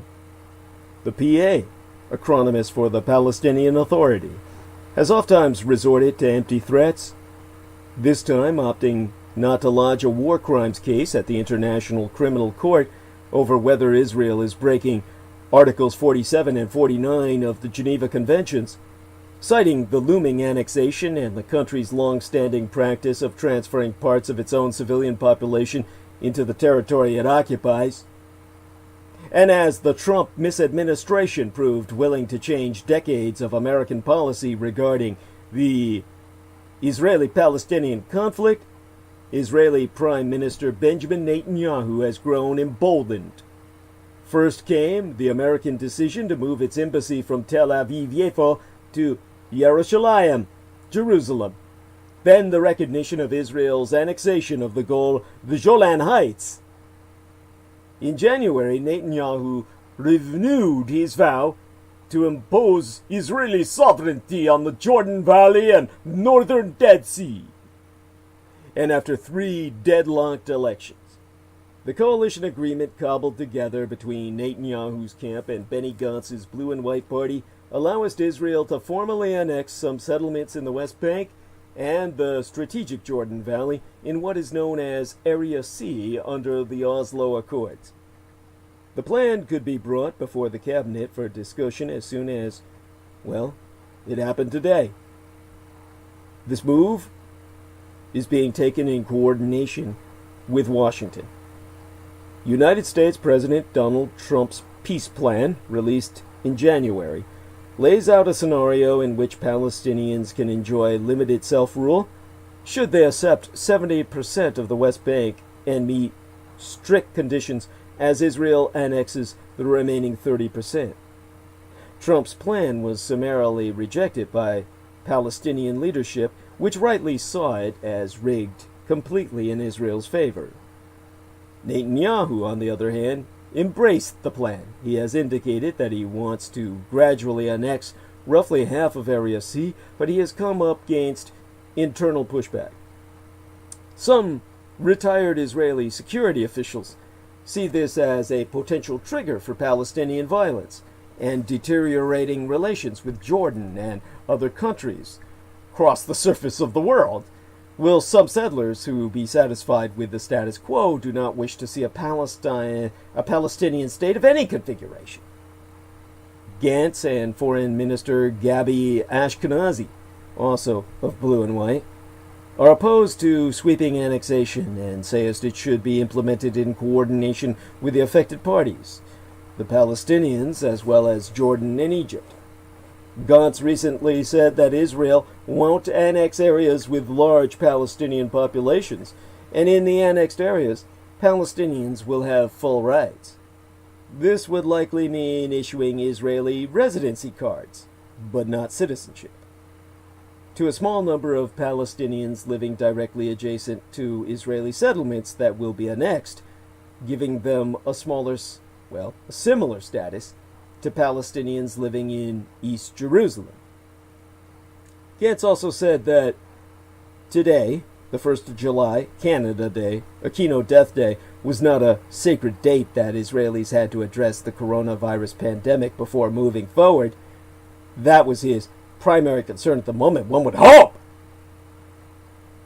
Which, of course, both be comments Bibi Netanyahu has summarily dismissed. There are also divisions within the Trump administration.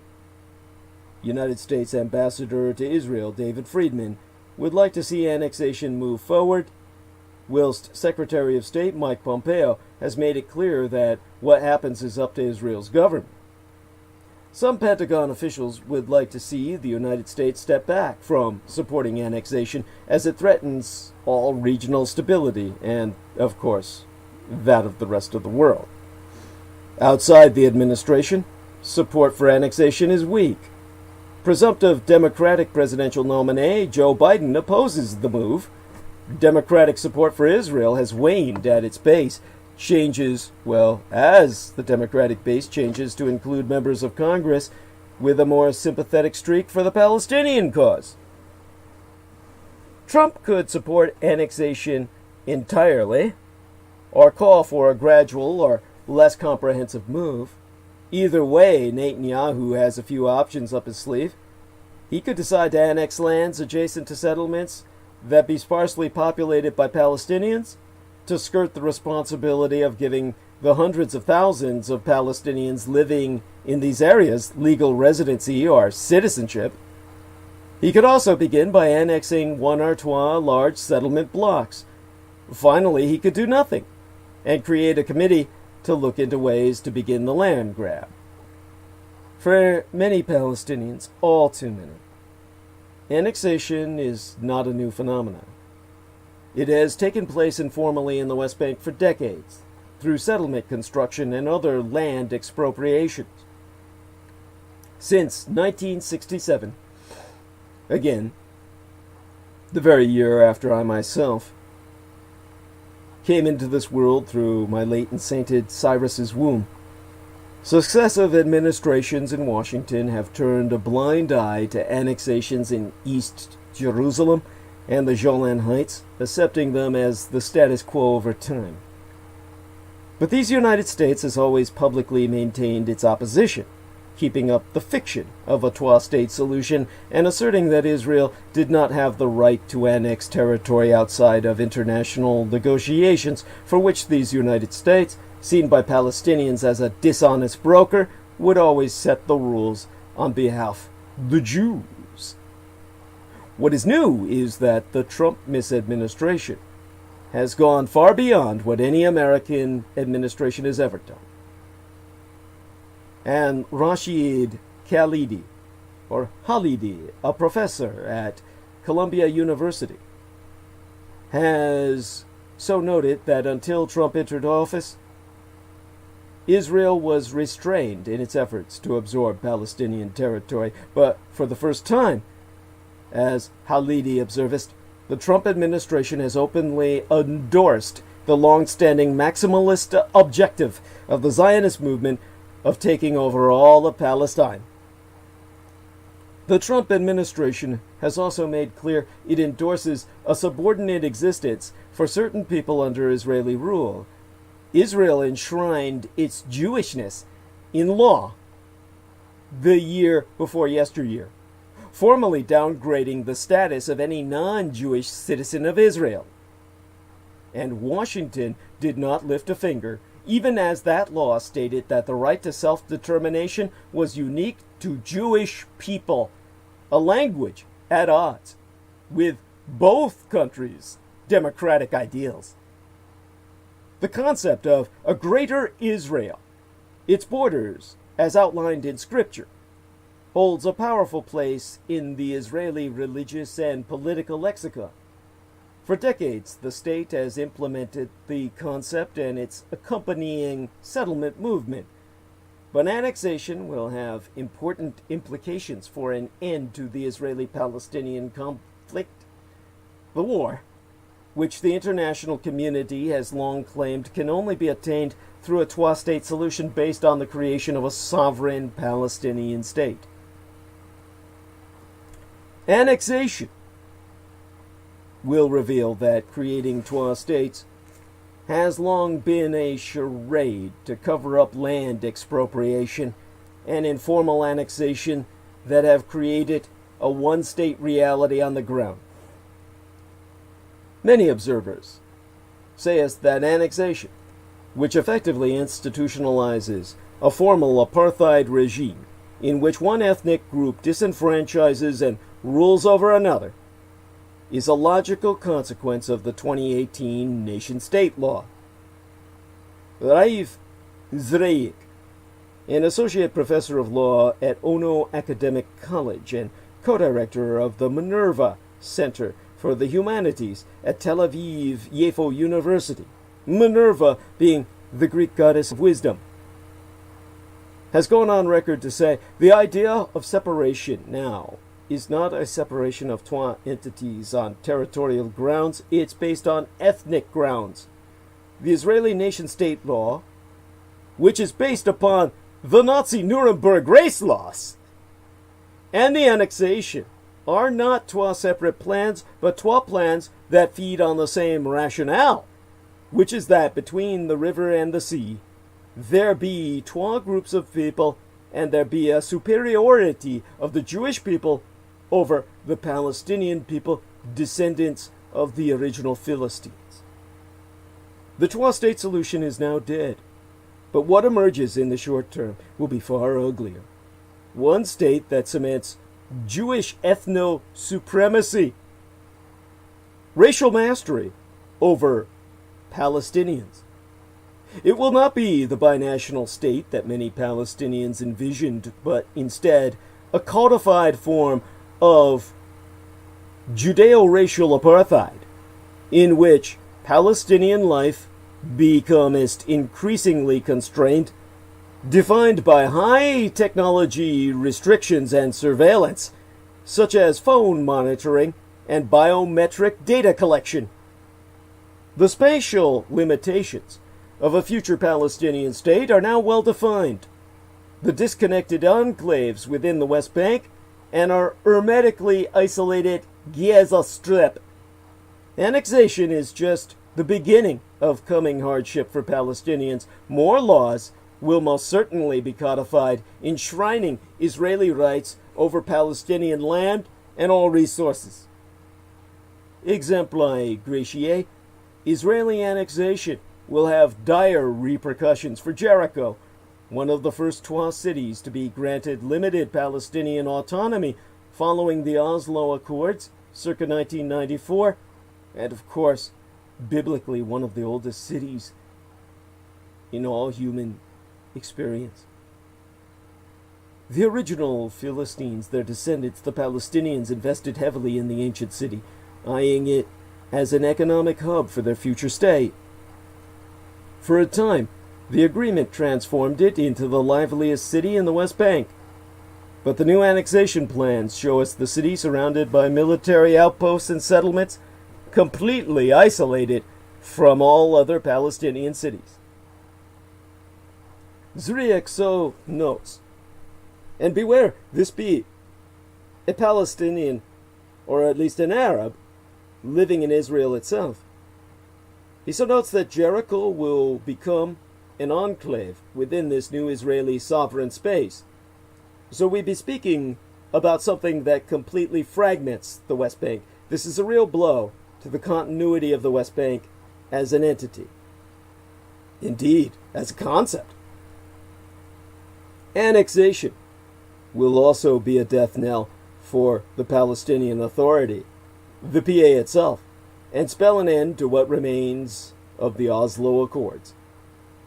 It will lead to a crisis in Israel's relations with neighboring Jordan, which is threatening all-out war, and fan the flames of violence that have resurged every few years since the Second Intifada. Many Palestinians are looking to Europe, the United Nations, the Arab states, and the Communist Chinese Empire for reaction, seeking collective responsibility to stop the most renegade of all rogue states on the surface of this world, Imperial Israel, from taking this dangerous step.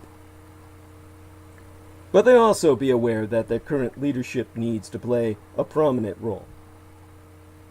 It has so far proved incapable, given internal divisions and a lackluster effort on the international stage that have stopped it from taking stronger measures against planned annexation. On May 19th, President Mahmoud Abbas said the PA would no longer be bound by existing agreements with Israel.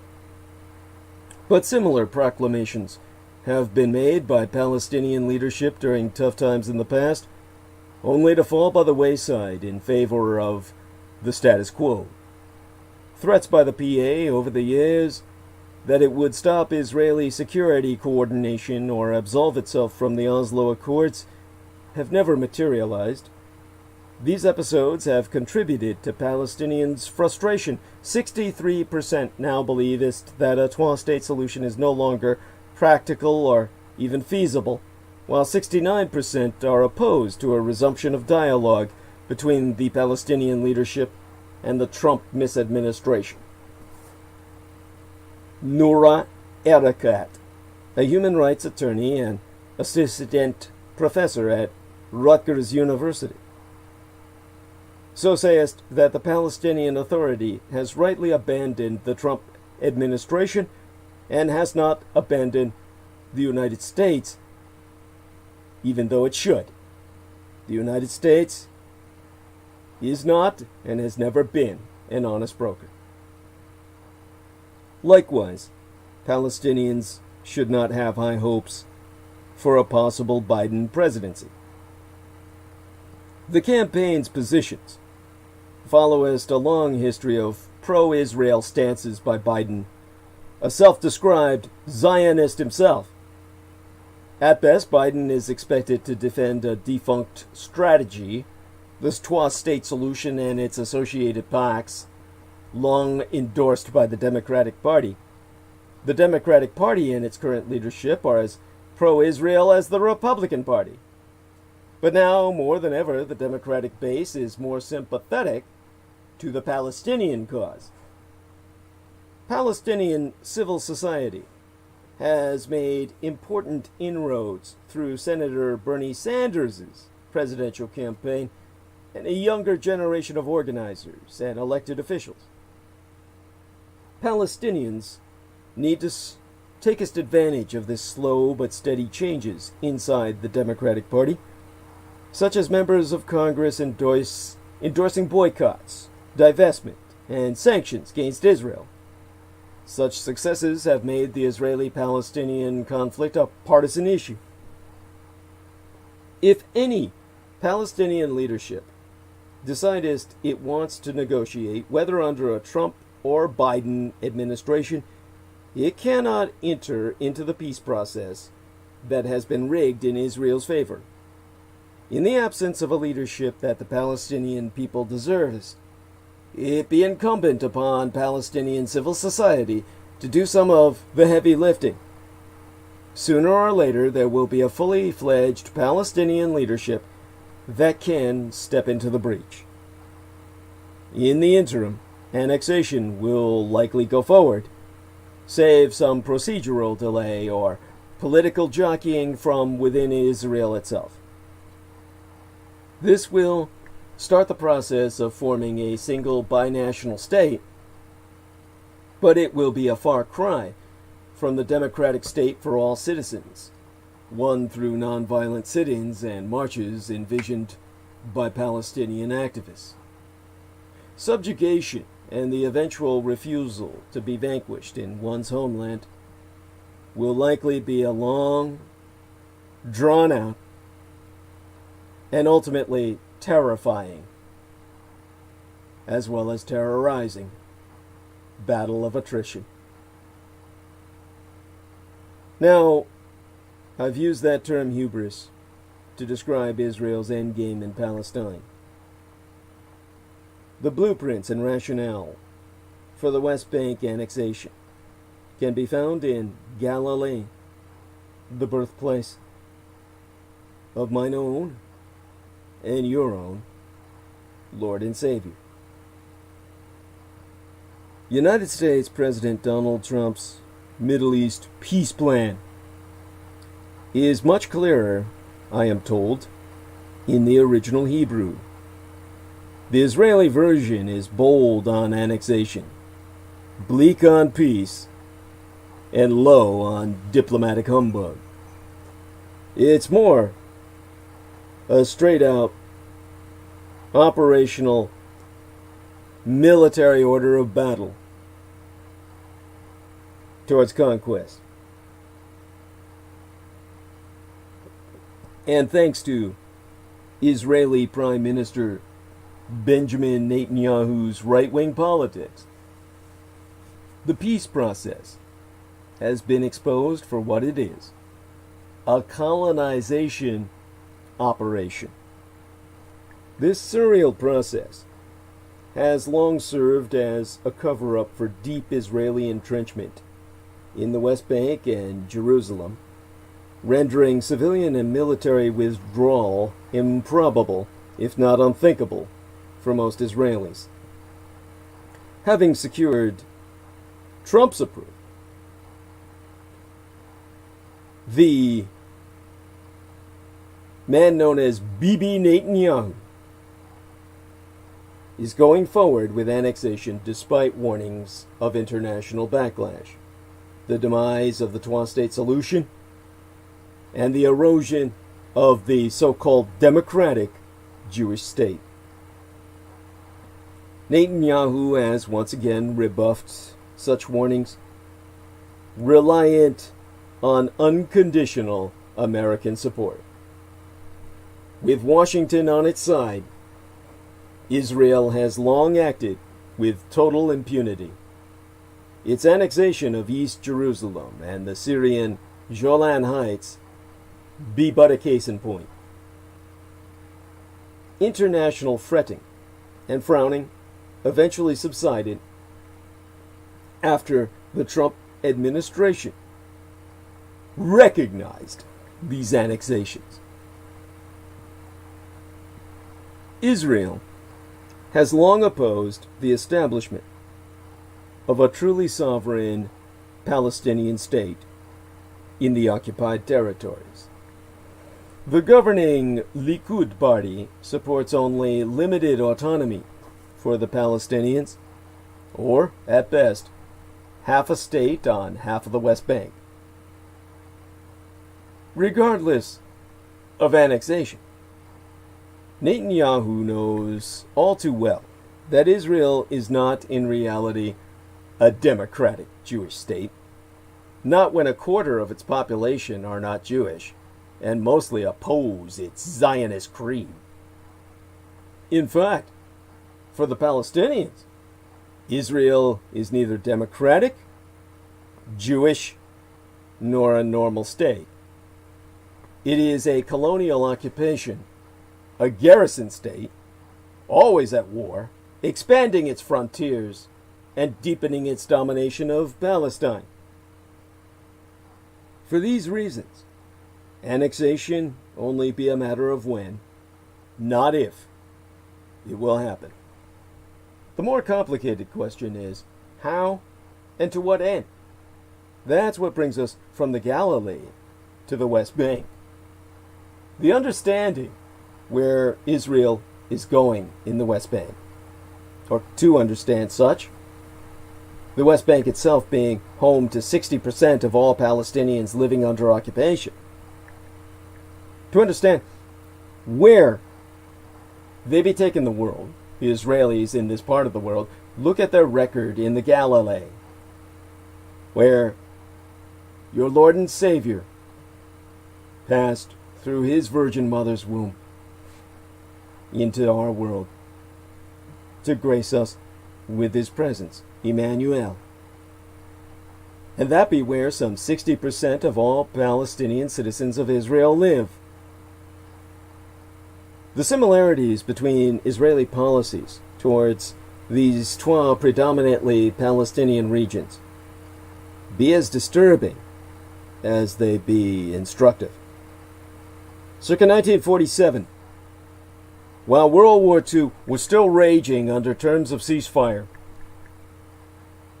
the United Nations Partition Plan allocated much of the Galilee to a future Palestinian state. After the Palestinians rejected the ridiculously unenforceable plan and war broke out, Israel occupied the Galilee and imposed military rule for almost 2 decades, 20 fucking years, with 3 goals in mind. First, confiscate large swaths of Palestinian land, especially rich agricultural land belonging to Palestinian refugees, to settle Jews, and eventually create a Jewish majority in what we today know as a procedure called ethnic cleansing. Second, thwart the return of Palestinians to their homes and towns. And third, break up Palestinian contiguity to block Palestinian national unity and prevent potential secession. The plan worked. And after Israel's 1967 war and occupation, Israel carried out similar confiscations of Palestinian land to build Jewish settlements in the West Bank, including in and around East Jerusalem. In both regions, Israel established 3 major Jewish centers in the south, middle, and the north to break up Palestinian contiguity of the newly occupied territories: Nazareth, Eilat, Carmel, and Me'alah in the Galilee, Gush Etzion, Ma'ala Adumim, and Ariel in the West Bank. To solidify the enlarged Jewish presence in the Galilee, and later in the occupied West Bank, Israel connected the Jewish settlements with bypass roads and outsourced regional developments to networks of exclusively Jewish consuls at the expense of Palestinian localities. The newly erected apartheid state system empowered new expansive and affluent Jewish settlements to the detriment of tightly controlled Palestinian peripheries in all the regions under its control. Thus came the formalizing of apartheid, and after 5 decades of occupation, into half a century of conquest, Israel has now decided the time has come to extend its sovereignty to the illegal Jewish settlements over a third of the West Bank territory. Bibi Netanyahu reckons that the Trump misadministration is offering a once-in-a-lifetime opportunity to go for the kill. He aims for gradual annexation. He could start with annexing the 3 main settlement blocks, followed by the areas adjacent to the Jordan River. This will pave way for overall permanent Israeli control over historical Palestine. But Netanyahu will not stop there.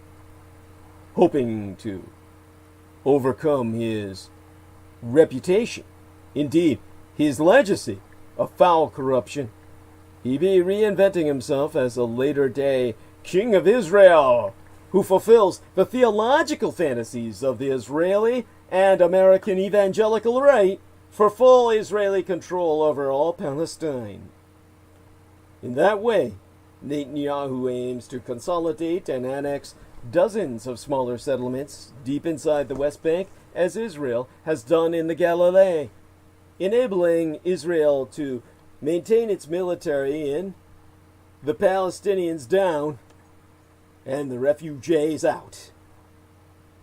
Meanwhile, the Israeli government has signaled its willingness to compensate the Palestinians for the loss of their national rights with money and autonomy, Gulf money and Israeli-controlled autonomy.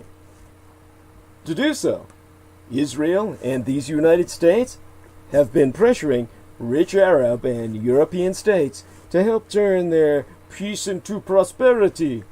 They convened a conference thereby in Bahrain, especially for that purpose, but yesterday. And they may attempt a similar regional initiative in the coming weeks to present the Palestinians with an ultimatum: acquiesce to their plan or face the consequences.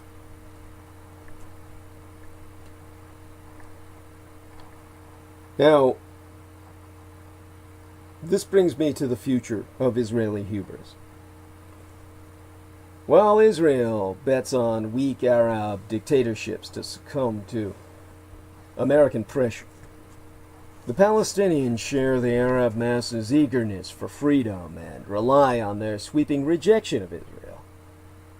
They overwhelmingly oppose the Trump-Netanyahu plans that facilitate Israel's illegitimate control over their lives, rendering them powerless guests in their own homeland, utterly dependent on Israel's goodwill, which be scarce, to speak generous. They wish the international community would stop pleading with Israel over annexation and start punishing it for all its military transgressions and crimes against humanity in Palestine. But if Israel goes ahead with annexation, the Palestinians will have no choice but to drop the goal of a mini-state on 1/5 of their homeland and struggle for equal rights in the entirety of their homeland, seeking freedom from Israeli control and justice after decades of dispossession. Contrary to the hopes of the Israeli right, the Palestinians will not be bribed or intimidated to pack and leave. They will remain steadfast in their homeland, for they have no place else to go. If anything, it be the Israelis who seemingly be leaving. According to Israel's embassy in these United States, 750,000 to 1 million Israelis live in these United States alone. Thousands are still moving to Europe and seeking European Union citizenship, ever and always exclusively with Germany. Israelis in record numbers are choosing the new United Germany over Israel. Yet back in the Levant, with an equal number of Jews and Palestinians living in very close proximity between the Mediterranean Sea and Jordan River, political and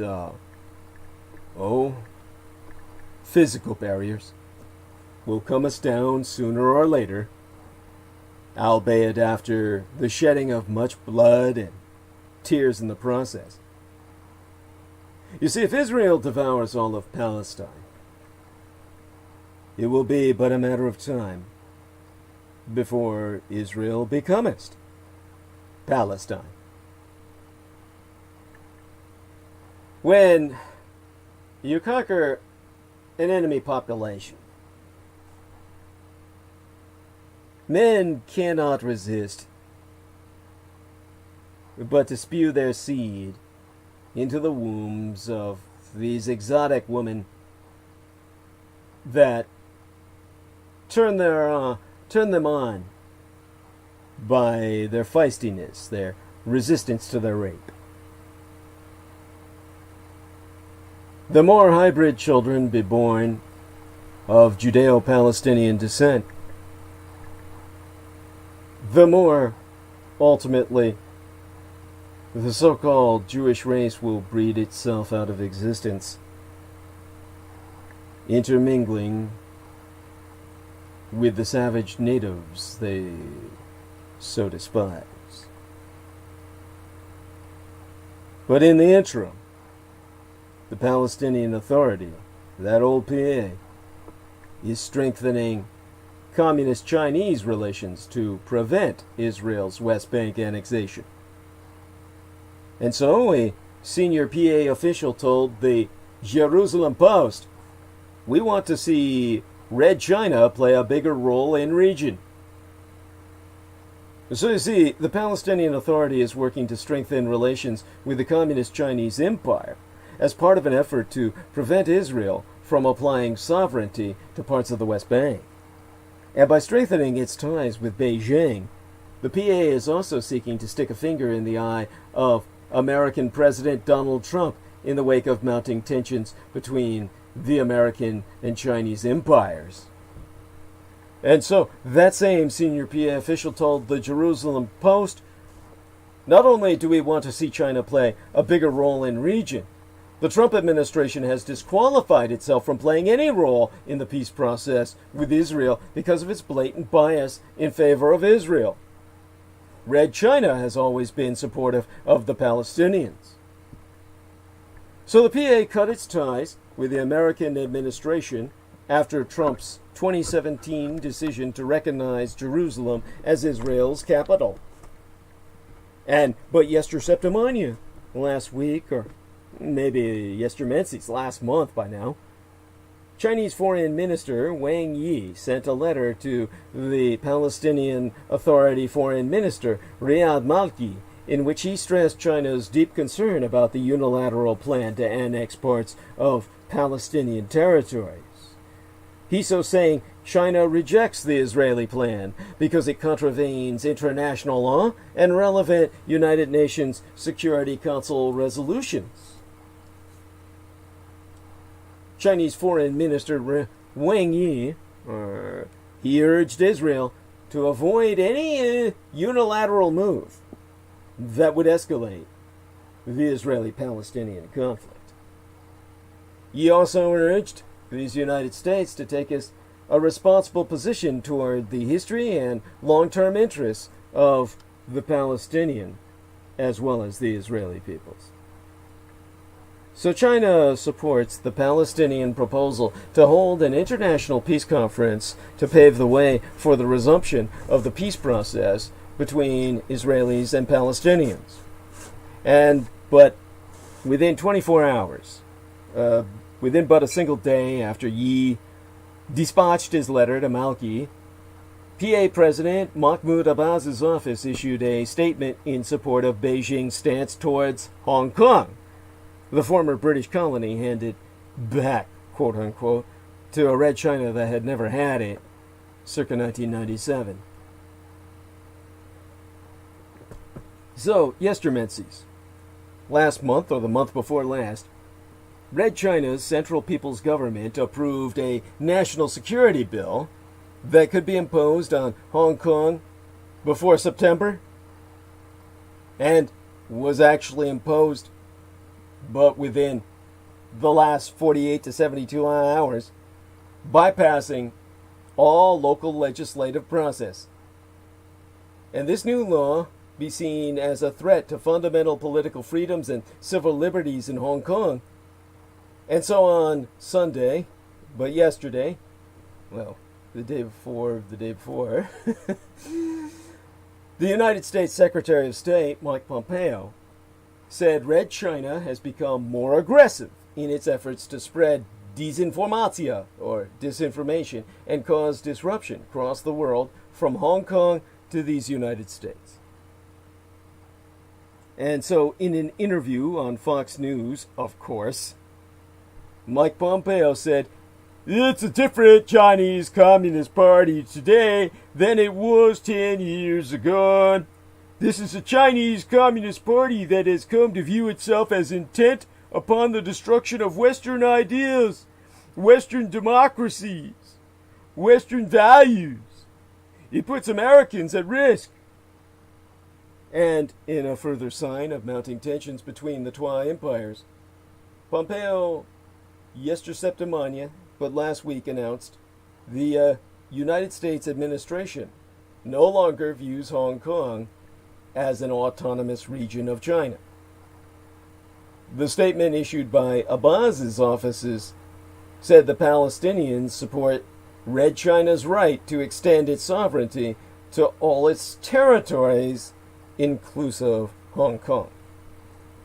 That statement reading, "We reaffirm our support for the right of the Friendly People's Republic of China to preserve its sovereignty, its rejection of any foreign interference in its internal affairs, and attempts to destabilize it."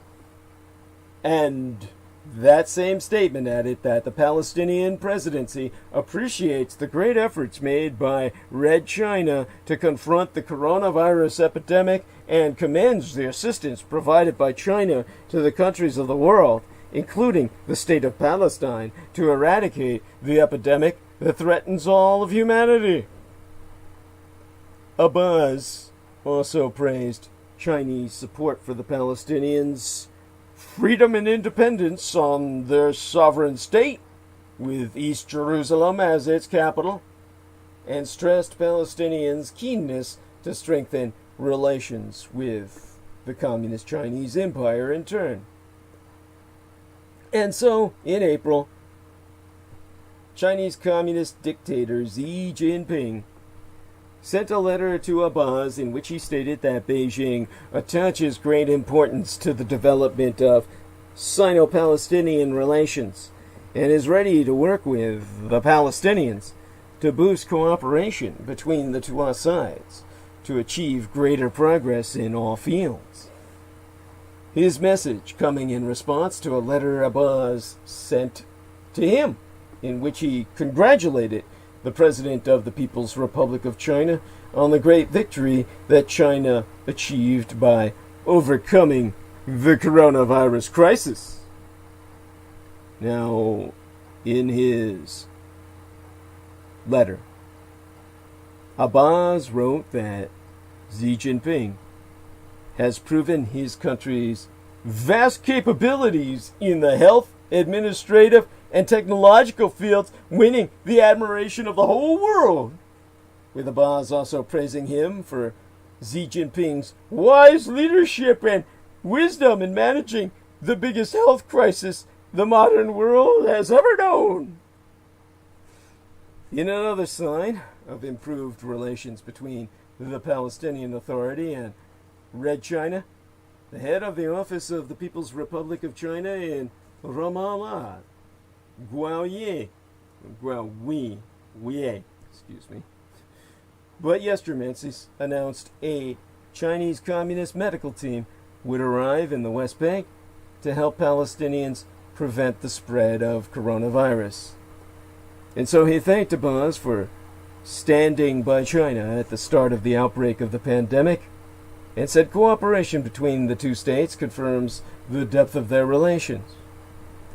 China has also provided a grant to the United Nations Relief and Work Agency for Palestinian refugees, the UNRWA, to help it overcome financial difficulties and facilitate its role in distributing medical aid and food to Palestinian refugees.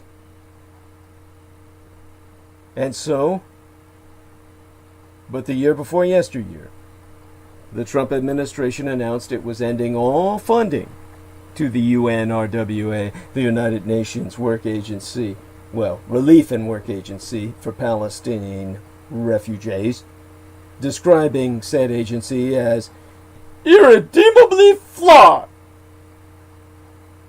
Now, if you think that's flawed, one among the creepiest true crime tours in America is the Tucson Murders True Crime Tours. The Tucson Murders True Crime Tours provide us historic crime investigation into forgotten lost crimes in Tucson, Arizona.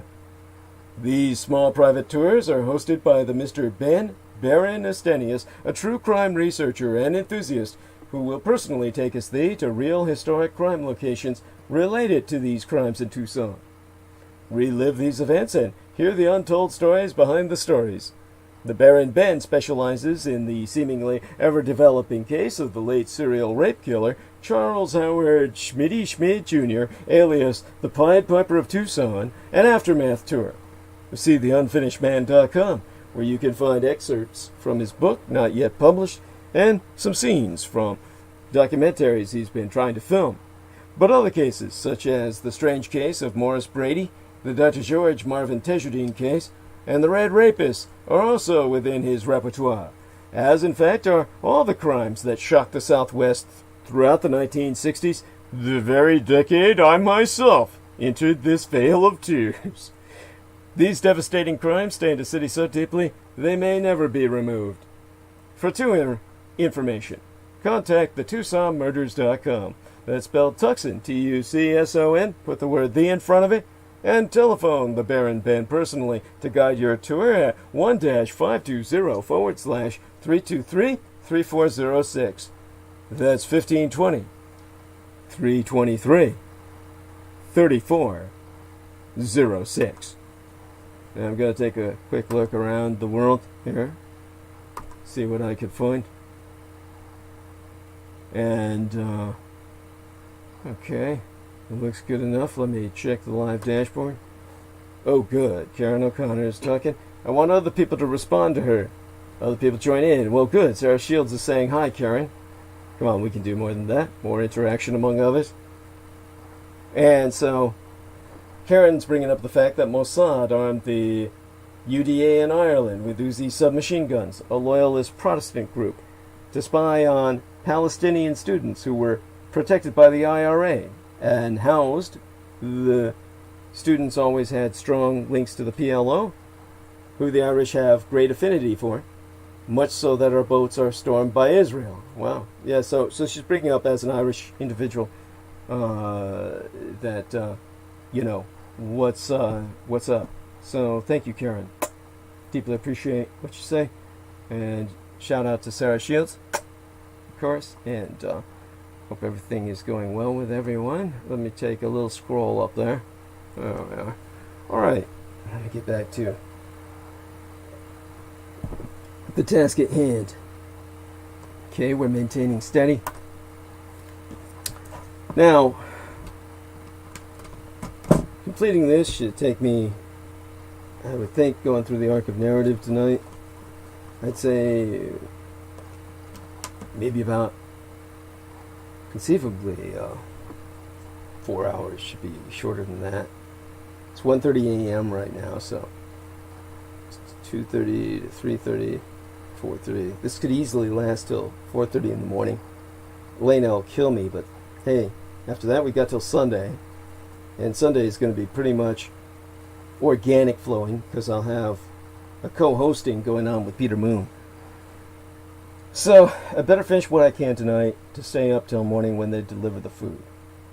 And I have every confidence she'll be able to handle it. Everybody cross yourselves, knock on wood, that Shayna, Lena Shay, I need to say, Lena Shay, understands and is able to catch up readily. Now, the passage of China's new national security law in Hong Kong has already sparked protests and led to the first arrests under this brand new legislation. Demonstrators turned out by the hundreds in Hong Kong city centers, and at least 70 were arrested. 12 of these people, a man holding a black independence flag, and a woman with a sign reading Hong Kong Independence, were apprehended on suspicion of violating the new law. It's also important to note that today was the 1st of July, the 23rd anniversary of the handover of Hong Kong from British rule to the Communist Chinese Empire without any consultation with the citizens of Hong Kong themselves.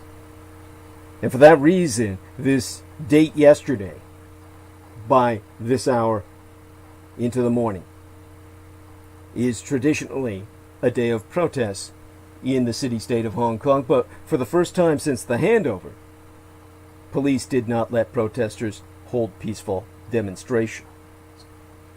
Now, Beijing's new security law is nothing less than a warning sign to the fucking world. By silencing Hong Kong, the Chinese Communist Party is demonstrably prioritizing ideology over pragmatism. And they are proving this is going to be the fucking norm. This is, of course, the reason why we need to go to war with a genocidal power that is killing a white minority, a Caucasian minority. Now, I'll get into that because it's beyond intolerable. It is something that must not be tolerated. And it is something that will lead to the primary difference between the Communist Chinese Empire and the rest of the world in the years to come, which hopefully will not be all too many years left for the Communist Chinese Empire in its damnable persecution of their white Muslim minority. Something that will draw the line between civilization and totalitarian barbarism as we march throughout the 21st century toward total war. Now, before we get to that ugly subject. You've got this concept of one country, one system. That is now the rule.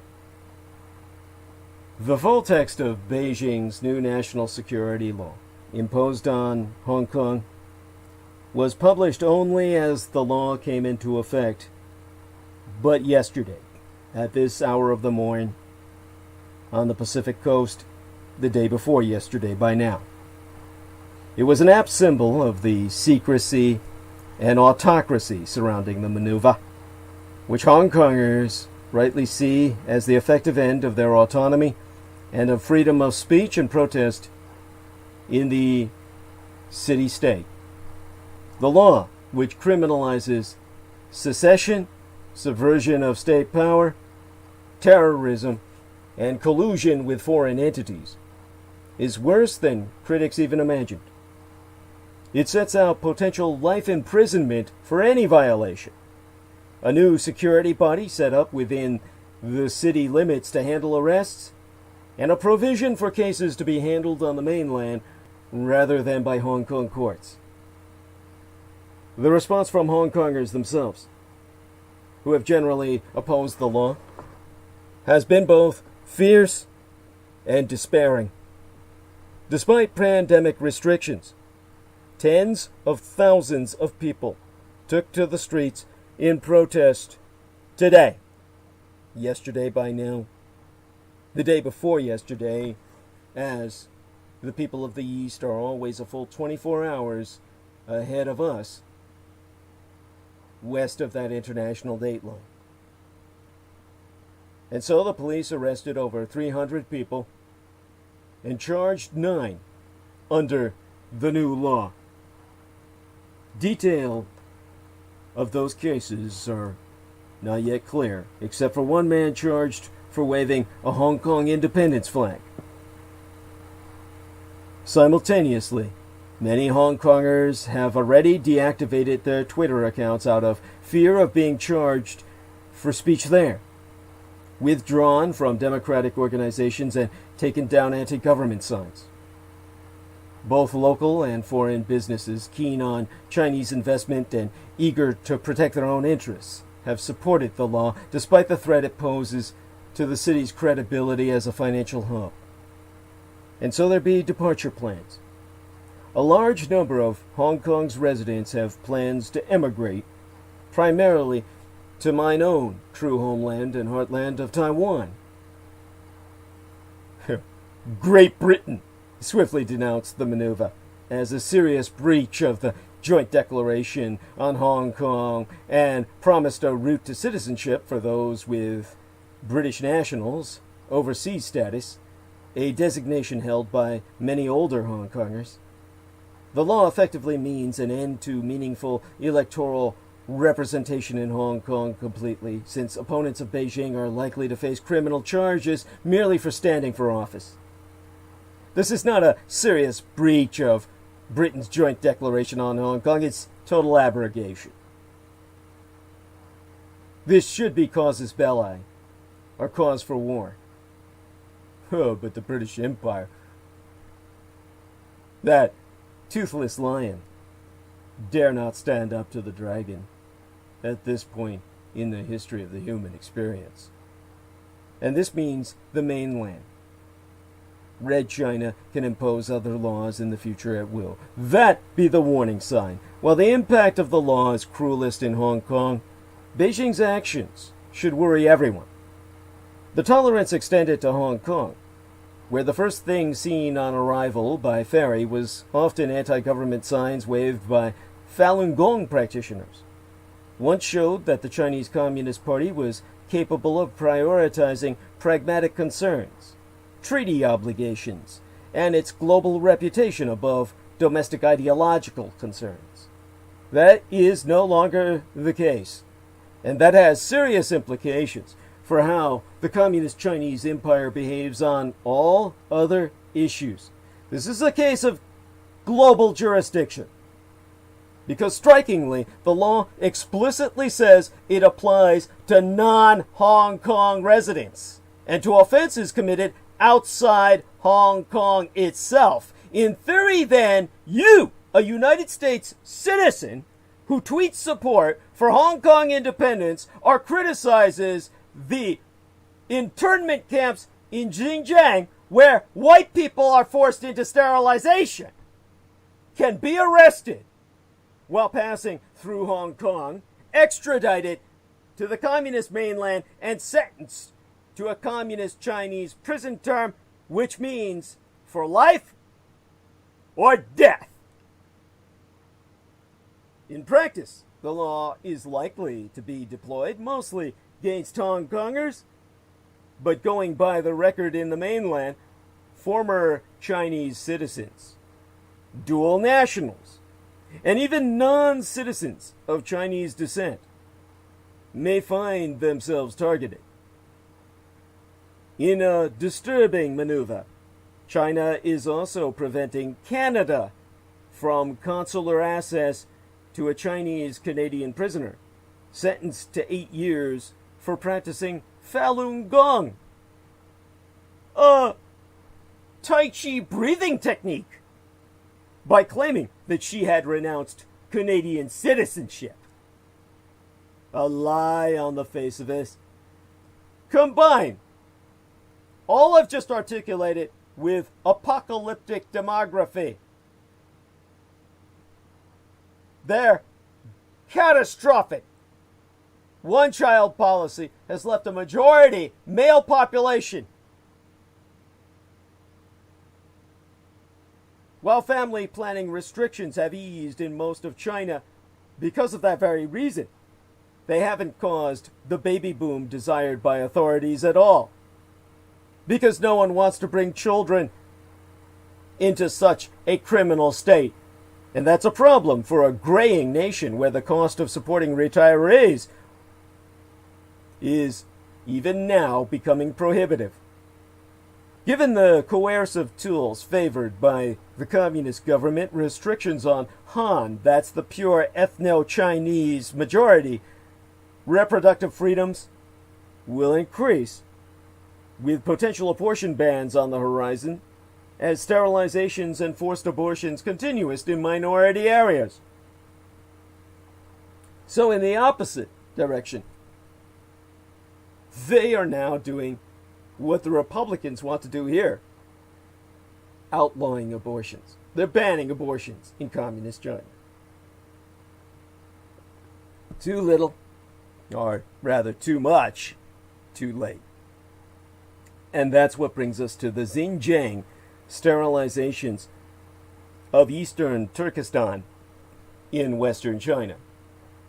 A major investigation by the Associated Press, backed by data-driven research, proves that communist Chinese authorities have imposed draconian new family planning policies on ethnic minorities, especially Caucasian Uyghur Muslims in Xinjiang, who be of a white Turkish ethnos.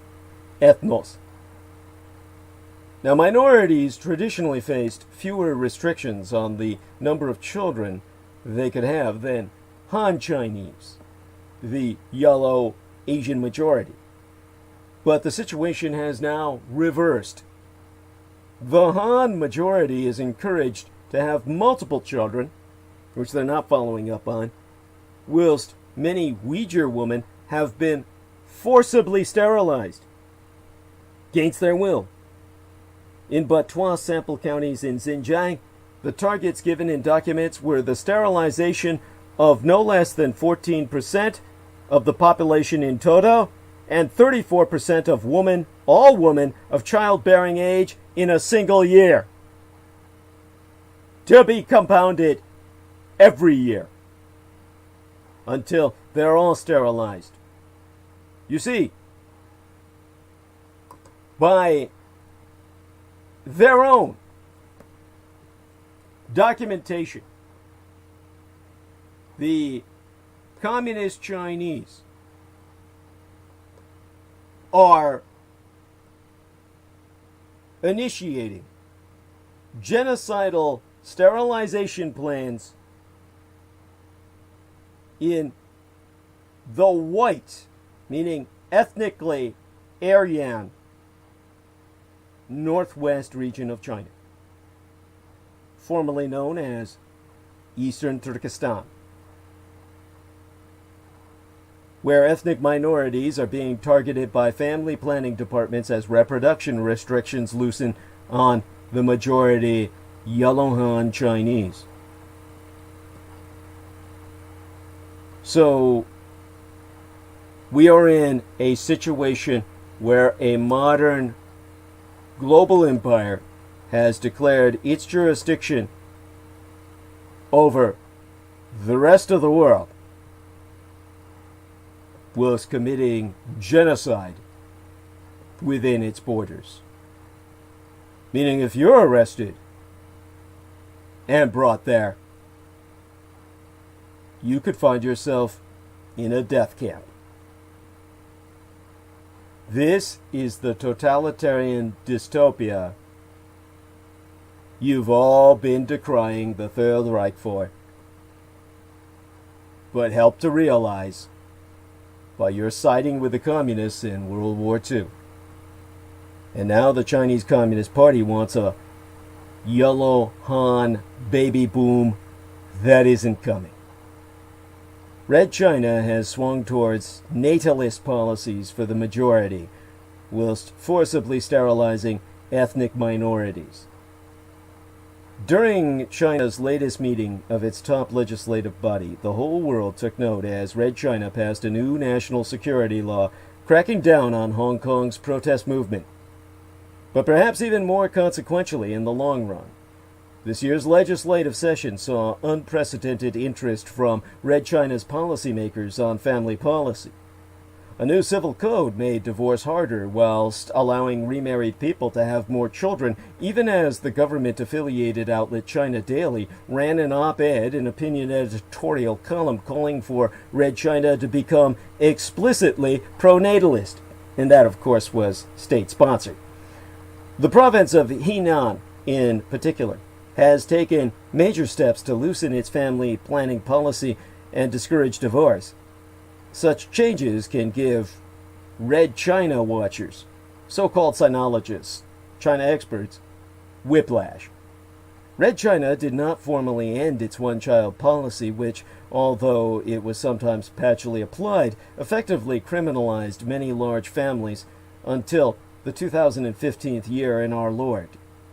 And yet, here we be, but 5 years later, with public allies of the Chi-Com government writing in a party-owned news outlet calling for explicit childbearing subsidies.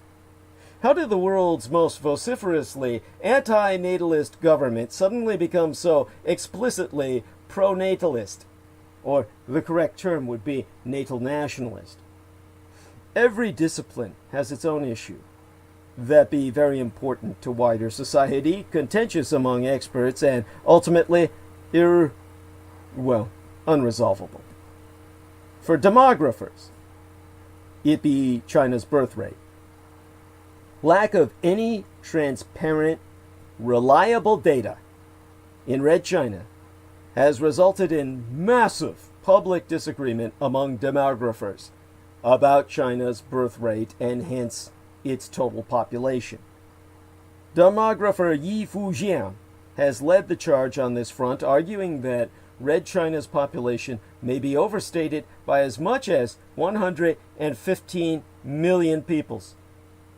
The United Nations database of fertility statistics includes estimates of China's birth rate ranging from 1.1 via administrative data to 1.7 via the hospital data, or from 1 from a regular sample survey covering many topics to 1.8 from a 2017 familial survey. Where the truth lies be anyone's guess. The reality is that the data coming out of Red China is not good enough to settle the question of how many babies women in China can even have. Too many local governments have incentives to lie, such as in order to maximize funding allocations for schools and hospitals, or, on the other hand, to appear to be highly compliant with fertility limitation policies. Civil registration data is too incomplete, and the Chinese Communist government is too politically invested in fertility politics to allow us data transparency. And yet, with each passing year, it seems more and more likely that those who think China's birth rate is quite low, perhaps as low as 1 to 1.3 children per female, be correct. The most compelling evidence of this is simply China's recent policy changes.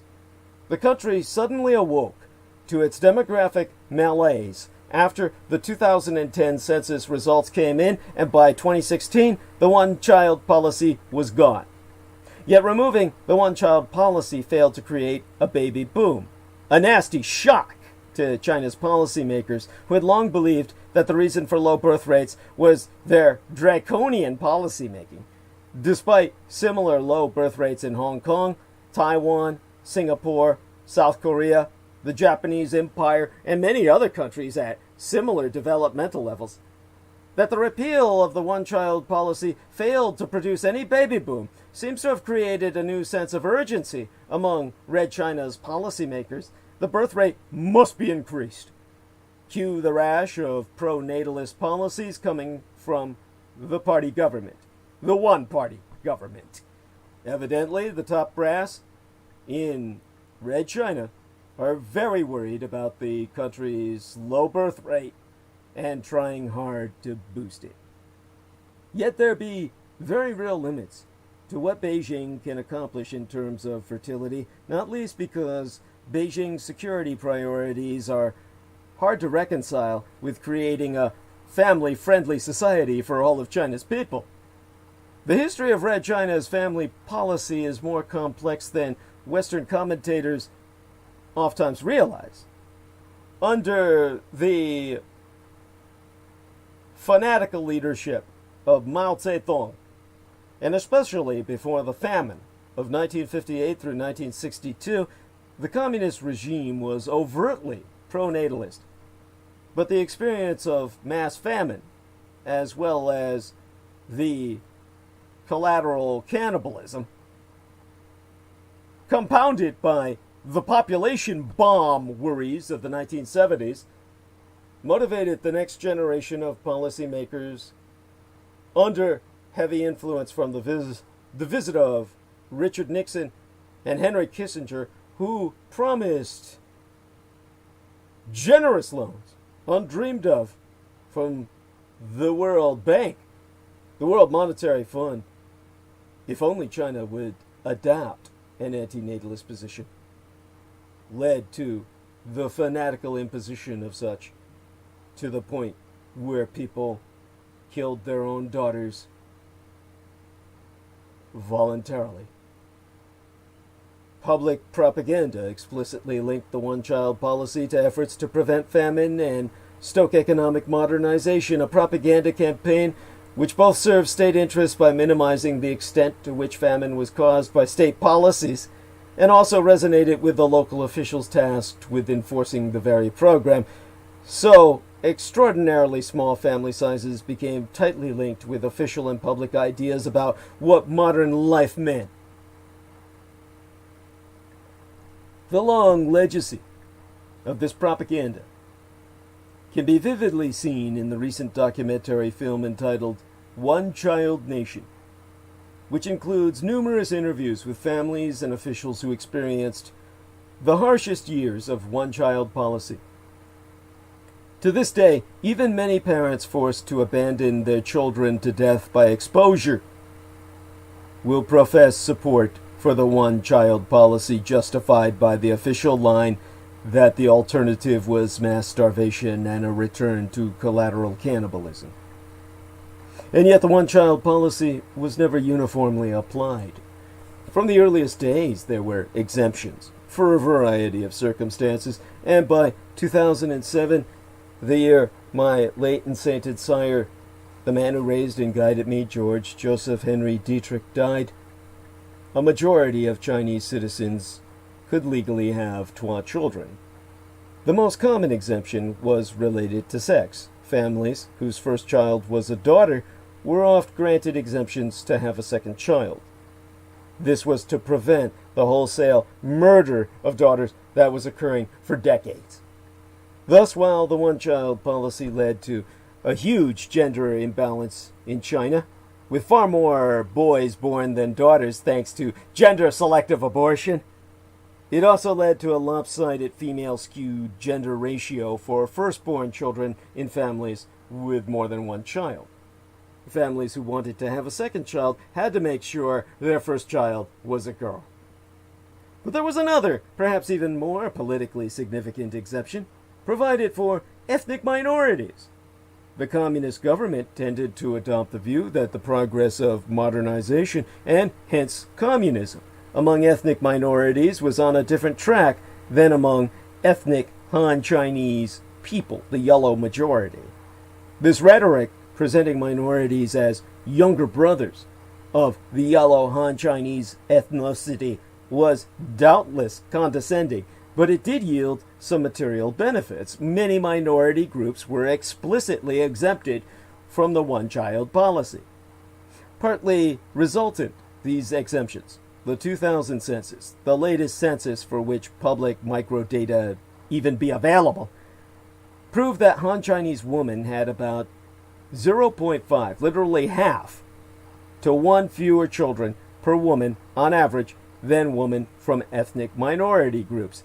This higher fertility among minorities, alongside greater urbanization and education rates among Han Chinese people leading to hundreds of thousands emigrating abroad, has led to an inexorable rise in the non-Han share of China's population. And as of 2000, while 92% of those over 30 were yellow Han Chinese, just 87% of newborns were. But in recent years, even as Red China's leaders have lifted restrictions on fertility that only really applied to urbanized yellow Han Chinese people, the reproductive environment for minority families has deteriorated markedly. The minority exemptions from the one-child policy had important effects, so much so that academic research has shown that when provinces made one-child rules stricter, more Han Chinese people would marry ethnic minorities as a strategy for avoiding the rules. Today, exemptions for ethnic minorities remain the letter of the law in most cases, but the legal and social position of minorities be in speedy decline. Under communist Chinese dictator Xi Jinping, long-standing efforts to sinicize minority groups have been ramped up to an unprecedented scale. While these efforts have been most prominent in Xinjiang, where well over 1 million people be detained in concentration camps, minorities in other regions have felt the pressure too. Exempli gratiae, Muslims in Ningxia have faced growing pressure to adopt less overtly religious public lives. Tibet has been saddled with a new ethnic unity regulation. And of course, this campaign of minority repression extends to Hong Kong, where individuals identifying as ethnically Chinese comprise a minority of the population, while self-identified ethnic Hong Kongers makest a majority. In other words, the Communist Chinese Empire has relaxed the one-child policy and adopted a more pro-natalist stance for Han Chinese people, even whilst embarking on a wave of totalitarian repression against all minorities. This repression includes a worsening position for fertility. So the change in the officially reported crude birth rate among ethno-Chinese regions between 1998 and 2018 versus the non-Han Chinese population share in each region as measured in the 2000 census be stark. Many highly urbanized regions with very few minorities, such as Beijing, Shanghai, Shandong, and Fujian, have seen their birth rates rise slightly, while regions with more minorities, such as Tibet, Xinjiang, Qinghai, and Yunnan, have seen precipitous declines in birth rates. Now, Hong Kong is no exception. Birth rates there have fallen significantly. Whereas once Red China's policy was to limit Yellow Han Chinese fertility in the name of economic development, but allow us ethnic minorities some flexibility, now Red China's policy stance is, by all evidence, pronatalism for me, but not for thee. More support for Yellow Han parents, but increasing discrimination against minority groups to the point of ethnic genocide. The problem facing Red China's strategic planners is a daunting one. The United Nations estimates and forecasts of the population of men of fighting age in China, and several nations closely aligned with China, as well as in these United States and American allies throughout the Western Pacific, leads the United Nations to conclude that quote-unquote high estimates of China's birth rates of around 1.7 children per woman are basically correct, and even so show us that China's peak manpower advantage over the United States came around the year 2000, 20 years ago. Even if those relatively high birth rates remain stable over the next century, the next 100 years, China's manpower advantage over these United States and its allies in the Pacific will speedily decline over the course of this 21st century we're in now. But if birth rates fall to lower levels, about 1.2 to 1.3 children per woman, then by 2080, China could actually have fewer men of fighting age than the United States' own Pacific Alliance network. And if the United Nations is wrong about Red China's historic fertility rates, if demographers arguing that China's population is 100 million to 150 million lower than official tallies suggest be correct, then the date at which these United States and allied potential conscripts outnumber their Chinese rivals could come as early as the 2050s. Mid-century. This 21st century. In the third Christian millennium. This math helps illuminate why Red China's policymakers have made such a sudden about-face. Had the policy regime of one-child limits for Han Chinese people with exemptions for minorities or firstborn girls continued, then the total number of men of fighting age would have declined at an extraordinary pace. And a rising share of those men would have been members of ethnic minorities that Chinese military planners regard with suspicion when it comes to matters of national security. Even aside from national security concerns, this plummeting population of young people, the trends for prime-age women be better but still show a steep negative trend, jeopardizes the China dream promoted by Red China's current leaders. Rather than a thriving middle class robustly demonstrating the vitality of the Chinese communist model of governance, China is likely to see economic growth slow down in the middle income range, even as it runs out of workers to continue its labor-fueled growth model. If birth rates in China have in fact been on the lower end of expert estimates for some time now, then Red China may be in a more advanced state of demographic decline than official statistics have even indicated.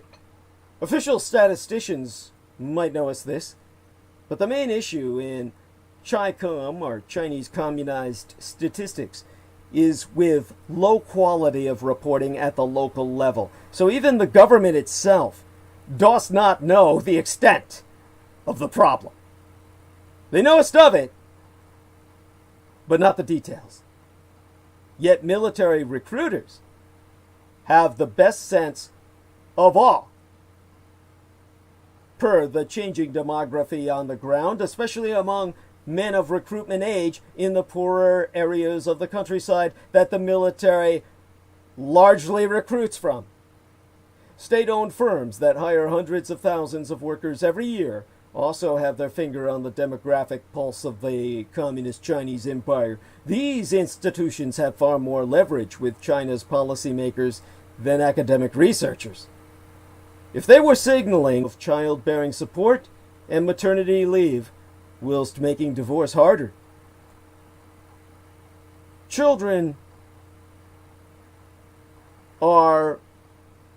they remain difficult to find, or rather, childbearing age women remain difficult to find and expensive beyond your average Chinese man's ability to wed when even available. In fact, there's so few of them that they're literally worth their weight in gold. This is not a recipe for a large increase in birth rates. So, writing for the China Daily, other demographers have noted that a major reason Chinese young people do not have children is due to the high burdens of elder care associated with small families. But providing more generous social support to elderly people in Red China would cost the government an enormous amount of money. By the way, I've told that the OBS studio has reconnected. I hope my transmission has remained steady. That quality of transmission is sound. Let me know how I'm sounding. Do respond. Thank you. Appreciate that. Notice the picture is facing, it says the stream resumed, as if the stream has been interrupted. So, definitely pissed off about that. Tell me if you've missed anything I've said. Do let me know as soon as possible so I can go over it now while I remember it and retain it in my mind. Otherwise, let me know that I'll be going well. I'm checking in the chat room here. Do give me some feedback, or in private messages, or in Skype, or comments entered into the Facebook timeline. Do respond out there. Now, back to where I was. And hopefully all of this, of course, records on publication so that people who miss anything I say can hear it later. Ooh, I don't like the looks of that. It looks like there was a breach in transmission for a time. It certainly fucked with the quality of the image on screen. And so, definitely looking forward to some feedback here from listeners as to whether or not they're hearing me. Now, I know I've got enough people watching now to ascertain that. Jameson Reese in Staten Island says all is well. Thank you, sir. Thank you so much. Love you, brother. Hugs. Oh shit, what did I just do? I'm so excited. I actually shut down the studio there, the live stream. So let me get back into that, then get back to what I was saying. Thank you, everyone, of course, for your patience with myself, and such should be understandable. Definitely enjoy the fact here that we've got the studio. Oh shit! Maybe I can't get back in. If I get back in, I have to push this button here. So at least I've got this other live window on. Jameson says we hear you. Thank you, dear brother. Love you dearly. So I've got the other window on so I can keep track of the chat room there, rather than going through the restart of the live stream. Okay, back to where I was. In terms of writing for China Daily, other demographers who are basically bringing public awareness of the situation as much as the Chi-Com technocrats will allow them to do so, have noted that a major reason Chinese young people do not have children is due to the high burdens of elder care associated with small families. But the providing of any more generous social support to elderly people throughout the Communist Chinese Empire would simply cost the single-party state system such an astronomical amount of money they're not going to invest in. And furthermore, the people in Red China who probably most want to have multiple children, ethnic and religious minorities, are seeing the hardest policy shift against their life choices, with churches and mosques being closed and minority languages and cultural traditions suppressed, that they are experiencing cultural genocide even now. Put simply, it will be difficult, to say the least, for Red China to achieve meaningfully higher birth rates, sans radically adjusting governmental spending towards more social welfare, especially for elders, and sans easing up at least a bit on sinicization initiatives, where they acculturate all minorities into the ethno-Semitic, the racial Chinese way of life. But since both of these policy shifts are likely to threaten things Communist China's leaders see as core strategic concerns, the military budget and racial unity, ethnic homogeneity, neither be likely to occur. As a result, Red China's birth rate is unlikely to rise significantly, and its population decline is likely to be precipitous, no matter how many regulations Beijing may put in place. Now, I was looking at some video recently on YouTube in which the pro-democracy leader Leung Kua-kung and other protesters were shouting slogans, "Stop one party rolling," which is a horrible transliteration in the English for what they were saying in Cantonese, which was basically stop the single party state from steamrollering Hong Kong. And they were shouting this whilst they were marching toward the flag-raising ceremony marking the anniversary of the Hong Kong handover to Communist China on the 1st of July. But midweek this week, but yesterday, when Hong Kong marked the 23rd anniversary of its handover to Communist China circa 1997, but one day after Red China enacted a national security law that cracks down on protests in territory, with Hong Kong police making the first arrests under the new security law amid fears of white terror, as it's known. I'll give you the reasons for that term momentarily. Now, so glad I've got that back up when it came to closing down the live stream studio. I can see my live stream, but it's so much less defined, so much less sharp, very low definition for some reason, but I'm glad you're all hearing me. In terms of the visuals, it's got very low definition right now. But I really thank JMO for being awake and being there. Couldn't do it without Jameson. He's the man. Now, less than 15 hours after CHICOM, Chinese Communist authorities, published the Hong Kong National Security Law. Police made their first arrest of a black-clad male protester for possession of a banner that simply said Hong Kong independence, as hundreds marched against these new rules. By 8 p.m.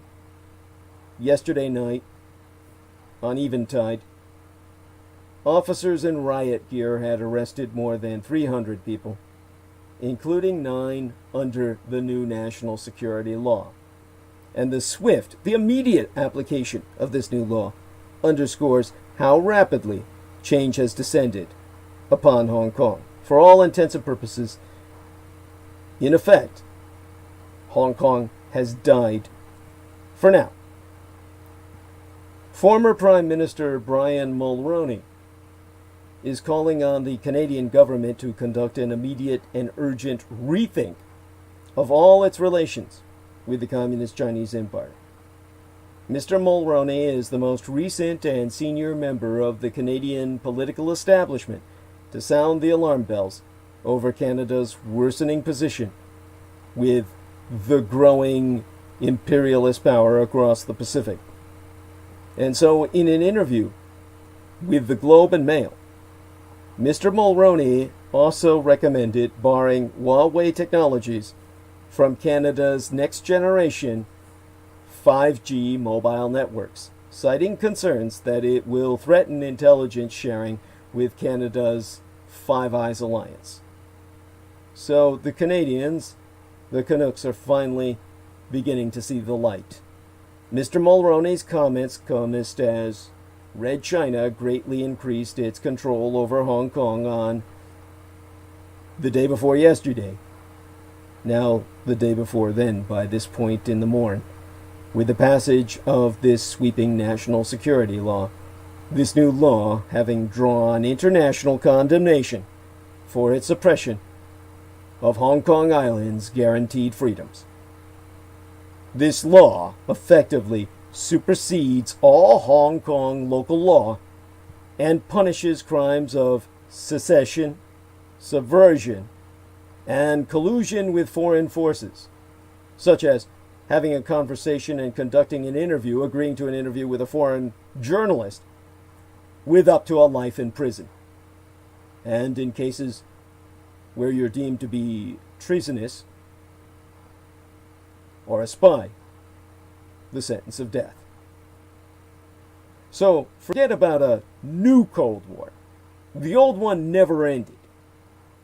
James Burnham was the man who articulated the war we are in with Red China in the time that I was born. Circa 1967, but one single year, the very year after I was born in October, but months after I was born.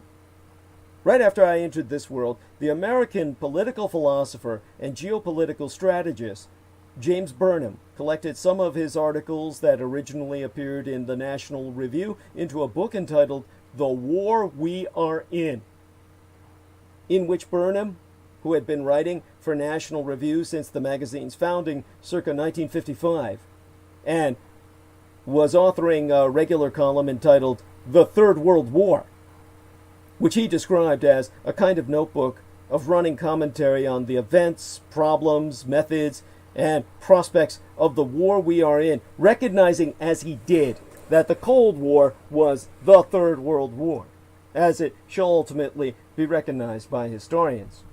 The war he described and attempted to explain was what was most commonly called the Cold War, so that people could sleep at night.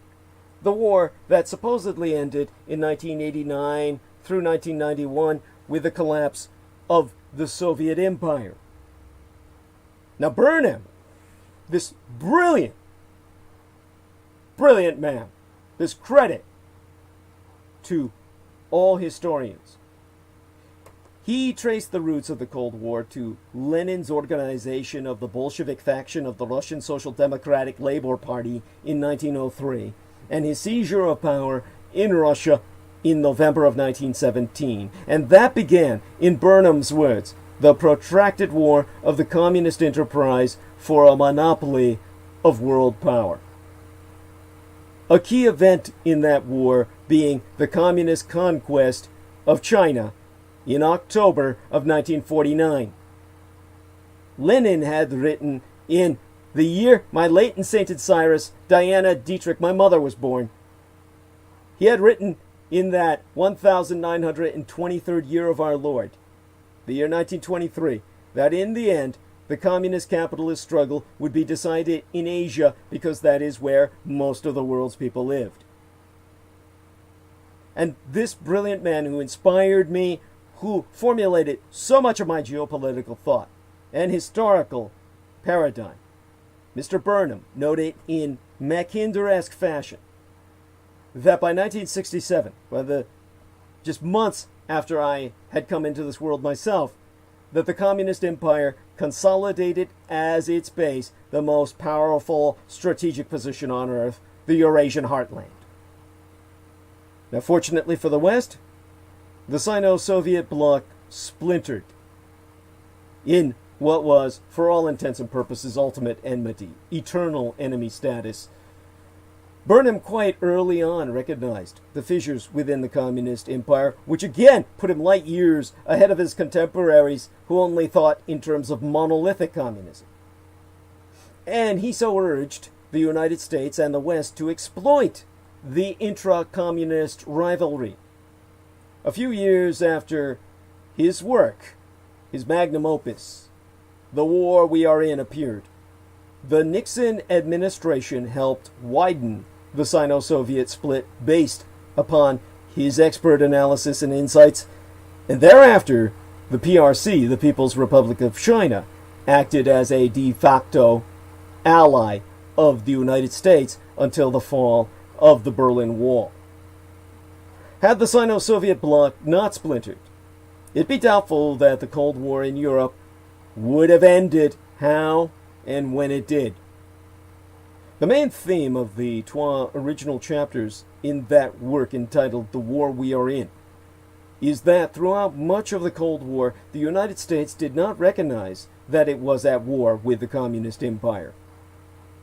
United States policymakers and citizens viewed war as much more narrowly than the communists did. For Americans, war meant kinetic war.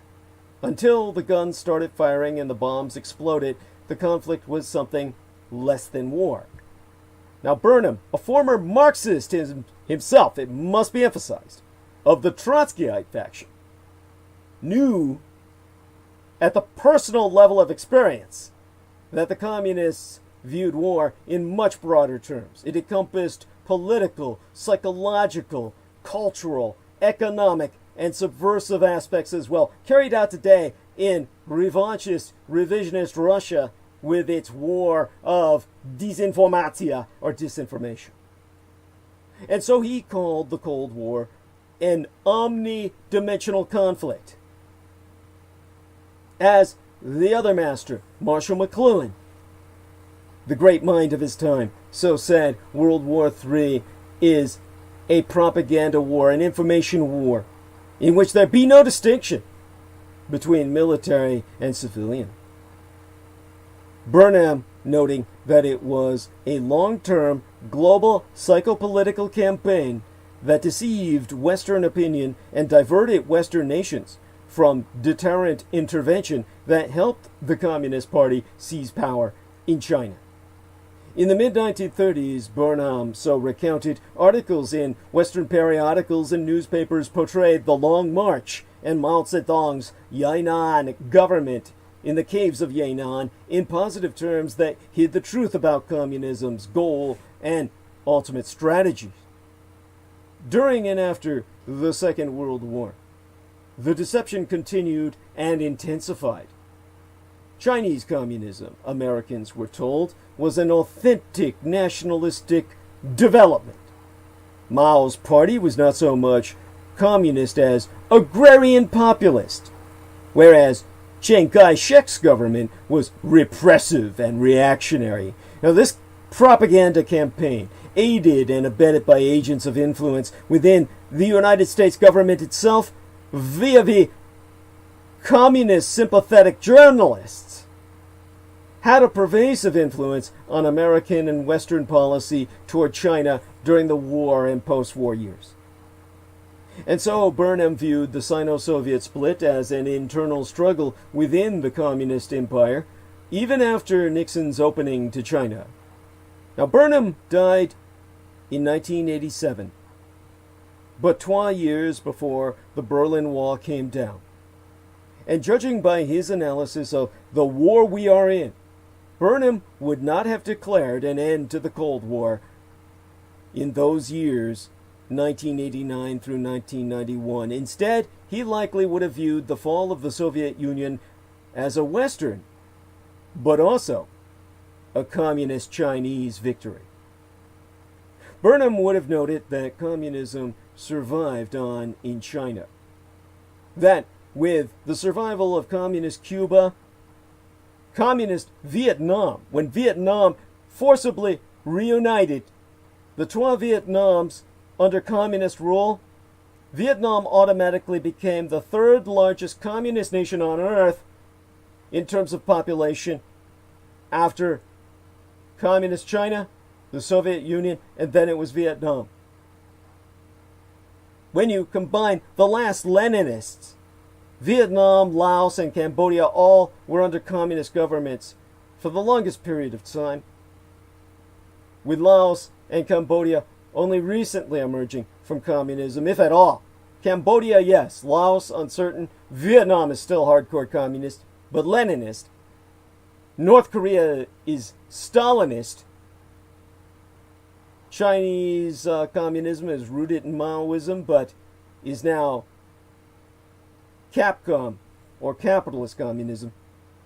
That combined with Cuba, you still have far more people on Earth for the period of the 1980s during this phase of the human experience through the 90s. After the fall of the Soviet Union, you still had far more people living under single-party communist dictatorships than under electoral democracies or representative republics on the surface of the earth. And so Burnham would have concluded that the survival of communism in China led to communist victory. That Beijing's chief rival within the communist movement was eliminated, and now the communist drive for global power continued under the racial banner of Sinocentricity, China-centric aggression and expansionism. After the calamities of the Cultural Revolution, the rampant cannibalism, collateral mass starvation, resultant famine from collectivization of all agriculture, Red China engaged in its version of Lenin's new economic policy, but the Leninist Maoist dictatorship of the proletariat revealed its true self during the 1989 Tiananmen Square massacre. Meanwhile, the CCP, the Chinese Communist Party, adopted a form of state capitalism that produced economic growth and ever larger military budgets. So since the fall of the Soviet Union, the CCP has conducted a psychopolitical campaign to convince these United States and the West that China is no longer a communist country. And until recently, that campaign was hugely successful. Increasingly aggressive PLA, or People's Liberation Army, Navy maneuvers in the South China Sea, coupled with a geopolitical offensive called the Belt and Road Initiative, and evidence of the CCP's deception related to the global spread of COVID-19, however, have finally awakened some Americans and Westerners from their strategic sleep. Chinese Communist dictator Xi Jinping has accumulated more power than any Chinese leader since Mao Zedong. Red China is cracking down on dissidents, including, most recently in Hong Kong. The dictatorship of the proletariat be alive and well in Communist China. Well, no, it's extinct, but it's replaced by something far more sinister, the dictatorship of the technocratic elite. And that technocratic elite, that single-party state's goal, the CCP's objective, as Burnham would surely have understood, is to replace these United States as the world's leading economic and military power, and ultimately to achieve what Burnham designated a monopoly of world power. The European phase of the Cold War, of the Third World War, ended in 1989 through 1991. The Asian phase of the Cold War, the Third World War, is the war we are in, as expressed by that very title of that great man who so formulated so much of mine own paradigm.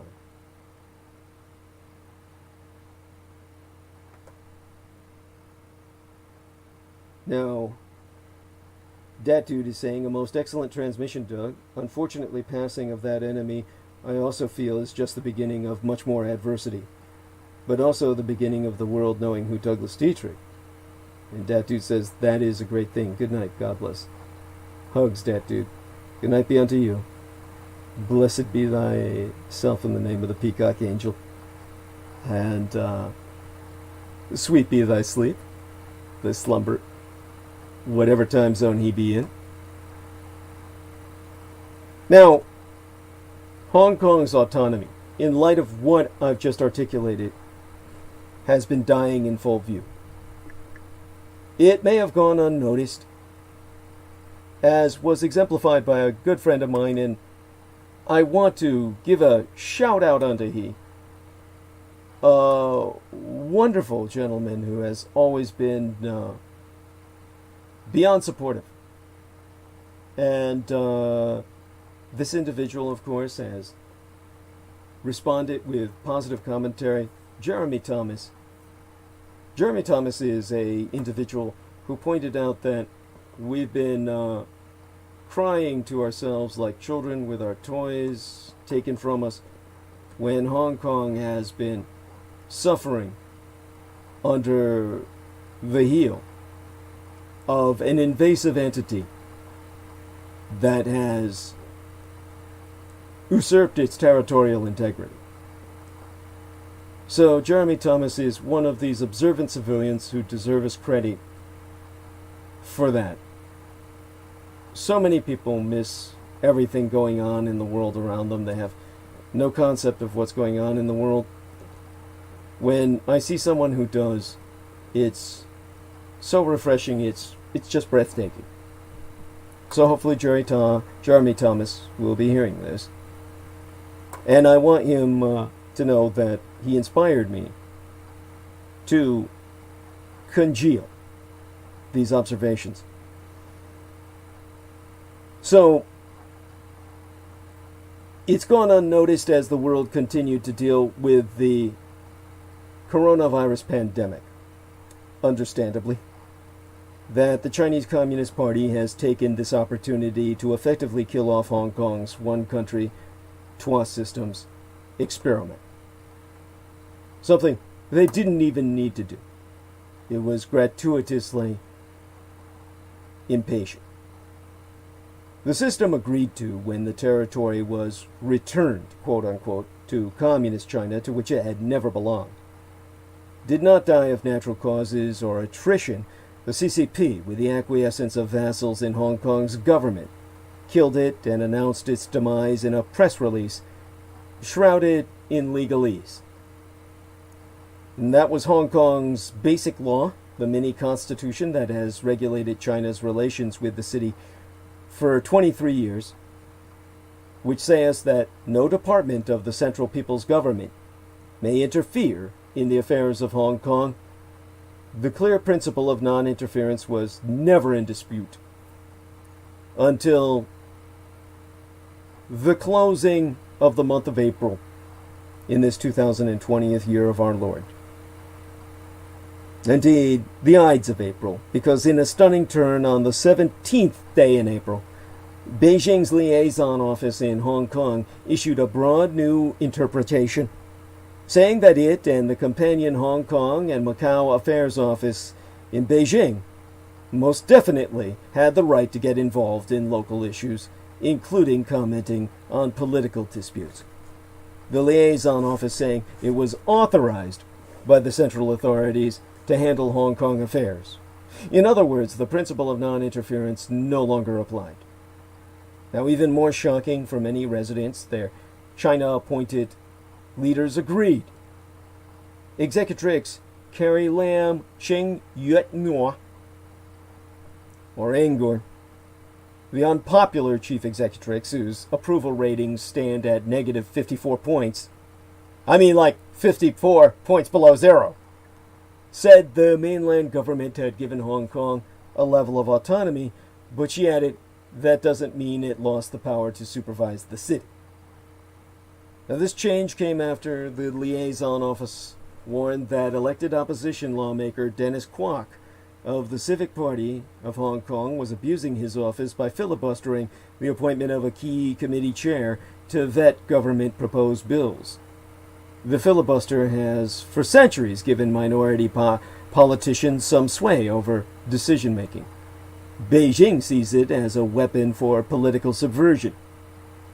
In further evidence that autonomy was even then effectively dead, top Hong Kong judges complained about mainland interference in judicial affairs after the Chinese state-run media warned them not to absolve protesters.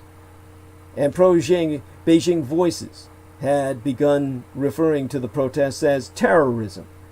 And this new hardline head of the liaison office, Liu Weining, on the Ides of April itself, the 15th day of that month, declared that Hong Kong needed to quickly pass a long-stalled law against subversion that would give its police sweeping new powers. And so early on April, the 18th day thereof, 15 prominent opposition figures and pro-democracy leaders were arrested, purportedly for their roles in unauthorized protests in August and October. They included media tycoon Jimmy Lai Chi-ying, whose newspaper Apple Daily is the most openly pro-democracy, and 81-year-old attorney Martin Lee, a former head of the Democratic Party known as the Father of Democracy. The timing, as the liaison office stepped up attacks, was self-evidently beyond suspicious. The massive protests from June of yesteryear until January this year erupted over demands that the government withdraw a bill to allow suspects wanted in communist China to be arrested in Hong Kong and taken back to the mainland by force, abducted by Hong Kong definition of the act. But after an oft-times violent crackdown with police firing tens of thousands of rounds of tear gas and rubber bullets and beating demonstrators half to death, the protests quickly morphed into demands for police accountability, similar to what we have here, amnesty for those arrested, and a revival of Hong Kong's stalled political reform process.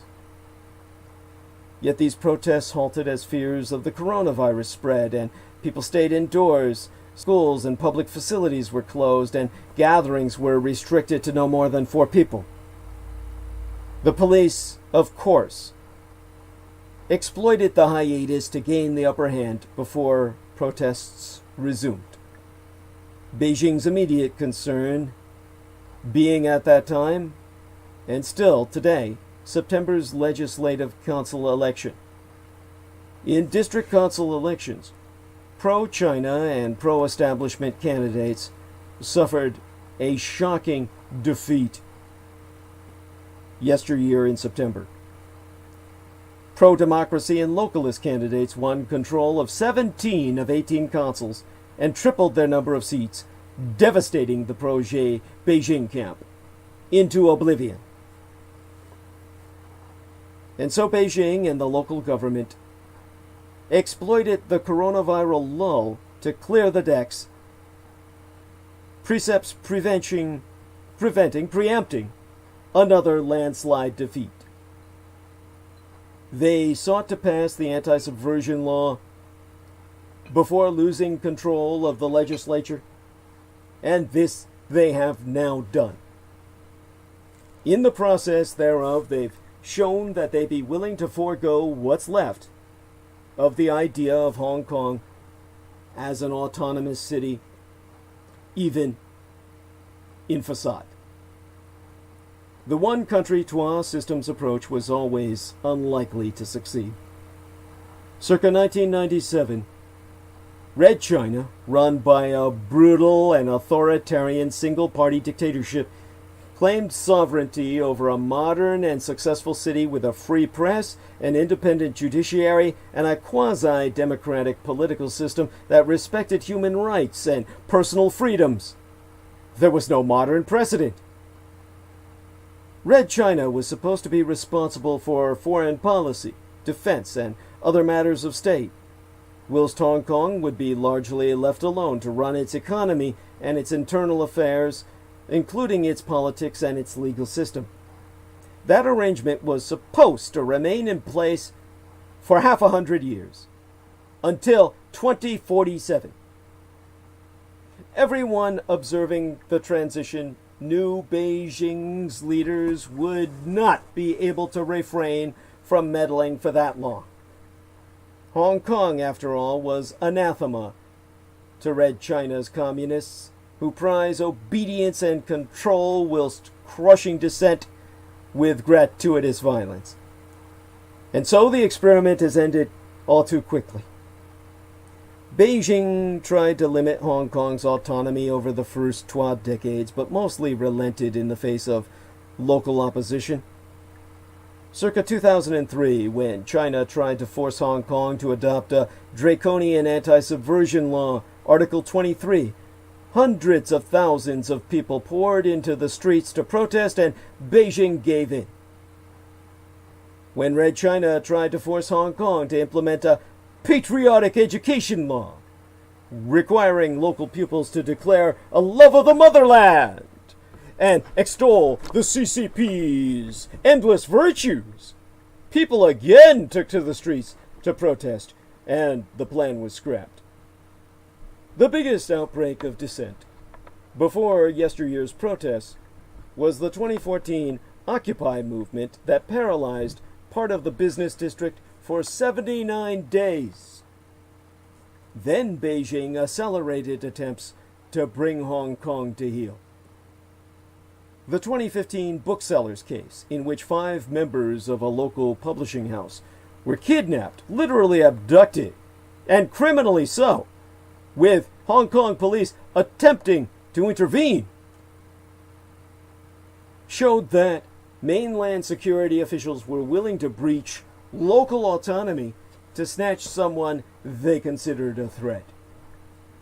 Then came the unprecedented de facto expulsion of Financial Times journalist Victor Mallet, who was denied a visa to work in Hong Kong out of retribution for a luncheon talk at the Foreign Correspondents Club by a local pro-independence activist, which infuriated Beijing. Since then, Hong Kong immigration authorities, by all evidence, weaponized the right to deny entry in order to enforce mainland political priorities, a common practice in Red China, but one unheard of in Hong Kong. This shift was underlined in March when Beijing expelled American journalists from the New York Times, Wall Street Journal, and Washington Post, and then stipulated that they would not be allowed to work in Hong Kong ever again. Now, for decades, journalists forced to leave Red China have found Hong Kong a safe haven. The Hong Kong government refused to comment on immigration matters, saying only that cases were decided in accordance with the law, but not their own. A hostile empires. Hong Kong's handover to China in 1997 passed, largely anticlimatically, overshadowed by a local health epidemic, H5N1. the hemagglutinin 5, neuromodase 1, or avian bird flu, and a financial meltdown that bankrupted corporations, collapsed the value of currencies, and wiped out a generation of wealth across Asia. Today, the city's autonomy is similarly overshadowed by a zoonotic pandemic and a looming global economic crisis, possibly collapse, and ensuing Great Depression, a crash of 2020, which will resound until the Third World War becomes kinetic. The death of Hong Kong happened in plain sight to anyone who was paying attention. But how many of us could afford to? I did my best to bring it to everyone's attention for months. But it was a forlorn struggle, and not many appreciated it. And so, America is in a new phase of Cold War,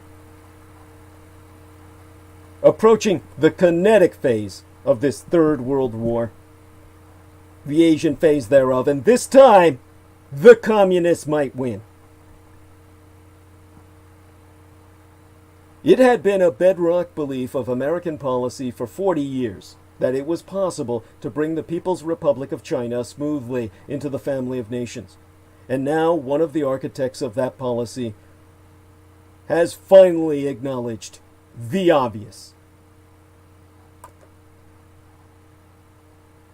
Now, in a speech delivered 7 months agone by now, the former World Bank president and Deputy Secretary of State Robert Zoellick reminded listeners of his own famous 2005 call on Beijing to become a responsible stakeholder. He ticked off a few of the ways in which Red China had done just that, voting for sanctions on North Korea and limiting missile exports, for instance. But he acknowledged that the project had gone completely off the rails. And so Zoellick decried of the PRC, the People's Republic of Chinese president. To quote his T, Xi Jinping's leadership has prioritized the Communist Party and restricted openness and debate in China itself. And so China hurts itself by forging a role model for dystopian societies of intrusive technologies and re-education camps. The rule of law and openness upon which Hong Kong's one country, trois systems model rests may topple or be trampled. When China crushes Hong Kong, China will wound itself, economically and psychologically, for a long time to come. Well, Zoellick had that right.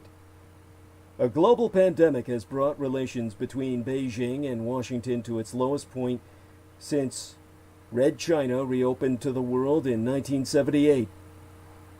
Even lower, even then, in those extraordinary days following the 1989 Tiananmen Square massacre. What had been a more confrontational, trade-centric relationship since the start of President Donald Trump's term has now descended into bitterness in the midst of a presidential re-election campaign Trump fears be slipping away. Any chance that the pandemic might spur Washington and Beijing to set differences aside and work together on treatments or other aspects of the pandemic, such as how exactly it got started, be long gone. Yester Septimonia. Well, yester mensis, really, last month. The Trump administration moved to block shipments of semiconductors to Huawei Technologies. The Commerce Department said it was amending an export rule to strategically target Huawei's acquisition of semiconductors that be the direct product of certain United States animation and technology. Now, previously, on the 13th day of May, the FBI, the Federal Bureau of Investigations, announced an investigation into Chinese hackers that it believes be targeting American health and fitness care and pharmaceutical companies in an effort to steal intellectual property relating to coronavirus medicines.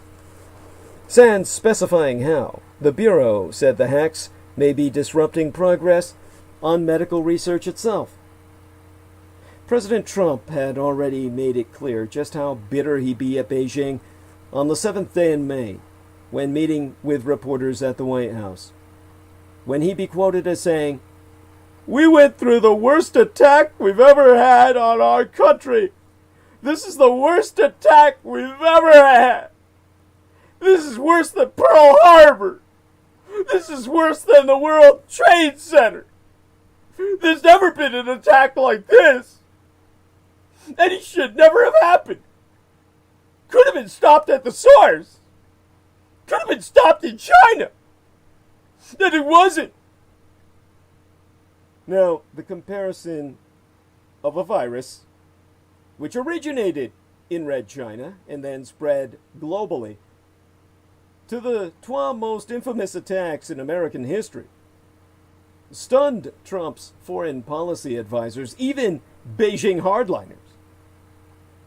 It will be impossible, American officials thus acknowledge, for Trump to soften his hard line toward Beijing should he win re-election in November.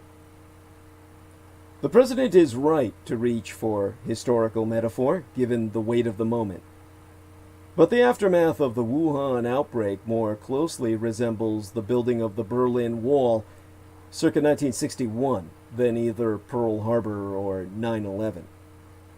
What follows will not be a sharp burst of savage conflict, but a global scramble to shape the new order rising from the rubble of the old.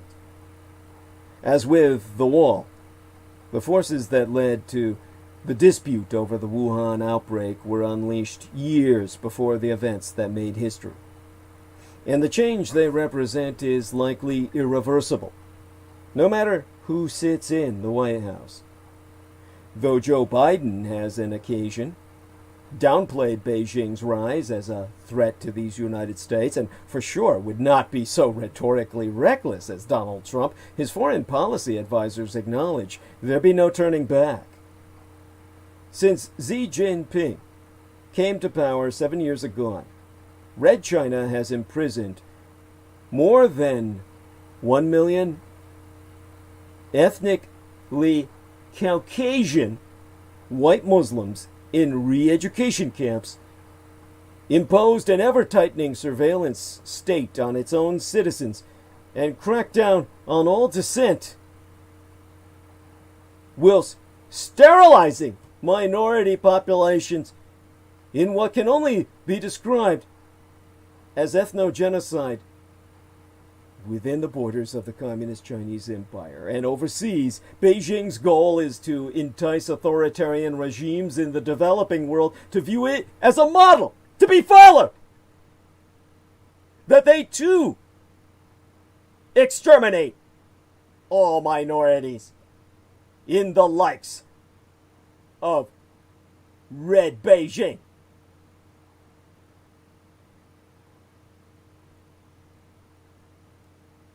This be untenable.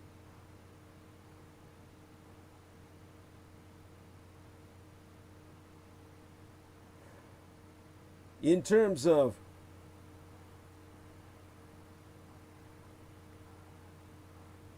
the sterilizations,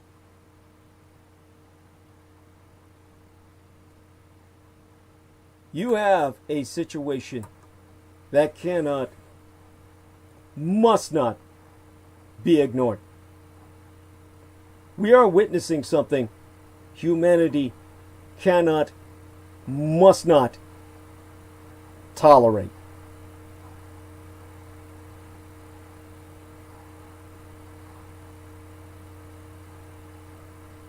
What we are seeing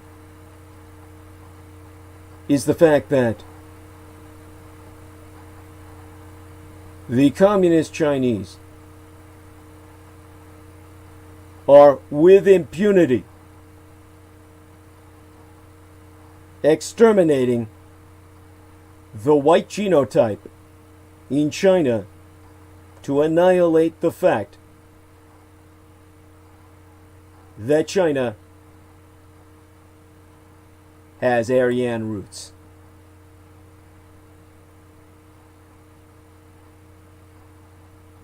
This is to eradicate the original stance of the fascist blue Chinese under Chiang Kai-shek that enabled them to declare ethnic solidarity with the Axis as a nation state with an Aryan heritage. The annihilation of ethnic Aryans in communist China is to promote a communist fantasy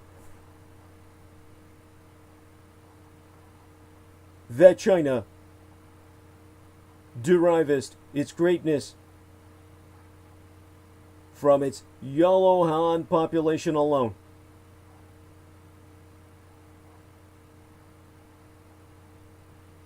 And so, documents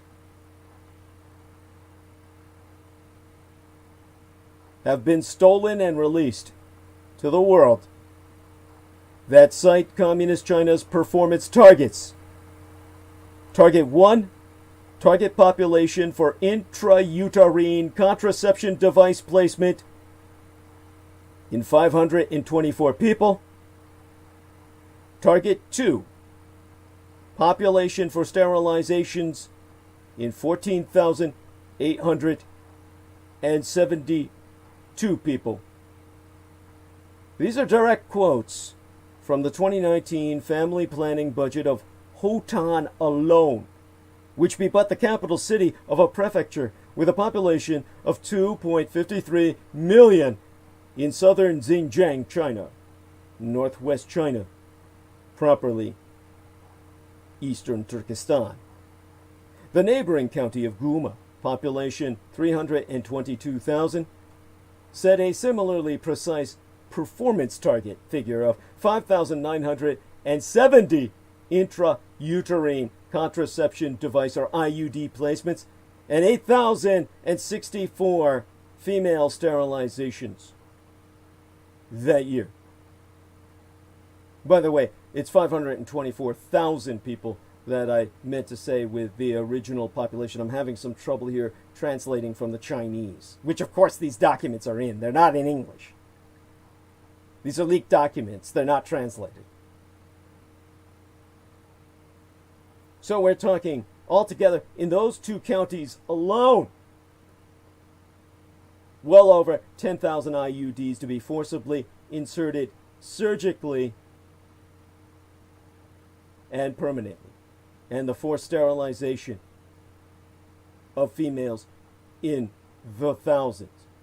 These two counties, predominantly home to members of the white Caucasian Uyghur ethno-Turkic Muslim minority, plan to sterilize approximately 34% of the women, 14 and 34% of women between 18 and 49 years of age in but a single year.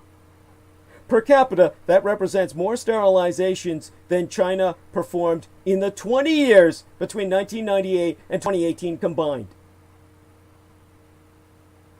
Documents from Xinjiang's Health Commission indicate that this is part of a wider project targeting all of Xinjiang's southern minority regions from yesteryear through this 2020th year in our Lord.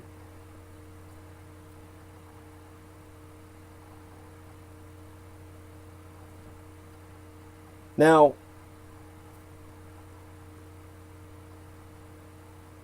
I am coming up on what, of course, is the deadline for what will be tolerated by YouTube, which is 12 hours.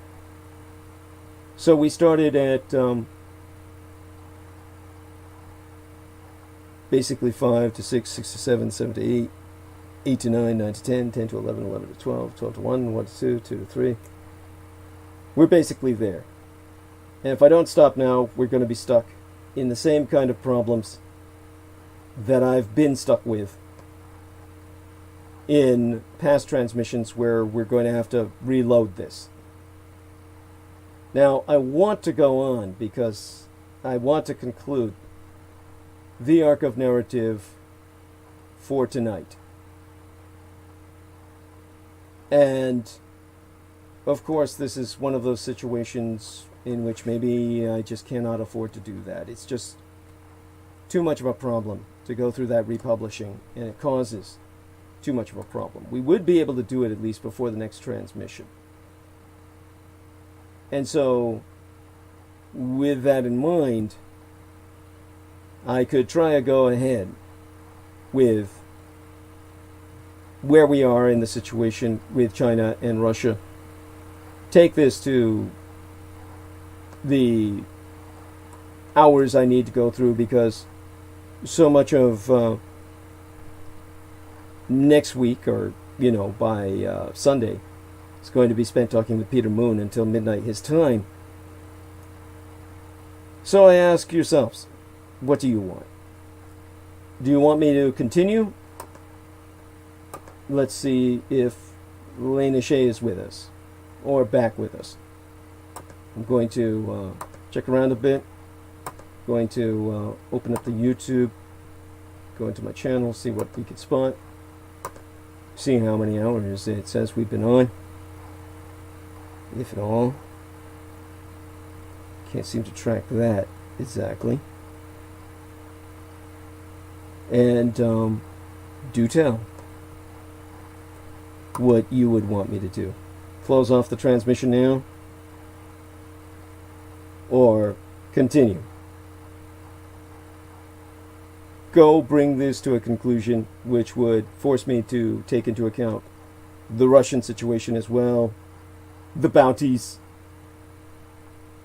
and everything else we're dealing with. Bring it down to a conclusion with what this means for the world in the age of coronavirus. If I don't get a response soon, I'll close down transmission and pick up the thread of narrative again on Sunday. Unfortunately, by then, the whole world would have changed again and brought us into many other factors that'll have to be added into the arc of narrative. But as the situations I took on tonight were so vast, perhaps that's for the best. So, let me keep pressing for a response. Or keep going, Douglas, or... No, stop for now. Of course, I'm going to go with what's common sense. And I really should stop transmission for now. So I'll say as good night. And sweet be thy dreams and deep be thy slumber. Join us again. And my thanks to Derek Talley for leaving his phone on so we can continue transmission at all.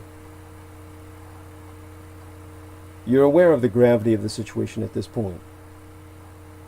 I'm going to bring it to further conclude. Oh, Jameson says continue. Oh, you son of a bitch.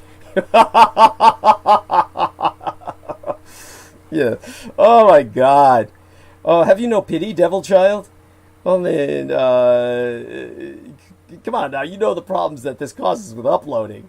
I mean, it causes uploadings where it only goes to 12 hours. We're going to have to, like, reload the thing afterwards. And, but then again, I can see why. It does make sense. It does make sense to continue and close this off for tonight. Lena's going to kill me. At any rate, he says no sleep.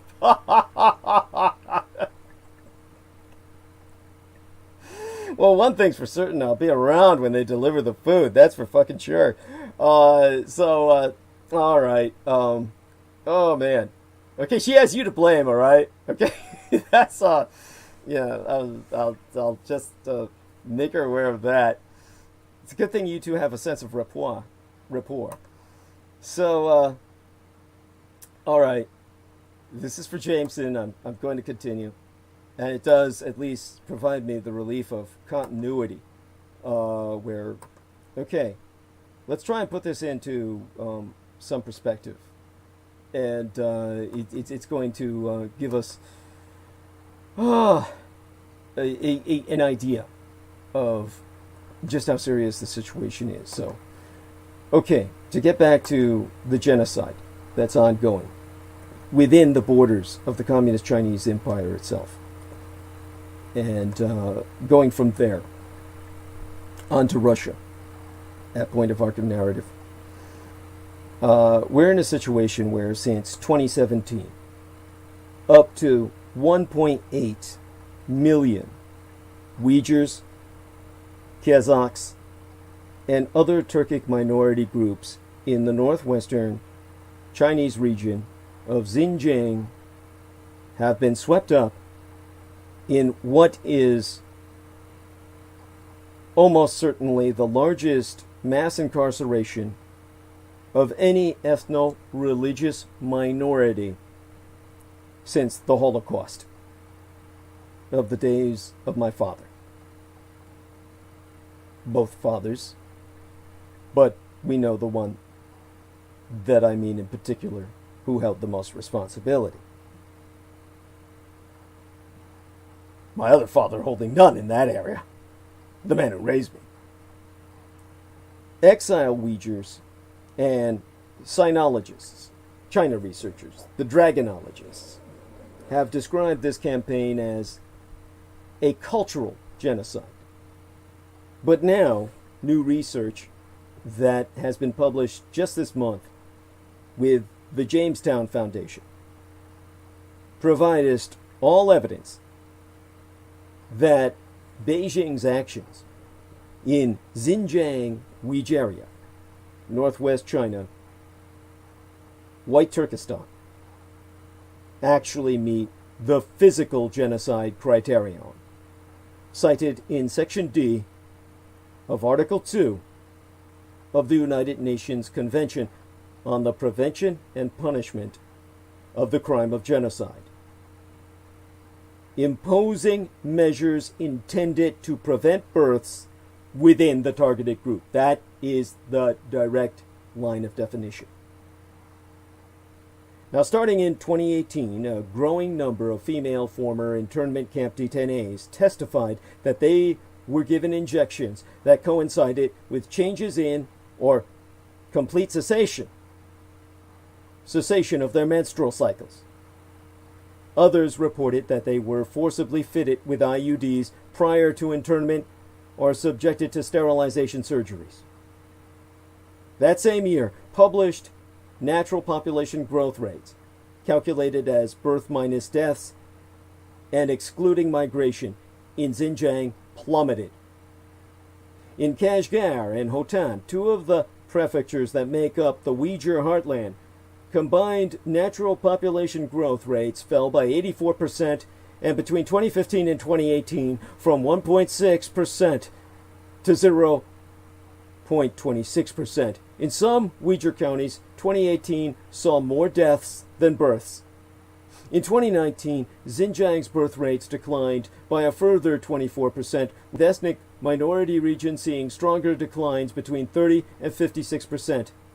In contrast, birth rates across the entire Communist Chinese Empire fell by only 4.2% between 2018 and 2019. Now, worryingly, most recent birth rates figures in Uyghur regions are not being published at all. In an unusual development, Hotan's annual report, always published in March or April each year, was not yet out by the end of June, but one of its counties reported a negative population growth rate. For the first time since its publication, Kashgar's annual report did not disclose birth or death rates. However, its total population decreased compared to the previous year. Clearly, the Chinese Communist government has something to hide. One minority region, Kyzyl, recently disclosed its 2020 natural population growth target. Shockingly, it was cut down to effectively 0. Given that Uyghur birth rates remained stable even during the horrific years of mass famine through collectivization and the Cultural Revolution, with its politicized cannibalism, in which political dissidents were butchered and their meat placed into pork buns in place of pork, the most recent declines signal a worrying new development. The campaign of mass internment would certainly negatively impact birth rates. However, by itself, it cannot have depressed population growth to such low levels. Instead, comprehensive new evidence from government documents reveals a systematic state campaign of suppressing minority births, whilst simultaneously encouraging a mass influx of new Yellow Han Chinese workers and settlers. What today we call ethnic cleansing. For years, Han Chinese officials and academics have lamented excessive minority population growth in Xinjiang. Li Xiaojian, the director of the Institute of Sociology at the Xinjiang Academy of Social Sciences, so wrote in 2017 that high Uyghur population growth rates exacerbated spatial ethnic segregation, strengthening the viewpoint that one ethnic group owns a particular land area and providing the whites the impression that this is white land. Now, such sentiments be seen as dangerous because they weaken the overall yellowness of Han national identity and identification with the Chinese nation race, impacting long-term rule and stability by communist definition, which means total subjectification. However, government efforts to enforce family planning targets were oftentimes met with failure. A 2013 World Bank report on vocational training needs in Xinjiang, compiled by Twa Han Chinese authors, of course, states that Xinjiang's enforcement of family planning in rural and minority regions has been comparatively relaxed. Many of Xinjiang's officials and researchers blame this directly on the minority's predominantly Muslim faith.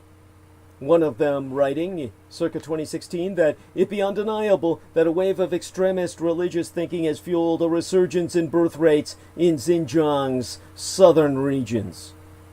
The campaign of mass internment that started circa 2017 under Xinjiang's current party secretary Chen Quanguo provided the ideal context for an unprecedented crackdown on minority birth rates.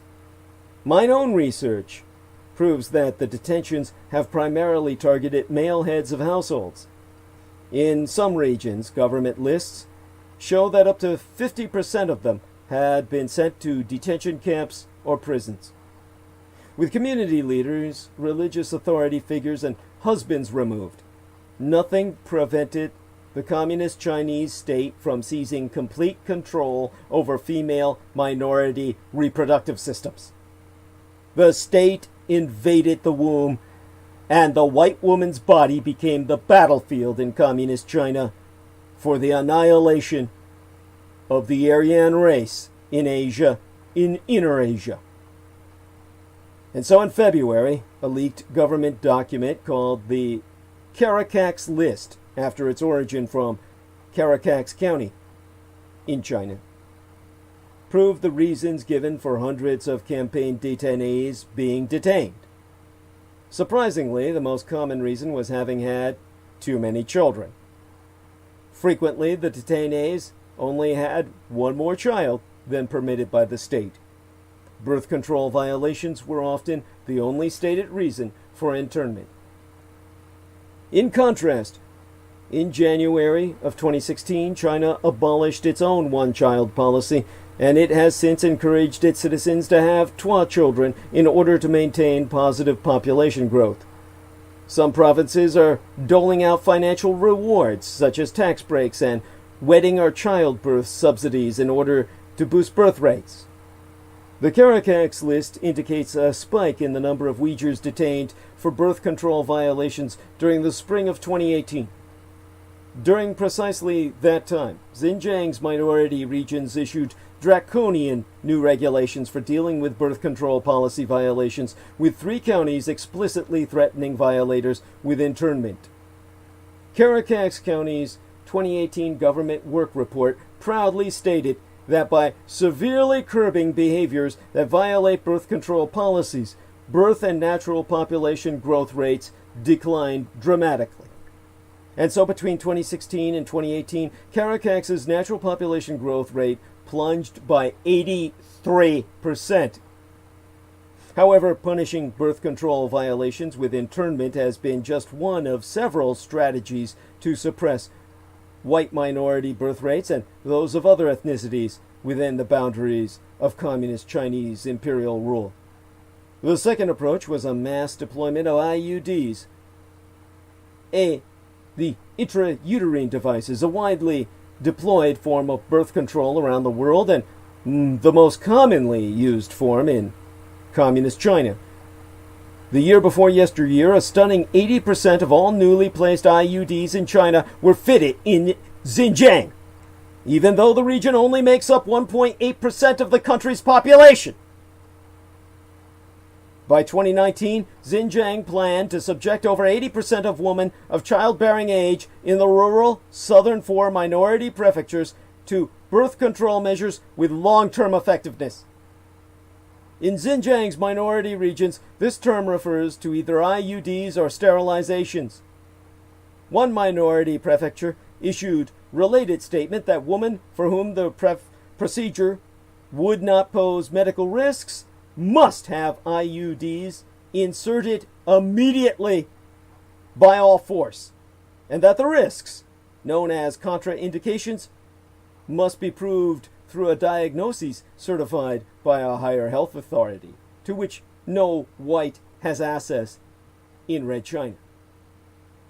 Before long, requiring minority women to get IUDs was not enough. The third and most invasive birth prevention strategy, sterilizations, soon followed. Until recently, sterilization surgeries had been uncommon in Xinjiang in order to avoid offending the predominantly Muslim population's religious sensibilities. Once the state began openly persecuting any form of religious behavior, this was no longer an issue. In the year before yesteryear, the region performed over 7 times more sterilizations per capita than the national average. Then yesteryear, when a growing number of male detainees were shifted from internment camps to either prisons or forced labor compounds, where they be worked unto death, the state moved towards what appears to be a campaign of mass female sterilization, the sterilization of a race, the white race, in China. This campaign is part of a project titled free technical family planning services to farmers and pastoralists.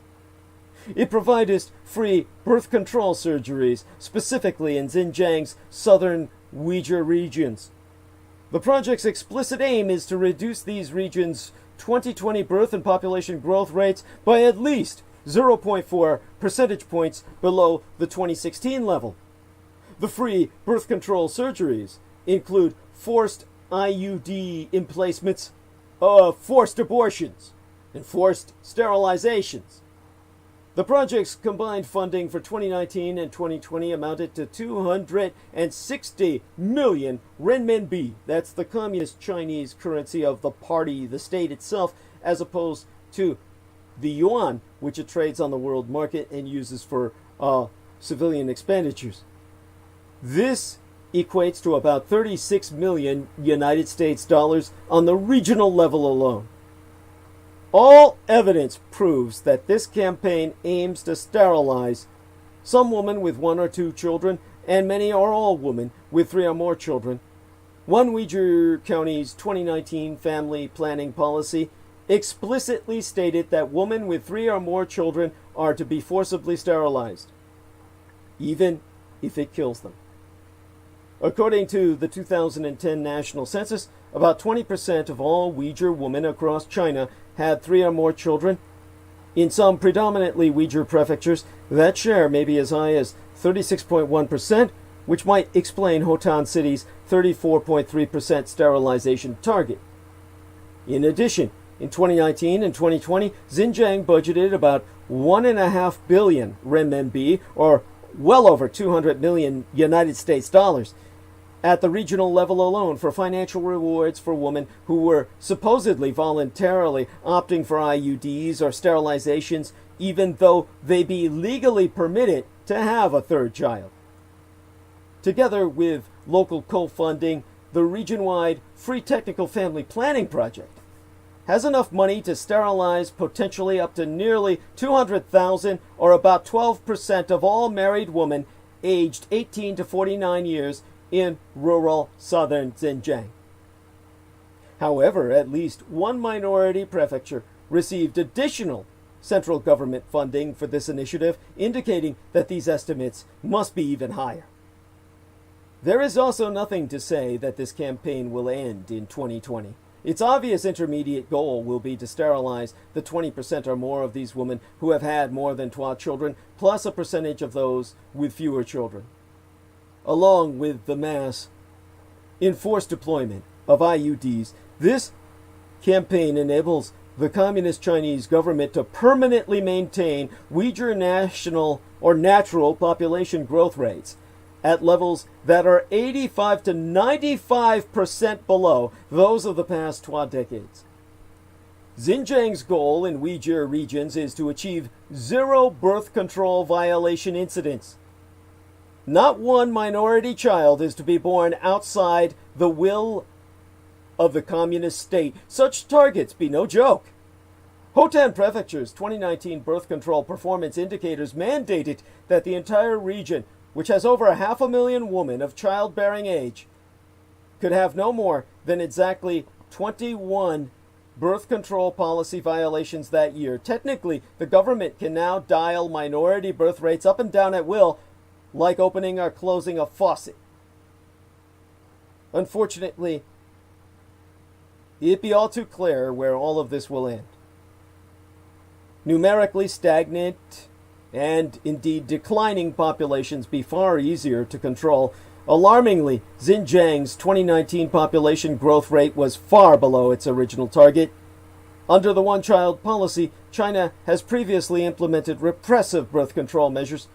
However, they were nothing close to what is now seen in Xinjiang, punishing violators in extrajudicial internment camps, sterilizing up to 1/3 of all women in a single year, sending women to family planning clinics with armed police forces, or setting near 0 population growth targets.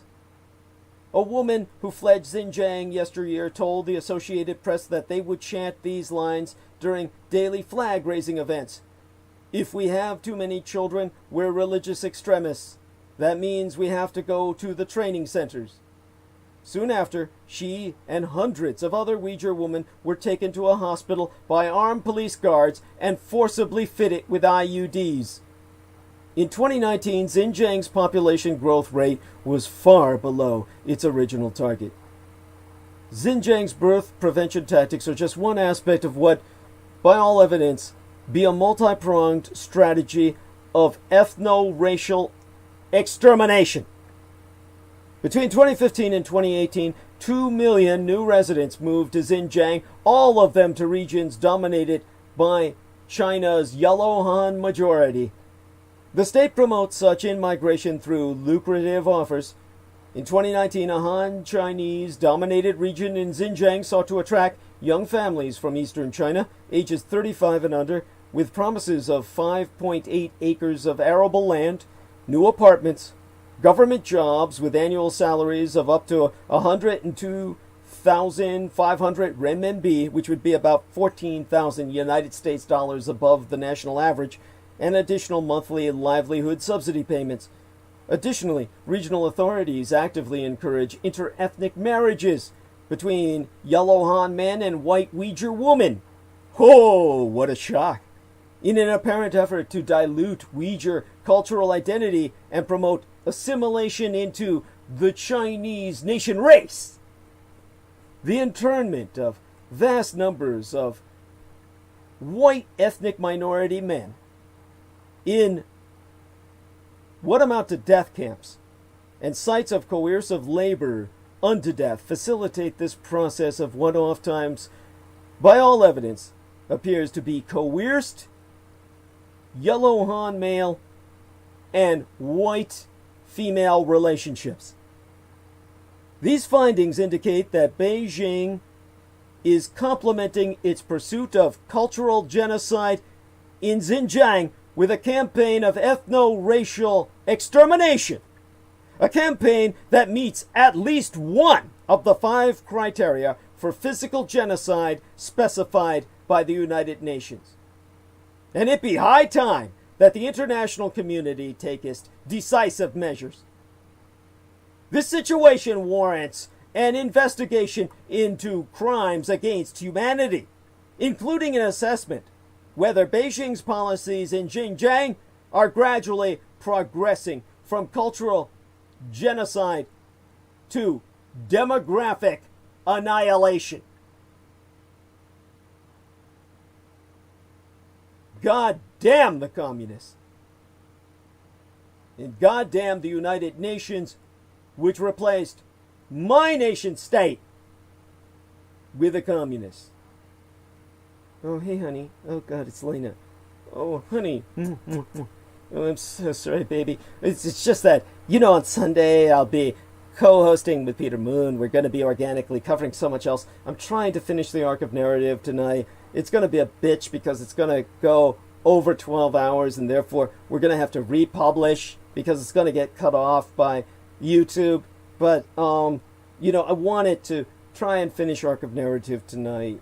I hope you understand. I mean, we'll make it much shorter on Sunday. I mean, it's just going to be, Peter and I mostly, and, probably concluding soon as he, goes off to bed at midnight. The problem is, if I don't conclude arc of narrative tonight, there's just so much going on in the world. By the time I get to it on Sunday, there'll just be all that much more to add. Oh, God bless you. She's so understanding. Oh, I love you, baby. Beyond all expression. Oh, honey, thank you. Oh, my God. Oh, I told everyone you were going to kill me. Now, honestly, we be in a situation, of course, where with all that I've just articulated, surely you all must grasp the severity, the gravity of the challenge of the Communist Chinese Empire. And this same genocidal single-party state has the single-minded objective that overseas they are enticing authoritarian regimes in the developing world to view them as the model to be followed.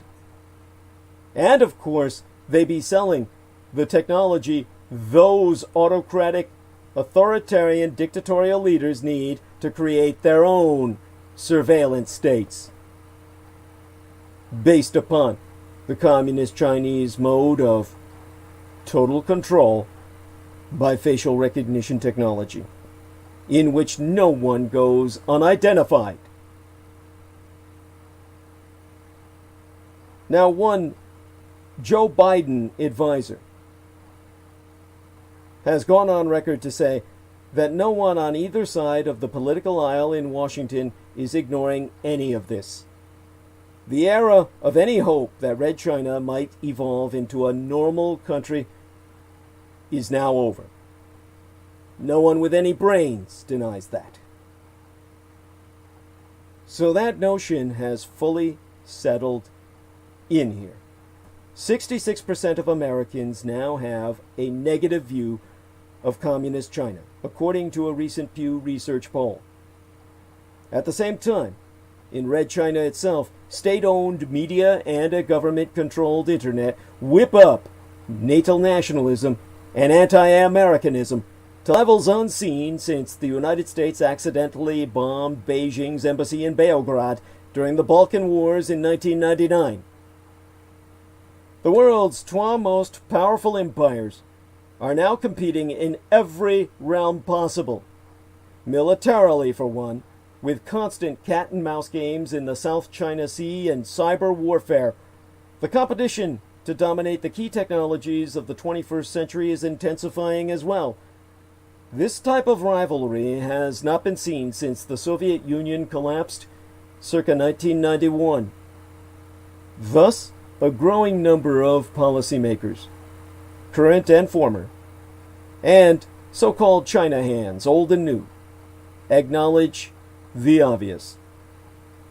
Either Cold War 2.0 is here, or the Third World War is entering a phase that we can safely term, or rather dangerously term, as pre-kinetic. To the generation of Americans who remember duck and cover drills in elementary school at the peak of the Cold War as we once knew it, that Third World War with the Soviet Union, the new global struggle will look vastly different, or rather this phase of that endless war. It will also, many American strategists believe, be much harder for the West to wage successfully. Former Pentagon China planner Joseph Bosco be quoted as saying, "Another long twilight struggle be upon us, and it will make us the last one look easy." Now American policymakers are struggling to discern what that struggle will even look like, and how to win it. This is the New Age War. The first major difference in the coming phase of Third World War, or the coming Cold War, however you ascertain it with Beijing, is in, of course, the military realm. Beijing spends far less on than the United States does on its military, though its annual rate of spending is fast increasing. According to the Center for Strategic and International Studies, a Washington think tank, Beijing has spent 50 billion United States dollars on its military circa 2001, the year it joined the WTO, the World Trade Organization. Yesteryear, it spent 240 billion United States dollars, compared to the United States' 633 billion US dollars. For a few decades at least, the US-China military competition will look vastly different from the hair-trigger nuclear standoff with Moscow. Instead, Red China will seek asymmetric advantages, rooted where possible in technology. It has, for example, already developed an arsenal of hypersonic missiles, which fly low and be hard for radar to detect. They be known as carrier killers, because of their ability to strike United States aircraft carriers in the Pacific from long distances. These weapons will be critical in area denial operations, as military planners put it. Exempli gratiae, should the day comest when Beijing seeks to take us Taiwan by force, hypersonics could keep United States carriers far from the island nation once a war began. Red China's pursuit of preeminence across a wide range of technologies in areas like quantum computing and artificial intelligence be central to the economic clash with these United States. But they also have significant military components. Since the 1990s, when Chinese military planners were stunned by the United States' lightning victory in the first Iraq War, the war in which I myself participated, they have consistently focused their efforts on developing warfighting capabilities relevant to their immediate strategic goals, Taiwan being exemplary thereof, whilst creating the ability to one day leapfrog American military technologies that may be drawing nearer. Quantum computing is but one example, perhaps the preeminent one. In an era in which digital networks underpin virtually every aspect of war, quantum is king. Elsa Kania, a former Department of Defense official, who is now a senior fellow at the Center for a New American Security, observes that taking cyber warfare, the ability to protect against an enemy disrupting your own networks, whilst maintaining the ability to disrupt the adversaries, taking that into account bringeth us into the realization that quantum networks are far more secure against cyber espionage, and Kania herself believest Red China's future quantum capacity has the potential to leapfrog American cyber capabilities. That's not the only advantage of quantum technology. Beijing is also exploring the potential for quantum-based radar systems, radio detection and ranging, that can defeat stealth technology, a critical American warfighting advantage. And so, Kenia observes that these disruptive technologies, quantum communications, quantum computing, and potentially quantum radar, may have the potential to undermine cornerstones of American technological dominance in information age warfare, its sophisticated intelligence apparatus, satellites, and secure communications networks, and stealth technologies. So China's concentrated pursuit of quantum technologies could have much more far-reaching impacts than the asymmetric approach to defense that has characterized its strategic posture thus far. That is a big reason why Pan Jianwei, the father of China's quantum computing research effort, has stated the Red Empire's goal is nothing less than quantum supremacy. Washington and its allies in East Asia and Europe are paying attention. In a just published book entitled The Dragons and the Snakes, How the Rest Learned to Fight the West, the author, that's what the subtitle is, the title being The Dragons and the Snakes, the subtitle being How the Rest Learned to Fight the West. The author thereof, David Kilcullen, a former Australian military officer who served as special advisor to the United States General David Petraeus in Iraq. He so writes, "Our enemies have caught up or overtaken us in critical technologies, or have expanded their concept of war beyond the narrow boundaries within which our traditional approach can be even brought to bear. They have adapted, and unless we too adapt, our decline be only a matter of time." Now that book is being widely read in United States national security circles. Now, Red China is still not yet a peer power, as American national defense analysts would put it. But the steadily aggressive pursuit of quantum technologies, and a wide array of others that also have dual-use applications, increasingly convince Pentagon planners that Beijing will one day be one. And so Michael Pillsbury, one of Trump's key informal advisors on relations with Beijing, has been quoted as saying, China is nothing if not patient. The year 2049 will mark the Chinese Communist Party's 100th anniversary of taking power in Beijing. And that's the very year Chinese propaganda outlets have said will see the completion of Red China's rise to the dominant power on planet Earth. And what about this economic divorce? The most significant difference in the emerging geopolitical standoff between Washington and Beijing be obvious. Red China is economically powerful and deeply integrated with both the developed and developing worlds. That was never the case with the former Soviet Union, which was largely isolated economically, trading only with its East Bloc neighbors, its satellite states, its satraps in effect. China, by contrast, trades with everyone, and it continues to grow ever richer. It is sophisticated across a wide range of critical technologies, including telecommunications and artificial intelligence. It has set a national imperial goal in its so-called Made in China 2025 plan. Preeminence not just in quantum computing and AI, but in biotechnologies, advanced telecommunications, even green energy, and a host of others.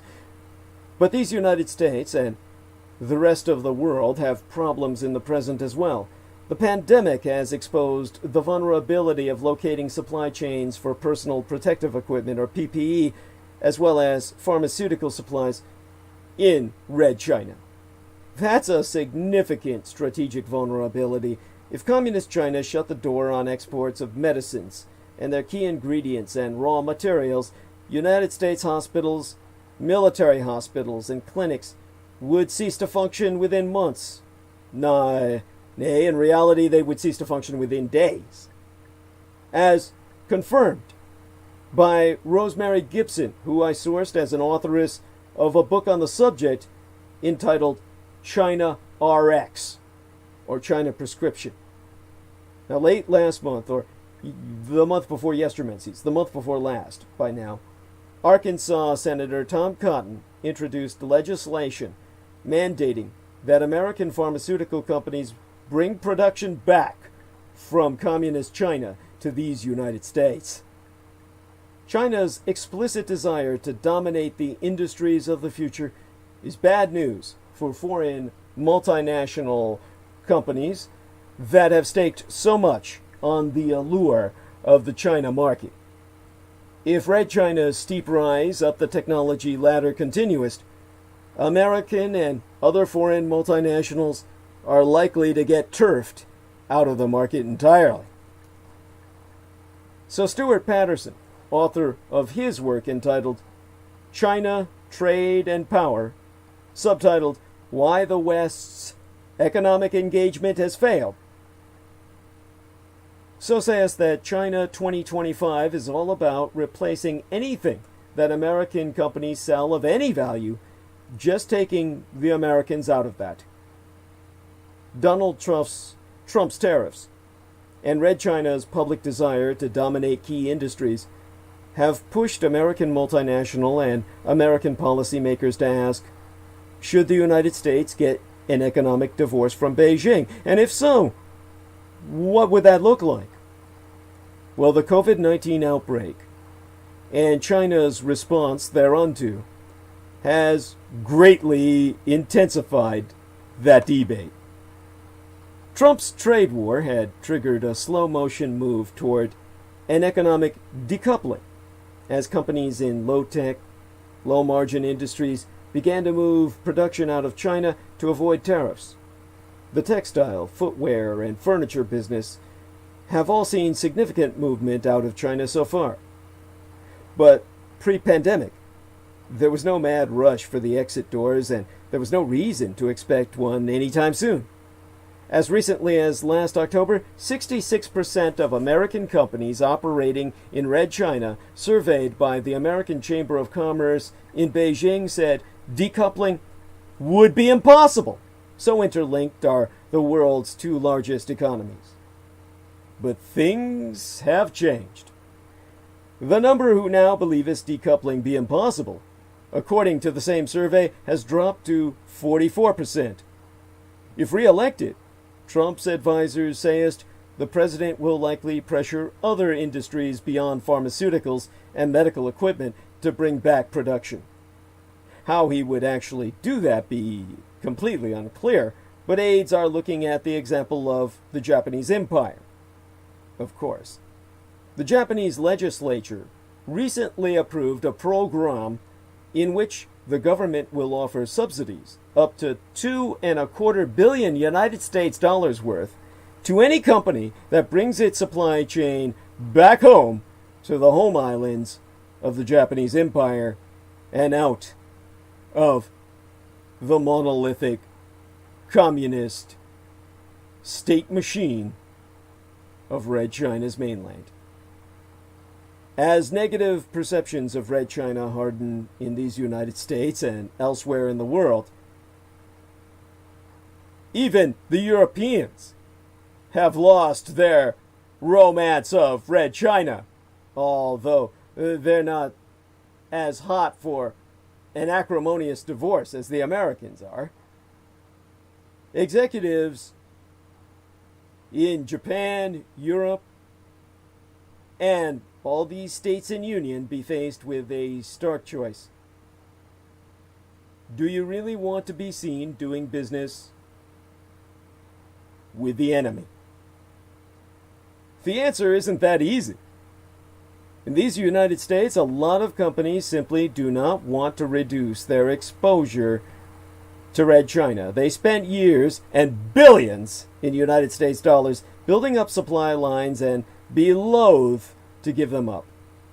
Consider the semiconductor industry, a critical area in which these United States is still technologically more advanced than communist China itself. A complete cessation of semiconductor sales to Red China would mean American firms lose about 18% of their global market share and an estimated 37% of overall revenues. That in turn would likely force reductions in R&D, research and development.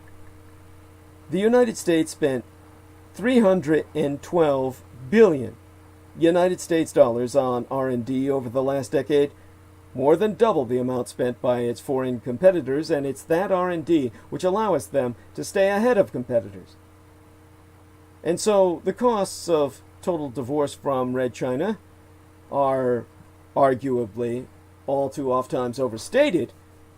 I myself calculate that about 2% of American corporate profits comes from sales in the Chinese market, mostly from companies that manufacture there in order to sell there.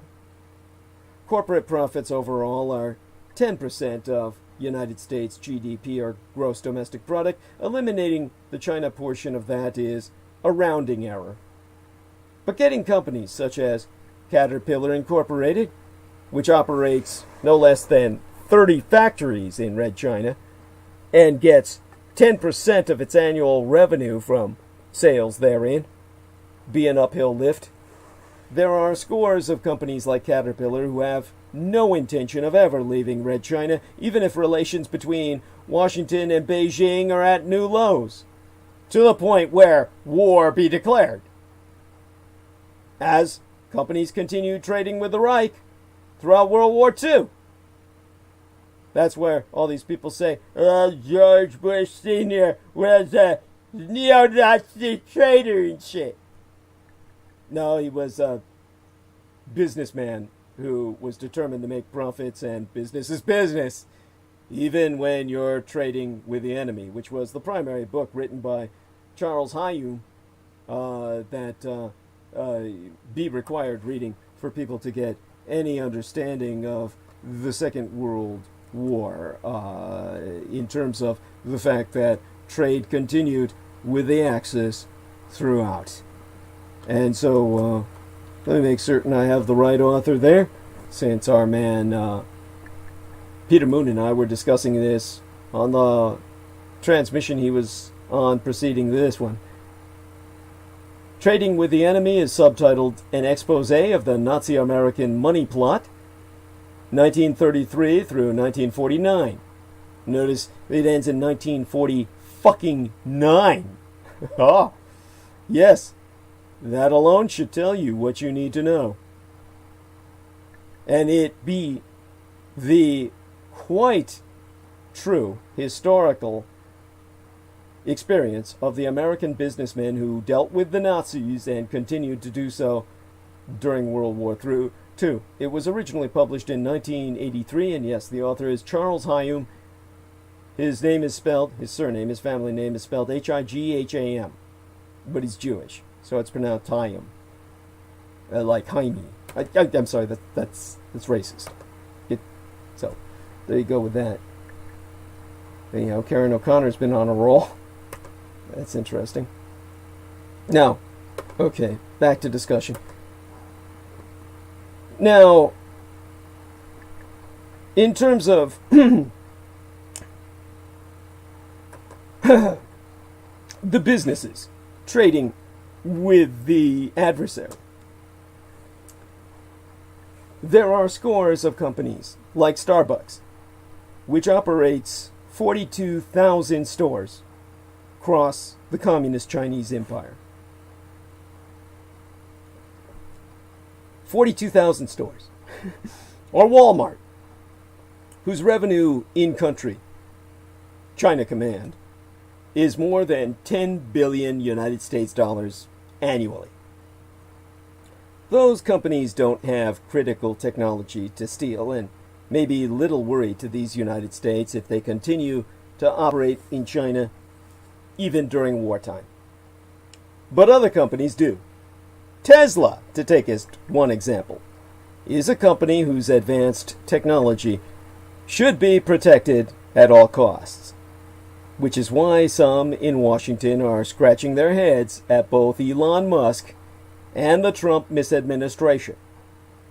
Because Musk said on the 10th day of May that he was so angry at the shutdown orders in the state of my golden California that he would move the Tesla factory in Fremont, California, to Texas.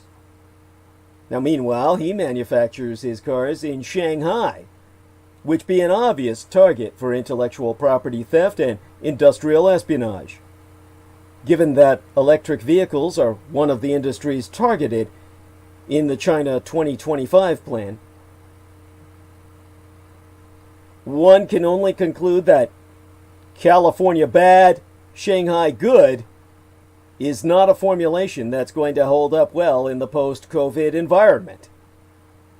A smarter American strategy than divorce is economic distancing, as coined by John Lee, a senior fellow at the Hudson Institute, a Washington think tank, in which the goal of American industrial policy should be ensuring that Red China is not in a position to dominate key technologies and assume the leading role in dominating supply and value chains for these emerging technologies. Rationing access to large and advanced markets be critical. It becometh much more challenging for Beijing if China's access to markets in these United States, United Europe, and East Asia is restricted, and it be denied key inputs from those areas. Of course, that presumes coordination with allies, which has not been a Trump administration strong suit. But that would change under a President Joseph Biden. Even pre-pandemic, key European and Asian allies were souring on their relations with Red China. That includes Canada as well. A former senior Canadian official said Ottawa wanted to work with Trump and the Europeans to map out a tougher united front on trade. The only problem? As this official said, and he asked to remain unnamed for reasons what should be understandable after I quote what he said, "You were sanctioning our steel exports on national security grounds. We are a NATO ally, for God's sake." The opportunity to work more closely to form a united front versus Beijing is something Biden advisors be intent on doing. A reconfigured Trans-Pacific Partnership, the TPP, which Barack Obama pushed, is likely the first order of business in a Biden administration, this time more explicitly targeted at excluding Beijing from free trade deals among American allies. Of course, they would simply be re-entering America into the Japanese Greater East Asian Co-Prosperity Sphere, which is what the Japanese transformed the TPP into after Trump walked. And all of this, of course, be dependent on one pivotal factor. That being, if there is a Biden administration at all. So what's next? Either way. In the context of the new Cold War, or the pre-kinetic phase of this Third World War, East Asian phase of theater, East Asian theater of war, or theater of conflict. The move toward a smart economic distancing, as Hudson's Lee and others call for, will gain momentum. Kurt Campbell, former Assistant Secretary of State under President Barack Obama, has stated that Washington put too much faith in its power to shape China's trajectory. All sides of the policy debate in these United States aired. Biden's people are already spreading the word that there will be no return to the laissez-faire attitudes that governed Washington's approach to China pre-pandemic. The United States may also have to overtly subsidize companies in the made-in-China 2025 industries that Beijing has targeted. Beijing has resisted suspending its own industrial subsidies to state-owned industries in the Trump trade negotiation and has shown few signs of backing off from the goals expressed in Made in China 2025. In the wake of the global fury kicked up by the coronavirus, an economic rapprochement appears frankly unthinkable. Militarily and geopolitically, no matter who wins the next election, the United States will work hard to bring India, which has hedged its bets between Washington and Beijing as China rose, more closely into the fold of a free and open Indo-Pacific, as the Trump administration has called its policy toward Asia. The ability to work more closely with allies, both in East Asia and in Europe, in creating a united front against Beijing, has never been stronger. Rand Corporation's Scott Harold has even gone so far as to say, "No one that we talk to is happy." What many look for is steadier and clearer public messaging from Washington. And as Scott Harold puts it, as the ideological competition with Beijing intensifies, the defenders of the liberal international order, like-minded democracies, should grow more active in defense of their interests and values. In the wake of the pandemic, the United States is suffering a defeat that should be unthinkable. It is losing the propaganda war, particularly in the developing world. Both internally and abroad, the Chinese Communist Party's propaganda outlets, digital and broadcast, are trumpeting dictator Xi Jinping's handling of COVID-19 and contrasting it with the Trump administration's shambolic efforts to deal with the virus. State media outlets chronicled how badly these United States and others have managed the crisis, or rather mismanaged, their message being those countries should copy Red China's model. As competition between these United States and the Communist Chinese Empire grows, the information wars will be critical. In this, the America First administration of Donald Trump has mostly been AWOL, absent without lead. Totally fucked and gone. The president has not been able to rouse himself to support pro-democracy demonstrators in Hong Kong, though so desperate was he for a trade deal with Xi Jinping. But Trump and Biden have some good role models, and thus there be hope.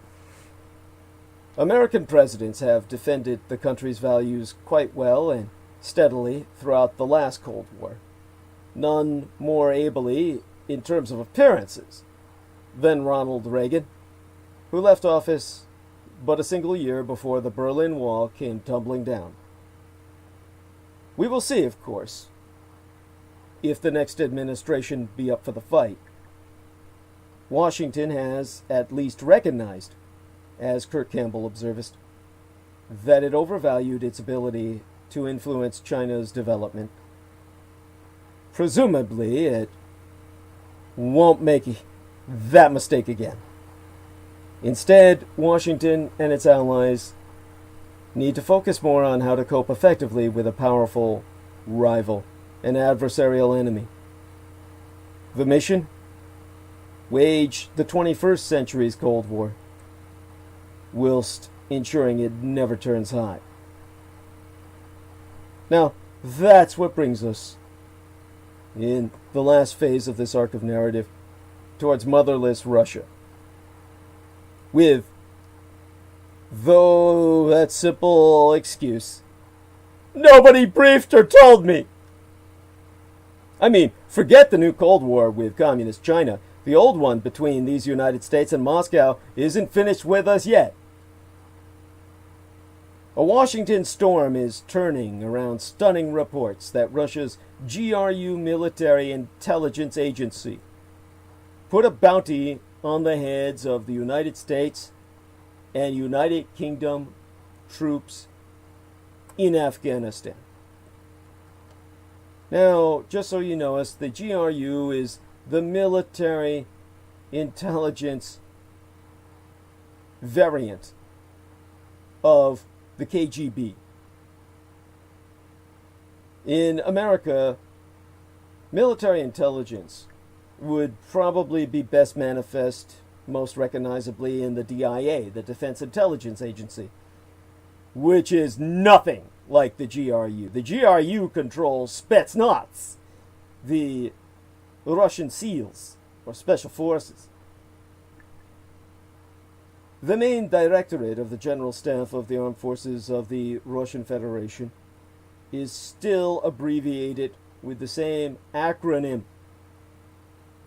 of that it had in the days of the Soviet Union.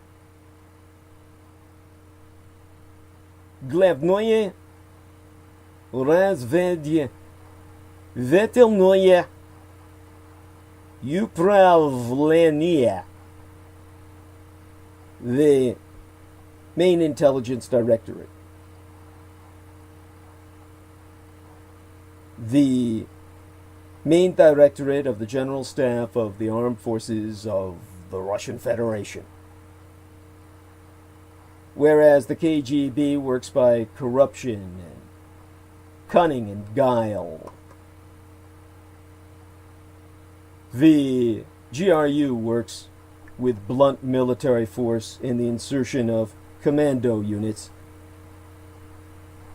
in direct raids onto enemy offices that leave burning office buildings in their wake, and all the file cabinets being carried back on the backs of special operations forces to be sorted through in Moscow. Now, Bizarre HD, that's our man George Knight, says, Douglas, I listened before going to work and came back and you were still on live. Amazing. And finally back to work now, Douglas. Much love unto you. Good God, he's back to work. How is he going to be a house husband with those kinds of responsibilities? Good Lord. Well, in terms of the nobody briefed or told me situation, According to the New York Times, citing unnamed officials, President Donald Trump and Vice President Mike Pence were briefed about this affair, but did nothing about it. Trump denied he was briefed about the bounty scheme, but given past behavior, it's hard to take this White House's words on anything.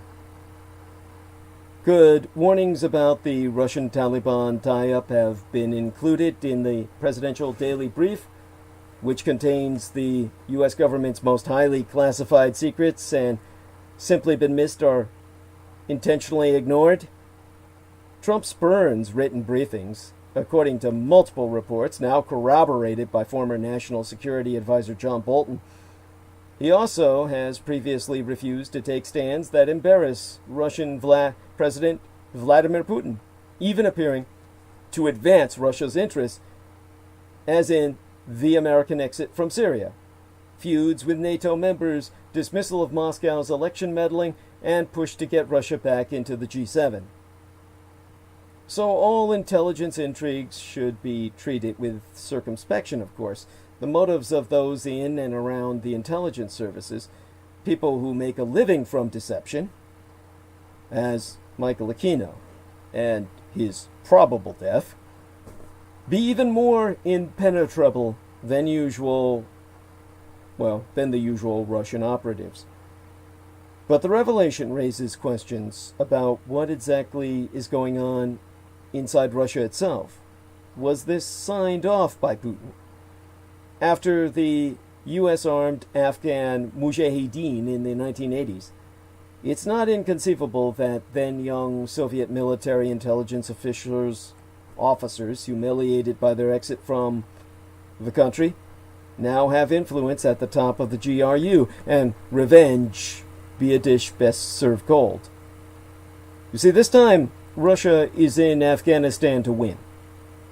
Putin is replicating his success in Syria in a new theater of conflict, and part of his plan is to hurt American interests once again.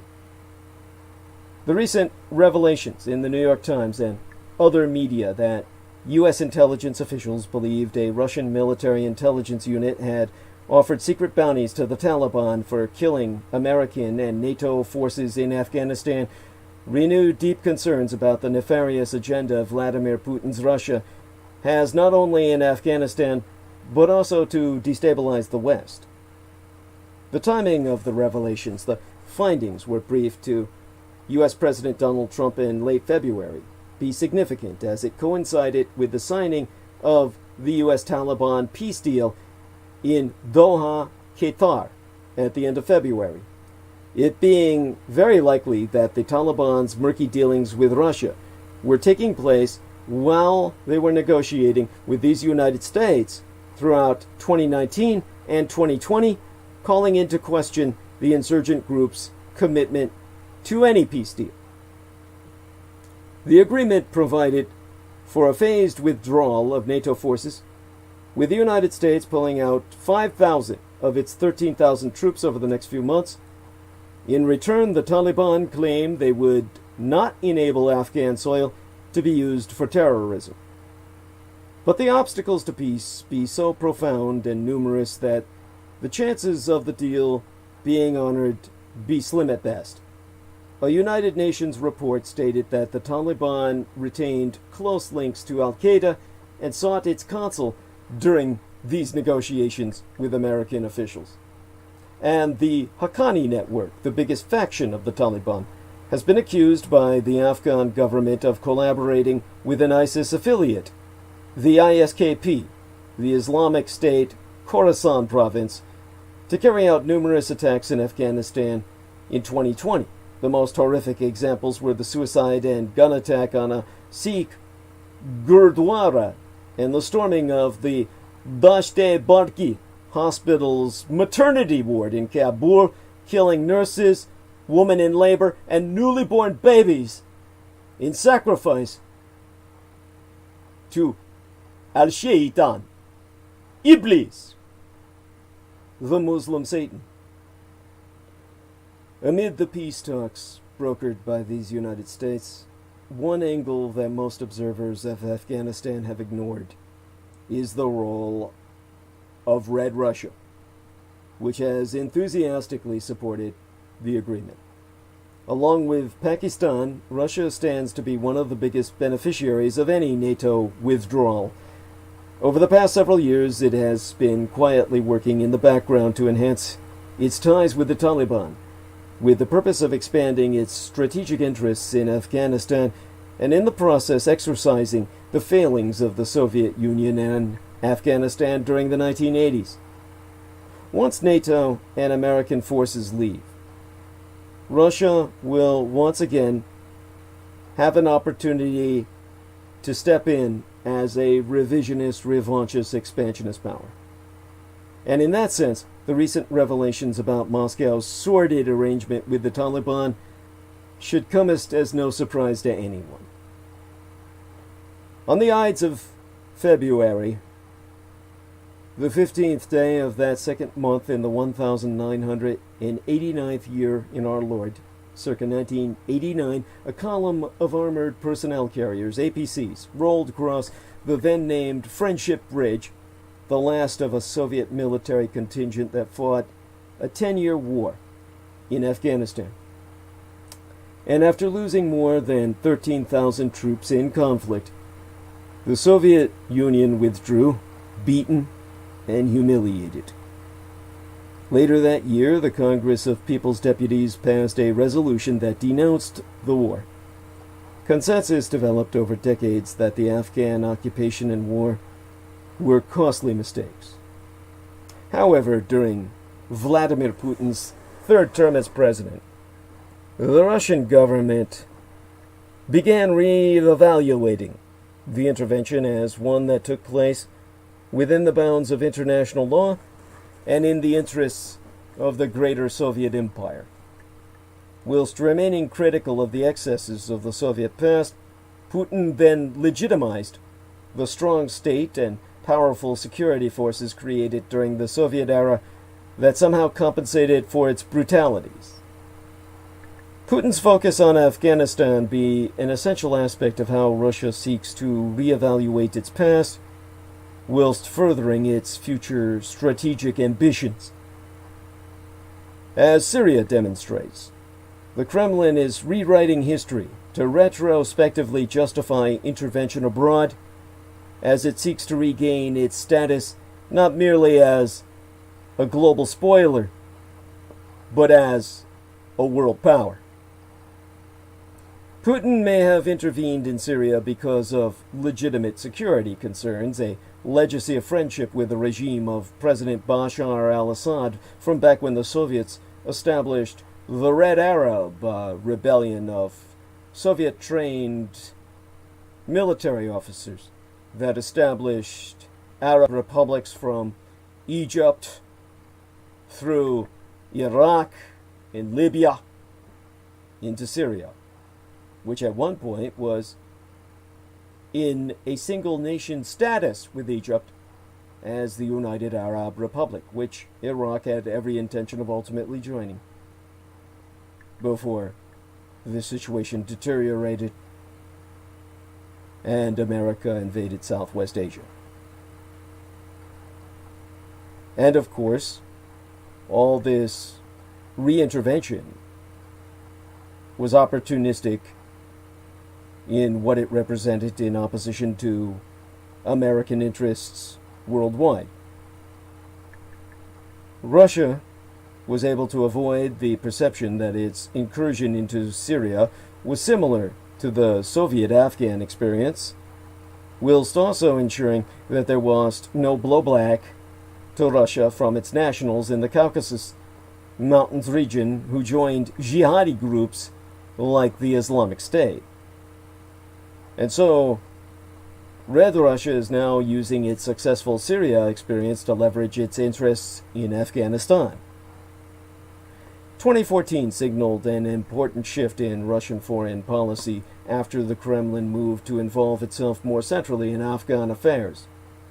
In doing so, Moscow adopted several different roles. It simultaneously styled itself a peacemaker, military enforcer, and, most concerning from Washington's perspective, funder of terrorist insurgents. On a surface level, Russia increased its presence in Afghanistan because of the threat of ISKP. For Moscow, ISKP poses three main challenges to its strategic interests: the potential of Russian citizens traveling to Afghanistan as foreign terrorist fighters, pledges of loyalty by North Caucasian militant groups establishing informal and formal ties, and the potential spillover of violent extremism into Central Asia, which in turn directly affects Russian interests, as it did during the bad old days of the Afghan-Soviet conflict. The Kremlin admitted its strategic relationship with the Taliban in 2015, when Foreign Ministry spokesperson Maria Zakharova announced that Russia was sharing intelligence with the Taliban pertaining to ISKP movements. However, this be just one factor in its decision to reinfiltrate Afghanistan.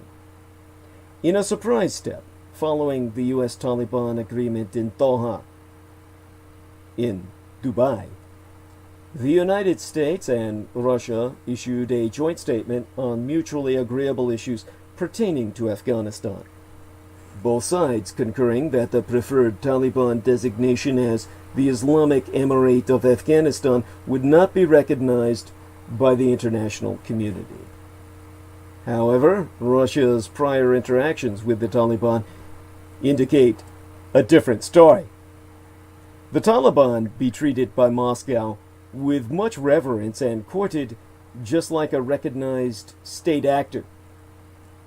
The joint Russo-American statement also calls on the Taliban to take concrete steps to ensure that the territory of Afghanistan should not be exploited by Al-Qaeda, Daesh, or ISIS, or other international terrorist groups against others. But the Taliban are not obliged to provide as to any concrete steps on how this will be achieved, nor are there any verification mechanisms.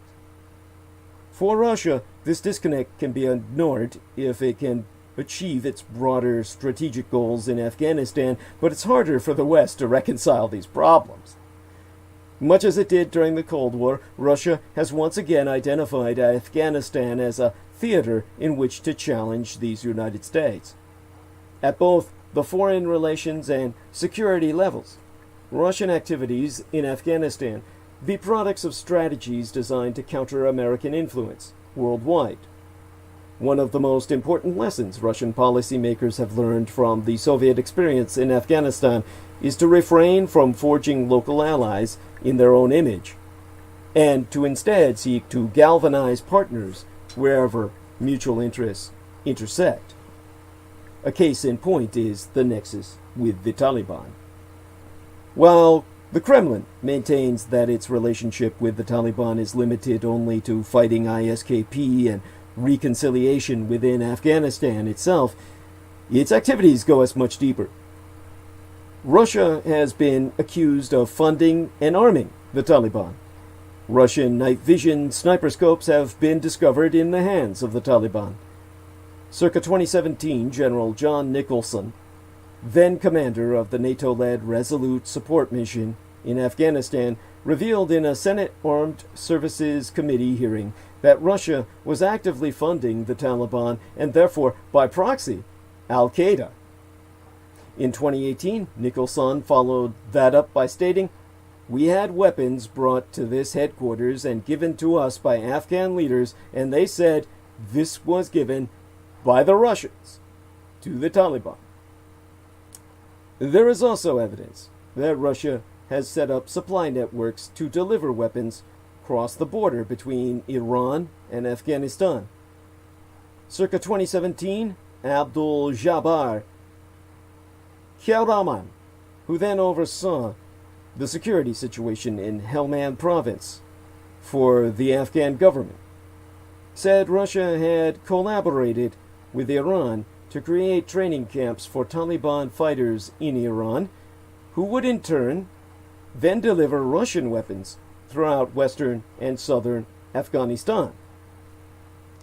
Perhaps more alarming be reports that Russia is funneling resources into Afghanistan that can be sold for profit by the Taliban. This includes shipping fuel tankers from Uzbekistan through the Ired border crossing, where they be delivered to Taliban front companies that sell fuel worth $2.5 million United States dollars per month. The Taliban distribute the money directly to their commanders and use, well, that's for their commanders to burn and launch attacks against the Afghan government, forces, and, yea, civilians, to prove the Americans cannot protect them. Money to burn. So they can burn people. Whilst Russian intelligence services smuggle weapons and resources to the Taliban, the Russian government continues to present itself as a suitable alternative to these United States in terms of political guidance and aid for Afghanistan. Russia has attained short-term benefits by presenting a narrative that it stands by its allies, like the Taliban, no matter how ruthless. Simultaneously, it has denounced these United States as an untrustworthy ally that will abandon all its friends. And so in May of yesteryear, the Putin administration invited senior members of the Afghan government and the Taliban to Moscow to celebrate what it called 100 years of Russo-Afghan friendship. And at this meeting, Russian Foreign Minister Sergei Lavrov called for a total pullout of foreign forces from Afghanistan. It being ironic that Russia continually calls for an end to foreign military in Afghanistan despite maintaining its own presence in area. The implication being obvious. Russia is engaging in a diplomatic and military relationship with the Taliban in order to counter these United States. But for Russia to succeed in Afghanistan, it also needs to rectify a relationship with an old adversary, Pakistan. Pakistan was essential to the American strategy in Afghanistan throughout the 1980s by supplying weapons and providing logistics to the Afghan Arab Mujahideen.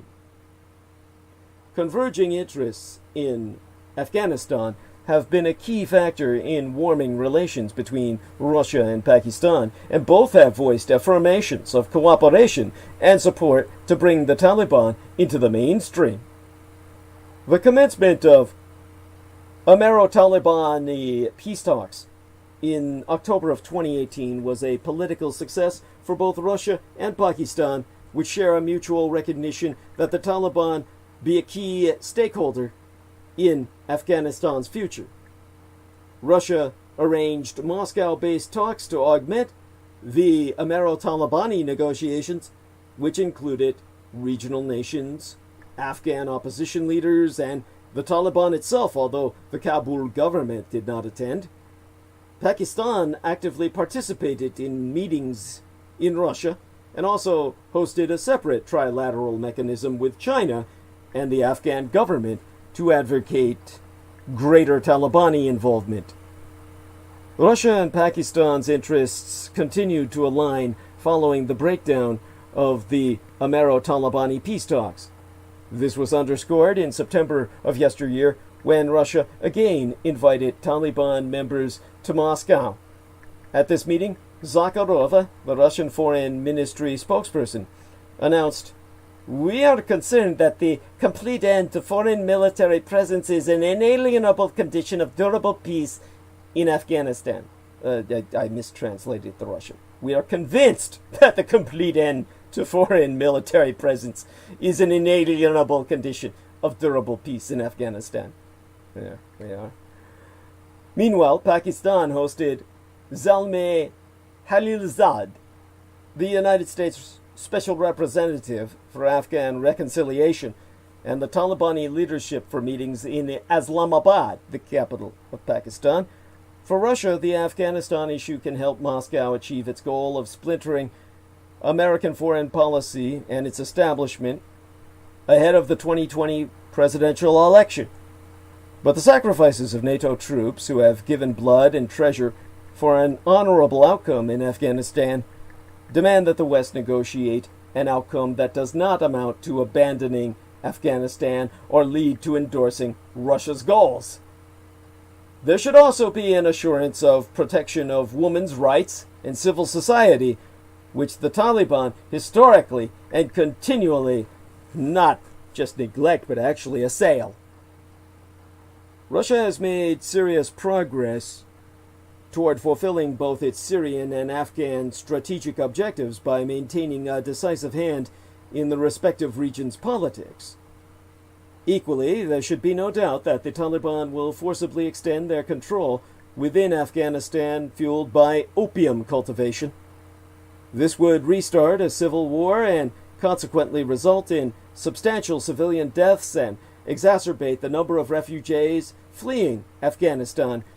With Western troops leaving, it will have devastating consequences for the civilian population who rely and depend on them, the Western troops, for their own safety.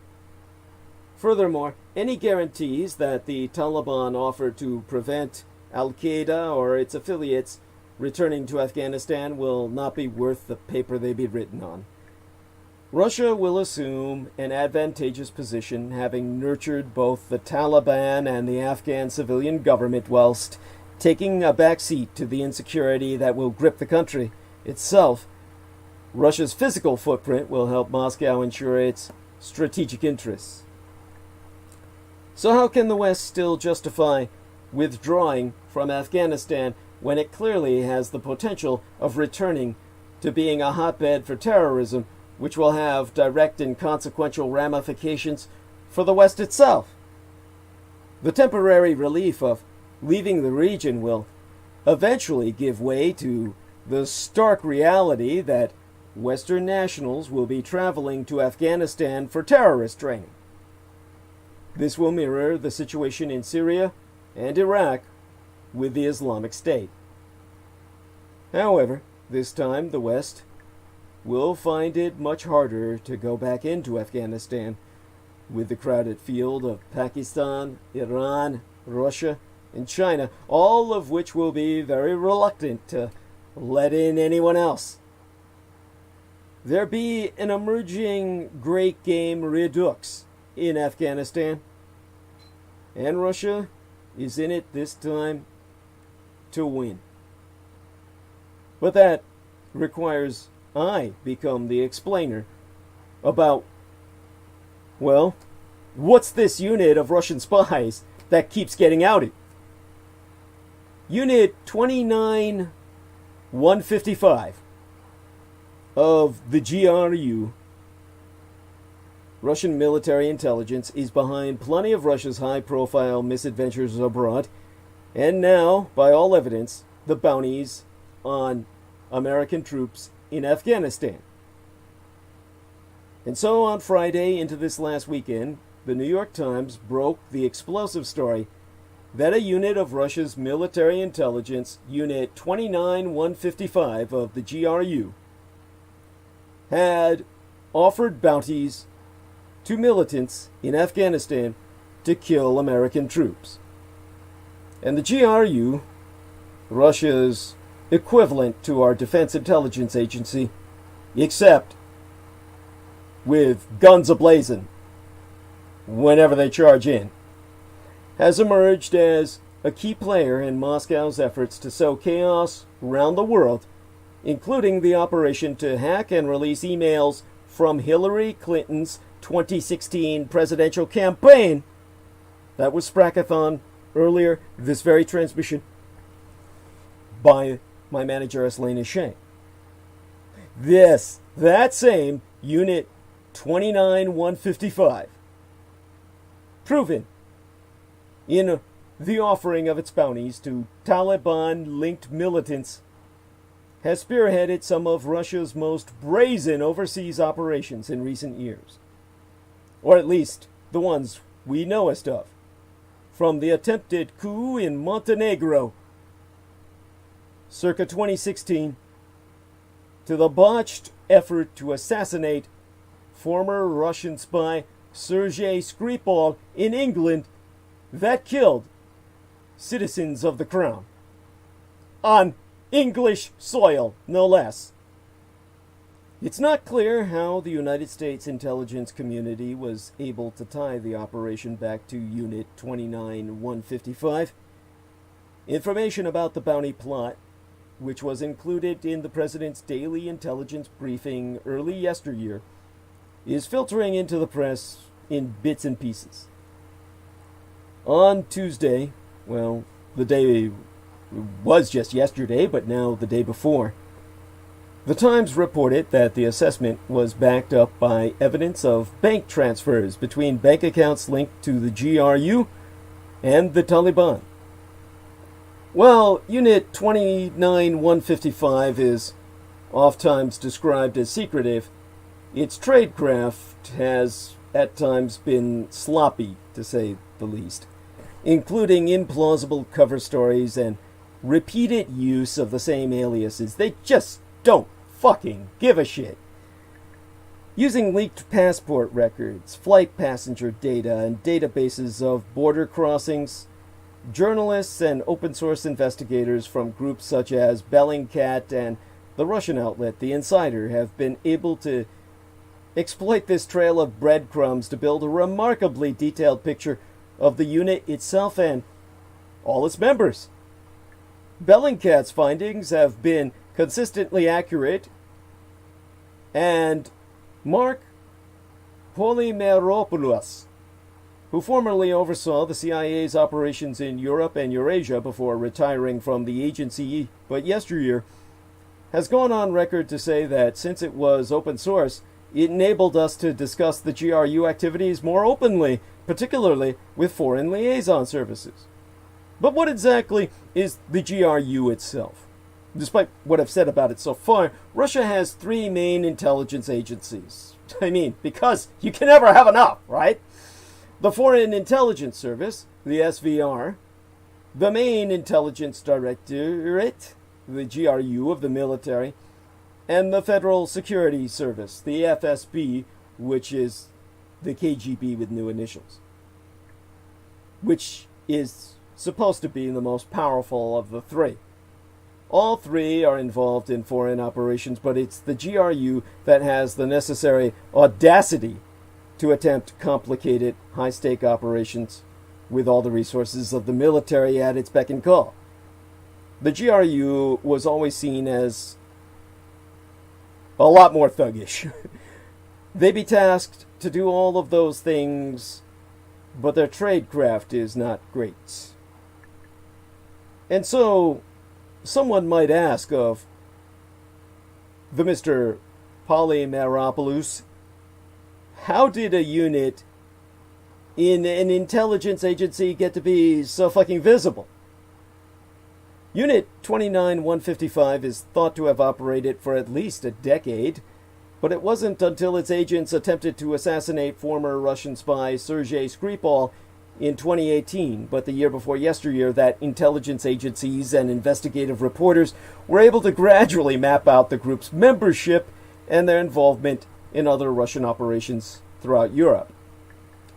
In early 2018, 12 Russian men operating under the aliases Alexander Petrov, later revealed to be Alexander Mishkin, and Ruslan Bozhirov, whose real name is Anatoly Shchepiga, sprayed the deadly nerve agent Novichok on the door handle of Skripal's home in Salisbury, England. 6 months later, British prosecutors had enough evidence to identify these men as agents of the GRU and to charge them personally with attempted murder. The pair's movements had been picked up by the United Kingdom's plentiful closed-circuit TV cameras from the moment they stepped off an Aeroflot flight from Moscow. A little over a week later, Petrov and Bozhirov appeared on the Russian state-controlled TV channel Russia Today, RT, to claim that they were but humble fitness instructors who flew to the United Kingdom for a weekend to travel to Salisbury not once but twice to see the city's cathedral. Even though they're Russian Orthodox, theoretically, and not fucking Protestant. I mean, that's what Orthodox Christians do, right? Bull fucking shit. Once the photos of the pair were released, digital sleuths at the open source investigative group Bellingcat were able to piece together their identities in a heartbeat. Knowing that they were GRU, they scoured the website and yearbooks of a GRU training academy in Siberia that, given their age, the men likely attended. And there they found a photograph of Šۿ뾱'h in Chechnya in an article posted on the Academy's website but the year before yesteryear, which noted that graduates of the Academy had gone on to receive the Hero of Russia Award, Russia's highest military honor, their version of the Congressional Medal of Honor, it being this detail that led them to ŠÂPIGA's true identity. Passports of GRU aliases will oftentimes use the same first name, the patronymic, a name derived from the name of a person's father, and date of birth as the agent's true identity.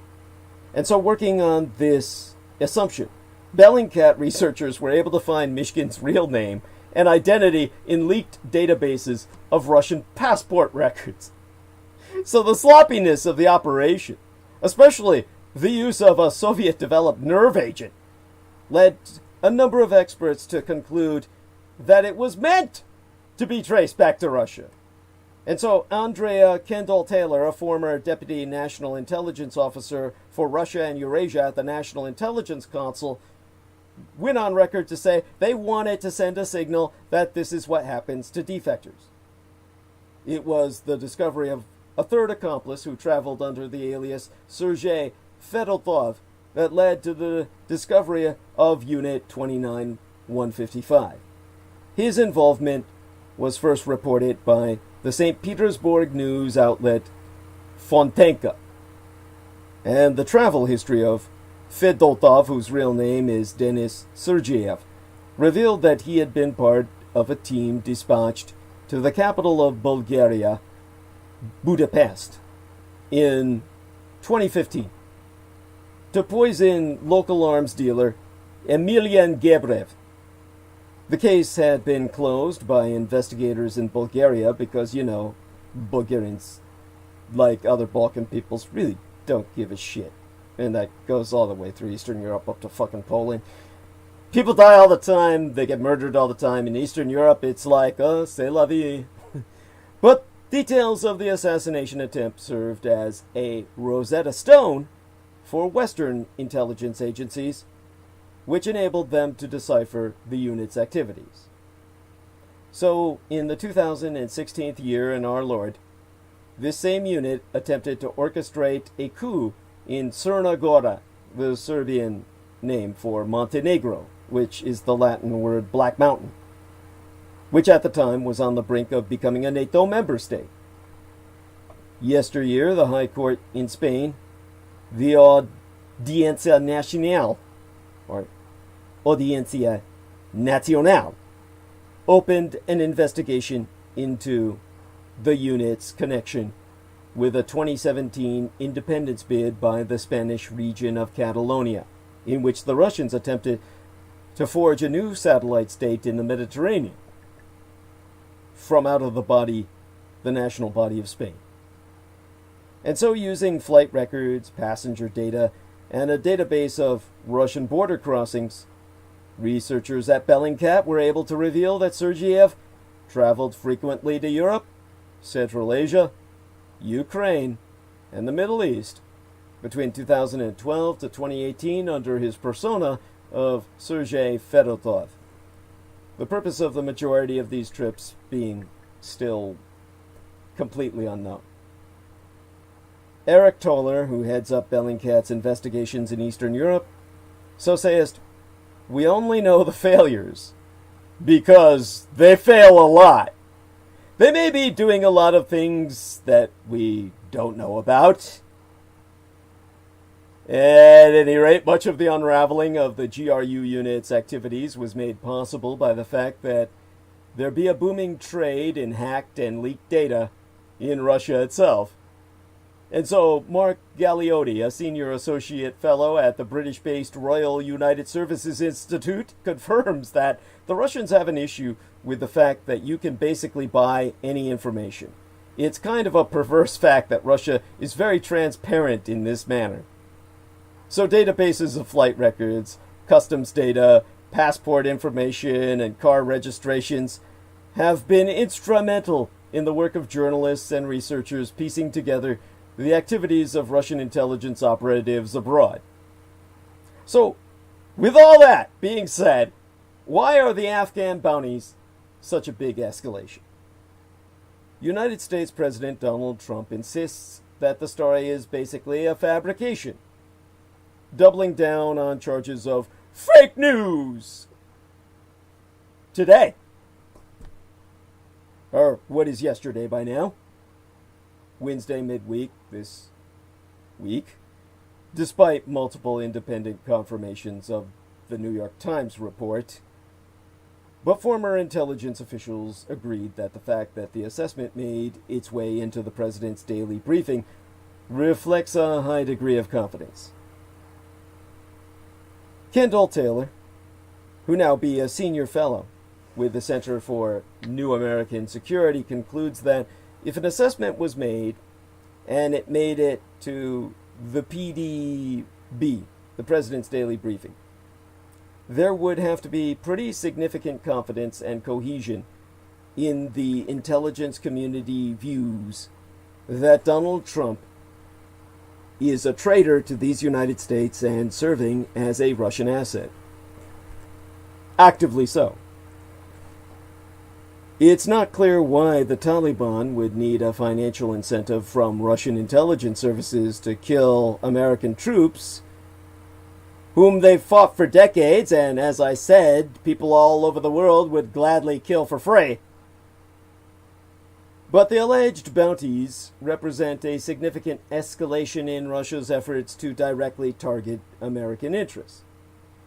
It's not clear yet whether the Kremlin intended the payments to the Taliban to be discovered, knowing that it would sow further discord in these United States. I would think not myself. That just gives them too much credit. To think farther ahead than their alcohol-addled brains be capable of doing.